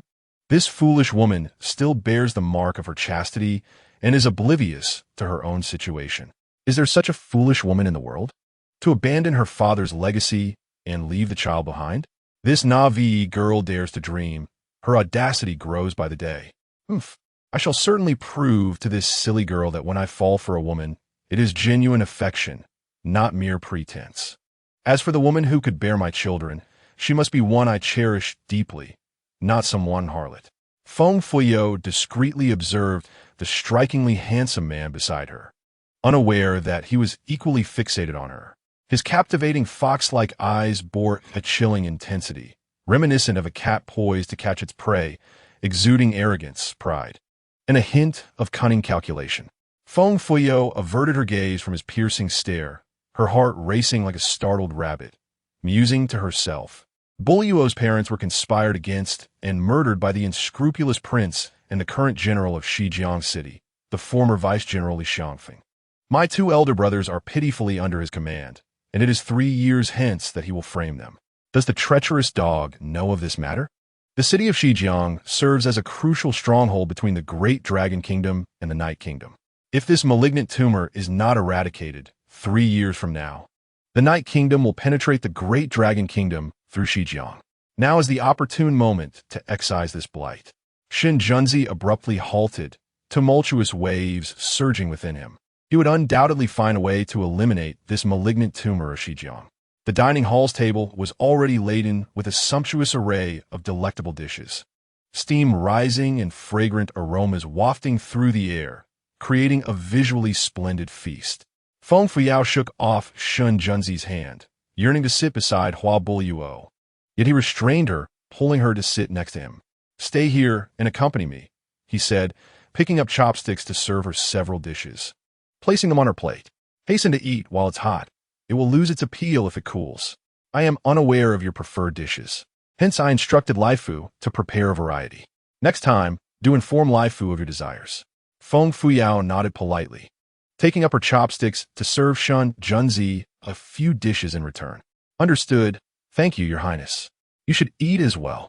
Bulliyuo, holding a large bowl, devoured her meal with grease glistening on her lips, exhibiting none of the restraint expected of a noble lady. She had already finished one bowl of rice and began another, eating while praising delicious, truly delightful. "The food at my cousin S home is exquisite. When I was in Shijiang, I often had only flatbreads and pickled vegetables. Barely a decent dish in sight. Cousin, I shall come to your house daily for meals." Feng Fuyao beamed with joy. "You are welcome to come for meals every day. I assure you, you will be well fed." Sikong Xiaobao, with his dark-ringed eyes, remarked with a twinge of jealousy, "No wonder newlyweds are so affectionate. It's truly enviable. Brother Ci, despite our long-standing friendship, I have yet to see you prepare meals for me. After all, I was the one who met you first. Are you not being a tad biased? Alas, the rice in this bowl has lost its flavor." Feng Fuyao glanced at Sikong Xiaobao and mused, "See, even Sikong Xiaobao is envious. They are indeed acting suspiciously. I suspected their relationship all along. How can a man serve food for others in front of his beloved?" Listening to Feng Fuyao's inner thoughts, Shun Junzi's mood soured. With a sharp clatter, he set down his chopsticks and glared at Sikong Xiaobao with disdain. "If you do not wish to eat, then leave. Why must you prattle on so? Can't a meal silence your incessant chatter?" He resolved not to allow Sikong Xiaobao to freeload any longer. Chapter 58. Unyielding integrity, refusing gifts while Bulliyuo finally lifted her head from the bowl, taunting Sikong Xiaobao. "Indeed, you're akin to a sour plum steeped in a chamber pot, both sour and foul. Your incessant chatter cannot be silenced by mere food. So leave if you do not wish to eat. Do you truly think yourself of importance?" Sikong Xiaobao was displeased. Why did this girl always seem to be at odds with him? He picked up a pair of chopsticks, leisurely eating while retorting, "You're just like me, a freeloader. What right do you have to criticize me? Behold you, with a bowl in each hand, resembling a starving ghost reincarnated. Whoever marries you in the future will surely suffer a lifetime of misfortune. Such an insatiable appetite, like a bottomless pit. Who could possibly sustain you?" Hua Buluo, Ingensit, slammed down her bowl, rolled up her sleeves, and prepared to confront him. "You delicate creature, who are you calling a bottomless pit? Have I consumed your family's rice? Did I not handle you adequately earlier? Would you like a few more blows? Feng Fuyao, overwhelmed by their bickering, hurriedly intervened. Enough, enough. Both of you. Cease your quarrel and focus on your meal. We shall discuss matters after dining. We need to visit General Hua later to see grandfather. The prince and young master Si Kong must attend court this afternoon, so let us all eat properly. Shen Junxiai maintained a calm demeanor, his posture elegant as he savored his meal. His strikingly tall figure graced the table, every gesture of visual delight. He occasionally offered Feng Fuyao a piece of food, as if it were the most natural thing in the world. Feng Fuyao, while eating, couldn't help but admire the handsome man beside her, her appetite growing with each glance. Unintentionally, she overindulged yet again. In the afternoon, Shen Junxiai and Si Kong Xiao Bao continued on a court, while Feng Fuyao and Huabu Luo, laden with 2 fully packed carts of gifts, made their way to the residence of General Hua to pay their respects to the elderly general. The original owner rarely visited the Hua residence, leaving Feng Fuyao feeling quite unfamiliar with everything there. General Hua, nearing 60, bore the marks of time upon his face, deeply etched with wrinkles. He appeared frail, his once robust frame now gaunt. Yet despite his long-standing illness, his eyes retained a bright, unwavering spirit, imbued with the wisdom of life as trials. He exuded a soldier's indomitable strength, a commanding presence that demanded respect without a word. Upon seeing Hua Buluo return with Feng Fuyao, General Hua was filled with unexpected joy. He scrutinized Feng Fuyao with trembling hands and asked, "Yaoer, you have finally come to visit your grandfather? How fares your life with Li Wang?" Feng Fuyao quickly stepped forward to support the elder, her eyes glistening with emotion. "Grandfather, Yaoer has come to see you. In the past, I was thoughtless and did not visit you or maintain ties with the Hua family. From now on, I shall be more considerate. I have matured."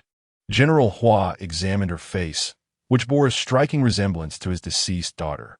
His eyes turned red, his voice thick with emotion. "Good, good. If you ever feel wronged, come to me. Your grandfather will stand by you. As long as I have a meal, you shall not go hungry. Never allow yourself to be wronged." A warm current surged through Feng Fuyao's heart. This feeling was one she had never experienced, not even during her last visit to the Prime Minister's residence. "I understand now, grandfather." Huabu Luo, pointing at Feng Fuyao with pride, exclaimed, "Grandfather, I have brought my cousin here. Isn't that impressive? She and the prince have even brought you many gifts." She gestured towards the entrance, where servants were bringing in 2 carts overflowing with various presents. Huabu Luo, reminiscent of the festive spirit of the approaching New Year, bounced with exuberance, directing her attendants to unload the gifts from the carriage and carry them into her grandfather's residence. These offerings were bestowed upon her grandfather by the princess and the prince. The old general, Hua, was taken aback by the sheer volume of gifts before him. It seemed less a gesture of goodwill and more akin to the entire treasury of a Li prince's residence being relocated. How could such an abundance of items be extracted from a Li prince's estate so soon after his granddaughter's marriage? Should word of this spread, would not the world accuse him, Hua Songhai, of coveting his granddaughter's wealth? And if the Duke of Ji were to learn of this, who could fathom the slander he might concoct? Most crucially, how would his dear granddaughter, Yao Er, continue to reside in the Li prince's household? Though Hua Songhai may be impoverished, he was not one to compromise his dignity. In a state of agitation, perspiration beading on his brow, he gasped, "Yao Er, this cannot be accepted.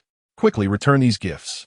They are far too extravagant. Their circulation would tarnish your reputation and that of your grandfather. Primedizayer no gifts. Only your happiness with the Li prince. Return them at once." Huabu Luo pointed to the substantial pile of items that had already been unloaded, resembling a small mountain. "Grandfather, the gifts have arrived. How can we send them back? How long has it been since we have had meat? These are all offerings from my cousins to honor you. Why would you refuse them?" Unexpectedly, Feng Fuyao found the old general's refusal to be so resolute. She felt both admiration and anxiety towards him. What was to be done? Must they truly return all these items? After all, she had meticulously chosen them over an extended period. At that moment, the butler of the Li prince's residence, Lai Fu, came bustling from behind the carriage. He bowed deeply to the old general, respectfully stating, "I am Lai Fu, the butler of the Li Prince's residence, sent by His Highness to deliver these gifts to General Hua. The prince has instructed that these offerings were prepared with great care by him and the princess, honoring you, the illustrious grandfather known for your valiant deeds. It is but a humble token of respect from the younger generation, and we hope you will not take offense." His Highness also mentioned that he will ensure your granddaughter shows you the utmost reverence, allowing you to enjoy your twilight years in peace. With that, the butler announced his departure to return with the empty carriage. Given the prince's sentiments, further refusal would seem insincere. With a heavy sigh, Hua Songhai raised his hand in a gesture of politeness, saying, "Please convey my gratitude to His Highness, Lai Fu. Let this be a singular exception. Though my household may be modest, we shall not starve. As long as His Highness and my granddaughter find happiness together, I shall be content." "Indeed," Lai Fu replied, his face filled with admiration. He bowed and swiftly took his leave with the empty carriages. Standing beside the old general, Feng Fu Yao seized the opportunity to inquire of her system. "Xiaogua, have you discovered what ailment afflicts my grandfather? Why does he appear so frail?" The system, Xiaogua, analyzed. The old general suffers from diabetes, a condition that in this era is considered incurable. Unless one can procure insulin, the patient is left with only the prospect of awaiting their demise. Feng Fuyao felt an overwhelming sense of sorrow and urgently inquired, "Is it truly that severe? How can I obtain insulin? I wish to save the elder. As long as it means saving the elder, I shall do everything in my power." Chapter 59. A handsome young man with grace, flowers abound in the city. Feng Fuyao learned through the system that as long as she completed her tasks, she would have the opportunity to receive rewards. With this understanding, she resolved to assist General Hua in procuring insulin to treat his diabetes, as well as medicine for Shan Junzi to heal the scars on his face and remedies to detoxify his body. Although Feng Fuyao had no formal medical training, she was familiar with the condition of diabetes, having encountered patients afflicted by it before her transmigration. She was aware of what diabetics could and could not consume, and she also knew a folk remedy. Drinking boiled water infused with grey duoba could effectively control diabetes. Feng Fuyao asked Hua Buluo to fetch paper and pen, meticulously listing forbidden foods and remedies. Items such as sweets, overly salty foods, smoked dishes, spicy fare, and alcoholic beverages were all to be avoided by General Hua. Hua Buluo gazed at the crooked characters written in simplified Chinese, astonished. "What are these characters you've penned? I cannot recognize a single one. Everyone claims you are illiterate. And it appears to be true. Ha ha." Feng Fuyao exclaimed. It seems that the remnants of the original owner's illiteracy would not be easily erased. General Hua chuckled warmly at their exchange, his eyes sparkling with kindness. Upon hearing Hua Buluo's words, he admonished her sternly, "Shaluo, how dare you speak to the princess in such a manner? Mind your words and show her the respect she deserves. Do you understand the gravity of your insolence?" Feng Fuyao gently patted Hua Buluo's head and playfully chided, "It's quite all right, grandfather. Shaluo is my cousin. We need not stand on ceremony. I have previously encountered patients with your condition, hence my knowledge of dietary restrictions. Admittedly, my handwriting is rather poor, resembling that of a dog's paw. Shaluo, why don't I speak and you can write?" Hua Buluo picked up the pen, and, as Feng Fuyao dictated, she recorded the information. After completing the list of prohibitions and remedies, she chuckled. "Grandfather's favorite pastime is enjoying a drink morning and night. This is a habit cultivated over many years. If you forbid him from drinking, would that not be akin to taking his very life? And this gray duoba, can it truly aid in your recovery?" General Hua stroked his chin thoughtfully and lamented, "Indeed, my only indulgence is drinking. Yea, must I truly abstain from alcohol in the future? Life would lose half its joy without it." Feng Fuyao nodded solemnly and cautioned, "Grandfather, you must refrain from drinking henceforth. Your ailment is diabetes, which is difficult to treat and comes with many restrictions. Should you fail to adhere strictly to the dietary prohibitions, your condition will only worsen. For now, try the folk remedy, and I will find a way to procure further medication for your treatment. Grandfather, Luo, and cousin are your only relatives, and they're yet to establish their own families. For their sake, you must cherish your own health. Hua Buluo gently patted her delicate chest, declaring resolutely, cousin, rest assured, I shall keep a close watch on grandfather and ensure he refrains from drinking. As the three conversed, a tall and handsome youth sauntered in leisurely from outside. The young man, exuding a warm and gentle demeanor, bore a striking resemblance to Hua Buluo, sharing about 60% of her features. Both possessed a pair of sparkling, expressive eyes. Though not dressed in opulence, he radiated an air of scholarly elegance. The entire figure stood tall and graceful, exuding charm and extraordinary beauty. Upon noticing the unfamiliar young lady engaged in conversation with General Hua, he promptly retreated outside, politely clasping his hands in greeting. Hua Buluo, spotting the handsome youth, joyfully pointed towards Feng Fuyao, exclaiming, Brother, come in quickly and see who has arrived. This is my cousin, Feng Fuyao, who has just married the king of Li. Surely you remember? Grandfather once wished for you to wed her. Unfortunately, at that time, Prime Minister Feng disapproved, hence your union did not come to fruition. Feng Fuyao was taken aback by the young girl's unfiltered remarks. Did she not care for her own dignity? This cousin, Hua Mansheng, appeared exceptionally refined in both looks and demeanor. Had the original owner married him, she might have found true happiness. Alas, the original owner was blind to such fortune, choosing instead a brutish man with a silver spear-like physique. Hua Mansheng's handsome face flushed with embarrassment as he shot a piercing glare at Hua Buluo. After adjusting his attire with care, he stepped forward with poise.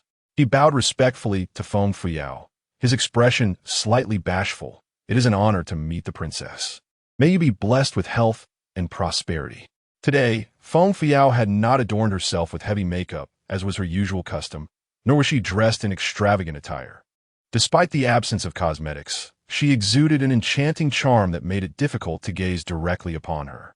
Moments ago, he truly did not recognize her. Feng Fuyao rose gracefully and offered a slight bow to Hua Mansheng. Greetings, cousin Mansheng. I'm delighted to see you.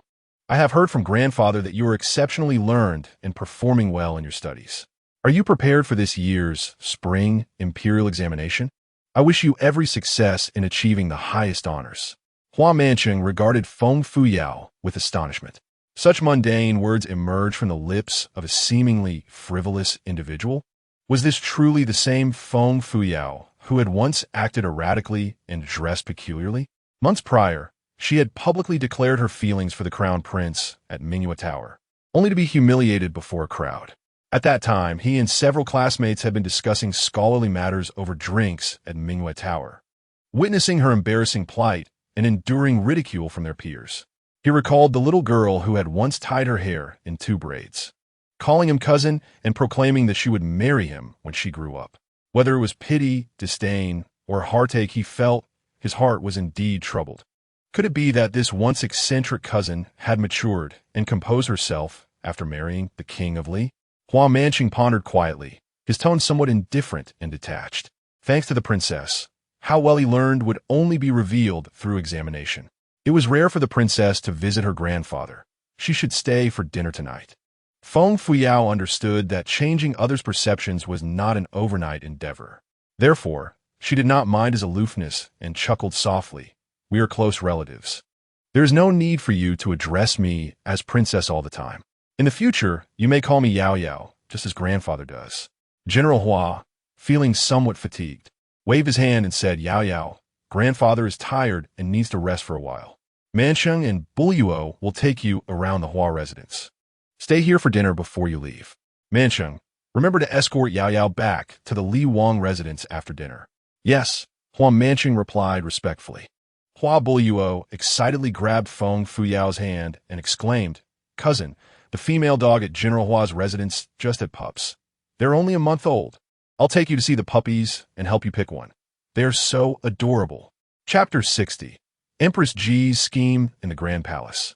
Within the Qinqing Palace where the emperor dealt with state affairs, Emperor Jinda sat at his desk, holding a cup of fragrant tea, sipping leisurely. The crown prince and the Li Wang were marrying on the same day, establishing families of their own. As a father, witnessing his son's wedding brought him immense joy. The imperial guard, Song Wei, was bowing his head, reporting the recent significant events circulating outside the palace. He had heard that someone had leaked the spring examination questions, and the Li Wang was currently investigating the matter. Upon hearing this, a flicker of anger crossed the emperor's aged face. He slammed the teacup down on the table, his tone cold and heavy. Is this matter true or false? Why have I not heard about this from Zier? The spring examination is merely half a month away, yet the questions have already been leaked. What is the Tiandao Pavilion doing? Why has no one reported this to me? Song Wei, with a forced smile and cautious tone, replied, Your Majesty, the Li Wang must not have found any conclusive results yet. Once there is clarity, he will report to you. The Li Wang is meticulous in his work and will not draw conclusions without certainty. Your Majesty only needs to be patient. Furthermore, there is another matter. Song Wei stole a glance at the emperor's grim expression, swallowing hard. A few days ago, the Crown Prince and the Wang were accompanying the Crown Princess and the Li Wangfei back to the Feng Chancellor's residence for a family visit. Chancellor Feng hosted a grand banquet to entertain the two illustrious sons-in-law. However, the emperor's expression darkened as he directed a displeased gaze at Song Wei. Why are you hesitating? Is there something else that occurred at the family visit banquet? Song Wei wiped the cold sweat from his forehead, trembling after the banquet. The Crown Princess and the Crown Prince quarreled because the Crown Prince was speaking with the Li Wangfei in the garden. The Crown Princess complained to Chancellor Feng, accusing the Crown Prince of being inadequate in certain aspects, and even hinted at abusive tendencies. The argument escalated, leading the Crown Prince to storm off back to the Crown Prince's residence. This matter spread like wildfire throughout Chang'an, with everyone discussing the Crown Prince's alleged inadequacies. The emperor's gaze grew increasingly sinister, incredulously stating, The Crown Prince has always been in good health and is surrounded by beautiful concubines. How could he possibly be inadequate? Furthermore, the Queen has never broached this matter with me. If the Crown Prince were indeed afflicted, she would certainly have informed me. Could it be that the Crown Princess, harboring a narrow mind, is envious of the Crown Prince's conversations with Princess Li, thus speaking indiscriminately? If that is the case, how could she possibly be worthy of her position? Song Wei, drenched in sweat, found himself at a loss for words. Such matters, he believed, were best left unspoken by one in his position as the head of the Imperial Guards. Xiao Shunzi cast a glance at Song Wei and chimed in with a smile. Your Majesty, every couple has their quarrels. They may fight at the head of the bed, but reconcile at the foot. Such trivial disputes will soon pass. Moreover, the Crown Prince and Crown Princess are newlyweds, after all. A bit of bickering is surely a sign of their affection. It has been heard that Prime Minister Feng and Lady Ji personally escorted the Crown Princess back home, and the couple has reconciled as before. Your Majesty, you should look forward to embracing a healthy grandson. Those rumors will dissipate with time. The innocent will remain untainted, while the guilty will reveal themselves. There is no need for your Majesty to be troubled. Besides, your Majesty has the vitality to live for another 100 years, perhaps even to witness the birth of several little princes. Xiao Shunzi's words greatly pleased Emperor Jinda, softening his previously grim demeanor. He pointed to Xiao Shunzi and smiled. Xiao Shunzi, go summon Master Tsong Xian to accompany me in alchemy. Song Wei, you shall accompany me to the alchemy chamber. I hope to live for another 100 years, to safeguard the great dragon kingdom. The fortunes of children and grandchildren are theirs to cultivate. Their lives must be carved by their own hands. Whether my sons bequeath me a grandson sooner or later is of little consequence. While Emperor Jinda busied himself with alchemy, the mood at the Ji Queen's quarters was far less tranquil. At that moment, her brother Ji Dai was engaged in a serious discussion with her. Ji Dai relayed the rumors circulating in the neighborhood regarding Crown Prince Shun Junyi's alleged inability to perform and his proclivity for cruelty. Furious, the queen clenched her teeth and exclaimed, Feng Fushua, that incompetent fool, has caused nothing but trouble. I consented to betroth her to the Crown Prince because I believed he favored her. Little did I expect this wretched woman to so brazenly tarnish the Crown Prince's reputation in public. Were it not for the military power held by Prime Minister Feng's two sons, I would have ensured the Crown Prince divorced this scoundrel. Ji Dai pondered for a moment and spoke earnestly. If there is any truth to this, We must act swiftly to remedy the situation. Otherwise, this matter will inevitably come to light. Should it arise during the succession to the throne, it could be exploited by those with ulterior motives. The queen recalled the incident from years past when Shun Junyi had been harmed by aphrodisiacs, and her fury surged. The memory of that event filled her with rage. Every time I think of that incident, it drives me to despair. His affliction ebbs and flows, leaving even the imperial physicians powerless. Countless doctors have been summoned secretly, and he has consumed untold remedies. The practitioners brought from the common folk have all discreetly vanished to protect his reputation. For so many years, we have been unable to uncover the perpetrator behind that incident. If I were to find even the slightest clue, I would see them torn to shreds. Brother, do you think the events of yesteryear could have been orchestrated by that old scoundrel, Hua Songhai? Ji Dai shook her head in denial, asserting it could not possibly be him, as he was still in the western frontier city at that time, his reach not extending so far. I have long suspected it was the mother of the crown prince, concubine Zhong, who was behind it. After all, the crown prince was a highly coveted figure in the contest for the throne back then. A disdainful smirk curled at the corners of Empress Ji's lips. We worked tirelessly to pit the three princes against one another, clearing the path for Yi. After the crown prince's demise, concubine Xiao has been languishing in the cold palace, driven to madness. Brother, that old man refuses to relinquish his position. What shall we do? Yi has turned 20, and it is time for him to ascend to the throne. Ji Dai cast a sidelong glance at Empress Ji and whispered, "That old man has placed the management of the Tiandao Pavilion in the hands of King Li, whose spies are scattered throughout the Great Long Kingdom. Only by seizing control of the Tiandao Pavilion can we compel those above to cede their power. However, the Tiandao Pavilion is currently a formidable challenge under King Li's command. He is treacherous, capricious, and employs exceedingly cruel tactics. Although he lacks familial backing, he is supported by a faction of low-born disciples. To challenge him, we must devise a foolproof strategy. During this spring examination, I am determined to bring down the Minister of Rights, Sikong Ju, who secretly supports him." Empress Ji nodded subtly, a glint of malice flickering in her eyes. That old wily fox, the Minister of Rights, has consistently refrained from openly supporting us, which is truly detestable. Fortunately, I had placed a cold toxin on him during the childhood of his illegitimate child, and Ear managed to mar his reputation. Otherwise, who knows how he would have tormented Ear. This spring examination, you must find a way to eliminate Sikong Ju, who supports him.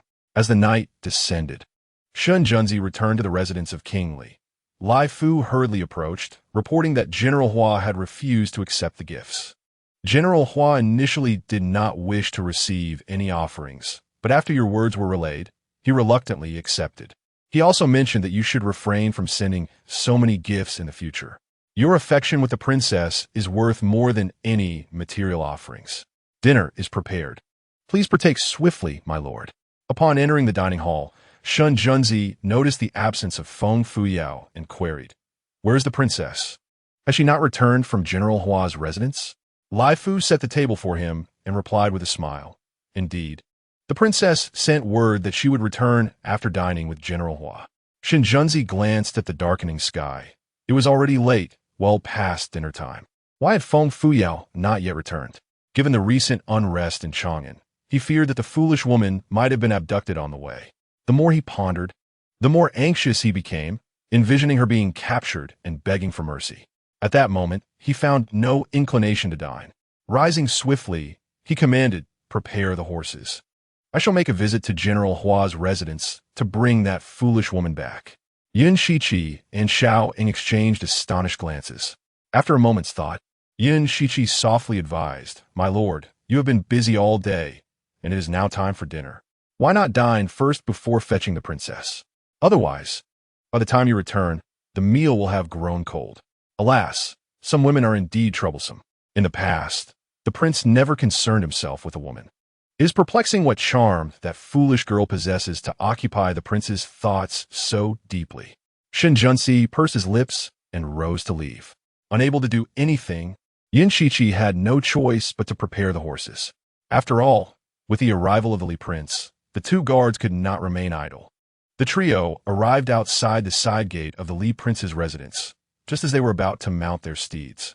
Suddenly, a strikingly handsome young boy rode in on a noble steed, escorting a carriage that approached from the end of the road.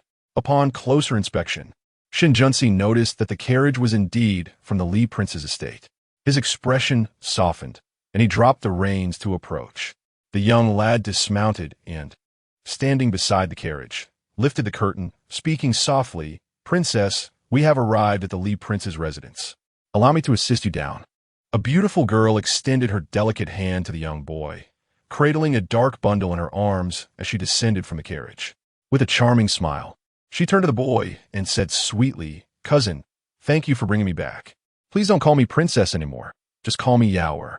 Also, keep a close watch on grandfather's forbidden foods. He must not consume them, especially alcohol. He must never drink again. I appreciate your and Luo's care for grandfather. May you excel in the upcoming exams and achieve great success." Hua Manqing's clear, bright eyes were filled with gentle admiration as he gazed at the enchanting girl before him. The girl had transformed completely since her marriage to the Lee prince. Her demeanor, attire, and overall appearance were now entirely different. Previously, she had adorned herself in an eccentric manner, unattractive and unappealing to all. Now, she was adorned in exquisite beauty, captivating beyond compare. Hua Manqing bowed gracefully to Feng Fuyo, his demeanor both elegant and upright as he exclaimed, "Thank you for your concern, Princess. I must take my leave now." With that, he mounted his horse and galloped away. Feng Fuyo watched Hua Manqing depart, a quiet sigh escaping her lips. Cousin is truly a remarkable man, so graceful and gentle. What a fine gentleman indeed. What a pity that the original owner of this body was blind to his virtues, instead falling for that useless prince. Such a wonderful match, lost forever. How regrettable indeed. Only when he was out of sight did Feng Fuyo turn back towards the estate. Shin Junsi observed the retreating figure, his fox-like eyes narrowing dangerously. Surely that foolish girl Wu Ti have taken a liking to her cousin? Indeed, this woman was a heartbreaker, easily swayed by every handsome face she encountered. It was unfortunate that he had just worried about her being taken away, hastily rushing to fetch her without even having dinner. Shin Junsi felt a surge of displeasure, his handsome face darkening considerably. With long strides, he emerged slowly from behind the stone lion, his tall and striking figure resembling a beacon of light in the twilight. Catching Feng Fuyo's attention, she glanced at the three horses behind the stone lion and beamed at Shin Junsi with radiant joy. "My lord, have you just returned from the palace? What a coincidence! Come quickly and see what gift I have brought for you." As she spoke, she shoved a furry, dark mass into his arms, urging, "Gong Gong, quickly call him father. Henceforth, he shall be your father." Shin Junsi. Gong Gong, call him father? What in the world is this dark lump? Surely it cannot be the illegitimate offspring of a foolish woman and a wild man. Shin Jun instinctively reached out to catch it, only to feel a soft, furry bundle. Upon closer inspection, he was met with a pair of round, terrified eyes. This Gong Gong was in fact an adorable, plump little puppy. The two, man and dog, locked eyes, both revealing their shared horror. Shin Junzi felt a buzzing in his head, and every hair on his body stood on end. Without a second thought, he flung the creature away. Feng Fuyo, quick to react, hurried forward to catch the puppy, stamping her foot in indignation. "Hey, what are you doing?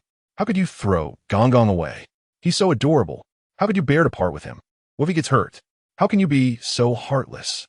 Yes, just a month old." Shin Junzi looked at the little puppy with disdain, his eyes filled with loathing. He turned and strode toward the door, haughtily snorting, "This prince despises dogs more than anything. Do not let it appear before me again. Otherwise, who knows what I might do? Perhaps I shall have it slaughtered and served as roasted dog meat." Feng Fuyo, clutching the puppy, rushed forward, glaring at him furiously. "You would turn such a lovely puppy into roasted dog meat? Prince, I must inform you, he is my beloved pet, the offspring of my family's guard dog. I have named him Gong Gong. If you dare to harm him, I will not let this matter rest." With that, she bypassed him, furiously marching ahead, her heart brimming with indignation as she silently cursed him. "Heartless dog man, no wonder you are a ruthless villain. How can someone like you be saved? devoid of love and compassion for small creatures, ignorant of affection. If it weren't for my life, I'd never wish to be around someone so devoid of emotion. Do not dare to come near my bed tonight. I have no desire to see you. Put on your red shorts and go find your partner to sleep with. Shun Junzi abruptly halted, casting a sinister glare at the back of Feng Fuyo's head, grinding his molars.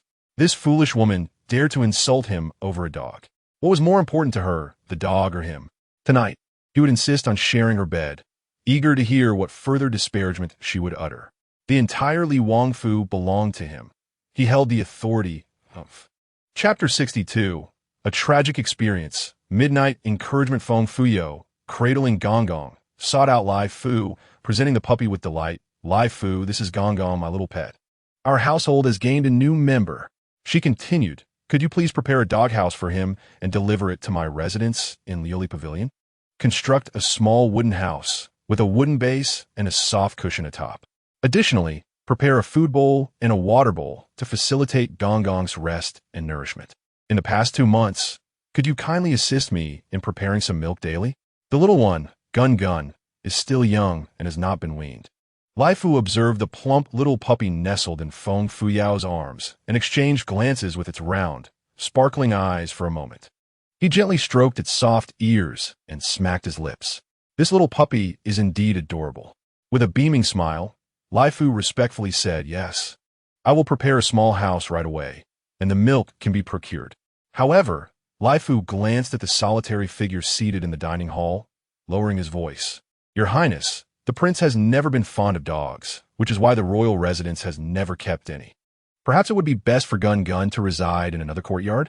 Feng Fuyao recalled how Shun Junzi had carelessly tossed Gun Gun earlier and inquired, Lai Fu, why does the prince dislike little dogs? Was he bitten by one in his childhood? Lai Fu shook his head, maintaining a cheerful demeanor. I am not certain, Your Highness. Allow me to prepare a small house and some milk for Gun Gun. Feng Fuyao returned to her chamber, cradling Gun Gun, and while playfully engaging with the round little puppy, she asked the system, Lil Melon, do you know why Princely dislikes dogs? He nearly caused Gun Gun to fall just now. It infuriated me. Gun Gun's eyes remind me of a dog I once owned, also named Gun Gun, whom I adored. After a brief pause, the system replied, Princely was bitten by a dog in his childhood, and to this day he bears the scars on his back. At the age of 8, he was cast aside by the Jianda Emperor and sent to the Night Kingdom as a hostage. During his time there, he suffered disfigurement and was regarded as a monster. A princess of the Night Kingdom, who had a penchant for large dogs, forced him to crawl like a dog, threatening to withhold food otherwise. Princely would rather starve than submit to such humiliation, leading the princess to unleash a fierce wolf dog upon him, mauling him mercilessly. Perhaps this is why he harbors a deep-seated aversion to dogs. Had it not been for General Hua's intervention at the age of 12, defeating the Night Kingdom and bringing him back, he might still be a hostage there. Feng Fuyao listened to the system's account, momentarily taken aback. Before her eyes, a stubborn young boy wearing a half-mask seemed to materialize.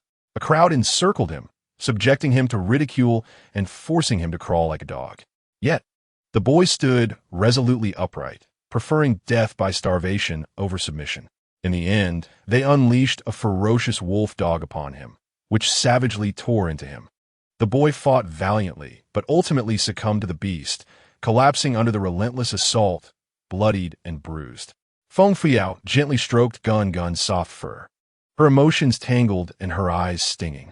This historically infamous treacherous minister must have endured countless hardships in his youth. Why did her understanding of him deepen her empathy? She bit her lip and softly inquired, Little Melon, what was the name of the princess who bullied Princely? The system responded in surprise, Host, do you intend to avenge Princely? The adversary is a princess of the Night Kingdom. You have yet to resolve matters with the Great Dragon Kingdom, and now you wish to contend with the Night Kingdom? The royal family of the Night Kingdom bears the surname Yuan, and the princess is named Yuan Lan Ruo. The Night Kingdom and the Dragon Kingdom have long been sworn enemies, perpetually at odds with one another. The Night Kingdom has always cast a watchful eye upon the Dragon Kingdom, and with the Dragon Kingdom's emperor being ineffectual, the task of rescuing it is no small feat for the Prince of Li. A glint of icy determination flashed in Feng Fu Yao's beautiful eyes. Yuan is it?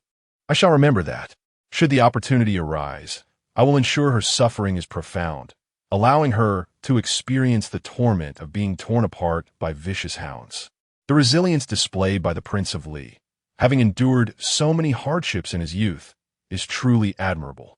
Regardless of the challenges in saving the Dragon Kingdom, I shall devote myself entirely to his cause, resolutely preventing the Night Kingdom from obliterating our realm. Outside the bedroom window stood a tall, striking figure, radiating an unparalleled elegance. With eyes as crystalline as glass, he gazed intently at the spirited silhouette within, listening to Feng Fuyao's innermost thoughts. His enchanting visage bore an expression that mingled joy and sorrow, appearing all the more isolated and ethereal against the backdrop of the dark night. How is it that she knows of his childhood ordeals? What else is beyond her knowledge? This girl, possessed by a soul from another realm, is indeed an enigma. Lai Fu quickly prepared a doghouse, feeding bowl, water bowl, and milk. Feng Fuyao opted not to place the doghouse indoors, but instructed Lai Fu to set it in a vacant corner of the yard. Thus, even if Shun Junzi were to return, he would not encounter the hound. As night fell, Feng Fuyao lay in bed, tossing and turning, unable to find slumber. The harrowing image of a small boy being savaged by feral dogs haunted her mind. After what felt like an eternity, Shun Junzi finally climbed into bed, quietly lying down on the opposite side. Feng Fuyao, clutching her blanket, feigned sleep. After a moment, hearing him seemingly drift into slumber, she secretly opened her eyes to regard him. The man lay with his eyes closed, appearing to have succumbed to dreams. His long eyelashes fluttered gently with each breath, and his handsome features were chiseled as if sculpted. His moon-white nightgown was slightly ajar, revealing a tantalizing collarbone and a solid, porcelain-white chest. Feng Fuyao cautiously reached out, her hand encircling his waist, silently encouraging him. "My prince, may you endure hardship, blossom towards the sun, and pursue the light. Overcome all adversities to become the valiant savior of the Dragon Kingdom, rather than a reviled traitor. If the Dragon Kingdom falls, we shall both perish. Thus, we are akin to grasshoppers tethered by a single string. We must unite our efforts. I hope you grow ever stronger. For only by becoming formidable can those who have wronged you be brought low, revering and gazing up at you. I will stand by you until the moment you ascend to greatness." Feng Fuyao reached out to gently caress the silver mask upon his face, a soft laugh escaping her lips. "Furthermore, I will do everything in my power to procure the ointment for your scars, aiding you in removing your mask. I shall also strive to obtain the antidote to purge the cold poison from your body. Let us endeavor together. Tomorrow shall surely bring better tidings. We shall press on." She waved her tiny fist, cheering for Shun Junzi and herself alike. After a brief moment, the girl emitted a steady rhythm of breaths. Shun Junzi, listening to her tranquil breathing, gradually opened his deep-set eyes. Gazing intently at her sweet, sleeping visage, warmth enveloped his heart, and an uncontrollable flutter surged within him, dispelling any remnants of sleep. Chapter 63. The struggles of the court. Accusations of leaked exam questions the next morning in the imperial palace of the Great Dragon Kingdom. Shun Junzi entered to attend the court assembly, standing alongside the crown prince before the gathered ministers. Both of their eyes bore a hint of coldness. Recently, rumors had circulated fervently regarding the crown prince's alleged ailment, casting doubt upon his ability to fulfill his duties. The officials were astutely aware of the whispers. Many were left aghast. Should the crown prince truly be incapable in that regard, his ascension to the throne would render the royal lineage as barren as a hen that lays no eggs. What future could the Great Dragon Kingdom hope for under such circumstances? It might be wiser to allow the imperfectly handsome Li Wang to inherit the throne instead. However, the rumors concerning the crown prince's shortcomings were rampant, and soon news emerged of his acquisition of a new beauty, conferred with the title of Fengyi. The crown prince, appearing invigorated by recent joyous events, radiated a rosy glow reminiscent of a groom on his wedding day. The ministers exchanged furtive glances, bewildered. If the crown prince were indeed incapable, how could he so readily attract one beauty after another? Surely, He would not allow them to merely adorn the rear courtyard as mere decorations.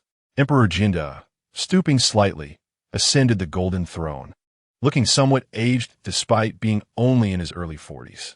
It was rumored that he had indulged excessively in the alchemical pills he had consumed the previous day. Yet, he had spent the night lavishing attention on several beauties, and today his complexion appeared rather lackluster.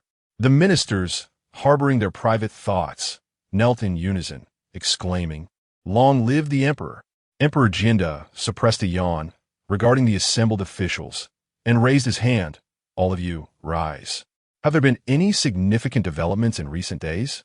With the spring examinations imminent, numerous scholars had arrived in Chang'an to participate. It was imperative to bolster the city's defenses to ensure the smooth conduct of the examinations. The Minister of War responded loudly, "I have already strengthened the defenses of Chang'an to guarantee absolute security." Ji Dai, the Right Chancellor, cast a calculating glance at Shun Junzi, a hint of malice glimmering in his eyes as he spoke in a mocking tone. "I have heard that Li Wang has apprehended those responsible for leaking the exam questions. Yet, I wonder about the results of the inquiries conducted by Tiandao Pavilion. Why are the findings being withheld? If this delays the spring examinations, will Li Wang bear the responsibility?" The Minister of Rights, Si Kong-ju, felt a twitch in his eyelids, casting an irritated look at Ji Dai, retorting sharply, "Why is Chancellor Ji so eager? Why not personally conduct the inquiries? Even if they have been apprehended, time is needed for proper investigation." This year's chief examiner for the spring examinations was Si Kong-ju, father of Si Kong Xiaobao, a figure unaligned with either the Crown Prince's faction or Li Wang's. Known for his integrity and unyielding stance against power, winning the trust of the old emperor. Minister Feng, his eyelids also twitching, remained silent, his gaze cast downward. Ji Dai was a powerful supporter of the Crown Prince's maternal faction, wielding considerable influence and control over state affairs.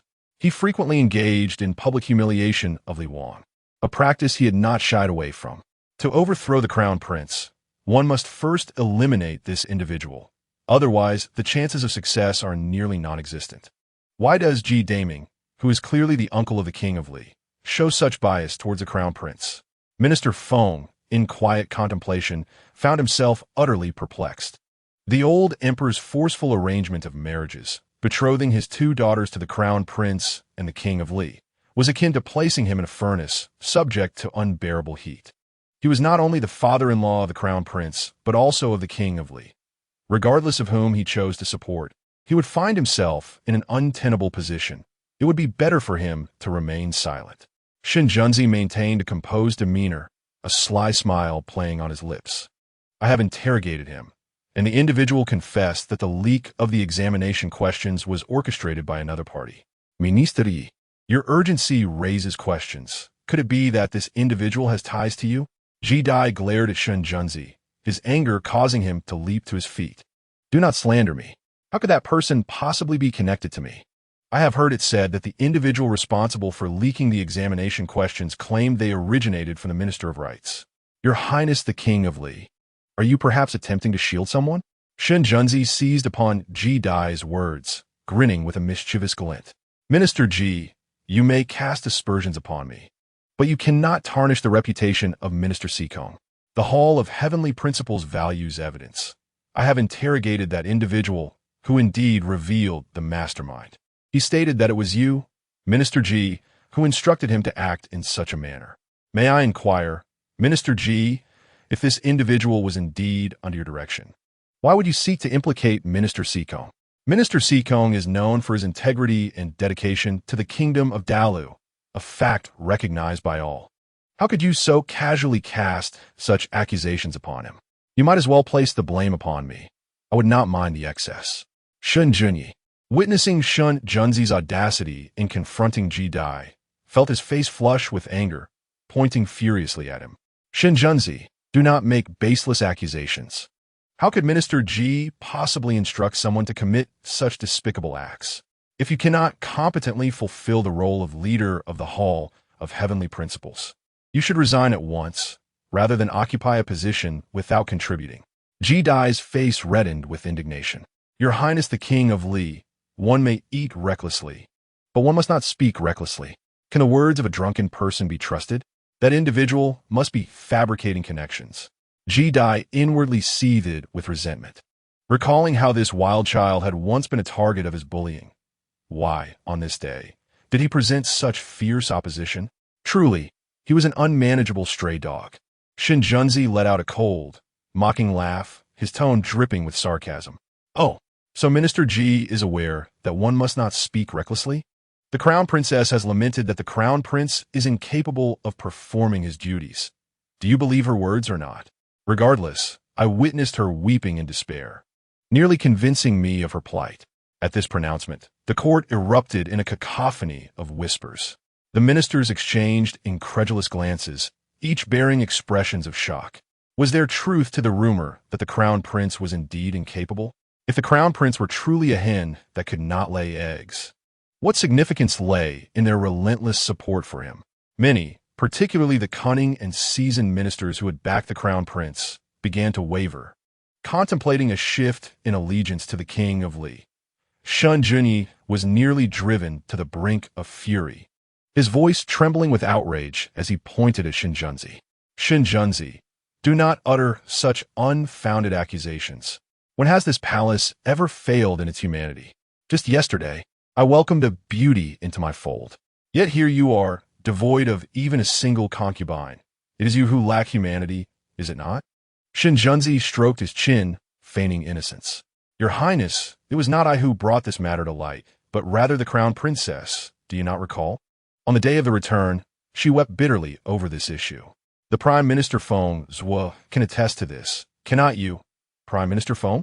Shin Junyi nearly fainted from anger, feeling utterly unwell. Shin Junzi was indeed treacherous, daring to mention such matters in front of the civil and military officials. Has he no shame? The assembly turned their gaze toward Prime Minister Feng Zhuo, who, with his eyes half closed, utterly disregarded the chaos unfolding in the court. The crowd inwardly cursed, thinking how cunning this old fox was to feign ignorance. The old emperor, witnessing his two sons bickering, was greatly incensed. He slammed his hand on the table, bellowing, "Both of you, cease this at once. This matter must not be mentioned again. How could the Crown Prince lack humanity while taking so many consorts? The Crown Prince must henceforth speak and act with caution, lest he be caught in a scandal." At that moment, the Minister of Rights, Sikongju, removed his black cap and, with a thud, knelt before Emperor Jinda. Chapter 64, Thunderous Measures, Shielding the Hidden Hand. Sikongju, clutching his cap, wept bitterly. "Your Majesty, please take back this cap from my head. Allow this old minister to return home and tend to pigs. Some have maliciously accused me of misconduct. I can no longer serve in this role." The old emperor rubbed his aching head and patiently replied, "Minister Ji, please be mindful of your words. Do not jest in such a manner. Sikong, rise quickly. I shall not take your cap. This position of Minister of Rights is yours alone." Sikongju shakily stood, casting a deep glance at Shinjunzi. Having lived for so many years, he had encountered all manner of people. In his view, the Crown Prince was inept and incompetent, lingering in the flower gardens, not a suitable heir to the throne. The calm and composed Li Wang was the ideal candidate for succession. However, this matter must not be rushed. It required careful plotting. The old emperor stifled a great yawn and waved his hand. Those with matters to discuss may do so. Those without may leave the court. Yet, Shun Junzi suddenly knelt, proclaiming, "Father, I have one matter to report. The Tiandao Pavilion has discovered that General Li Xiangfeng of Shijiang City is guilty of treason and collusion with the enemy." At this revelation, the court erupted in uproar, with officials exchanging glances and murmuring. Li Xiangfeng was a trusted subordinate of the Crown Prince, promoted by him. Shin Junzi's attack on the Crown Prince seemed to indicate he had unearthed some incriminating evidence. A spectacle was about to unfold. Upon hearing this, Crown Prince Shun Junyi immediately became furious. Li Xiangfeng was his confidant, strategically placed in Shijiang City to assist him in forming alliances with the Night Kingdom and surrounding nomadic tribes to suppress Shinjunzi. Simultaneously, he secretly aided in border trade, dealing in horses and iron ore. If this man were to be eliminated, the loss would be substantial.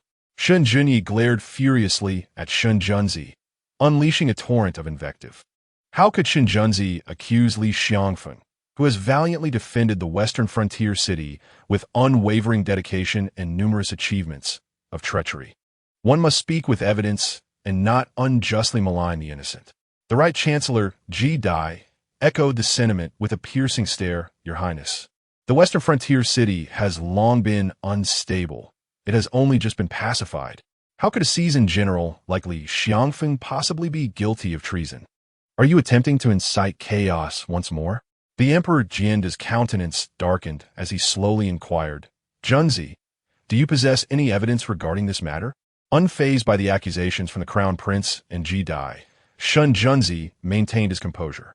The Heavenly Dao Pavilion has uncovered evidence. Please allow me a moment, Your Majesty.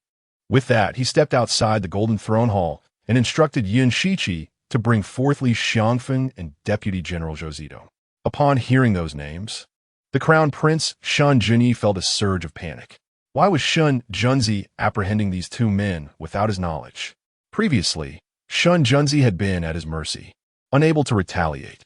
Why then had this illegitimate child become so audacious? Ji Dai offered a reassuring glance to the Crown Prince, signaling him to remain calm. Moments later, two men, one tall and the other short, were escorted in by the soldiers of the Heavenly Dao Pavilion, bound hand and foot. One was General Li Xiangfeng of the western frontier city, and the other was Deputy General Zhou Zito. Upon entering, both men fell to their knees before the Golden Throne Hall. Li Xiangfeng cast a glance at Crown Prince Shun Junyi, feigning immense sorrow as he wept, Your Majesty, I am innocent of treason. I was dutifully guarding the western frontier city when I was abducted by the emissaries of Prince Li. How could I, a loyal servant, ever betray the kingdom? Zhou Zitong also prostrated himself, wailing as if mourning a great loss. I too am innocent of treason. Your Majesty, there are those who wish to frame us. I beseech you to discern the truth. Shun Junzi smiled faintly, retrieving a stack of letters and tossing them before the two men with a cold laugh. Do you not seek evidence? These correspondences are your proof. Last year, Li Xiangfeng conspired with the Night Kingdom and the Western barbarian tribes, inciting the latter to assault the western frontier city while persuading General Hua to engage in battle. The Western barbarian tribes lured General Hua and his 30,000 troops to the outskirts, where the Night Kingdom's forces lay in ambush, resulting in the tragic demise of General Hua and his entire contingent in the frigid wilderness. Subsequently, Li Xiangfeng led 3,000 troops to feign an attack on the Night Kingdom, prompting their retreat, thus earning him accolades and promotion to general of the western frontier city. Little Shunzi rushed forward to retrieve the letters from the ground, presenting them to Emperor Jianda. The emperor perused the contents, his expression darkening to a shade akin to that of a soot-covered pot. Crown Prince Shun Junyi, filled with a mix of rage and fear, felt beads of sweat cascading down his forehead as he glared at Li Xiangfeng with the disdain reserved for the condemned. How could such a fool allow such clandestine correspondence to be pilfered? Li Xiangfeng, pale as a ghost, trembled like a leaf caught in a tempest. The letters were clearly concealed in a secret location. How did the King of Li manage to uncover them? Suddenly, he recalled the recent fire in the camp. The brothers Feng Fusu and Feng Fujing had informed him that everything in the tent had been reduced to ashes. Could it be that the brothers orchestrated this? Li Xiangfeng was terrified, yet in a desperate struggle, he exclaimed, Your Majesty, I am truly wronged. I have no enmity with General Hua and his wife. How could I possibly betray them? Shun Junzi's handsome visage contorted with fury as he pointed at him, passionately declaring, The evidence is irrefutable, and you still attempt to deny it. You plotted against General Hua and his wife because they uncovered proof of your covert dealings in Iron or with the Night Kingdom.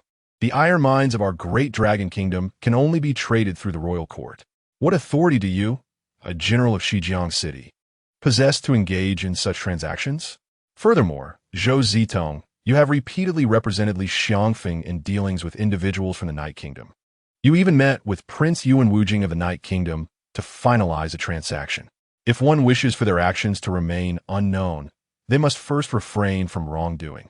Are you unaware of the deeds you have committed? Who are you acting under orders from? If you do not confess honestly, your entire clan shall face dire consequences. As the crown prince listened to Shun Junzi's words, cold sweat trickled down his back, rendering his legs weak with fear. How had Shun Junzi uncovered such clandestine matters? Should Li Xiangfeng betray him, his position as crown prince would be in peril. The Right Chancellor Ji Dai glanced at the crown prince's pale countenance and stepped forward, pointing at Li Xiangfeng and Zhou Zitong, vehemently rebuking them. Li Xiangfeng, Zhou Zitong, you have displayed tremendous audacity. I have painstakingly nurtured you, yet you dare commit such heinous acts. Is it easy for the court to cultivate you? How can you be so ungrateful? Are you not aware that colluding with the enemy and treason is punishable by the extermination of your entire clan? He then knelt before Emperor Jian, pleading, Your Majesty. These two are guilty of treason beyond redemption. I implore you to impose severe punishment as a warning to others.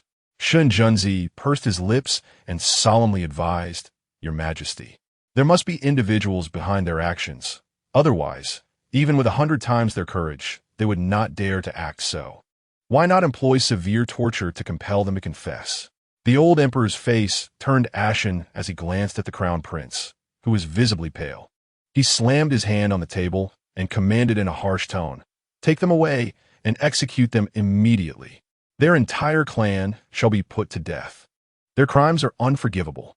The old emperor feigned ignorance to pacify the situation, unwilling to pursue the responsibility of the individuals behind the scenes, determined to shield the crown prince's misdeeds. Shun Junzi felt a mix of disappointment and anger, his heart growing cold. Chapter 65, Justice for the Martyrs. The great general of Xizang, Shun Junzi, slowly lowered his eyelashes, his gaze deep and contemplative. The emperor was deliberately protecting the crown prince. To bring him down in one fell swoop would be an arduous task, and thus he resolved to proceed with caution. Having drawn his sword, he would not retract it. Let the storm intensify. From this point forward, he would no longer remain hidden or restrained. The crown prince, Shun Junzi's back was already drenched in sweat. Seeing that the old emperor did not continue to pursue the matter, he could not help but breathe a sigh of relief. The ministers, having witnessed a grand spectacle, finally emerged from their state of shock. As the crowd bowed in reverence, they chanted praises to the venerable emperor, exclaiming his wisdom and longevity. At that moment, an incongruous voice echoed through the grand hall. The assembly turned their eyes downward to discover it was the Minister of Rights, Si Kongju. Clearing his throat, he spoke in a resonant tone, Your Majesty, the esteemed General Hua and his wife have been wronged. Why not restore their honor? He continued, They valiantly sacrificed their lives to protect the western frontier and the great nation of the dragon, only to fall victim to treachery. I beseech your Majesty to vindicate their names, in solace of their noble spirits, and to ease the hearts of the people. Since their demise last year, the couple have been unjustly labeled as reckless and traitorous, earning the ire of Emperor Jinda, and had received no accolades for their bravery. Shun Junzi added respectfully, The late General Hua left behind 2 orphans, now under the care of the elderly Hua general, struggling to survive. I implore your Majesty to honor the memory of the couple and bestow upon them the rewards they rightly deserve, to comfort their loyal souls and pacify the populace. The civil and military officials united in their earnest pleas, beseeching the emperor to restore honor to General Hua and his wife, urging for the rewards they had earned. Emperor Jinda, however, had reservations about granting rewards to General Hua, who had not been his supporter in the past.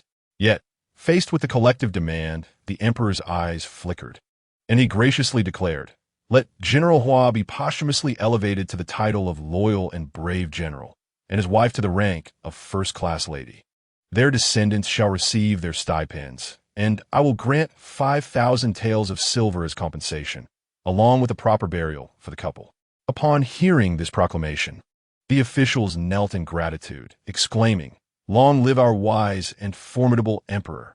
Shun Junzi envisioned the joy that would illuminate Feng Fuyao's face upon hearing this news, a smile unconsciously forming at the corners of his lips. He gazed at the weary countenance of the emperor and, with a respectful tone, suggested, Your Majesty, the western frontier currently lacks a commanding general. I have a proposal should it be deemed feasible. The Right Chancellor Feng has two sons, Feng Fusu and Feng Fujing, who serve as vice commanders in the Western City. Both are of exemplary character, valiant in battle, and have played significant roles in uncovering the traitors. Might it be prudent to promote Feng Fusu to the position of General of the Western City and Feng Fujing as his deputy? Upon hearing his sons' names mentioned, Chancellor Feng perked up, pondering the implications of such promotions. Would his sons align themselves with the interests of Prince Li, potentially inciting the resentment of the Crown Prince? If that were the case, perhaps the position of general would be more a burden than an honor. Just as Chancellor Feng prepared to decline, the Emperor interjected, agreed. I hereby appoint Feng Fusu as General of the Western City and Feng Fujing as Deputy General. My dear Chancellor, you are blessed with two commendable sons. Ensure they safeguard the Western fortress diligently. Princess Ji and the Crown Prince cast envious glances at Chancellor Feng, while Crown Prince Shunjunyi's eyes glimmered with intrigue. Contemplating the implications of having Feng Fusu and Feng Fujing as his brothers-in-law. Even if one must take sides, one will stand with oneself. It would be more prudent to turn the two into allies. Thus, he could once again claim the city of Shijiang as his own. With this thought, his melancholic mood lifted slightly. Chancellor Feng, facing the old emperor's hopeful gaze, mustered his courage and declared, I am grateful for your majesty's great kindness. May your majesty live long, forever and ever. Since your majesty places trust in me, I shall ensure that my two sons are well educated. I will remind them to steadfastly guard Shijiang City and never err in their duties. The other ministers looked at Chancellor Feng with envy and resentment, secretly grumbling within. This old man not only married off his two daughters as primary consorts to the Crown Prince and the Li King, but his young sons had also become the great generals of Shijiang City. Why could their own children not be as remarkable? Alas, such comparisons are disheartening. After all, these are someone else's children. With a wave of his hand, Emperor Jinda said, if you have nothing further, you may disperse. He kept the Crown Prince and the Li King behind, dismissing the court. One by one, the officials slowly exited the Golden Wan Hall, leaving only Shunjunyi and Shun Junsi. The old emperor rose from his throne and descended slowly. Grasping one son's hand, he brought their hands together and spoke earnestly. As for the matters of Shijiang City, let it end here. You both have taken your rightful wives. It is time to establish your careers. Brothers must unite in purpose to ensure the prosperity of the great Dragon Kingdom. From now on, you should consult one another in times of need and no longer quarrel. The father added, I am growing old and do not know how much longer I can assist you. The future of this kingdom will belong to you. Shun Junyi and Shun Junsi exchanged a glance, both harboring profound animosity. At noon, Feng Fuyao was feeding the little one, Gun Gun, cow's milk. After finishing the milk, Gun Gun became lively, frolicking on the grass in the courtyard. One moment chasing after leaves in joyous abandon, the next stumbling over grass roots, his round body appearing exceedingly adorable, eliciting laughter from Feng Fuyao and the maidservants. A tall, striking figure, radiating elegance, walked in from outside. The sunlight illuminated his graceful form, as if gilding him in golden light, enhancing his noble and refined demeanor. Feng Fuyao looked up and beheld the divine man striding toward her. Captivated by the unparalleled beauty before her, she could not help but silently exclaim, My husband is so handsome. If he were to heal the scars on his face and remove his mask, would he not enchant me entirely? Even with a mask, he is so charming. I longed to embrace him. Upon entering, Shun Junsi heard Feng Fuyao's discreet praise, a smile curving his lips, a warm surge swelling in his heart. Akin to a solitary traveler in the night, suddenly discovering a beam of light illuminating the path ahead. That feeling brought him warmth and solace. Upon seeing Shun Junsi, Gun Gun hurriedly waddled over, his little legs moving with enthusiasm. Tilting his head, he gazed up with bright, round eyes and nuzzled his furry head against Shun Junsi's pant leg. Shun Junsi gently lifted his foot, nudging Gun Gun aside. The rotund little one, struggling, rolled over on the ground, puffing and panting as he attempted to rise.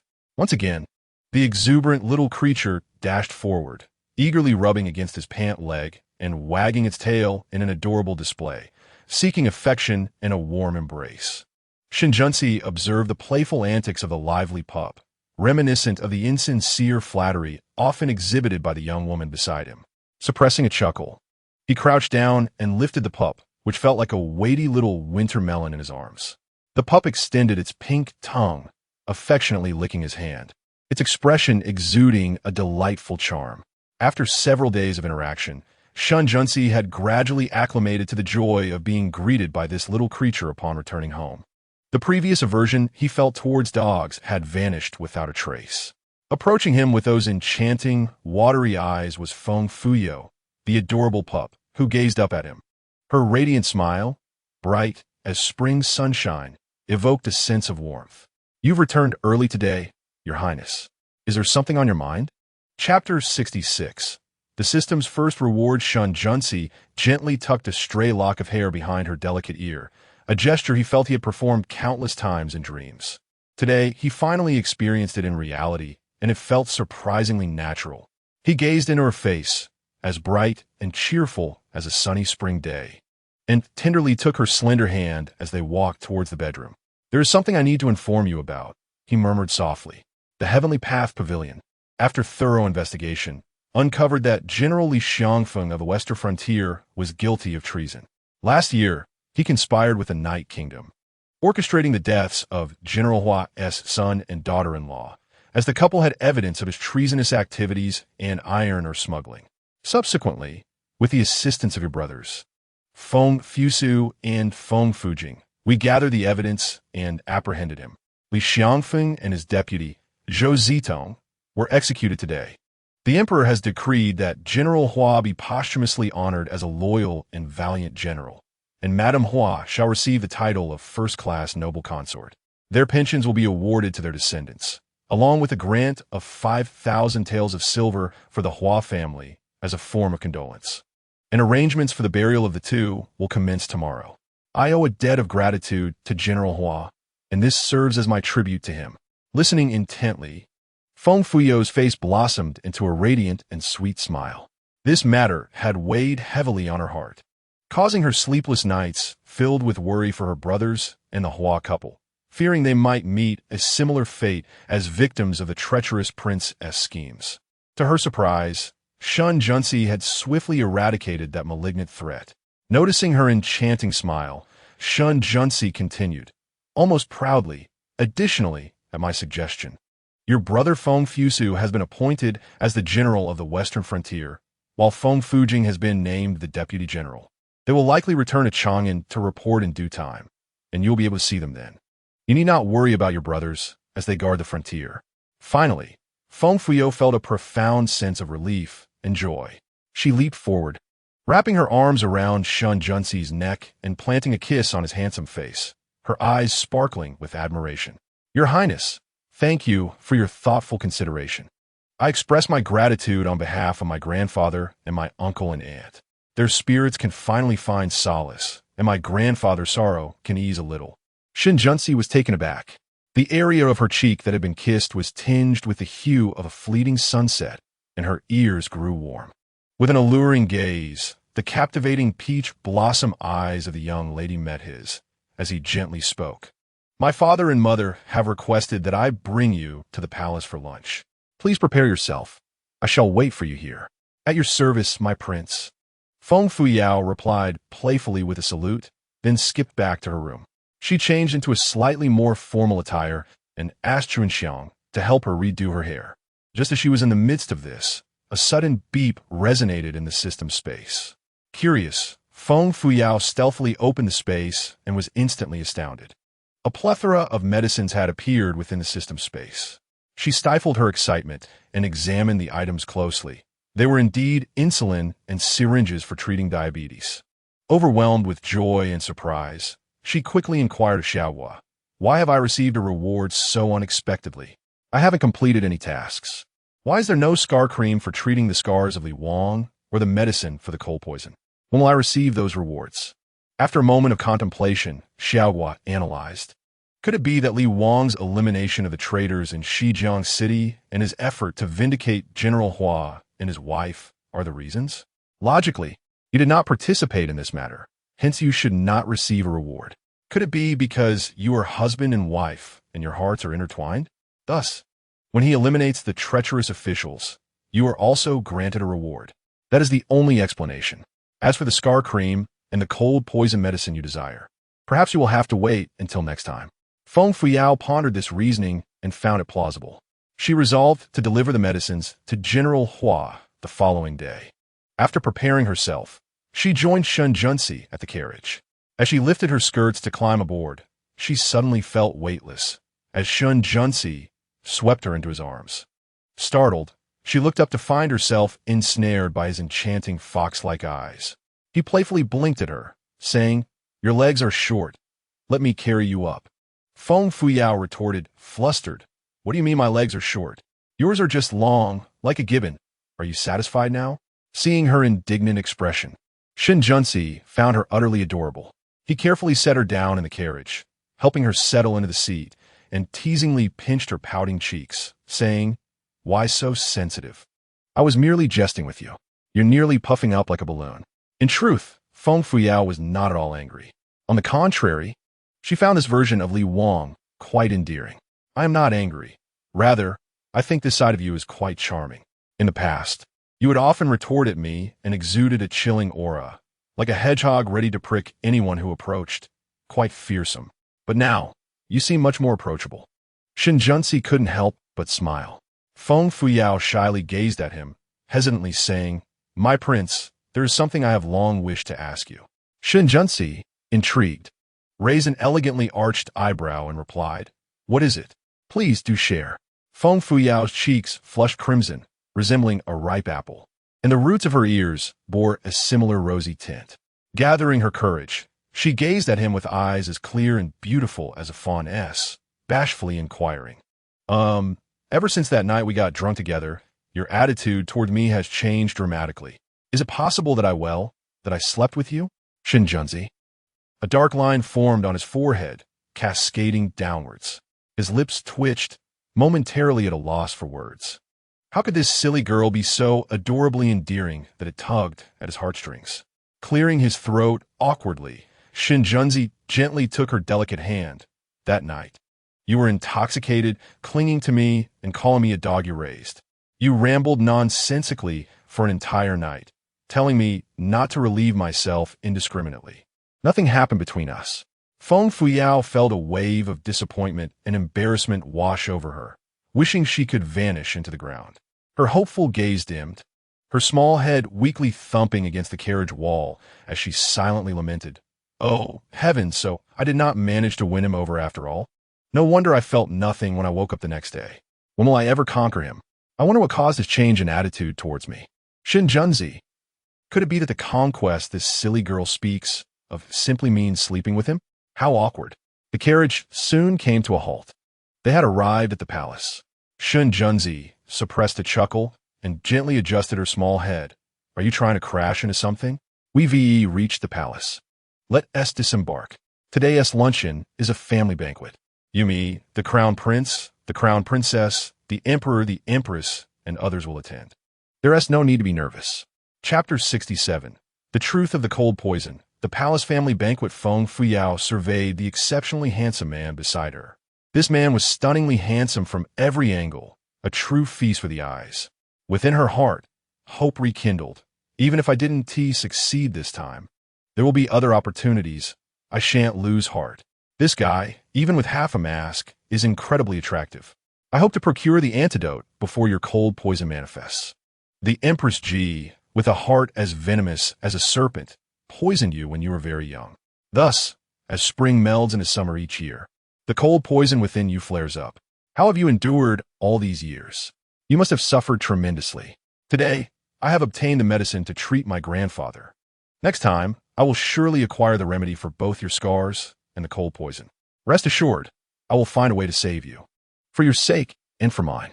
Upon hearing Feng Fuyao's heartfelt thoughts, Shin Junsi felt as though struck by lightning, his entire being freezing in place. In that instant, a tumult of sorrow and rage filled his heart. His fists clenched tightly until his knuckles turned white. The truth of the cold poison being inflicted upon him by Empress Ji in his childhood was too painful to bear, leaving him overwhelmed with a mixture of shock and fury. Every year, as spring transitioned into summer, the cold poison would surge within him, subjecting him to torment that made his existence feel more torturous than death, nearly robbing him of half his life. Over the years, had it not been for his master's relentless efforts to help him manage his affliction, he would have long since met the king of hell. Ironically, the woman he once regarded as a mother figure would feign concern whenever his cold poison flared up, saying, "This cold poison is something you have carried since birth. It is an incurable affliction." He always believed he had fallen short of her expectations, which was why she treated him with such disdain, never considering that the cold poison was a result of her own machinations. That venomous woman possessed a heart as cruel as a serpent's, employing every means at her disposal. Since she showed no compassion, she should not be surprised by his lack of loyalty. Feng Fuyao noticed that Shen Junzi's expression had grown exceedingly grim. She touched his forehead and inquired with genuine concern, "Your Highness, what troubles you? Your brow is drenched in cold sweat. Do you feel unwell?" Meeting the girl's earnest gaze, Shen Junzi finally emerged from his overwhelming rage. Not everyone in this world regarded him as an omen of misfortune. There was this woman by his side, who cared for him and earnestly sought to alleviate his suffering, even wishing to win his heart. He felt a surge of emotion, offering a bittersweet smile as he shook his head. "I am fine. I merely feel unexpectedly warm." Feng Fuyao tightened her cloak, her brow furrowing in doubt. "But the weather is not hot. I find it somewhat chilly myself. If you are unwell, do not force yourself. We can skip the family banquet." Shen Junzi assisted Feng Fuyao down from the carriage, replying nonchalantly, "It's nothing, truly." Inside the Qianming Palace, the atmosphere was vibrant and lively. A dozen stunning courtesans, clad in alluring garments, danced gracefully at the center of the hall.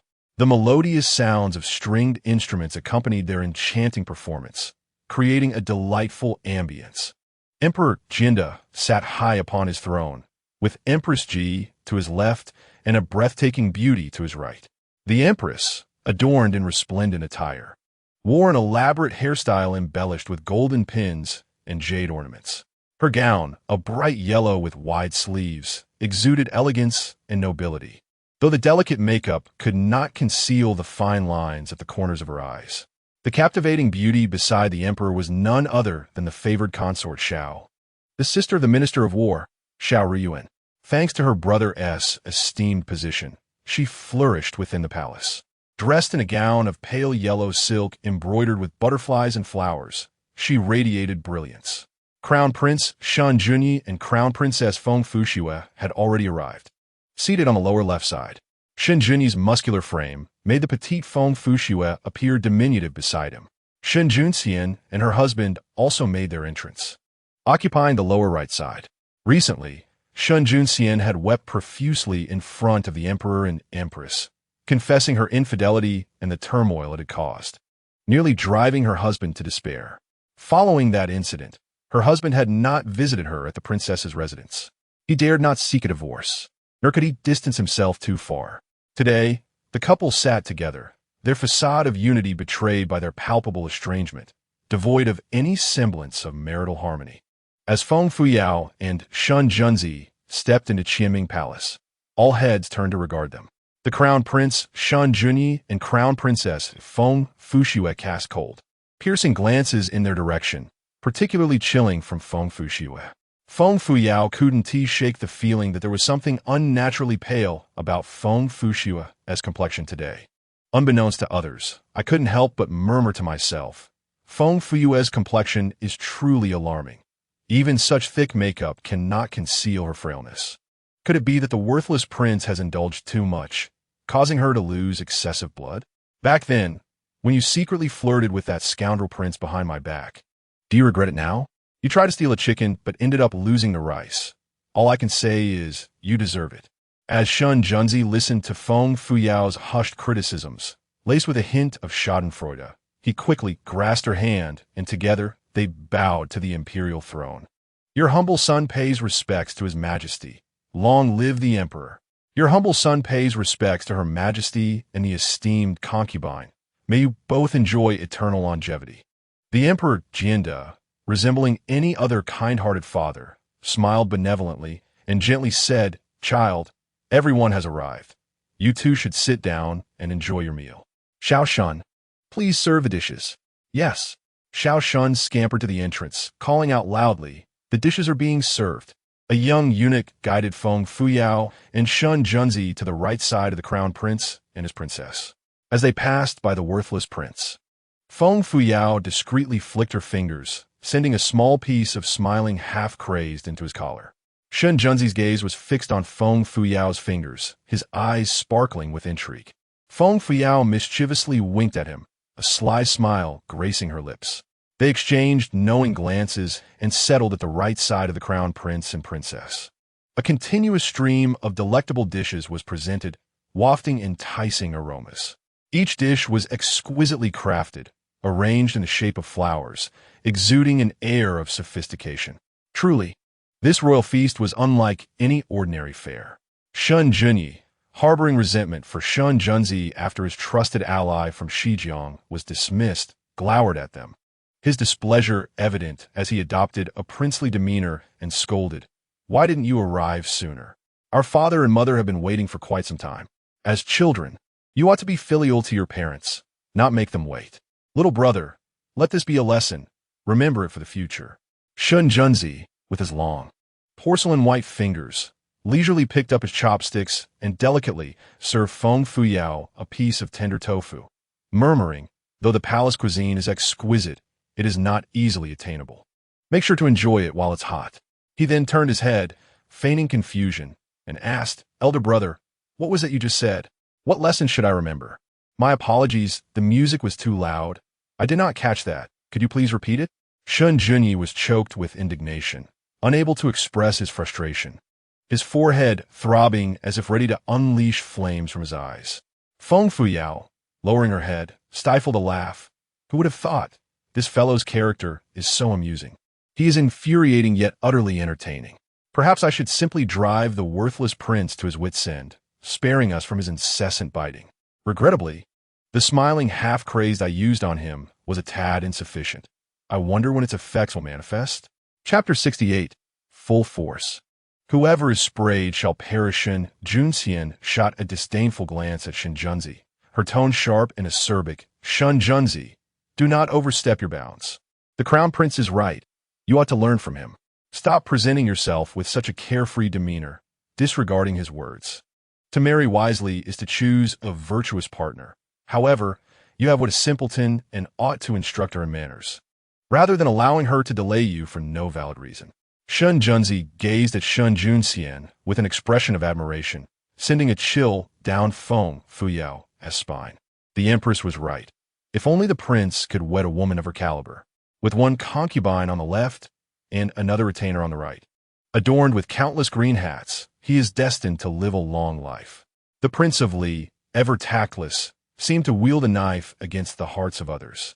The disgraced prince felt a wave of humiliation wash over him, wishing he could hide his head in shame.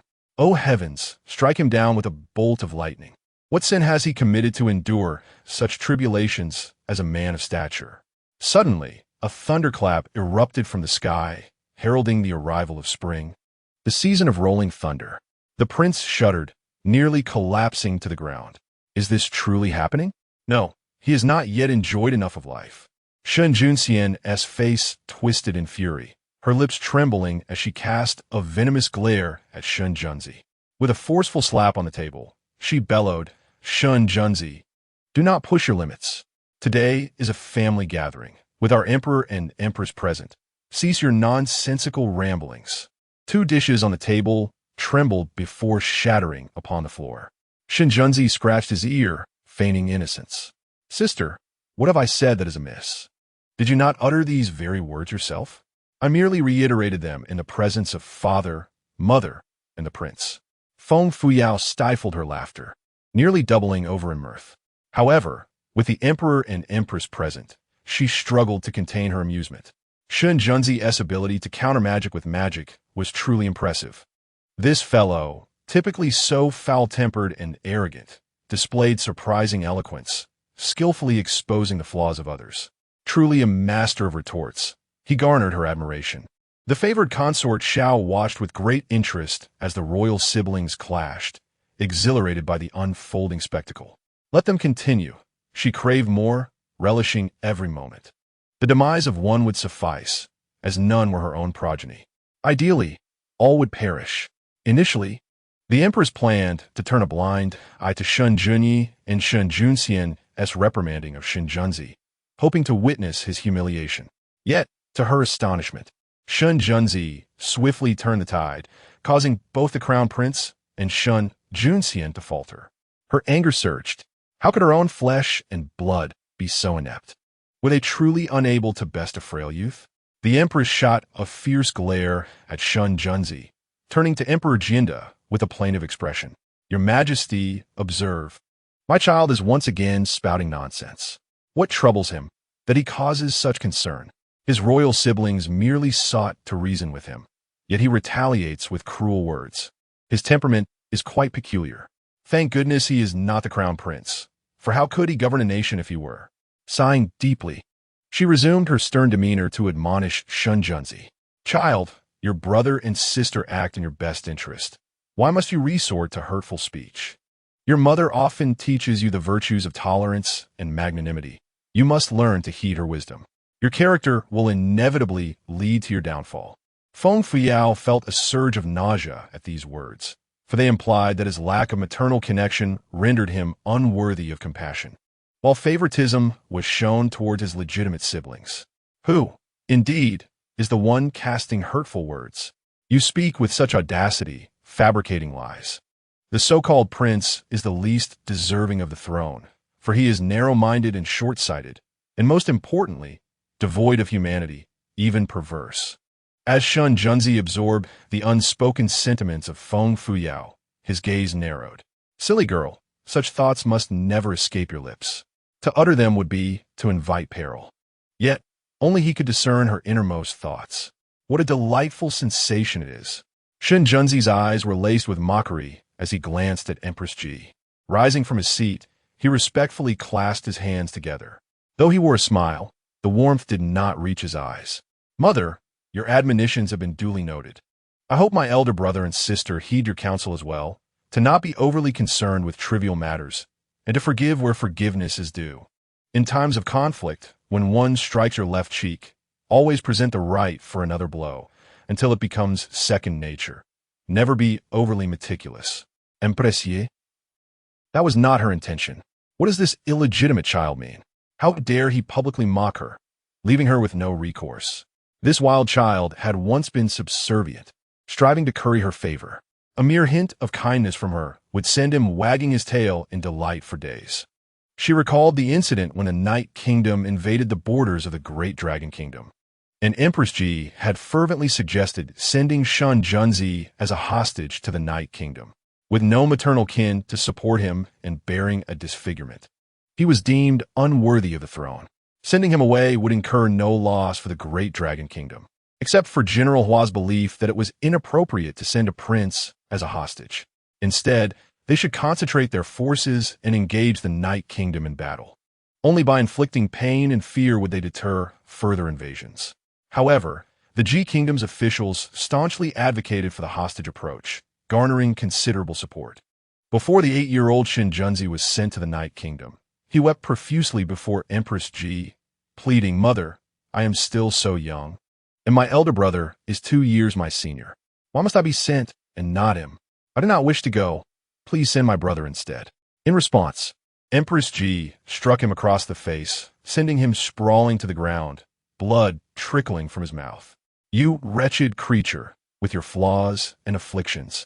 You are destined to be devoid of the throne and may soon succumb to your poison. As a man, it is your duty to contribute to the Great Dragon Kingdom. How can you be so cowardly and timid? Little Shen Junzi rose from the ground, clutching his swollen face. He knelt before her, bowing 3 times with utmost reverence. If Mother insists, even if it means walking through fire and water, I shall go. Should I depart, please take care of yourself. I do not know if I shall return to fulfill my filial duty. If I do not return, I hope mother will not harbor resentment towards me. The Empress Ji yearned for the disappearance of that illegitimate child from her sight. Faced with the child's reluctant gaze, she felt not an ounce of compassion. For years later, the 12-year-old boy was rescued by the venerable General Hua. He seemed transformed, no longer able to draw close to her. Feng Fuyo gazed at Shun Junzi with admiration, her eyes sparkling with pink stars, her grin nearly crooked with delight. Goodness, this fellow possesses the eloquence of a diplomat. His words are like poison, delivering indiscriminate attacks, leaving anyone he targets utterly defeated. With such eloquence, striking looks, and a composed demeanor, he is the very embodiment of a born emperor. Just look at how infuriated that vile woman is. Why doesn't she just drop dead? It's utterly delightful. Keep it up. I'm rooting for you. Shin Junzi. Chapter 69. The malicious mother-in-law's schemes, seeing Empress Ji suffer. Imperial concubine Xiao felt an immense sense of satisfaction. She nearly burst into laughter, relishing the drama. Immediately fanning the flames, "Ha! His Highness the Prince of Li is truly remarkable, a worthy son of the Emperor. His words are like pearls, a master of rhetoric that makes one chuckle. You and your son are quite the amusing duo. How enviable. Sister, why do you continually blame His Highness? As if he were not your own flesh and blood." The Emperor Jian had finally managed to arrange a family banquet, hoping for a pleasant meal. Yet, the Empress and her two sons incessantly criticized the Prince of Li. The Emperor, feeling exasperated, could only force a smile and mediate, Junzi has spent several years in the Night Kingdom. His eloquence has improved. You three are siblings. Must you bicker like roosters at the first sight of each other? Junzi, you ought to be more courteous to your mother. Do not provoke her at every turn. The food is nearly cold. Let's all dine peacefully without further quarrel. Feng Fuyo secretly scoffed. Is there such a venomous mother as this? Resorting to disfigurement, poison, and abuse without restraint? Had it not been for your son's extraordinary fortune, he would have perished long ago in the Night Kingdom. Does that dog of an emperor take pride in sending his son as a hostage to the Night Kingdom? As the saying goes, where there's a stepmother, there's also a stepfather, truly a wise adage. Fear not, my prince. I shall always support you. Shin Junzi recalled the myriad hardships of his childhood, a bitter smile gracing his lips. Those days of suffering had finally passed. From now on, she would stand by him, facing challenges together. His heart, though burdened, felt warm. Empress Ji harbored a fiery rage, seeking an outlet for her frustration. She cast a sinister glare at Feng Fuyo, who nestled beside Shun Junzi like a delicate bird. A venomous smile curled her lips. Initially, she had meticulously arranged for this fool to wed Shin Junzi, all to deal with this illegitimate child. Little did she know that this fool would prove more of a hindrance than a help, failing in her assassination attempt on their wedding night. Thus, the affectionate glances exchanged between the two were a piercing sight to her. Quickly concocting a nefarious scheme, she turned to Emperor Jianda with a smile. Your Majesty, both Junzi and Ir have grown and are ready for marriage. It brings me great joy. I hope they will soon bless us with grandchildren, filling the royal household with heirs.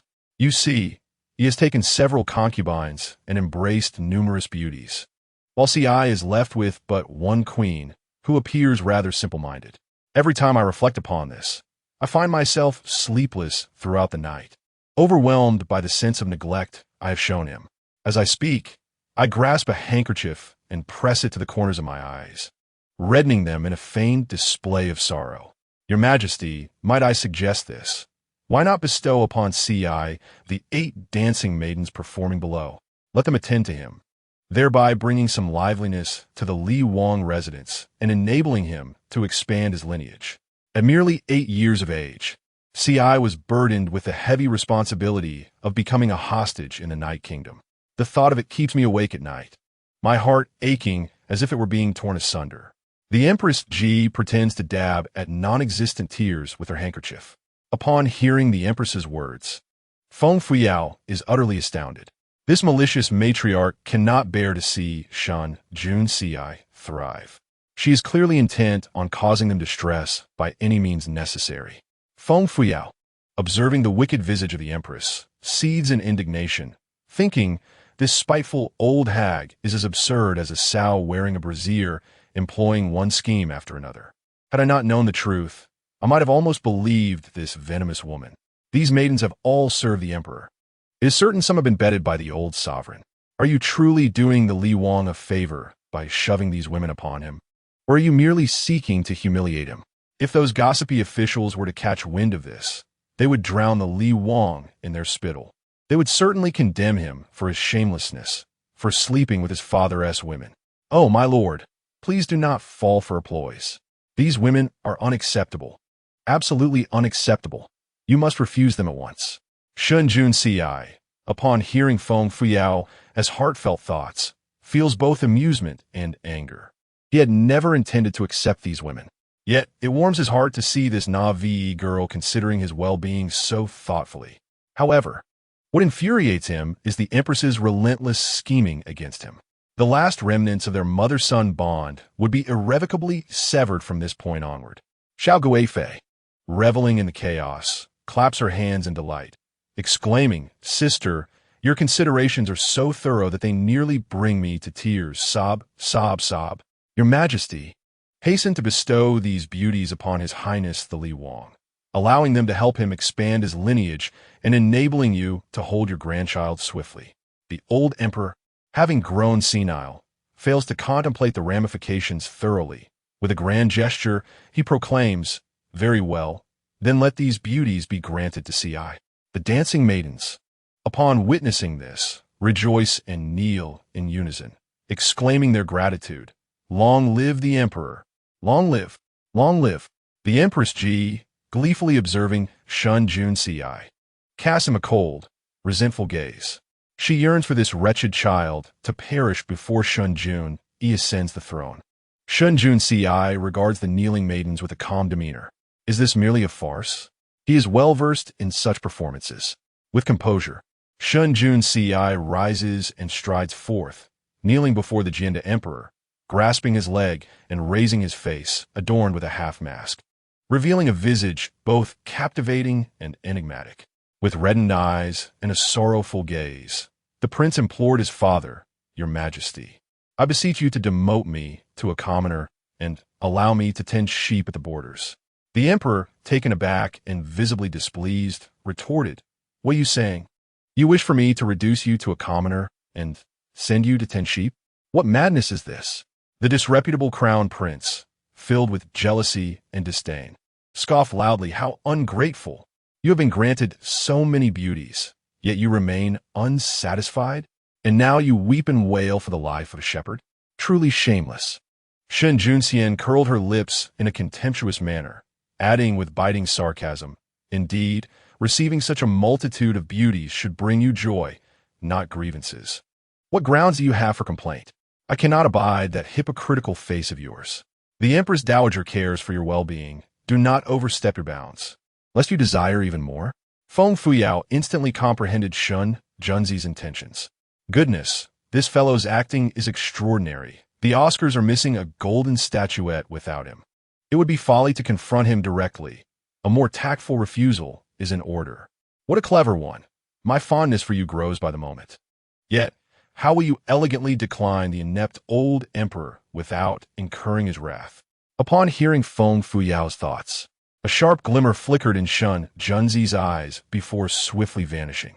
He gazed at the emperor with a face full of feigned grievance, adopting a tone of utmost sincerity. "Father, these beauties are all women who have served you. How could I, your son, dare to take them into my household? If word of this were to spread, how would the censors regard me? How would they view you or the imperial family of our great dragon kingdom? Would this not bring shame upon you in our lineage? Such an act of treachery I could never commit. I implore you to revoke your command. If you do not, then demote me to a commoner and allow me to tend sheep at the borders." Chapter 70. Eloquence in rejection of beauties. The emperor was momentarily stunned. His gaze upon Shun Junzi suddenly brightened. However, upon noticing the mask that partially obscured his face, his expression dimmed. This son, whom he had never regarded with much esteem, had unexpectedly earned his respect today. Alas, his appearance was marred, his constitution tainted by cold poison, and he lacked the support of a maternal clan. What a pity! What a lamentation! The emperor sighed inwardly and cast a glance at Empress Ji, who feigned nonchalance as she remarked, "Look, my son has indeed considered this aspect. Truly, he is my child, and it brings me great comfort. You speak wisely. These dancers should not be gifted to you, as it would only lead to my own impeachment by those old geezers. Ha ha ha." As he spoke, he helped Shun Junzi to his feet, patting him on the shoulder with a look of approval. "Go, enjoy your meal. I shall not pressure you." Empress Ji, seeing her scheme unravel, felt a surge of resentment, but masked it with false sincerity, saying, "Oh dear, this matter was poorly considered on my part. My dear, allow me to select a few more beauties to send your way. The Wang residence is rather desolate. With a few more attendants, I shall feel more at ease." Feng Fuyao, overhearing the empress's words, couldn't help but scoff. How wretched! Does this venomous woman feel discomfort unless she sends a few more beauties? The system chuckled softly. "Host, you seem unaware of this. The ice poison within the body of the King of Glass forbids him from approaching women. Otherwise, the poison would worsen, leading to his demise. Empress Ji has gone to great lengths to arrange a marriage for him, even attempting to present beautiful women to him. This is merely to hasten his end, such as the sting of a wasp's tail, the most venomous of a woman's heart." Feng Fuyao gazed at Shun Junzi with immense sympathy. "I understand now. No wonder he only seeks the company of men and avoids women, relegated to the role of the passive partner. For engaging with women could lead to his untimely death. This fellow truly is cursed with misfortune." Shin Junzi clenched his fists, a surge of anger rising within him. What nonsense about only seeking the company of men? Such absurdity! Was his mind filled with mere tofu? Shun Junzi's expression turned cold as he addressed Empress Ji. "Mother, there is no need to trouble yourself in selecting beauties. I am unable to indulge. As spring transitions into summer, the ice poison will flare up, rendering my existence a torment. The imperial physician has cautioned me to rest and refrain from exertion, lest my condition deteriorate. Perhaps you should consider selecting several beauties for my elder brother, so he may soon bestow upon our parents a little imperial grandchild." However, to Crown Prince Shun Junyi's ears, this was not the interpretation he had hoped for. He was convinced that Shun Junzi was mocking his inability to produce an heir, ridiculing him for marrying so many concubines without siring even a single child. This must have been a deliberate slight. It was a veritable stab to the heart. The more Shun Junyi pondered, the angrier he became, responding with a sarcastic tone, "You needn't concern yourself with me, royal brother. Rather, focus on your own affairs. Mother has tirelessly considered your needs, yet some individuals fail to appreciate her efforts. You insist on breaking her heart, behaving like an unfilial son. Royal brother, it does not refer to you. Truly, it is not you. Do not take it to heart," Shun Junzi replied, casting a disdainful glance at Shin Junyi, his eyes brimming with mockery while feigning gratitude. "I understand that royal brother speaks of me. I am immensely grateful. I shall strive to learn from you, hoping to restore my health swiftly and attract more beautiful concubines. However, too many beauties can also be a burden. Royal brother, please take care of your health and avoid overexertion, lest the neighborhood hears rumors of your inability to fulfill your duties, bringing shame upon the royal family." "You!" Shin Junyi's face turned an ashen hue, slamming his hand on the table with fervor, demanding, "Shun Junzi, what do you mean by that? When have I been unable to fulfill my duties? When have I been unable to fulfill my duties?" Shin Junzi blinked innocently, spreading his hands. "When have you been unable to fulfill your duties? Only you're most aware of that. Royal brother, how could I possibly know?" Shin Junyi's chest heaved with agitation, left speechless by the retort, You scoundrel." In terms of eloquence, he was no match for Shin Junzi. It was truly infuriating. Feng Fuyao struggled to suppress her laughter, nearly gasping for breath. "Oh dear, my stomach. I am on the verge of dying from laughter. This foolish crown prince, so tongue-tied, is no match for that cunning scoundrel. I simply adore the scoundrel's fearless demeanor. It is utterly delightful. Beautiful aids may abound, yet captivating souls are rare gems. The crux lies in the fact that this charming scoundrel possesses both allure and an irresistibly intriguing spirit. Is this not my idol? I shall rally in support. I will stand resolutely by your side. Why has the prince, draped in a guise of subtle madness, yet to unleash his full potential? Perhaps the dosage was insufficient? Indeed, I must ensure a more generous application next time. With a slight curve of his lips, Shun Junzi offered a morsel of meat to Feng Fuyao, inquiring, "Have you had your fill, my dear? Come, indulge yourself further." The Empress Ji, witnessing Shun Junyi once more at a disadvantage, seethed with indignation. Her face darkened as she pointed an accusatory finger at Shun Junzi, rebuking him sharply. "How dare you speak to your royal brother in such a manner? The crown prince brings shame upon the imperial family. Do you take pride in that? I would willingly lay bare my heart for you, yet you remain so cold and unfeeling." Shun Junzi regarded the woman he once cherished as a mother with an air of indifference. Throughout his life, he had endured her relentless criticisms and scrutiny, believing that his shortcomings warranted her disdain. Thus, he labored twice as hard, swallowing his grievances in hopes of winning her favor. Ultimately, he came to the sobering realization that no matter his accomplishments or virtues, her affection would forever elude him. Henceforth, he resolved not to be so naive. With a subtle smile, Shun Junzi's eyes glimmered with profound sarcasm. "I require no sacrifice of the heart from you, dear mother. Furthermore, you have never offered such a gift to me. The shame brought upon the imperial family by my brother is beyond my control."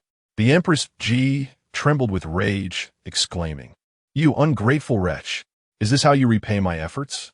Emperor Jinda, weary of the escalating quarrel, tossed down his chopsticks and rose from the table, declaring, "Xiao Guifei, I find myself too sated. Accompany me for a stroll to aid digestion." Of course, Xiao Guifei responded, thoroughly entertained by the unfolding drama. Suddenly, the crown prince, Shun Junyi, clapped his hands and erupted in a laughter. "How delightful! This is simply too amusing." Feng Fuyao's heart soared, a cunning smile gracing her lips.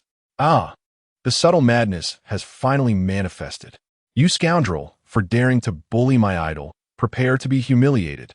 Shun Junzi, with a twinkle of admiration in his enchanting eyes, casually lifted his goblet and sipped the exquisite wine. What purpose does this foolishness serve? He found himself eagerly anticipating the spectacle. Chapter 71. The Crown Prince's wild dance amidst the astonished gazes of the onlookers. Shun Junyi suddenly leaped into the throng of dancing beauties, swiftly shedding his garments until he was clad only in a pair of shorts adorned with a tiger motif.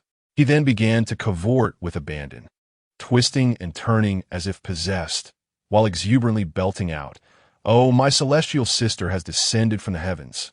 Come, lovely ladies, sing and dance with me as we seek joy together. You are the clouds on the horizon, and I chase after you daily, yearning for your love, my sweet darling." The dancing beauties screamed in fright, scattering in all directions. Pale and frightened, they resembled startled rabbits, their jaws nearly dropping in disbelief. Could it be that the crown prince, in his madness, intended to usurp their positions? They had only recently been favored by the emperor, after all. The crowd exchanged glances, as if witnessing a ghost, unable to comprehend the scene before them for what felt like an eternity. The Emperor Jianda's eyes widened in horror, clearly shaken by the spectacle. Concubine Xiao cowered behind him, peeking out with a trembling smile, almost eager to stoke the flames of chaos. "Oh, your majesty, I am so frightened," she whimpered. "What has come over the crown prince? Why this sudden frenzy? Surely he hasn't indulged in drink to the point of public folly? Even in a drunken stupor. One ought not to strip bare in front of so many. How utterly scandalous! Could it be that he has lost his mind?" Feng Fushue, emerging from her stupor, turned pale, her lips quivering. The crown prince danced in the center of the hall, as if possessed. Without a moment's hesitation, she rushed forward, embracing the frenzied prince. Her voice laced with urgency. "Your Highness, what troubles you? Are you unwell? Please do not frighten me." Yet, Shun Junyi shrugged her off, continuing his wild dance, roaring a raucous command. "My beauty, come hither. Raise your delicate hand and sway it about, forward and back. Let us lie down together." Feng Fuyao clutched her stomach, laughing uncontrollably, tears streaming down her face in exhilaration. Oh my goodness, so this is the effect of the half-step smile? How delightful. While it may not send the scoundrel crown prince to his end, it surely strips him of all dignity. Huh, how utterly mortifying. The crown prince shall likely avoid public appearances henceforth. My lord, I can assist you only so far, she chuckled mischievously. Shen Junyi, eavesdropping on Feng Fuyao's thoughts, couldn't help but smile at her flushed face. For reasons unknown, his previous gloom lifted, finding solace in their shared camaraderie as she stood by him in solidarity. Empress, shaken from her shock, abandoned her decorum, hurriedly descending from the platform, nearly tripping over her long gown. She rushed to embrace the crown prince, weeping bitterly, as if mourning a great loss. My son, what has befallen you? Are you possessed? Your Majesty, he must be bewitched. He is truly under a spell. To her astonishment, Shen Junyi embraced Empress Ji, his face alight with joy. Sister Fairy, at last, you have come to find me. I have missed you dearly. Come, let us revel together. Empress Ji was momentarily taken aback, her tears flowing even more profusely. Your Majesty, he truly is bewitched. He cannot even recognize me. What shall we do? If anything were to happen to him, I could not bear to live. The Emperor Jian scrutinized the crazed Shen Junyi with suspicion, slamming his palm upon the table and bellowing, summoned the royal physician at once. Little Shun hurriedly responded, Yes, I shall fetch the physician right away. Little Shunzi dashed out in a hurry. Moments later, the elderly physician, Song Simiao, huffed and puffed as he rushed in, without pausing to pay his respects. He hurried forward to attend to the prince, who was lost in a passionate dance. To his astonishment, the prince grasped the old physician's hand tightly, his lips trembling as tears streamed down his face. My beloved consort, you have finally arrived. I have missed you dearly. Song Simiao was taken aback, nearly collapsing in shock. He held the prince's hand firmly, checking his pulse while gently reassuring him. Your Highness, it is I, Song Simiao. What troubles you? The prince's pulse was perplexing, fluctuating between rapid and slow, erratic and disordered, leaving the old physician bewildered. The prince clung to Song Simiao's hand, crying like a stubborn child, My consort, do not leave. I cannot bear your absence. Queen Ji gazed at the astonished old emperor, tearfully lamenting, Your Majesty, our son is gravely ill. What shall we do?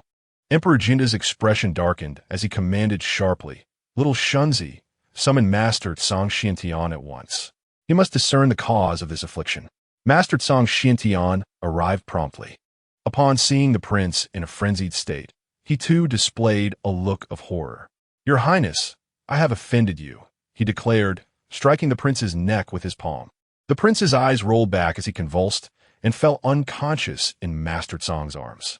Master Tsong directed the eunuchs and guards, carry the prince to his bed. I will conduct a thorough examination. This was the first time Feng Fuyao had encountered Master Song Xiantian. Clutching a whisk, he exuded an air of ethereal wisdom. His eyes sparkled with profound inner strength. Feng Fuyao's heart skipped a beat as she pondered. Who is Master Song Xiantian? Will he uncover my secret of traversing from another realm? She recalled vaguely that he was noted in history, reputed for his astrological insights, divination, alchemy, and talisman creation, primarily responsible for the grand rituals of the great dragon kingdom. A sense of unease washed over her as she inwardly fretted.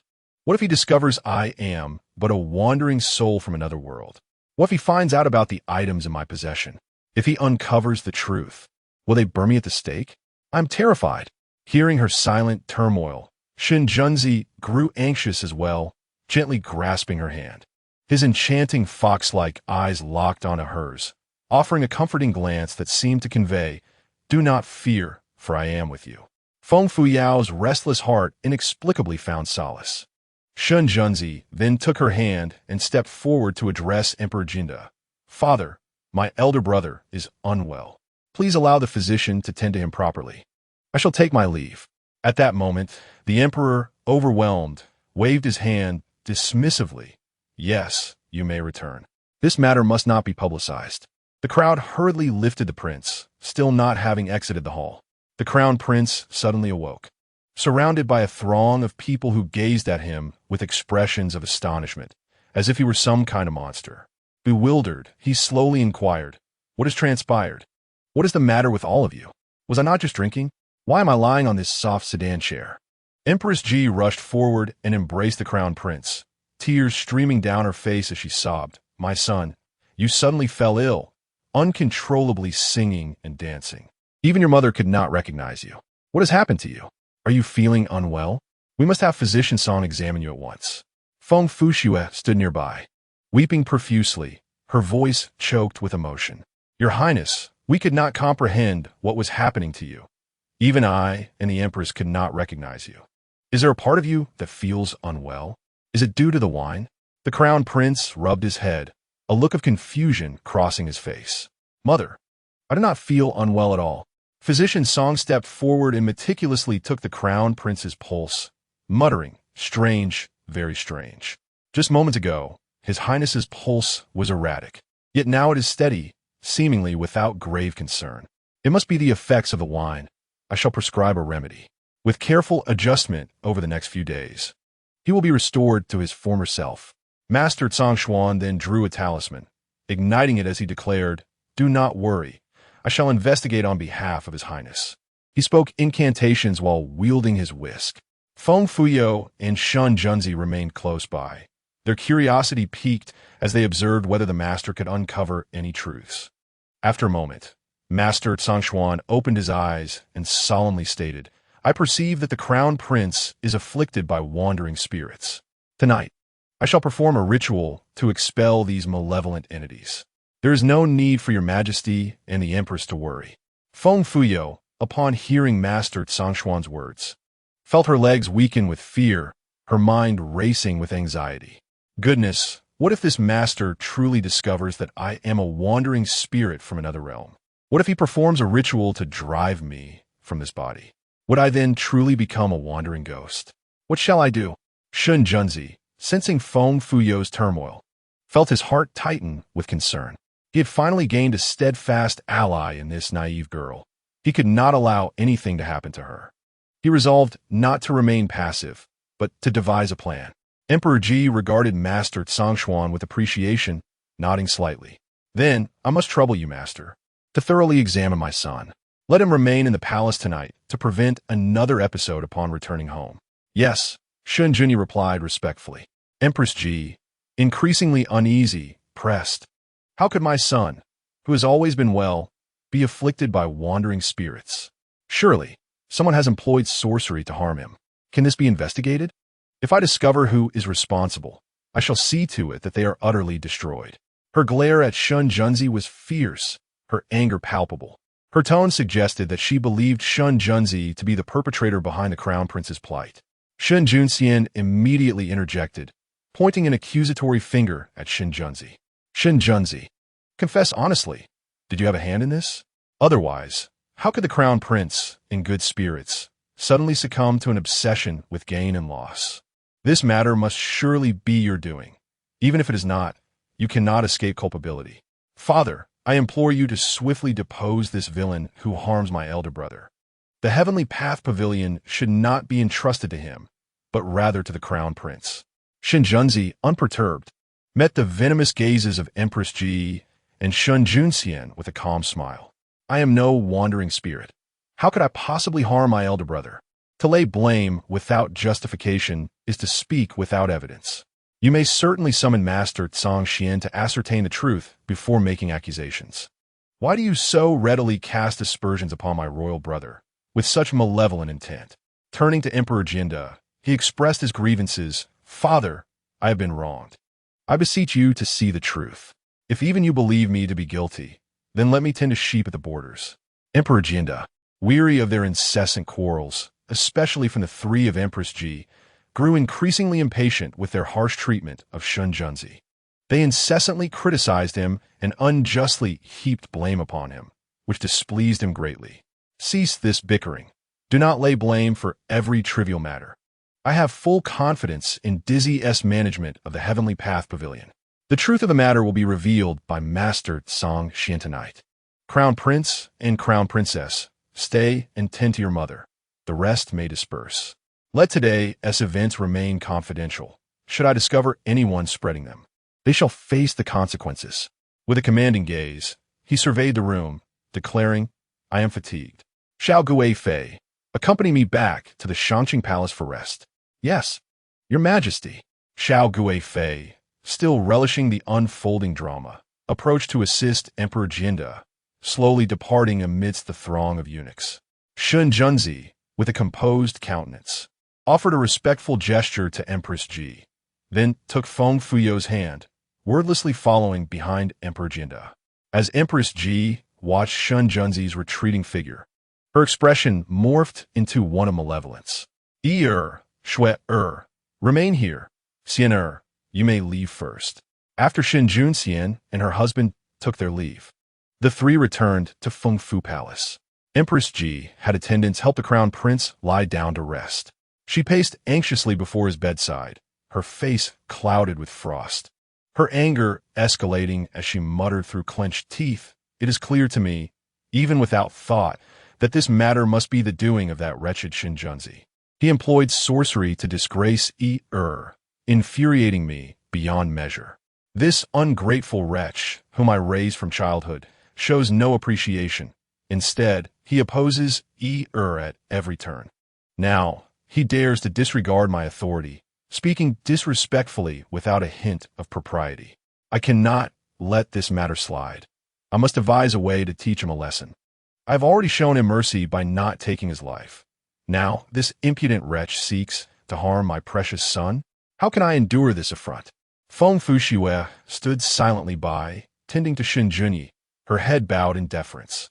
Being cousins, she had often heard whispers suggesting that Shun Junzi was not the biological child of Empress Ji. Her thoughts were stirred by the Empress's words, leading her to ponder deeply. It appears that the rumors circulating in the marketplace are not without foundation. Feng Fuyao has married a man devoid of any maternal family influence, which has certainly lightened her heart. Today, Shun Junyi is brimming with resentment and retorts. How does mother intend to deal with him? Father now shows him favoritism at every turn. I cannot, in the presence of father, take his life, can I? That scoundrel constantly opposes me. One day, I shall ensure he finds no rest in death. Feng Fuxue smiles faintly, rising gracefully to pour a cup of fragrant tea for Empress Ji. With utmost respect, she presents it before her, smiling sweetly and gently, saying, Please enjoy this tea, mother. There's no need to let these trivial matters disturb your health. In truth, if mother wishes to reprimand them, I have a proposal. Chapter 73. Schemes Resurrected, Seeking Refuge in the Temple Today. Feng Fuyao and the King of Li are engrossed in mutual affection and tender glances. Feng Fuxue observes this with jealousy, her heart aflame with fury. She herself is not happy and cannot bear to witness others' joy, particularly that of Feng Fuyao. Why should her husband be a man devoid of humanity, with tendencies toward cruelty? Not only that, but he has also taken numerous concubines, subjecting her to endless grievances. Must she endure inhuman torment to curry favor with the crown prince? Why should Feng Fuyao revel in love and affection? Empress Ji takes the teacup, sips delicately, and places it back on the table. Gazing at Feng Fuxue, she inquires in a deep tone, What suggestions do you have, my dear? You are the crown princess and also a cousin to Thus you should assist him with strategy and counsel. If the crown prince is bullied, your own reputation suffers as well. Feng Fuxue smiles subtly, her eyes flickering with a cold shadow. The King of Li covets the crown prince's position and shows him little respect, hardly acknowledging his standing. I have witnessed this and am exceedingly enraged, especially as today the crown prince was driven to madness, losing face and unable to voice his suffering. The King of Li displays no reverence for mother, lacking the filial piety of a son. Mother's aim is simply to suppress the King of Li, making his existence difficult. I believe it is illogical that the King of Li has no consorts by his side, since he refuses to accept the beauties mother has chosen for him. Why not select some lovely ladies to present to the King of Li's wife? This gesture could be framed as mother's understanding of the challenges faced by the King of Li's wife in managing the household, thereby providing her with assistance. As the daughter-in-law of mother, The king of Li's wife ought to respect mother's arrangements. Should she dare to dismiss these beauties, it would be an act of filial disrespect. Thus, these lovely ladies would remain the king of Li's residence, aiding mother in monitoring the king of Li and his wife's every move. What does mother think of my suggestion? Feng Fushua bows her head, a sinister smile curling at her lips, secretly vowing, Feng Fuyao, do not think that the king of Li's kindness towards you grants you the right to be complacent. When a multitude of beauties surround him, let us see how he treats you, you foolish girl. Perhaps the king of glass will be stealthily dispatched by the enchanting deity, meeting an untimely demise. In such a scenario, you would become a sorrowful widow, ha ha ha. Shen Junyi gazed at Feng Fushue with admiration, exclaiming, splendid, simply splendid. Presenting beauties to the king of glass's consort is a rather astute idea. Mother must carefully select and place a few capable spies among them. I did not expect my dear Schwerer to be so astute and perceptive, truly understanding the bigger picture. You are indeed worthy of being my crown princess. Mother, I believe Schwerer's suggestion is exceedingly feasible. Empress Ji pondered for a moment before revealing a knowing smile. This idea is indeed commendable. I shall ensure a careful selection of beauties to send. Have you not secretly trained a few alluring assassins?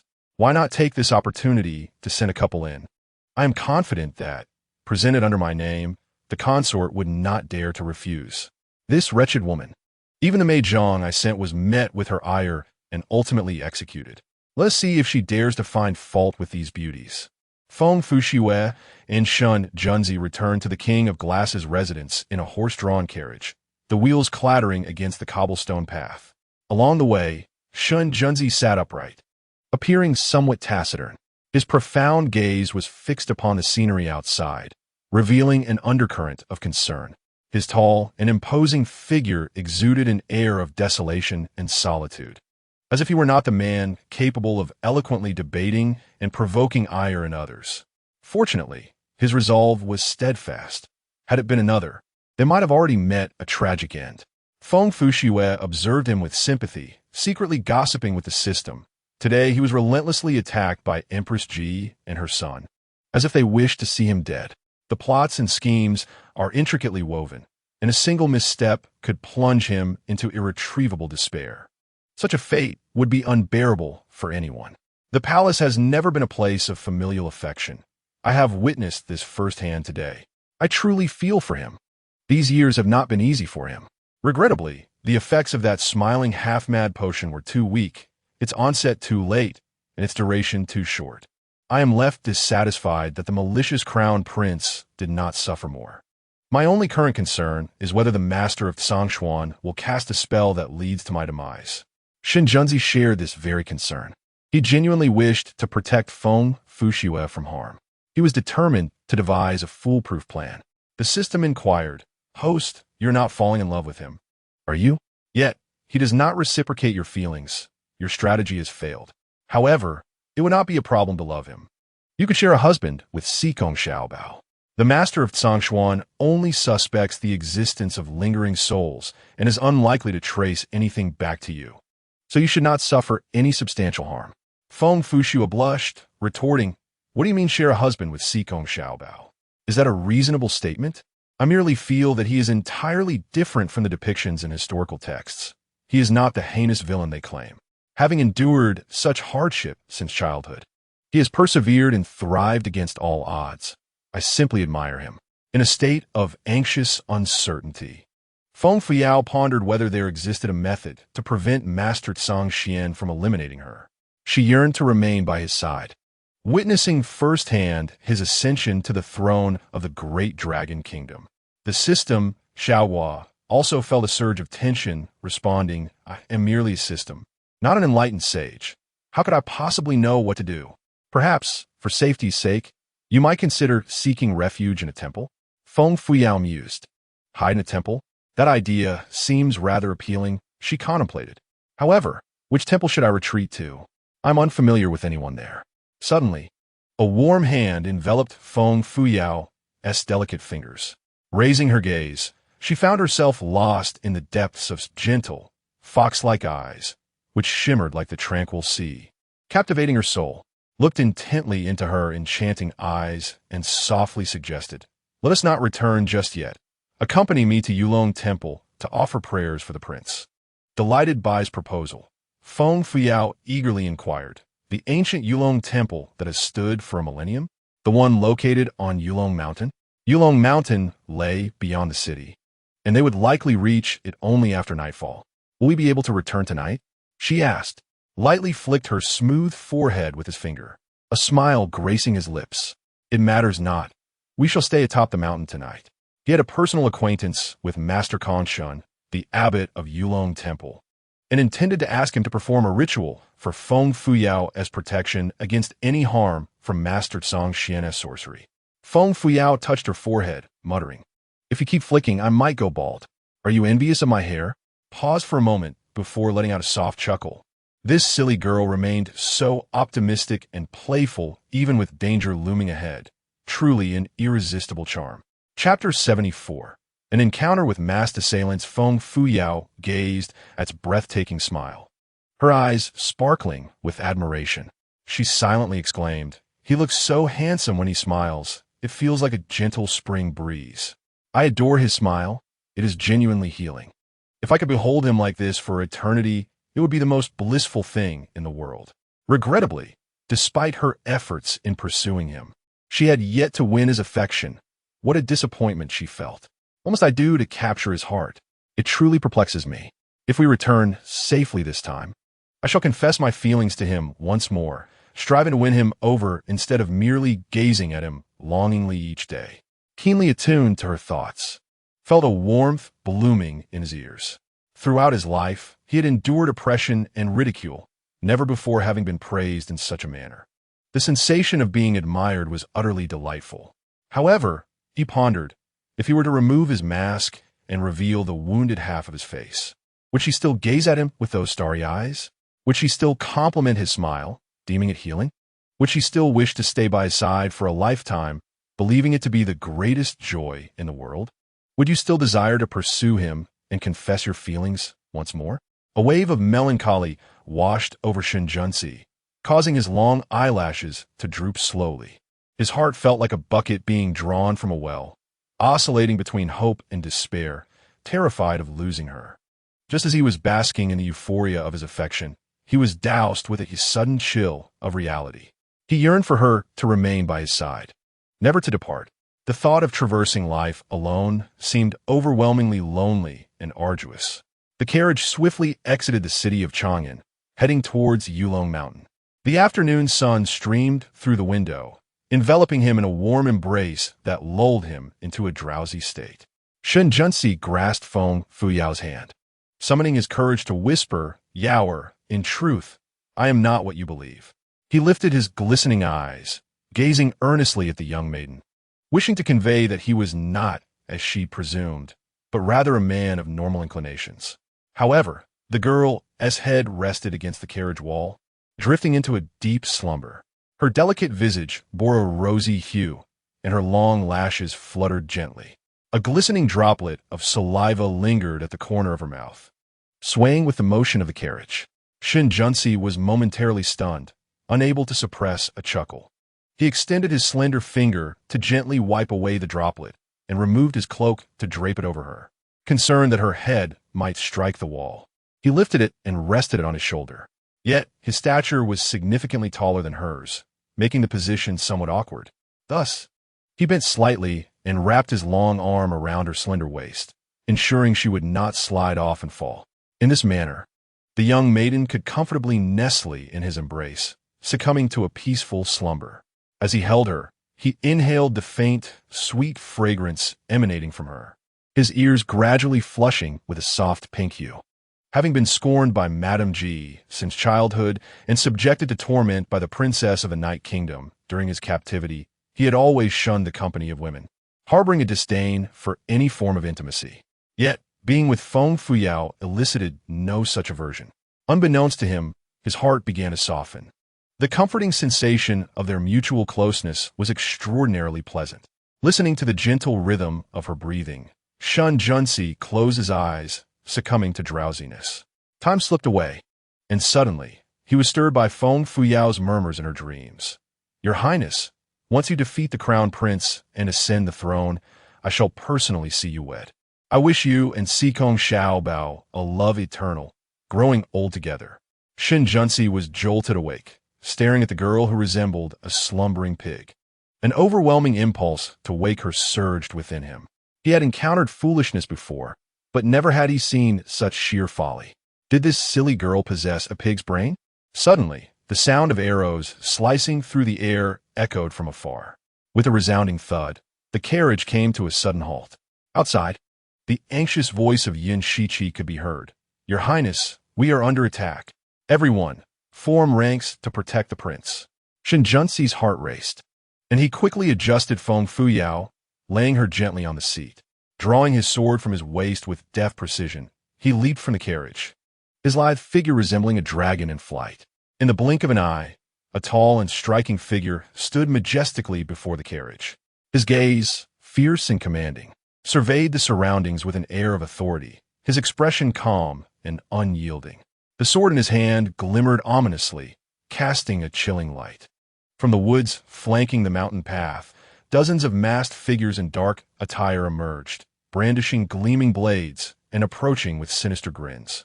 Yun Shiqi and Xiao Ying led the guards in a protective formation around the carriage, weapons drawn and poised for action.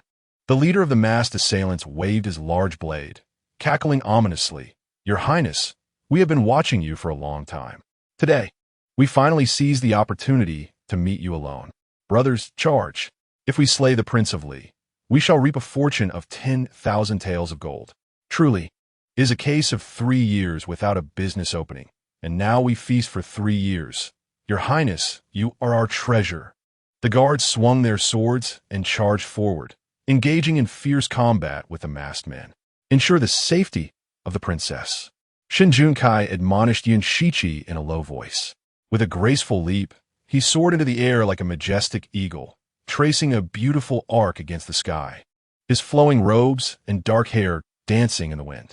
Swift as a startled swan, he moved with such speed that only an afterimage remained. In a flash, his sword erupted in dazzling brilliance, slicing through the air with a fierce whistle directed at the leader of the masked men. The leader, confronted by the oncoming blade, was gripped by overwhelming fear, his legs buckling beneath him. His hair stood on end as if struck by lightning, and instinctively, he raised his hands to shield his head, attempting to evade the impending strike. However, the speed of the sword far surpassed his own. With a resounding thud, the sword found its mark, penetrating his heart and pinning him against the trunk of a nearby tree, spraying a cascade of blood into the air. With a simple gesture, Shen Junkai summoned the sword back into his hand, standing atop the tree with an aura of lethal grace, reminiscent of a divine reaper. The leader's mouth bled profusely as he slumped to the ground, his eyes wide open in death, refusing to close. "Oof," Shen Junkai uttered coldly, lifting the bloodied sword. He charged into the throng of masked assassins, sweeping his blade with precision. The light of his sword flashed, sending the assailants flying, their limbs severed and blood splattering. The remaining masked attackers, terrified, retreated, crying out for mercy, fearing the loss of their own lives. Meanwhile, Feng Fuyao was abruptly awakened from her sweet slumber by the sounds of intense combat.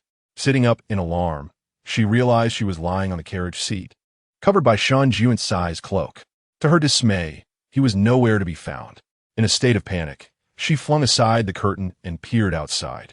Chapter 75. The Peerless Master, the Divine Male, God Feng Fuyao, pulled back the curtain to gaze out of the carriage window. The guards of the Prince of Li were engaged in a fierce battle with the masked assailants. The number of guards accompanying them was limited, including Yin Shiqi and Xiao Ying, totaling only 8. Yin Shiqi stood resolutely at the front of the carriage, vigilant against any surprise attacks. Others were engaged in fierce combat with the masked assailants a short distance away. The ground was soaked in blood, littered with severed limbs and a number of the assailants' lifeless bodies. Amidst the chaos, a man of extraordinary elegance wielded a gleaming sword. His tall and handsome figure spun gracefully in midair, as fluid as flowing water. With each strike of his sword, The air was filled with a vibrant energy, leaving the masked figures with little defense. Every movement exuded strength and speed, each technique bursting forth with astonishing beauty. Feng Fuyao, captivated and exhilarated, could not help but exclaim, "My heavens, this man is incredibly handsome. Such a stunningly beautiful and formidable master is truly my idealized hero. I possess internal energy too. I shall lend my assistance," she thought, promptly leaping out of the carriage. Yun Shiqi, upon hearing Feng Fuyao's voice, turned to her with displeasure. "Your Highness, the prince instructed that you remain in the carriage. This is a battle against foes, and it could cost you your life. Please do not put your subordinate in a difficult position, lest the prince lay blame upon me." He refrained from voicing another thought that skittered through his mind. "I beg you, as a woman, please do not hinder us." This was a clash with the enemy, not child's play. Had she not noticed the prince fighting valiantly, with several brothers sustaining injuries? "Please retreat to the safety of the carriage." Feng Fuyao, observing the disdain in Yun Shiqi's eyes, felt a surge of defiance. Who did this sycophant think he was looking down upon? She too had mastery over internal energy. At that moment, several masked figures caught sight of a woman emerging from the carriage. Noticing Yun Shiqi steadfastly guarding the carriage, they conspired wickedly. Surely, this woman must hold significant importance in Li Wang's eyes. Capturing her could serve as leverage against him, a plan both cunning and efficient. Exchanging sinister glances, the masked figures brandished their gleaming machetes and charged forth with frenzied shouts. Yun Shiqi quickly positioned himself before Feng Fuyao, battling the assailants while urgently shouting, "Get back in the carriage. Do not cause any trouble here. Hurry."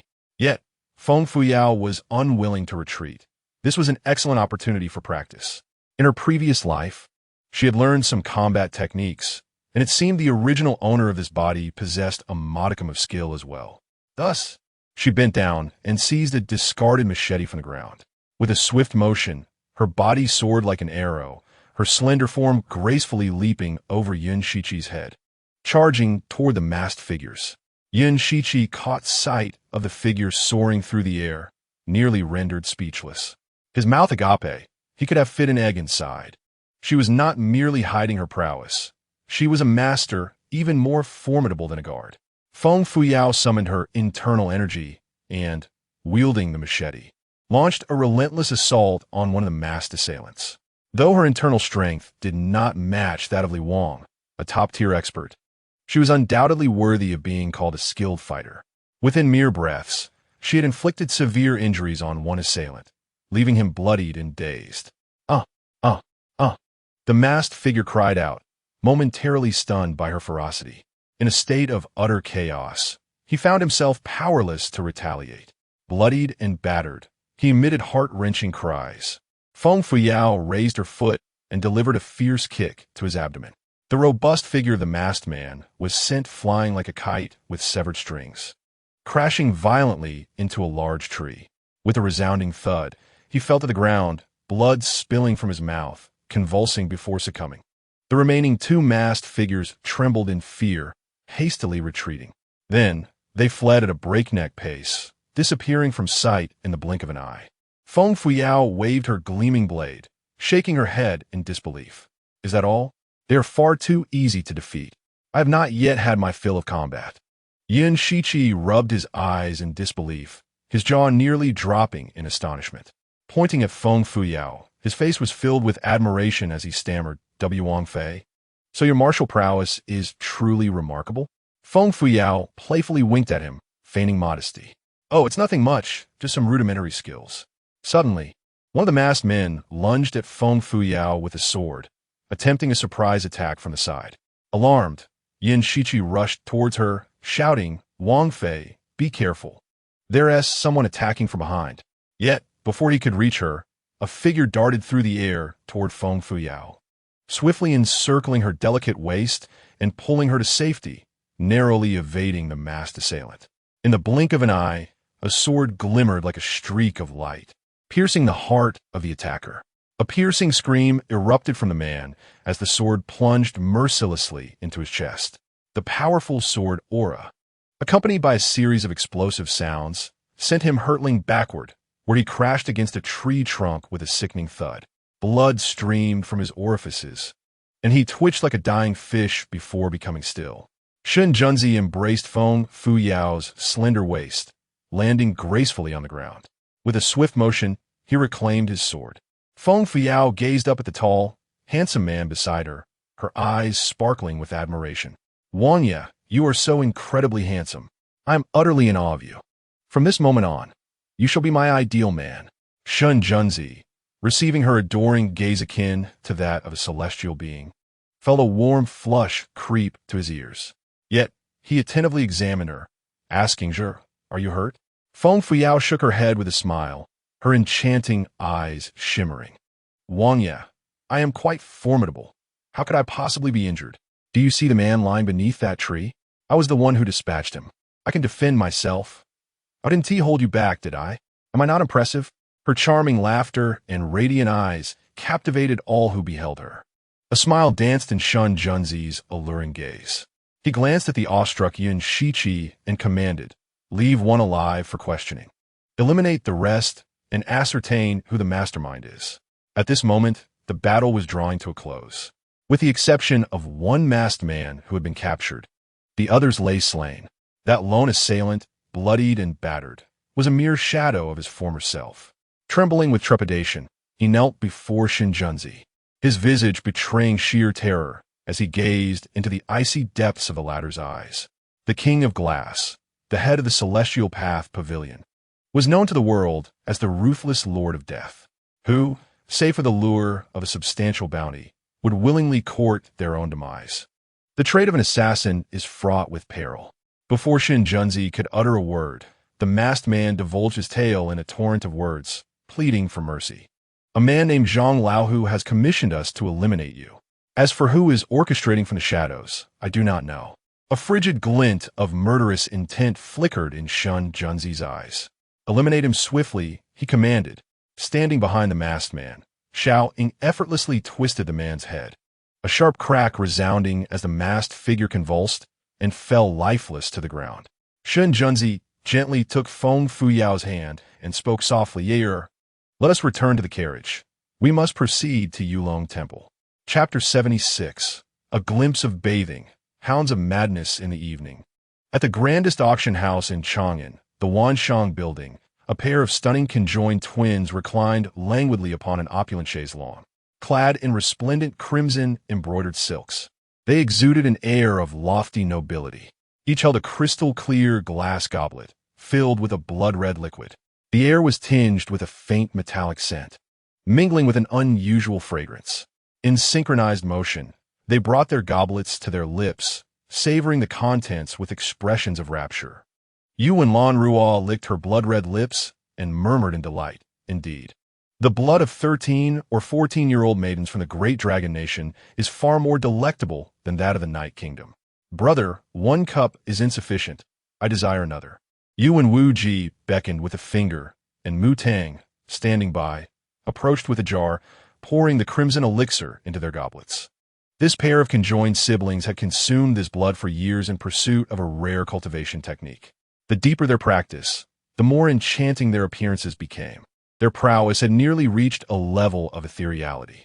Unbeknownst to her, Mu Tang cast a furtive glance at the handsome man, her cheeks unknowingly flushed with a rosy hue. At that moment, the Gardao Yang hurriedly entered, bowing deeply. Master, our assassins sent to eliminate the King of Glass have been completely annihilated. Today, for reasons unknown, the king has departed for Yulong Temple with the Glass Queen. The leader of our assassins, seeing his retinue was few, seized what he believed to be a prime opportunity, but never anticipated the king's imminent cold poison outbreak, nor his formidable martial prowess. Furthermore, that Glass Queen, Feng Fuyao, also possesses considerable skill, which took us by surprise. Master, the king has commanded the Celestial Path Pavilion to scour the city for suspicious individuals.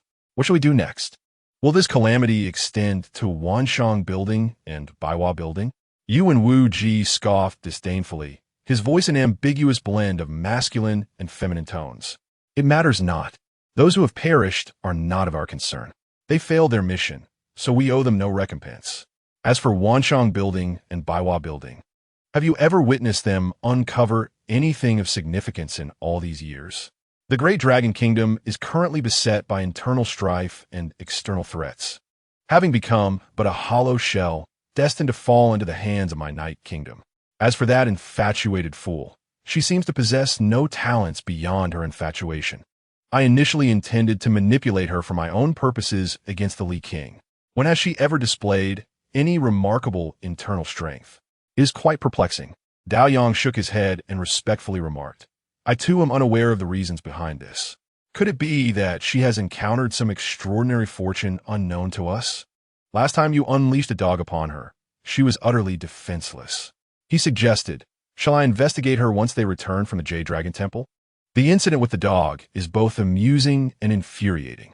Months ago, Feng Fuyao, that foolish infatuate, had heard rumors that the master of the Wanxiang Tower was a stunningly handsome man. One night, she stealthily climbed the wall of the tower to catch a glimpse of him. At that moment, the two masters were bathing and, caught off guard, she beheld them entirely. In a fit of anger, the master unleashed a wolf dog to chase and maul her, causing her to cry out in terror and flee in desperation. She even fell from the courtyard wall of the Wanxiang Tower, sustaining severe injuries. It is said her leg was crippled for several days, and she was reprimanded by her father. What is even more infuriating is that the foolish girl boasted everywhere, claiming the master of Wanxiang Tower was all bones and enjoyed bathing with beautiful women, asserting that he could not compare to the crown prince, who had less than 18 abdominal muscles. This enraged the master to the point where he wished to eliminate that infatuated fool. Yuan Wuji's face displayed profound disgust as he sneered. That detestable fool could hardly possess any internal strength. Perhaps she is merely drugged. A few months ago, she was reduced to tears, chased by my dog, in a state of utter despair. Once they return from the Jade Dragon Temple, I shall personally investigate to discern whether she truly possesses internal strength or if it is merely a facade. That insufferable woman dares to slander me. I shall not let her escape unscathed. Furthermore, with the spring examination imminent, I command that Yi Laixiang commence her actions to ignite chaos in Chang'an. Understood, Dao Yang acknowledged before departing. After nightfall, the carriage carrying Feng Fuyao and Shun Junzi arrived at the Jade Dragon Temple. Their journey had been remarkably smooth, devoid of any assassination attempts. The Jade Dragon Temple, a 1,000-year-old edifice, is situated atop Jade Dragon Mountain, grand in scale. It is said to have been constructed by a former emperor as a sanctuary for his beloved concubine. Occasionally, the sea of clouds can be seen from the mountain, offering a tranquil atmosphere and picturesque scenery with a steady flow of worshippers. A winding path leads directly to the temple's entrance. The temple's abbot, Master Kongshun, upon learning of the arrival of the Li King and his consort, was taken aback, fearing the early onset of the cold poison within the Li King. Each year, prior to the manifestation of this ailment, the Li King would retreat to the temple for a brief respite. Special accommodations had been prepared for him. Master Kongshun personally led the monks, lanterns in hand, to greet them at the temple's entrance. His gaze immediately fell upon the enchanting figure of the Li King's consort, standing gracefully beside him. Master Kongshun discreetly observed Feng Fuyao, a glimmer of perceptive brilliance flickering in his eyes. Feng Fuyao, in turn, scrutinized Master Kongshun. With hair and beard as white as snow, he bore a kind expression and a dignified posture, standing tall like a pine.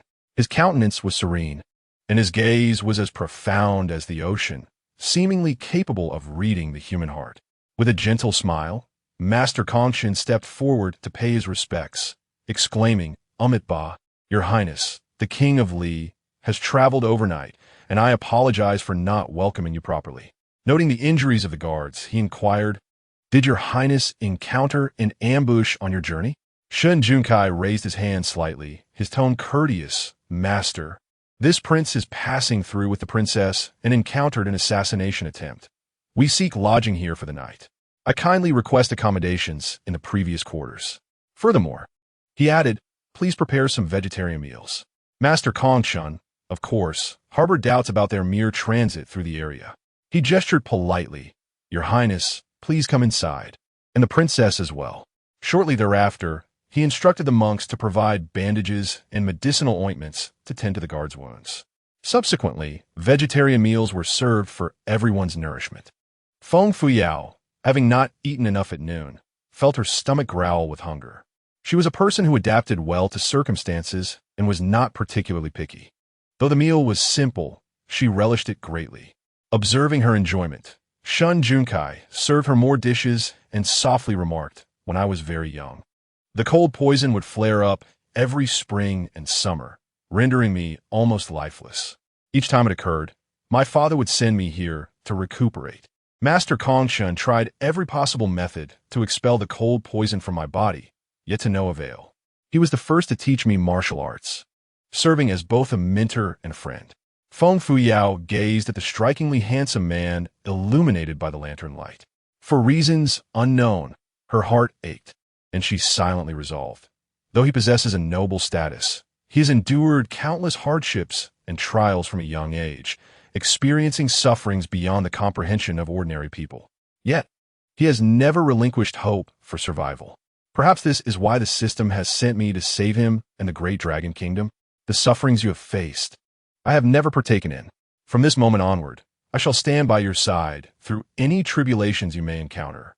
I shall seek a remedy to rid you of the cold poison within you, aiding you until the moment you achieve your dreams and ascend to greatness. Shin Junkai, attuned to Feng Fuyao's heartfelt thoughts, felt his heart stir uncontrollably. An overwhelming wave of emotion surged from within him, enveloping him in boundless warmth. In that moment, he seemed to glimpse the shadow of a celestial being, a beautiful fairy who rescued him from the depths of despair and guided him toward the light. Her enchanting figure had long been etched in the depths of his heart, impossible to erase. At that moment, he yearned to embrace the young woman, to confess his heartfelt admiration for her. As emotions surged within him, he heard Feng Fuyao's inner voice continue, softly, "I shall depart, just as I arrived gently. Once you assume that position, you shall live a blissful life with Sikong Xiaobao. At that moment, no one shall be able to restrain you. You may even appoint Sikong Xiaobao as the male empress. From then on, you shall lead a life of happiness as a couple." Feng Fuyao's thoughts fell upon Shun Junzi like a bucket of cold water, leaving him utterly chilled. He ground his teeth, filled with frustration. Foolish woman. Does she intend to drive him to madness? Wake up. He is certainly not a broken sleeve. Shin Junzi's handsome visage darkened as he suddenly grasped Feng Fuyao's hand with such force that the chopsticks she held clattered to the ground. Startled, Feng Fuyao looked up in surprise, clearly displeased. "Your Highness, what ails you? Do you seek to break my hand? I merely indulged in a few extra bites. Is such anger warranted? Very well, I shall cease eating. Are you satisfied now?" Shin Junzi released her hand nonchalantly, stating, "No, I merely noticed a mosquito biting your hand. I was assisting you in swatting it away." Feng Fuyao cast a skeptical glance around, utterly disbelieving his far-fetched tale. The mountain is so frigid that one could freeze. Or would there be mosquitoes? You are clearly angry just now. When you are not angry, your eyes are as dark as midnight. When you are, they turn a brown-black. Easily distinguishable. You cannot deceive me. How have I offended you? Shin Junzi was taken aback. He was not a chameleon. Could his eyes truly change color? Indeed, hearing that foolish woman's innermost thoughts had ignited a flicker of anger within him. Yet, prideful as he was, he would never admit such a thing. Shin Junzi blinked his captivating eyes and feigned innocence. "I assure you, I am not angry. I merely wish to inform you that after dinner, we shall visit Master Kongshin together. Did not Master Tsangxuan mention performing a rite tonight to help the Crown Prince drive away spirits? I am merely concerned that someone may exploit this situation against us. Master Kongshin is an enlightened monk. He should possess the means to protect us." Feng Fuyao suddenly understood, her demeanor brightening with a smile. "Ah, Your Highness, how considerate of you. I misjudged you. I am full. Have you dined sufficiently? Should we not seek Master Kongshin now?" Shin Junzi secretly sighed in relief and nodded. "I too am satiated. Let us proceed at once." However, just as Feng Fuyao stood, a wave of dizziness washed over her, and darkness enveloped her vision as she fell backward. Shen Junzi's expression shifted to one of alarm as he swiftly caught her in his arms. Channeling his inner strength, he dashed toward Master Kongshen's meditation chamber. Yin Shiqi and Xiao Ying, stationed at the door, exchanged bewildered glances. The prince and princess had been enjoying their dinner. Why the princess suddenly fainted? Without a moment to ponder, they hurriedly grabbed lanterns and followed closely behind the prince. Shen Junzi carried Feng Fuyao in a frantic run. Soon arriving at Master Kongshen's dwelling, he had never felt such anxiety, worry, confusion, and helplessness. His heart raced, nearly leaping from his throat. Master Kongshen had long awaited their arrival in the chamber. Upon seeing Lord Shen Junzi enter with Princess Li, he was not the least bit surprised. He welcomed them into the room and inquired nonchalantly, "Princess, how are you? What troubles you?" Shen Junzi gently laid the unconscious Feng Fuyao on the couch in the outer chamber and then closed the chamber door with urgency, addressing Master Kongshen with palpable concern. "Master, the princess has been plagued by dreams of her past life recently. I have brought her here today to seek your assistance in dispelling the malevolent forces that have taken hold of her." Master Kongshen examined Feng Fuyao's pulse, his brow furrowing in concentration. He then posed a question that left Shen Junzi utterly astonished. "Has the princess been speaking of peculiar matters lately? Does it leave you perplexed? Which soul does the prince wish her to retain? The one from this life or the one from her previous existence?" Shen Junzi felt his heart thunder, anxiety gripping him. The Feng Fuyao he knew was fiercely loyal, astute, and full of clever ideas. Through eavesdropping on her thoughts, he had discerned that she possessed a soul from another realm, rather than one from this world. Selfishly, he wished for her to keep the foreign soul, rather than the one that was a mere foolish and detested presence in this life. A flicker of confusion crossed Shen Junzi's eyes as he pondered, then cautiously articulated, "Master, indeed, the princess has been speaking of strange things lately. What impact do the two souls have? Why is she in this state of unconsciousness? I beseech you to enlighten me." Master Kongshen gazed deeply into Shen Junzi's eyes and slowly replied, "Within the princess resides the essence of two souls. The soul from her past life is formidable, while the one from this life is feeble and on the verge of merging. It appears that someone is attempting to forcibly extract the foreign soul from her body. Should this extraction proceed, it may severely harm the princess, rendering her a simpleton. The most prudent course of action now is to expedite the merging of the two souls, allowing them to find stability. In the future, should anyone seek to harm the princess, one of the souls will no longer be capable of inflicting real damage or influence upon her. Once the two souls have merged, the princess will exhibit more traits of her foreign soul, while the characteristics of her present soul will largely remain dormant, surfacing only as faint memories." Reassured, Shen Junzi respectfully bowed deeply to Master Kongshen, declaring, "Let us proceed as you advise, to hasten the merging of the two souls." In Chapter 78, Successful Merging and Relinquishing of Wealth, Master Kongshen arranged a soft mat in the center of the chamber. He instructed Shen Junzi to lay Feng Fuyao upon it and cautioned, "At this moment, someone seeks to seize the princess's foreign soul, and I shall contend with them. You need only stand by. No matter what transpires, do not panic. Remember this well." Shen Junzi's heart was heavy with worry, yet he nodded calmly. "I shall remember, esteemed master." Master Kongshen then removed a string of brown beads from his wrist and placed it near Feng Fuyao's head. Next, a circle of white candles was lit around Feng Fuyao. Numerous peculiar yellow talismans were affixed to the walls and windows of the room. Finally, a wooden fish was grasped, and in rhythmic cadence, it was gently struck. Moving slowly around Feng Fuyao, one chanted ancient scriptures, enveloping her in a cascade of intricate verses akin to flowing water. She lay quietly in the center of the room, her body seemingly covered by countless tangible threads. In the boundless darkness, the leaves outside rustled softly. A chilling wind rattled the door, yet it could not penetrate. A small whirlwind swirled at the entrance to the room, growing increasingly swift and expansive. As the vortex intensified, the pace of the master's chanting quickened, beads of sweat forming on his brow.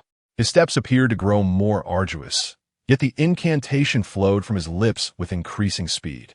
Shinjunzi stood quietly by, anxiously observing the unfolding scene. An inexplicable tension gripped him, his heart nearly lodged in his throat. Silently, he prayed, "Feng Fuyao, you are now my wife. You cannot simply depart from me. Did you not promise to stay by my side until I ascended to that position? There are words I long to share with you. And if only you would awaken, I would tell you. You are the first woman with whom I have shared my bed, the first who dared to enter my heart, and the first to appreciate me and provide me warmth. I wish to convey that I am not a soft-hearted man, but a normal one. I have hesitated to reveal the truth, fearing that once you learn it, you will no longer wish to share my bed. My life has been fraught with hardship. My face marred, my body afflicted by cold poison, and I know not how long I may endure. My selfish desire is simply to have you by my side forever." After Feng Fuyao fainted, she felt her body become weightless. In a daze, she seemed to drift into a realm of darkness. In the distance, a familiar silhouette emerged, standing with its back to her.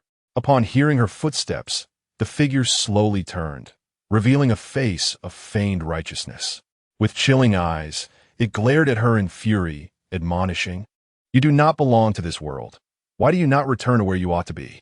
Come, I shall escort you, ensuring you do not become a wandering spirit. If you refuse to depart, I shall forcibly extract you from that body, condemning you to eternal suffering without rebirth." As the man spoke, he brandished the feather duster in his hand, advancing step by step toward her. Feng Fuyao, observing the sinister grin upon his face, retreated cautiously. A fleeting thought crossed her mind. Is this not Master Tsang Xian? How does he know that she is a wandering spirit from another realm? Why does he have to dictate her origin? Unfazed, Feng Fuyao met his gaze defiantly and proclaimed, "I have committed no heinous acts. By what right do you expel me? I merely fortuitously found myself in the body of someone recently deceased, miraculously revived. I have unfinished business here and shall not leave. Nor do I require your interference." The man raised the feather duster high, his face contorted in rage, and swung it violently towards her. Upon witnessing this, Feng Fuyao hurriedly turned and fled with all her might. She ran desperately, gasping for breath, while the man relentlessly pursued her. The heavy thudding of his footsteps felt like a mountain pressing against her chest, making it difficult for her to breathe. Feng Fuyao scaled mountains, waded through rivers, traversed forests, and crossed plains. She continued to run, as if her life depended on it, fleeing without regard for her safety. No matter where she went, the master of Tsang Xian remained a persistent shadow, impossible to shake off. After what felt like an eternity of running, Feng Fuyao found herself utterly exhausted, her legs trembling beneath her. Eventually, she reached a mountaintop, where a sheer abyss awaited her below, leaving her with no escape. Standing at the edge of the cliff, she felt as restless as an ant on a hot skillet, her heart brimming with despair. Was she truly destined to be driven from this world by the master of Tsang Xian, to become a lost soul, or to vanish in a thin air? Just as despair threatened to consume her, she suddenly heard a familiar voice in the distance. Looking up in confusion, she saw a familiar figure on the opposite cliff, waving at her. "Yao Yao, it's me, your husband Shinjunzi. I have been waiting here for you. Hurry and jump over. I will catch you." There's no time left. The man was tall and striking, with an otherworldly beauty. His face was partly concealed by a silver mask that glimmered in the darkness. He stretched out his arms towards her, his glass-like eyes filled with urgency. "Quickly, jump over. I will entrust you with all my wealth, allowing you to become the true mistress of the Li Wangfu." Feng Fuyao glanced back at the ever-approaching master of Tsang Xian and then at the handsome man on the opposite cliff, who promised to bestow upon her all his riches. The thought was undeniably enticing. Gritting her teeth, she resolutely leaped towards the other side of the cliff. By the time the clock struck midnight, Master Kongshan finally ceased his incantations. His back was drenched in sweat, tiny beads of moisture dotting his forehead. Shun Junzi, standing anxiously beside him, inquired with a tense expression, "Esteemed master, may I ask the outcome? Will the princess awaken safely?"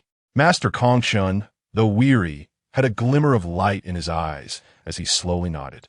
"Her connection to this world is profound, and she has chosen to remain here. You must carry her back and guard her. In due time, she will naturally awaken. A joyful smile finally broke through Shun Junzi's taut features, and a heavy weight on his heart lifted. He carried Feng Fuyao back to his residence, gently laying her on the bed and covering her with a quilt. Then he sat by her side, holding her hand as he awaited her awakening. As the night wore on, just when his heart was beginning to feel restless, he suddenly heard Feng Fuyao's thoughts. "My lord, do you truly intend to entrust all your wealth to me? Your annual salary is 10,000 taels of silver, with other income reaching 70 to 80,000 taels." She continued. The total income accumulates to nearly 100,000 taels of silver. In ancient times, 100,000 taels of silver was equivalent to approximately 60 to 70 million modern Chinese yuan. Oh my heavens, 60 to 70 million. I have finally become a bona fide wealthy woman. Haha. Shen Junzi was taken aback. This woman, even in a state of unconsciousness, was still calculating his wealth? How could she tally the money so clearly even in her dreams? Was she truly the legendary miser? It seemed she had fallen into a pit of riches. Chapter 79. Woman, I am not. Seeing Feng Fuyao dreaming and counting the money so clearly, Shun Junzi felt a sense of relief. In truth, he had already intended to entrust all the assets of the Li Wangfu to her. He leaned closer to Feng Fuyao's ear and intentionally raised his voice. "I promise you, all the wealth will be under your management, allowing you to become the true mistress of the Li Wangfu. The only condition is, stop pretending to be unconscious and wake up quickly. If you remain in this state, not even a single hair will be given to you." Feng Fuyao's eyelashes fluttered gently, and she opened her enchanting eyes, which were filled with a hint of confusion. As she blinked, the scene of her leaping into the abyss flashed before her eyes. Just a moment more, and she would have been caught by the master Xuanzang. What close call! With lingering trepidation, Feng Fuyao turned her head and caught sight of a handsome man with pronounced dark circles under his eyes, gazing at her with concern. His eyes harboring emotions she could not decipher, perhaps worry, urgency, or even jest. Recalling the words she faintly heard before waking up, she asked, "My lord, what were you just saying? You mentioned entrusting all the assets to me, allowing me to be the true mistress of the Li Wangfu. Is this true? Will you keep your word?" Shen Junzi's gaze was intense as he looked at her, secretly relieved. The woman who had awakened was still the same little money-loving girl from another world, an intriguing soul that captivated him. Confronted with the girl's eager gaze, Shen Junzi haughtily snorted. "Humph, what this prince has said naturally holds true. Upon our return, I shall have Yin Shiqi present the accounts for your review. You may do as you please with the silver, except for raising any wild men." Feng Fuyao gazed at his cool and aloof visage, clutching the blanket and laughing heartily. "My lord, what are you thinking? Why would I raise any wild men? By the way, did we not dine together last night? How'd I end up sleeping for so long? It's already bright outside." Shen Junzi replied nonchalantly, "Nothing much. Perhaps you were simply exhausted from the carriage ride. Are you still feeling unwell? Is there any discomfort?" Feng Fuyao propped herself up, feeling her groggy head. She noticed a string of prayer beads on her wrist and curiously remarked, "Aren't these the prayer beads of Master Kongshen? Why are they with me? I feel fine. Just a bit lightheaded," she added. Shen Junzi pointed to the prayer beads and patiently explained, "These were gifted to you by Master Kongshen, who said they would ensure your safety. You should wear them from now on. I will have Yin Shiqi bring water for you to freshen up." Feng Fuyao examined the sandalwood prayer beads, inhaling their faint fragrance, and secretly asked Xiaogua, "What exactly happened to me last night? Why do I feel as though I have experienced a nightmare? Could it be that Master Cangshuan is driving away the malevolent spirits for the worthless prince, intending to expel me, this wandering soul? I have been relentlessly pursued by Master Cangshuan in my dreams, which terrified me to no end. Later, I found myself at the edge of a cliff where I heard Prince Li calling out to me from the other side. He promised that if I were to leap across, he would entrust all his wealth to me, allowing me to become the true mistress of the Li Prince's residence. Upon awakening, I indeed heard him uttering such words. Isn't that peculiar? The system, Xiaohua, seemed even more anxious than I was. Host, a significant event occurred last night. You nearly lost your life. Did you know that? Last night, Master Tsongxuan was exorcising evil for the worthless prince, and you, as a wandering spirit, were inadvertently affected, which caused you to faint. Subsequently, Prince Li sought Master Kongshin to perform a ritual for you, ensuring you would not be harmed by Master Tsongxuan. Master Kongshin conducted a night-long ceremony, and Prince Li stayed awake all night, guarding you until dawn. Feng Fuyao was astonished and momentarily speechless. I almost perished? Is it truly that grave? No wonder I endured a night filled with nightmares, relentlessly chased by Master Tsongxuan. Do you think there will come a day when he truly expels me from this body, turning me into a wandering spirit?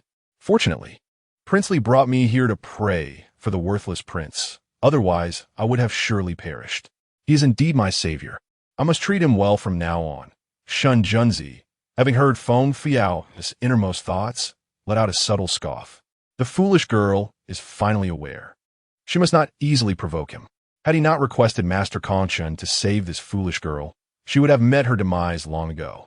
The system, Xiaoguo, continued. Host, you have now fused with the original soul, rendering you immune to any harm from Master Tsongxuan. Host, take a moment to reflect. Have the memories of the original owner become clearer and more numerous? Feng Fuyao meticulously searched through the memories of this body and joyfully exclaimed, Indeed, I have gained numerous memories of the original owner. At 2.5 years old, I wet the bed and was severely punished by Madame G. At 3, I accidentally knocked over Feng Fushue and faced another round of beatings from Madame G. At 4, I had a high fever and wet the bed again. Madame G secretly disposed of the medicine prescribed by the doctor, nearly causing my demise. At 5, Madame G compelled me to steal sausages from the neighbor's house, and my father nearly beat me to death. Shin Junzi, leisurely washing his face nearby, secretly listened to Feng Fuyao's thoughts, thoroughly entertained. However, upon hearing about her childhood humiliations, he could hardly stifle his laughter. Yet, as she recounted the repeated abuses inflicted by Madame G, the amusement dissipated, replaced by a profound empathy. He understood the sting of such mistreatment better than anyone. His own childhood had been marred by the cruelty of Empress G, as he endured countless grievances to please the venomous woman he mistakenly believed to be his mother. After completing their morning rituals, the two sat at the table for breakfast. The morning meal at Yulong Temple was rather simple: porridge, steamed buns, pancakes, and 2 plates of pickled vegetables. Feng Fuyao served Shin Junzi a generous bowl of porridge and placed chopsticks before him. Remembering that he had not slept for a night in order to protect her filled her heart with guilt. This man stayed awake all night to guard me. It truly moves me deeply. I am uncertain whether I have successfully won his affection. Before you fall in love with me, I shall dutifully serve as your shield, allowing you to pursue a relationship with Sikong Xiaobao. This way, others shall not ridicule you. How benevolent and magnanimous I am, having made such significant sacrifices for you. It is only fitting that you entrust your wealth to my management. Bang! Shin Junzi, feeling vexed, forcefully threw his spoon into the bowl. The kanji splattered everywhere, with a few drops landing on Feng Fuyao's face. Wiping the kanji off her face, she gazed at him in astonishment. Grinding her teeth, she endeavored to feign a gentle and considerate demeanor. My lord, why are you so angry? Is the kanji unsatisfactory, or did you not sleep well last night? Yet, inwardly, she derided him, thinking he is behaving like he is in the throes of menopause. Perhaps he has taken the wrong medicine? What woman could endure your volatile temper? Only a foolish man like Sikong Xiaobao would be enamored with you, huh? Flames of fury surged within Shun Junzi. He glared at her ominously, his eyes icy with indignation, and gritted his teeth. Woman, let it be known that I am not a duan xiao, a term for a homosexual man. I am a perfectly normal man. So remember this. If you dare to bring up again, I will not spare you. With that, he flung his sleeve and stormed out in a huff. Chapter 80. The prince's confession leaves the princess fainting. The bun in Feng Fuyao's hand clattered onto the table. She stared blankly at the retreating figure, lost in thought for quite some time. Once she regained her senses, she jumped up in astonishment and excitedly exclaimed to Xiaoguo, Xiaoguo, he said he is not a? Can you believe it? Is he or isn't he? I'm utterly perplexed. Historical records clearly state that he is uninterested in women and only loves Sikong Xiaobao. Could it be that the historical accounts are unreliable? How absurd. I sense something is amiss, yet I cannot pinpoint what it is. Xiaohua promptly doused her with cold water. Which would dare to admit their orientation? Would you? Modern individuals are hesitant to acknowledge it, let alone in this feudal era. If he were not why would he avoid women? Even if he suffers from cold poison, that should not preclude his interest in women. You have shared a bed for so long. Why does he exhibit no interest in you? Has he touched you, kissed you, embraced you? As a noble prince, why does he not have even a single concubine? Surely you cannot suggest he is like the scoundrel prince, lacking in that regard? The scoundrel prince, despite his shortcomings, has gathered a bevy of concubines for appearances. What about him? He is not a single one. Oh dear, could Princely be like the scoundrel prince, deficient in that aspect? Feng Fuyo was rendered speechless, uncertain of how to respond. After a moment's contemplation, she timidly remarked, Xiaohua, what if I cannot win him over? Am I destined to wait in vain? I am still young. I truly do not wish to perish. After a night of indulgence, I had drunkenly tempted him. Should I attempt to seduce him again upon our return? Alas, my situation is quite challenging. Following breakfast, Feng Fuyao and Shun Junzi embarked on a carriage ride back to Chang'an. Throughout the journey, Shun Junzi maintained a composed demeanor, exuding an air of aloofness that suggested he wished to be left undisturbed, entirely disregarding Feng Fuyao. In truth, it was not that he was disinterested. Rather, he had finally expressed the sentiments he had long harbored. This left him feeling somewhat awkward and embarrassed. Although he was not of the same inclination, the impending onset of his cold affliction necessitated that he avoid female company and refrain from sharing a room with Feng Fuyao. This matter could not be easily articulated with mere words, prompting Shun Junzi to decide that silence was the wisest course. Shun Junzi sat upright, his posture akin to that of a stately pine tree. With his eyes slightly closed, dark circles shadowed his striking visage, rendering his complexion somewhat pallid. Feng Fuyao, having slept soundly through the night, was now quite alert and disinterested in slumber. After gazing at the scenery outside for a while, her attention drifted to the man seated beside her. Despite his silver half-mask, he radiated an undeniable charm and elegance.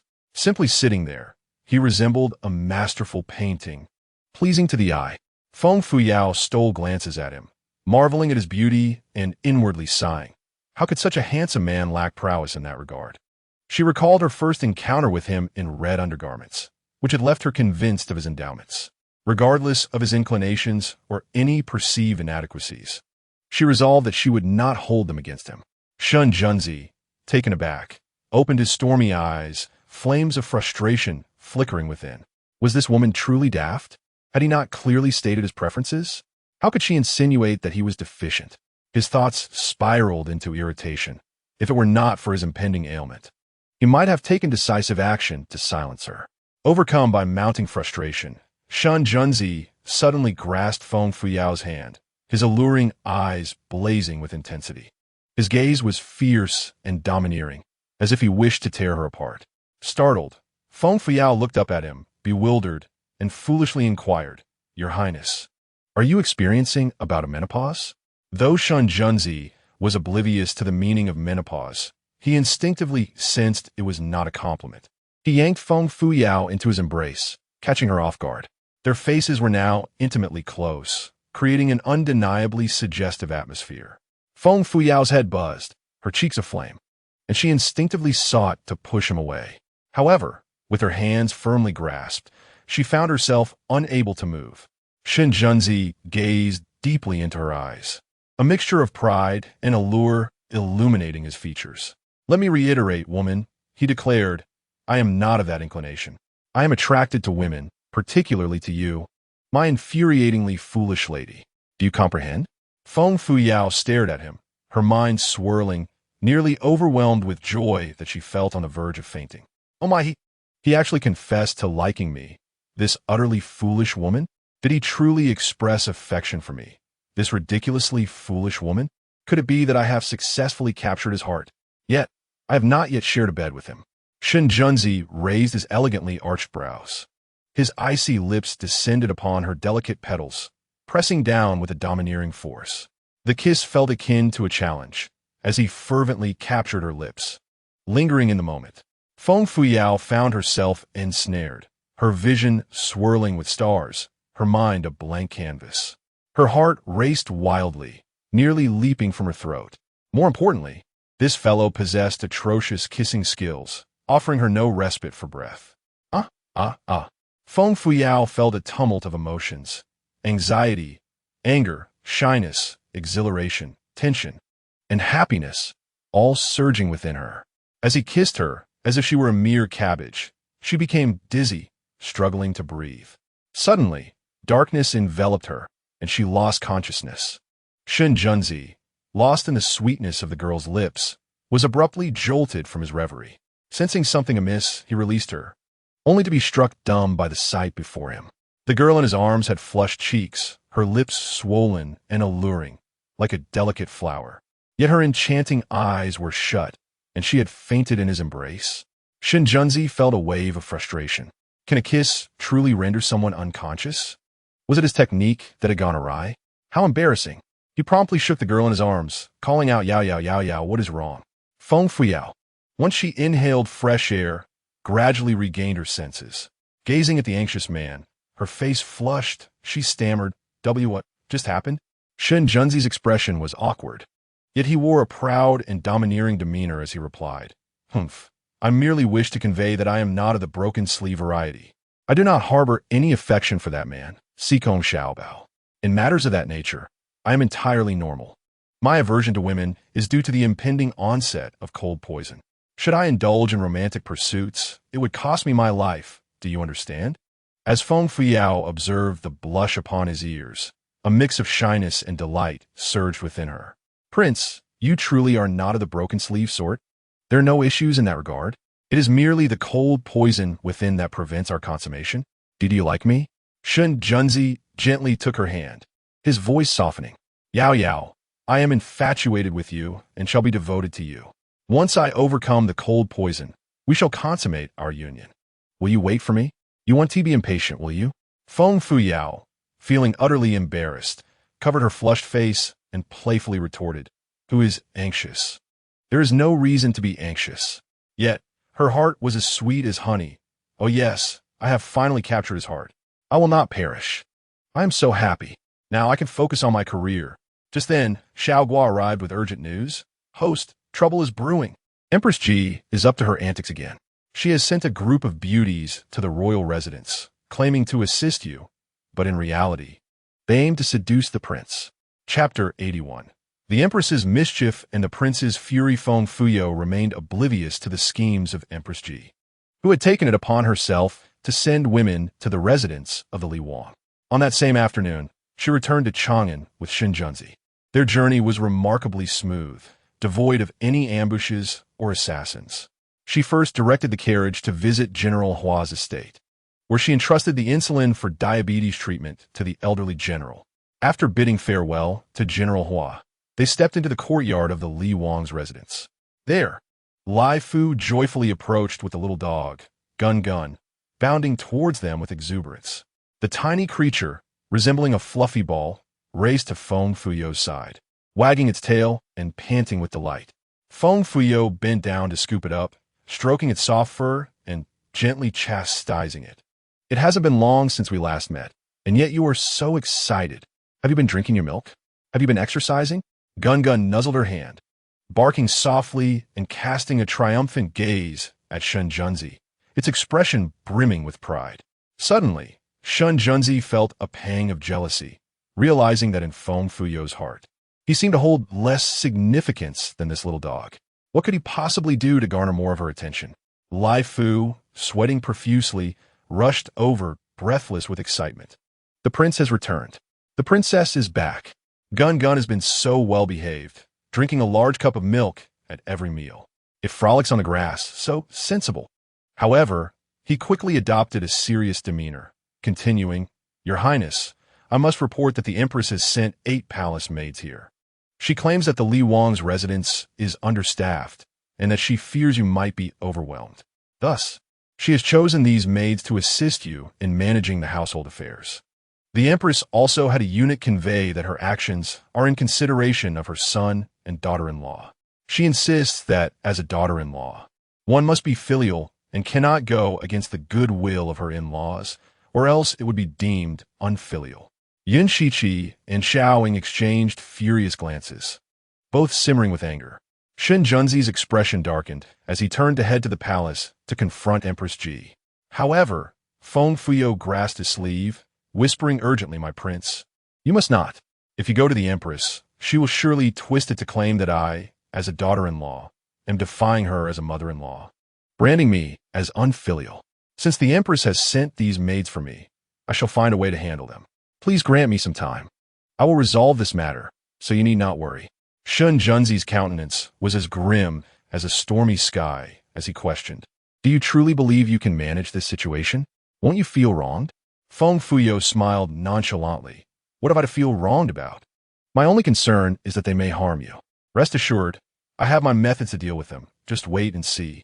My prince, I hold great affection for you, and I will not allow anyone to cause you harm." As Shen Junzi gazed at the spirited and charming young woman before him, his heart raced uncontrollably, and a faint blush crept across his handsome features. Feng Fuyao leaned closer to him, whispering softly, "Your Highness, why not play along with the scheme?" This approach could prove advantageous. Her breath, fragrant and warm, sent delightful shivers through his ears.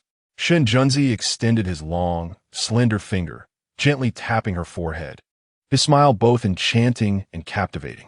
"Whatever you propose, I shall comply, my lady. Just instruct me on how to assist you." With a twinkle of mischief in her eyes, Feng Fuyao grasped Shen Junzi's hand and declared, "Come, let us pay a visit to these lovely maidens. You may intimidate them a little, ensuring they heed my commands. The rest shall be left to me." 8 beauties had been arranged by Lai Fu to reside in a secluded courtyard. Each was handpicked from among the concubines of the empress, their delicate beauty a testament to their selection.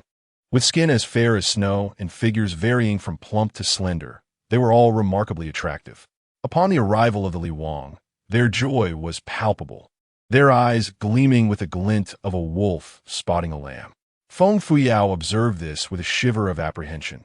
These maidens were clearly here to entice the prince.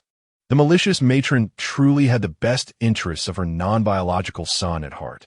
The beauties busied themselves adjusting their garments and hair, longing to present their most alluring selves, as if they could shed their modesty under the prince's gaze.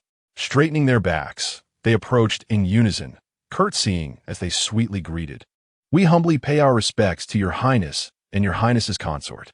One particularly vivacious maiden, unable to maintain her balance, staggered towards the prince, exclaiming, "Your highness, save me. I felt dizzy and could not steady myself." The remaining maidens shot her envious glances, their faces marred with disdain, their teeth clenched in silent fury. What a shameless hussy, attempting to ensnare the prince upon her arrival. Such audacity! A few of the beauties, with calculated glances, attempted to mimic the pose of Shizi holding her heart, hoping to capture the prince's attention with their unique postures. Feng Fuyao shivered again, stepping aside hastily. These women are as fearsome as wolves. It is truly alarming. What is even more terrifying is their talent for mischief. If I were not present, would they not devour my husband whole? Shen Junzi, one beauty, with a striking visage and a self-satisfied smile, lunged towards him. Selected from the prince's residence, she was far superior to the common courtesans.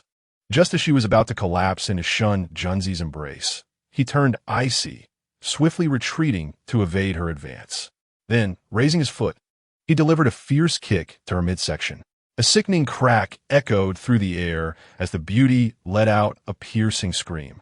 Her delicate form, soaring backward like a kite severed from its string, tracing an elegant arc through the air.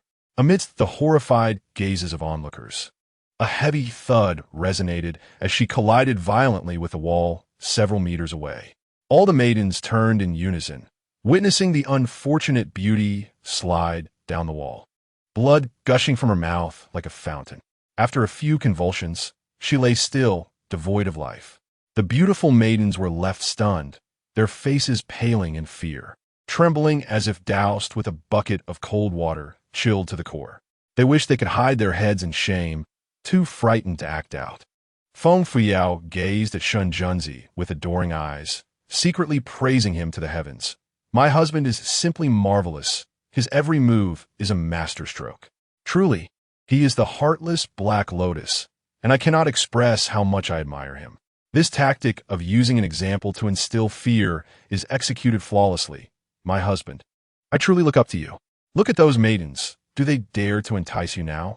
They will surely flee faster than rabbits. Hee hee. Shin Junzi, with a smug glimmer in his captivating fox-like eyes, almost wagged his tail in excitement. In a cold voice, he commanded 17, drag this wretch who dares to assassinate this prince and toss her into the graveyard. Let be known, anyone who harbors ill intentions towards this prince will not be spared. You are sent by the empress to assist the princess consort. Henceforth, you shall obey her commands. Those who defy her orders shall face death without mercy. Yes, the remaining 7 maidens responded in unison, trembling like leaves in the wind, wishing they could shrink into 7 tiny figures. Chapter 82. My goodness, let the beauties handle the filth. Feng Fuyao stepped forward, addressing the frightened and huddled 7 maidens. Since Her Majesty the Empress has shown compassion by assigning you to serve me, I cannot disappoint her kindness by allowing you to lounge idly. Starting tomorrow, you must rise at the designated hour to fulfill your duties. Tonight, I shall appoint a steward to oversee you all. This person's orders will represent both my commands and the prince's. Those who do not comply will receive 50 lashes or may leave the Li Wangfu of their own accord. Understood. The 7 maidens secretly sighed in relief, their respectful demeanor betraying a hidden disdain. They had heard the princess consort was nothing more than a frivolous fool. They feared the Li Wang, but not this simpleton before them. What could this simpleton possibly make them do? Perhaps merely tidying the courtyard or washing clothes, which they could tolerate. Upon returning to the palace, Feng Fuyao summoned the steward, Lai Fu, and inquired, Lai Fu, are there any strong and virtuous maids available for rough tasks? Lai Fu, glancing at the prince leisurely savoring his tea, was taken aback. Here was the prince, cradling the rotund dog, Gun Gun, gently stroking its shiny fur, occasionally twisting its chubby ears, utterly engrossed. Gun Gun appeared despondent, almost losing its canine charm under such treatment. It seemed agitated, attempting to nip at the prince's hand, but failing to reach him. The man and his dog played together, an unexpectedly harmonious and delightful scene. Lai Fu mused, had the prince not despised dogs in the past? Now he was cradling one with such affection. Ever since the princess consort entered the household, the prince had undergone a remarkable transformation. Previously, during court sessions, he rarely returned home for lunch or dinner. Nowadays, I returned to the residence almost daily to share lunch and dinner with the princess. The former prince was known for his eccentric temperament, prideful demeanor, and a demeanor that kept others at bay. However, the current prince has finally assumed the youthful appearance befitting his age. Lai Fu feels an immense sense of relief, and his eyes inadvertently glisten with moisture. He quickly conceals it and, with a respectful bow, says, Your Highness, there is a maid in the household named Kai Ling. She is the daughter of the cook and is 14 years old. As a rough servant in the kitchen, she possesses considerable strength. Her duties include assisting the cook with vegetable preparation, rice washing, and transporting heavy items. She is honest and dependable. Feng Fuyao gently sips her fragrant tea and replies, Bring Kai Ling to me. I wish to have a look. Moments later, Lai Fu leads in a sturdy maid with a simple and honest appearance. The maid, visibly trembling, gazes at Feng Fuyao and Li Wang, and bows respectfully, saying, I am Kai Ling, here to greet the princess. Feng Fuyao examines her from head to toe, finding her somewhat endearing. So, your name is Kai Ling? I intend to renovate the back garden, planting flowers, herbs, and vegetables. While we have laborers, we require someone to oversee them. I wish to promote you to the position of foreman for the back garden. Would you accept? However, this role entails some hardships. You must rise before dawn to gather the workers. During the day, you will supervise them in digging, planting, fetching water, and fertilizing. If you believe you can handle this, I shall appoint you as the foreman. Your original pay was 2 taels. If you take on this role, your compensation will increase to 4 taels. Who would refuse such a generous offer? Kai Ling, filled with trepidation, responds respectfully, I shall follow the princess's instructions and devote myself wholeheartedly. Xin Yun Ci, stroking the soft fur of his pet, glances at the young woman beside him. She remains composed, exuding an air of strategic brilliance that seems to radiate light, making it difficult for him to look away. Feng Fuyao nods in satisfaction, affirming, very well, it is settled. The laborers reside in the green bamboo pavilion. Starting tomorrow at the break of dawn, you must awaken them to work in the back garden until dusk. Aside from half an hour for meals, there is to be no idleness. Lai Fu ponders for a moment and adds, Kai Ling, I will also assign Wang Air from the guard to assist you in supervision. Breakfast and lunch will be sent to the back garden to prevent any disruption to their labor. Indeed, this young man is quite resourceful. Feng Fuyao praises Lai Fu with a nod of approval. We shall proceed as he suggests. Additionally, the meals should be prepared according to the standard for the servants. With no exceptions, the contents of the latrine serve as excellent fertilizer and must not be wasted. In the morning, let them dig and plant in the back garden. And in the afternoon, allow them to carry the wastewater to fertilize the trees and plants on the back mountain. Spring has arrived, ushering in the season of budding flowers and trees. We cannot afford to skimp on fertilizer. Watering and fertilizing are indispensable. Shun Jun Ci lazily reclines in his chair, a smile playing at the corners of his mouth. His alluring, mischievous eyes gaze appreciatively at the girl with the charming smile. She actually plans to have those delicate beauties handle the manure? How is it that this brilliant idea never occurred to him? How intriguing, indeed excessively captivating. It seems he has grown increasingly fond of that foolish woman. Lai Fu is utterly in awe of Feng Fuyao. The multitude of trees on the back mountain will likely take months to water. One wonders if the contents of the cesspool will suffice. Should it fall short, he must devise a means to procure some from outside. Lai Fu chuckled, his eyes nearly disappearing with joy, exclaiming, Yes, I understand, Your Highness. Rest assured, I shall supervise diligently. Once the arrangements were made, Feng Fuyao dismissed the others, leaving only Shun Junzi and herself in the room. They exchanged knowing smiles, sharing an unspoken connection, as if they were allies against a common foe, standing united in their endeavor to vanquish malice. The sensation was ineffably delightful. Shin Junzi gently pinched Feng Fuyao's nose, affectionately remarking, I did not anticipate my princess to be so mischievous. Nonetheless, I find it quite endearing. Those women undoubtedly arrived with a purpose, and it remains uncertain how they shall treat us. There is no need for you to be courteous to them. Seizing the opportunity, Feng Fuyao snatched the round and fluffy creature from Shun Junzi's arms, eagerly petting its fur. You've held it for so long. It's my turn now. The little creature was irresistibly charming, warm and soft to the touch, making it the perfect cuddle companion. Its fur was nearly worn bare from her affection. The creature licked Feng Fuyao's hand, its tail wagging like a rattling drum, displaying an unmistakable eagerness. Shun Junzi gazed with envy at Feng Fuyao, cradling the round creature. This dog, ever eager to please, was indeed a servile companion, eliciting disdain. Shun Junzi, unwilling to let Feng Fuyao hold this affectionate creature, stretched out his hand to reclaim it. I've only held it for a brief moment, and you wish to take it from me? One clung to the round creature while the other maneuvered to snatch it away. They played joyfully like children, and the round creature wore a bewildered expression amidst their playful tussle. This life of a dog was indeed unbearable. Ultimately, Shun Junzi cornered Feng Fuyao against the wall, his gaze fervently fixed upon her radiant face. The round creature, displeased, bared its teeth at Shun Junzi in a show of defiance, barking loudly. Shin Junzi shot a jealous glare at the round creature nestled in the maiden's embrace, gripping its fur and tossing the bothersome creature aside. Just as his heated lips descended upon hers to redirect her attention, a voice rang out from outside. Your Highness, the Emperor summons you to the palace for a discussion. Yun Shiqi, witnessing the intimate scene, gasped in surprise, his eyes wide with disbelief. Upon regaining his composure, he hurriedly retreated. Chapter 83. A night of misadventure. After Shun Junzi entered the palace, he did not return that night. He merely sent Xiao Ying back to relay a message. The prince will be staying at Tiandao Pavilion to attend to matters and will not return for 2 days. He instructed that the princess should take care and avoid going out at night.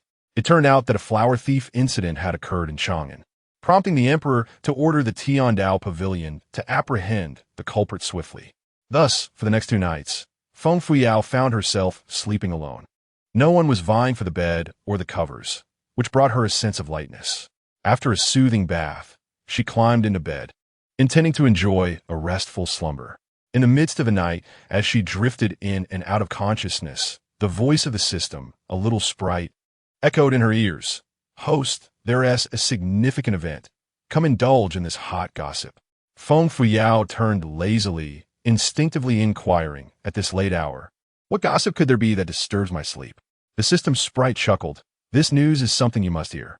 Beneath your window lurks a man." "Oh no, it's actually a man and a woman, both skilled in martial arts. Whether they are flower thieves or enemies of the Li King, one thing is certain, you must exercise caution." "What are these two be doing there? Surely they aren't plotting to rob and kill?" Startled, Feng Fuyao nearly leaped up. "Goodness, a flower thief? An enemy of the Li King? Don't frighten me. Isn't there a guard at the Li King's residence? How did these two evade detection and hide beneath the window?"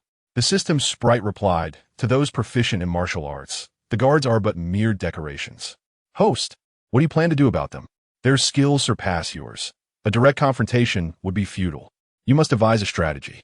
Feng Fuyao glanced at the window behind her. Outside, the darkness loomed, with only the distant branches swaying manically, casting an inexplicable tension in the air. Her heart raced, and she held her breath, asking, "Are you certain they are right beneath the window?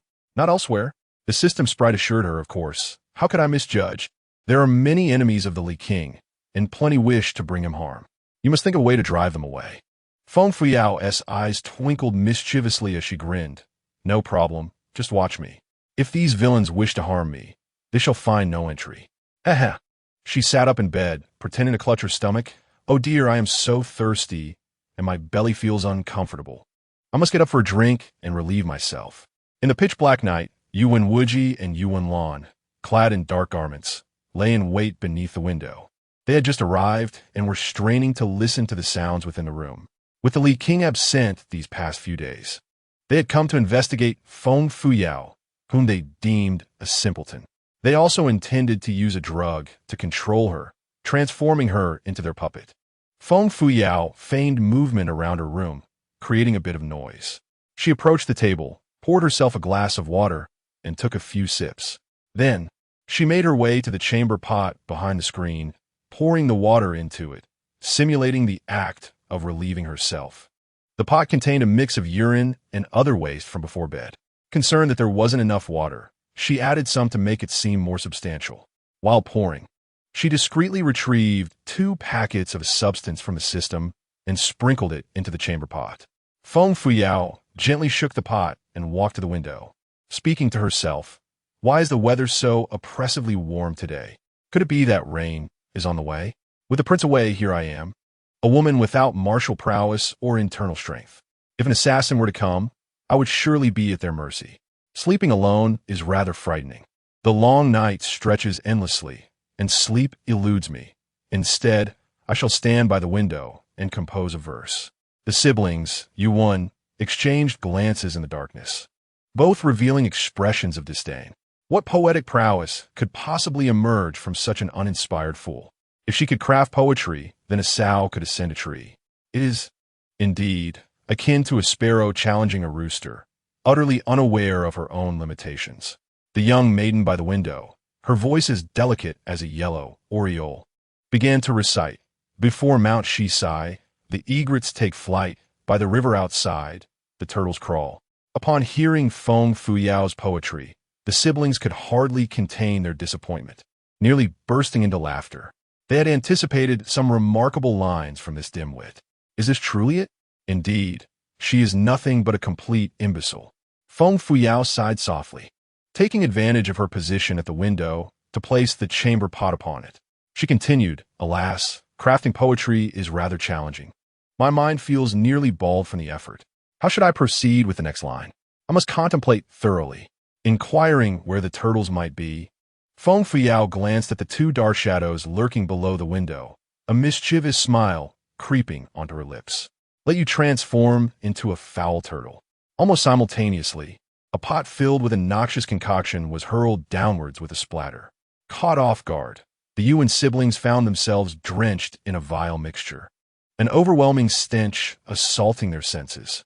Dizzy and nearly fainting, their heads rang as they bolted away from the window, sprinting towards a distant tree, where they clutched the trunk and retched violently. Through tears, they glared at Feng Fuyao, their voices laced with fury. Ugh, shameless wretch! How dare you plot against us? You shall pay for this. In response, Feng Fuyao brandished a sword, which soared gracefully from the window. Aiming at the closely huddled pair, she smiled sweetly. As the dung beetle moves, it leaves a stench in its wake. Look at you, truly repulsive. Employing the age-old tactic of deception, she suddenly amplified her inner strength and shouted, "Help! Capture the assassin! There's an assassin here! Quick!" Her melodious voice echoed sharply through the stillness of the night. No sooner had she spoken than the sound of hurried footsteps resonated around her. The patrolling guards, alerted by her call, hastened to the scene, while the sleeping servants awoke from their dreams, brandishing their tools as they rushed towards her. The siblings, taken aback, felt their anger boiling over. Yu and Lanruo glared at Feng Fuyao, exclaiming in frustration, "You cunning witch! I shall settle the score with you next time." With that, they staggered out, still retching, and fled into the night with astonishing speed, leaving only fleeting shadows behind. The stench clung to them, even as they raced far away. The guards, noticing the figures in black fleeing, quickly pursued them, while a group of servants brandished clubs, shovels, and other implements in hot pursuit. The steward, panting as he approached, wore a look of concern. "Princess, are you unharmed? Did they injure you?" Feng Fuyao waved her hand with a smile. "I am fine. The assassin has escaped. In the future, the Li Wang mansion must enhance its defenses." "Yes, the servant has taken note." Lai Fu wiped the sweat from his brow, still shaken. Chun Yin and Chun Xiang awoke from their slumber, hastily rising to search for Feng Fuyao.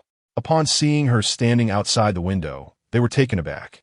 "Miss, what has transpired? Where are the assassins? Are you uninjured?" Feng Fuyao yawned and pointed towards the window, saying the assassin was hiding here just now. "But I have already chased them away. You two should fetch some water and thoroughly clean the window. Otherwise, we shall not be able to sleep tonight." Chun Yin and Chun Xiang took buckets of water and diligently cleaned the outside of the window. As they scrubbed, they puzzled. Did this person fall into a latrine? Why does it smell so foul? After expelling the two black-clad figures, Feng Fuyao lay down and soon fell into a deep slumber. However, the Yuan siblings were not so fortunate. Chapter 84. The Yuan siblings, victims of deception, dance madly utilizing their exceptional lightness of foot. The Yuan siblings swiftly evaded the guards' pursuit.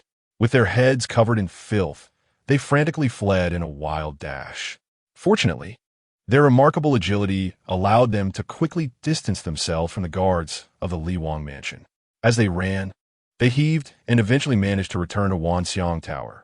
Upon their arrival, they could no longer hold themselves up and collapsed onto the ground, retching uncontrollably.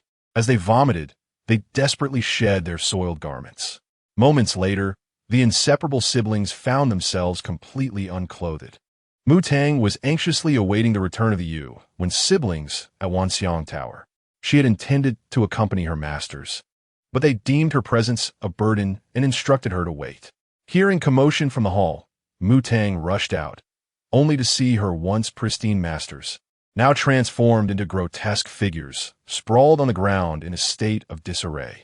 They appeared as though they had just emerged from a cesspool, their bodies emanating a nauseating stench. The Yuan siblings exchanged an eerie smile, simultaneously shaking their hair, which was matted with filth. Then, they stood and began to sway their hips, suddenly breaking into a frenzied dance. As they performed the vigorous equestrian dance of the Night Kingdom, they bellowed, "O gallant horsemen, you are mighty and grand, wielding the lasso with great prowess." The haunting duet echoed through the night, sending chills down the spine. The guard, Dao Yangyi, rushed out upon hearing the commotion. When he beheld the scene before him, he nearly stumbled in shock, trembling as he stammered, Master, what has happened? Why do you reek of filth? Did you fall into a latrine? Mu Tang, recovering from her astonishment, dashed forward and embraced the frenzied Yuan siblings, anxiously inquiring, Masters, what has befallen you? What is the matter? Wasn't the Li Wang absent? Could it be that you were outwitted by that foolish Feng Fu Yao? However, the Yuan siblings were lost in their own world, completely engrossed in their ecstatic dance, oblivious to Mu Tang and Dao Yang's concerns. For Han simultaneously pushed away Mu Tang, eager to dash outside into the refreshing air, longing to run free without restraint. Terrified, Mu Tang burst into tears, desperately grasping Yuan Wuji's hand, sobbing, Master, what has happened to you and the princess? Why did you return in such a state when you left so well? What transpired in between? She then turned to the dazed Dao Yang, shouting, What are you standing there for? Hurry and help me stop the master. Do you truly intend to watch him run out in the nude? Our masters are proud and possessive of their dignity. If they awakened to such a sight, would they not be utterly mortified? The princess would surely be furious if she knew. Emerging from his shock, Dao Yang rushed forward, joining Mu Tang in firmly restraining Yuan Wuji and Yuan Lan Ruo to prevent their escape. The siblings fidgeted restlessly, akin to agitated monkeys, shouting hoarsely, Damn it, let go of me. Release me at once. I must dance. Gritting his teeth, Dao Yang resolved, Forgive me, masters, but I must first restore your tranquility. With that, he raised his hand and struck each sibling on the neck with a swift blow. In the midst of their lively antics, both Yuan siblings suddenly froze, their movements synchronously halting as they rolled their eyes and collapsed limply into Mu Tang's embrace. Together, Mu Tang and Dao Yang assisted the siblings to bed, their heads matted with filth, tainting the once luxurious and pristine bedding with a foul odor. Mu Tang fetched hot water, carefully cleansing the grime from their faces and bodies. It took several basins of water before they were finally cleaned. However, within half an hour, the Yuan siblings awoke, stripping off their garments and crying out to dance once more. Left with no choice, Dao Yang knocked them unconscious again. This cycle repeated throughout the night, until dawn broke and the siblings finally settled down. Mu Tang and Dao Yang had kept vigil all night, their eyes heavy with dark circles, their faces weary. It was not until noon the following day that the Yuan siblings stirred from their slumber, recollecting the shameful ordeal of the previous night, drenched in filth. Wrinkling their noses at the lingering stench in the air, they were nearly driven to fury. Mu Tang gazed at them, her eyes reddened and tearful, lamenting, Masters, you returned last night covered in filth. Not only that, but you also seem to have lost your senses, stripping off your clothes in a frenzy to dance and attempting to run outside. Masters, did you not go in search of Feng Fu Yao?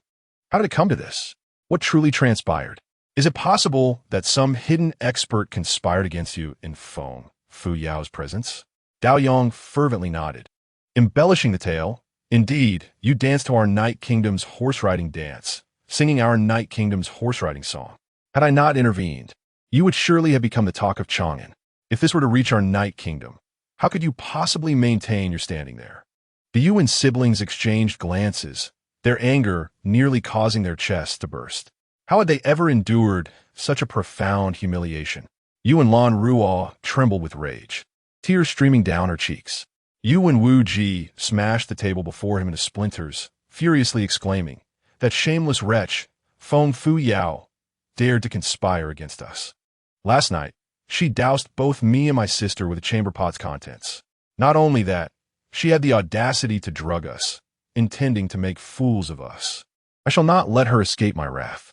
Yuan Lan Ruo wept uncontrollably, her voice hoarse as she cried, Do not speak of it any further. It infuriates this princess to the brink.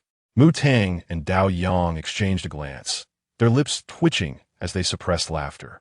How could such astute individuals as the prince and princess be outmaneuvered by that imbecile Feng Fu Yao? Such a treacherous scheme. Who could they turn to for justice? The thought of it becoming public was utterly embarrassing. Yuan Lan Ruo caught a whiff of the foul stench on her garments, gagging as she lamented, Prepare hot water. This princess must bathe. I am suffocating from this smell. She ordered, Throw away everything on the bed. Not a single item should remain. I shall capture that vile woman and exact a terrible revenge upon her. I will turn her into a wretched creature, cast into the privy to be drenched in filth daily. Mutan bao deeply. Hastily departing to prepare, yes, I shall fetch hot water for your bath at once. By the time Feng Fu Yao arose, the sun was already high in the sky. Chun Xiang reported, Miss, Kai Ling has taken those 7 beauties to the back garden to clear land.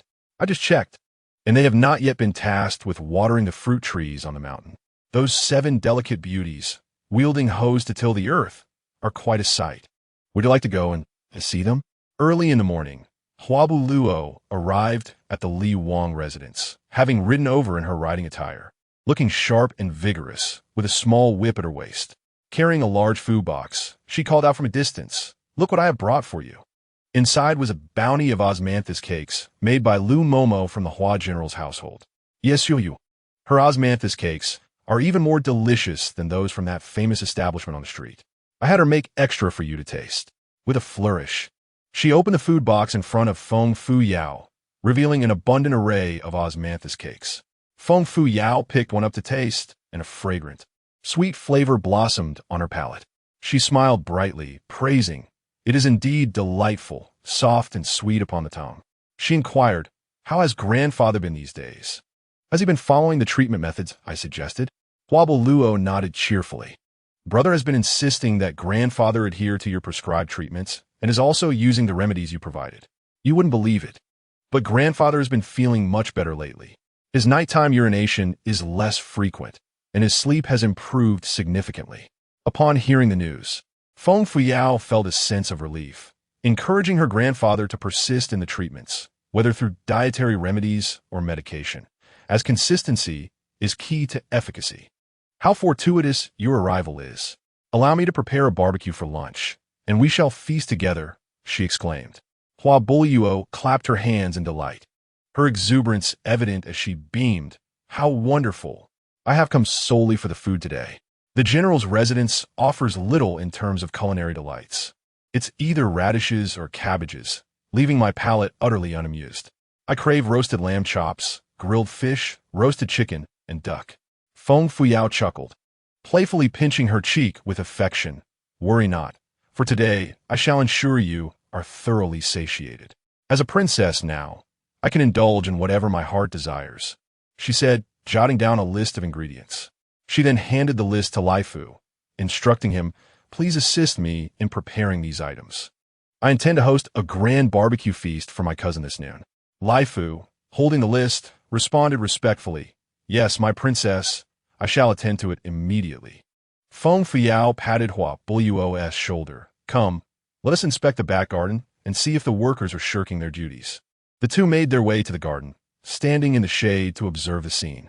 7 delicate beauties were laboriously wielding shovels and hoes, digging into the soil.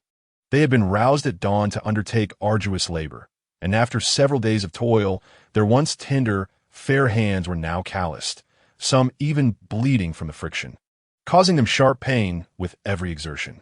Their hair was disheveled, faces devoid of makeup, and they appeared utterly exhausted, drenched in sweat and flushed.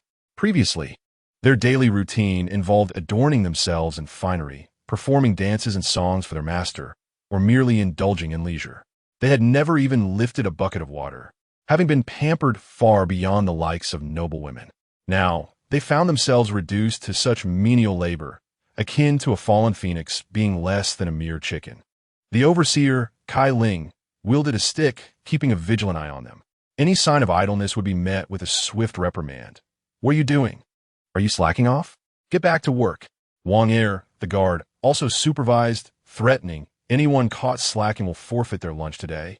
The beauties, exerting every ounce of strength to dig, could not help but mutter their grievances under their breath, feeling utterly despondent.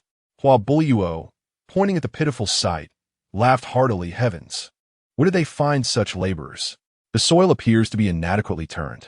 Feng Fuyao, suppressing a smile, declared loudly, the Empress, being considerate of her daughter-in-law's lack of assistance, has graciously provided these servants to aid me in my tasks. I noticed many areas in the back garden were neglected, and since they are idling, it is only prudent to put them to good use. She continued, Indeed, many hands make light work. After their efforts, The back garden looks far better. Do you see that mountain behind the garden? There lies a vast orchard. This afternoon, they will begin collecting manure to fertilize the fruit trees. Come spring and summer, those trees will bear an abundant harvest. The seven beauties, upon hearing Feng Fuyao's words, were so frightened that their legs trembled, nearly fainting from the shock. This afternoon, these delicate maidens were to endure the repugnant task of using foul dung to nourish the fruit trees. How could this venomous woman conceive such a malicious scheme? Oh heavens! Might a bolt of lightning strike them down to end their misery? One beauty, with a sudden flicker in her eye, clutched her heart and slowly collapsed. Seeing this, another beauty followed suit, also clutching her heart as she fell. Soon, yet another beauty succumbed, clutching her heart in dramatic fashion. The remaining maidens exchanged glances, eager to join in, but recollecting the ruthless methods employed by the Li Wang the day before, they ultimately refrained. Instead, they pointed at the three fallen beauties and cried out in panic, "Oh no! Oh no! Someone has fainted!" Kalen kicked the three beauties sprawled in the dirt, urging them, "Get up and get to work. Don't be lazy." Yet, the trio remained motionless, feigning death. Growing impatient, Kalen hastily approached Feng Fuyao and reported, "Your Highness, it's dire. Three of them have fainted." Hua Buliuo smirked disdainfully. They've barely worked for half a day and already pretend to be unconscious? Clearly, they're simply slacking off. Feng Fuyao stepped forward, observing the three fakers, and remarked, "Their act is quite convincing. Even their fallen postures are identical. Anyone feigning unconsciousness shall forfeit their next meal. Furthermore, those who pretend to faint to shirk their duties will, starting tomorrow, be relegated to carrying dung all day to water the fruit trees. The rest, who did not feign fainting, need only carry dung this afternoon to tend to the trees." The three beauties, upon hearing this, nearly lost control of their bladders. My goodness, a whole day of hauling dung to water the trees? Enduring the stench of excrement all day? It would be better if they were dead. In perfect unison, the three sprang up from the ground like startled fish and smiled. "We're no longer faint. We can work now." Feng Fuyao regarded them with a piercing gaze, her expression calm yet commanding. "It's good that you're no longer faint. Now, let us resume our tasks. I hope you all understand your positions. The Empress entrusted you to me to assist in my work, not to enjoy a life of luxury in the Wangfu. Should anyone dare to slack off again, I shall not be lenient. Of course, if you find this intolerable, you are free to leave. As for how the Empress will treat you, that is beyond my concern." As Feng Fuyao spoke, a sudden loud laugh echoed from the courtyard wall behind her. Today, the Li Wangfu is indeed lively. Is Li Wang not at home? Oh, look, it's the tomboy again. Have you come to mooch food from the Li Wangfu once more? Chapter 86. Joyful Rivals Quarreling Upon Meeting. Feng Fuyao looked up at the sound and exclaimed in astonishment. There stood Sikong Xiaobao, adorned in flamboyant attire, a gaudy crimson robe that made him resemble a peacock in full display, perched on a tall tree beneath the courtyard wall, preening himself in a small copper mirror. Utterly enamored with his own reflection, he carefully collected the mirror, smiling with a charming, trembling delight. Why had so many exquisite beauties arrived at the Li Wang residence? Could they be the new concubines of Li Wang? Wasn't he averse to the company of women? Upon their arrival, were they promptly assigned to toil in the fields and handle the muck?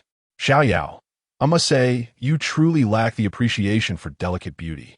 Feng Fuyao's lips quirked with curiosity as she inquired, "Young Master Sikong, why are you perched upon the wall?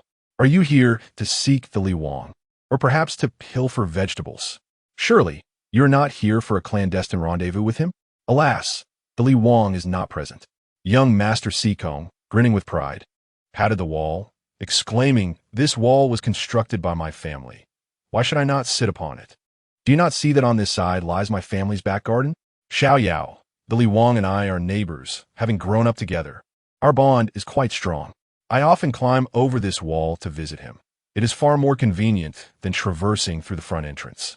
Feng Fuyao glanced at the rooftop beyond the wall, realizing that the Sikong residence and the Li Wang residence were indeed neighbors, separated only by a garden wall. Huabu Luo, infuriated, flushed with indignation as she brandished her whip at young Master Seacombe, declaring, "You effeminate fool! Who were you calling a manly woman just now? Have you grown restless after a few days without a proper reprimand? Dressed like a performer upon the stage, do you fear that others might not recognize your effeminacy?" Young Master Seacombe chuckled, rolling his eyes at Huabu Luo's fiery demeanor. "My dear lady, I advise you to cultivate kindness. Do not be so quick to bare your fangs and unleash your wrath. A fierce woman like you, a true dragon lady, might find it difficult to secure a marriage. Unlike myself, who has a line of suitors stretching from the east gate to the west gate of Chang'an. My eyes are nearly dazzled by the options. Ha. Huabu Luo, dismissing his words, brandished her whip and charged forward. "You truly are shameless, spinning in circles like a naked fool at the mill. Any woman willing to marry you must be blind. I have no intention of marrying you, nor do I need your input on my prospects." Enraged, she declared, "You insufferable effeminate, today I shall teach you a lesson and see if you continue to be so glib." As she lunged towards the wall, young Master Seacombe, startled, lifted his long legs to flee to the other side, tauntingly looking back. "Come and strike me. Alas, you cannot catch me, ha. Suddenly, a loud thud resonated from beyond the wall, followed by young Master Seacombe's anguished cries, "Ouch, my backside. I feel as though I might split in two." It seemed he had inadvertently fallen from the wall, suffering quite a fall. Huabu Luo, standing on her side, clapped her hands in delight, laughing heartily. "Ha! You effeminate fool. May you meet your demise. Let us see if you still have the audacity to speak so freely next time. You deserve this." Young Master Seacombe scrambled to his feet, hopping in pain as he cursed, "You manly woman, dragon lady, I am not dead yet. Your fury only serves to infuriate you further." On the other side of the wall, the banter escalated. "You are the effeminate one. Your entire family is filled with such men, unable to marry." Feng Fuyao observed the two individuals bickering upon their meeting, and she felt an overwhelming sense of confusion, contemplating with her chin in hand. If, as Shan Junzi asserted, he was not a broken sleeve and there was nothing between him and Seacombe Xiaobao, then could she possibly bring together Seacombe Xiaobao and Hua Bulyuo as a couple? This notion seemed feasible. Hua Bulyuo glanced around and stealthily plucked a green fruit from a large tree bordering the courtyard. With a flick of her wrist, she hurled it over the wall. A cry of anguish resounded from the other side. "Ouch! My head, you've crushed me. You vixen, if you render me foolish. You must marry me and care for me for a lifetime." Hua Bulyuo retorted triumphantly, "Rest assured, if you're not dead from that, I shall deliver another blow to ensure your demise. I'll send you, you effeminate fool, to the underworld to find a bride. Ha. Seacombe Xiaobao, clutching his head where he had been struck, grumbled as he walked away. Feng Fuyao stifled her laughter and patted Hua Bulyuo on the shoulder. "Luo, you are so fierce. Be cautious, or you might scare away your suitor. I wonder if that fellow Seacombe Xiaobao is already betrothed. I can inquire with the prince another day. If he is still free, shall I assist in bringing you two together?" Hua Bulyuo's face flushed crimson, and she made a retching gesture. "Heavens! With such a flamboyant and despicable fop, I would rather not. Even if all the men in the world perished, I would never marry him. He spends all day preening before the mirror, like a wild fox, spraying its scent, utterly insufferable." Feng Fuyao clutched her stomach, laughing so hard she could hardly breathe. "Oh dear, Luo, your insults are unparalleled. You are truly my spokesperson. Come, let us go for a barbecue. We shall set up by the wall and tempt that lecherous fox, Seacombe Xiaobao." Chuanxiang and Chunyan, standing nearby, were doubled over in laughter. This cousin was exceedingly entertaining. Her exuberant personality and witty banter capable of inciting ire in others. Upon arriving at the front courtyard, Feng Fuyao beheld an array of baskets filled with provisions that had been purchased. Lai Fu had ensured that all the ingredients and tools were meticulously prepared. Large, fresh lamb chops were neatly cut and marinating with spices. The lamb meat was diced into bite-sized pieces and skewered with thick bamboo sticks. 2 plump, featherless chickens lay ready for seasoning, while a bucket of fresh shrimp was being strung together. Several fresh base were cleaned and seasoned, and in addition, there was a basket of thoroughly washed potatoes, a basket of clean sweet potatoes, along with mushrooms and eggplants. All of these items have been listed by Feng Fuyao for Lai Fu to procure. Lai Fu had arranged for several large basins of charcoal fire. Following Feng Fuyao's instructions, he set up the grilling racks and iron plates. Feng Fuyao was thoroughly impressed with Lai Fu's efficient execution of tasks and remarked, "Thank you, Lai Fu. Please move these items to the tree by the wall in the western courtyard. Additionally, set up tables and benches over there and prepare tea, fruit, and vegetables. There is no need for you to prepare a separate meal for me at noon. This will suffice." Once everything is arranged, the foundation of a sumptuous barbecue feast takes shape. We only await the grilling of the ingredients to indulge in a delightful repast. The prodigious culinary skills of Si Kong Xiao Bao are indeed impressive. Chapter 87. Climbing Walls for a Meal, the talented youth Lai Fu, accompanied by two chefs from the royal manor, personally lends his hand in the preparations. The chefs from the Li Wang Fu are accustomed to grilling nothing more than lamb chops and mutton. They have never encountered such an eclectic array of ingredients. Can potatoes, mushrooms, and eggplants truly be grilled? Yet, they dutifully follow the directives of the princess. Under the guidance of Feng Fuyao, various ingredients are placed over the charcoal to be roasted. Everyone is bustling with excitement, finding the experience both novel and enjoyable. The lamb chops sizzle on the grill, their skin crisp and the meat tender, exuding a rich aroma. Fish, with its sides opened, and whole chicken skewered on bamboo sticks, rotate above the flames. Potatoes, sliced and threaded onto skewers, release a delightful charred fragrance as they grill. Sweet potatoes are tossed directly into the coals, turned occasionally, though their skins blacken. A sweet aroma wafts through the air, tantalizing the senses. Eggplants, halved and placed directly onto a hot iron plate, hiss as they cook. Feng Fuyao instructs Chun Xiang and Chun Yin to prepare an assortment of dipping sauces artfully arranged on the table for later use. Shortly, skewers of large shrimp emerge, their golden hue and enticing fragrance making them irresistible. Gong Gong bounds over joyfully, wagging his tail before Feng Fuyao, panting with anticipation. His pink tongue lolls, drool dripping as he gazes longingly at the feast laid out before them. Barking eagerly, he seems desperate to leap onto the table and savor the delicious fare. Huabu Luo, observing Gong Gong's impatience, chuckles teasingly. "Look at you, so eager, and it's not even cooked yet. Do be patient." The chefs present the grilled shrimp on a platter, while Chun Xiang and Chun Yin peel away the golden shells, revealing the succulent white flesh beneath. Feng Fuyao takes a bite of the grilled shrimp, her expression reflecting pure bliss, praising its delightful sweetness and exquisite taste. "Chun Xiang, Chun Yin, do join me." Lai Fu arrives with a large, perfectly grilled fish, beaming as he announces, "Your Highness, the fish is ready. Do enjoy it while it's hot." The grilled perch, golden and crisp on the outside, yet tender within, is seasoned with pepper, scallions, and cumin. Upon tasting, Feng Fuyao finds the flavor so exquisite that it nearly overwhelms her senses, her eyes widening in astonishment. Heavens! The skin is perfectly crisp, the fish meat tender and juicy, with an aroma that lingers, leaving a delightful aftertaste. This is the flavor I have longed for, so delectable. Let us savor it while it is warm.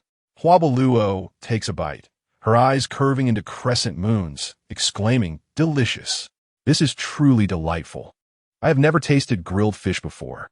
When we resided in the western frontier city, we hardly ever had fish."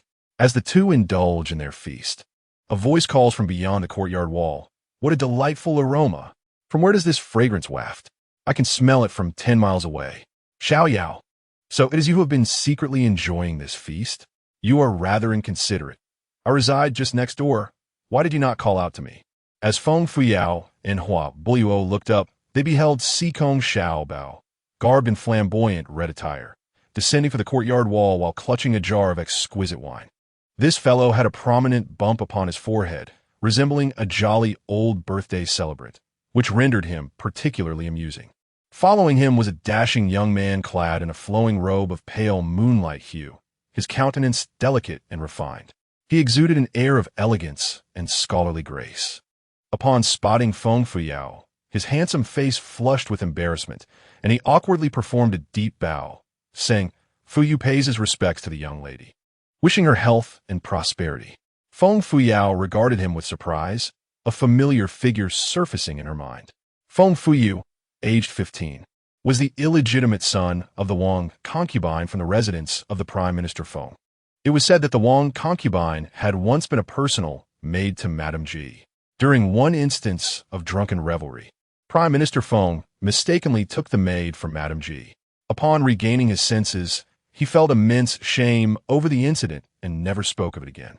Yet, unbeknownst to him, the maid had become pregnant. This scandal greatly incensed Madame Ji, who subjected the unfortunate maid to torment. After the maid eventually bore a son, Feng Fuyu, Prime Minister Feng, with reluctance, acknowledged her as a concubine. However, the status of Wang concubine remained lowly, and her circumstances did not improve despite giving birth. She continued to endure the scorn and abuse from Madame Ji, who treated her as a mere servant. During mealtimes, the Wang concubine was obliged to stand respectfully at the side, only to partake of the scraps once Madame Ji and Prime Minister Feng had finished. Regardless of the seasons, she had to stand guard outside while Madame Ji napped, attending to her needs upon her awakening. For decades, the Wang concubine lived in constant trepidation, enduring humiliation, all for the sake of ensuring Feng Fuyu's safe upbringing. In Feng Fuyao's hazy recollections, she remembered Feng Fuyu as a taciturn and well-mannered boy, deeply fond of reading. On one occasion, the Wang concubine, unwell, accidentally shattered Madame Ji's cherished vase and was met with a brutal beating that left her bloodied and unconscious. At the tender age of 8, Feng Fuyu had rushed to plead for his mother's forgiveness, only to incite Madame Ji's wrath further. She ordered the maid to strike Feng Fuyu until his face was swollen, berating him as a lowly, illegitimate child, worthless as a dog. That night, Feng Fuyu wept sorrowfully in the corner of the Prime Minister's residence, and the original Feng Fuyao, encountering him in such despair, felt a pang of compassion. She secretly procured some medicinal ointment for bruises and offered it to him to tend to his mother's wounds. From that point onward, Feng Fuyu became increasingly reticent, dedicating himself to his studies, showcasing remarkable talent. By the age of 12, he had achieved the status of a scholar and would soon partake in the imperial examinations. Suddenly, a voice from assist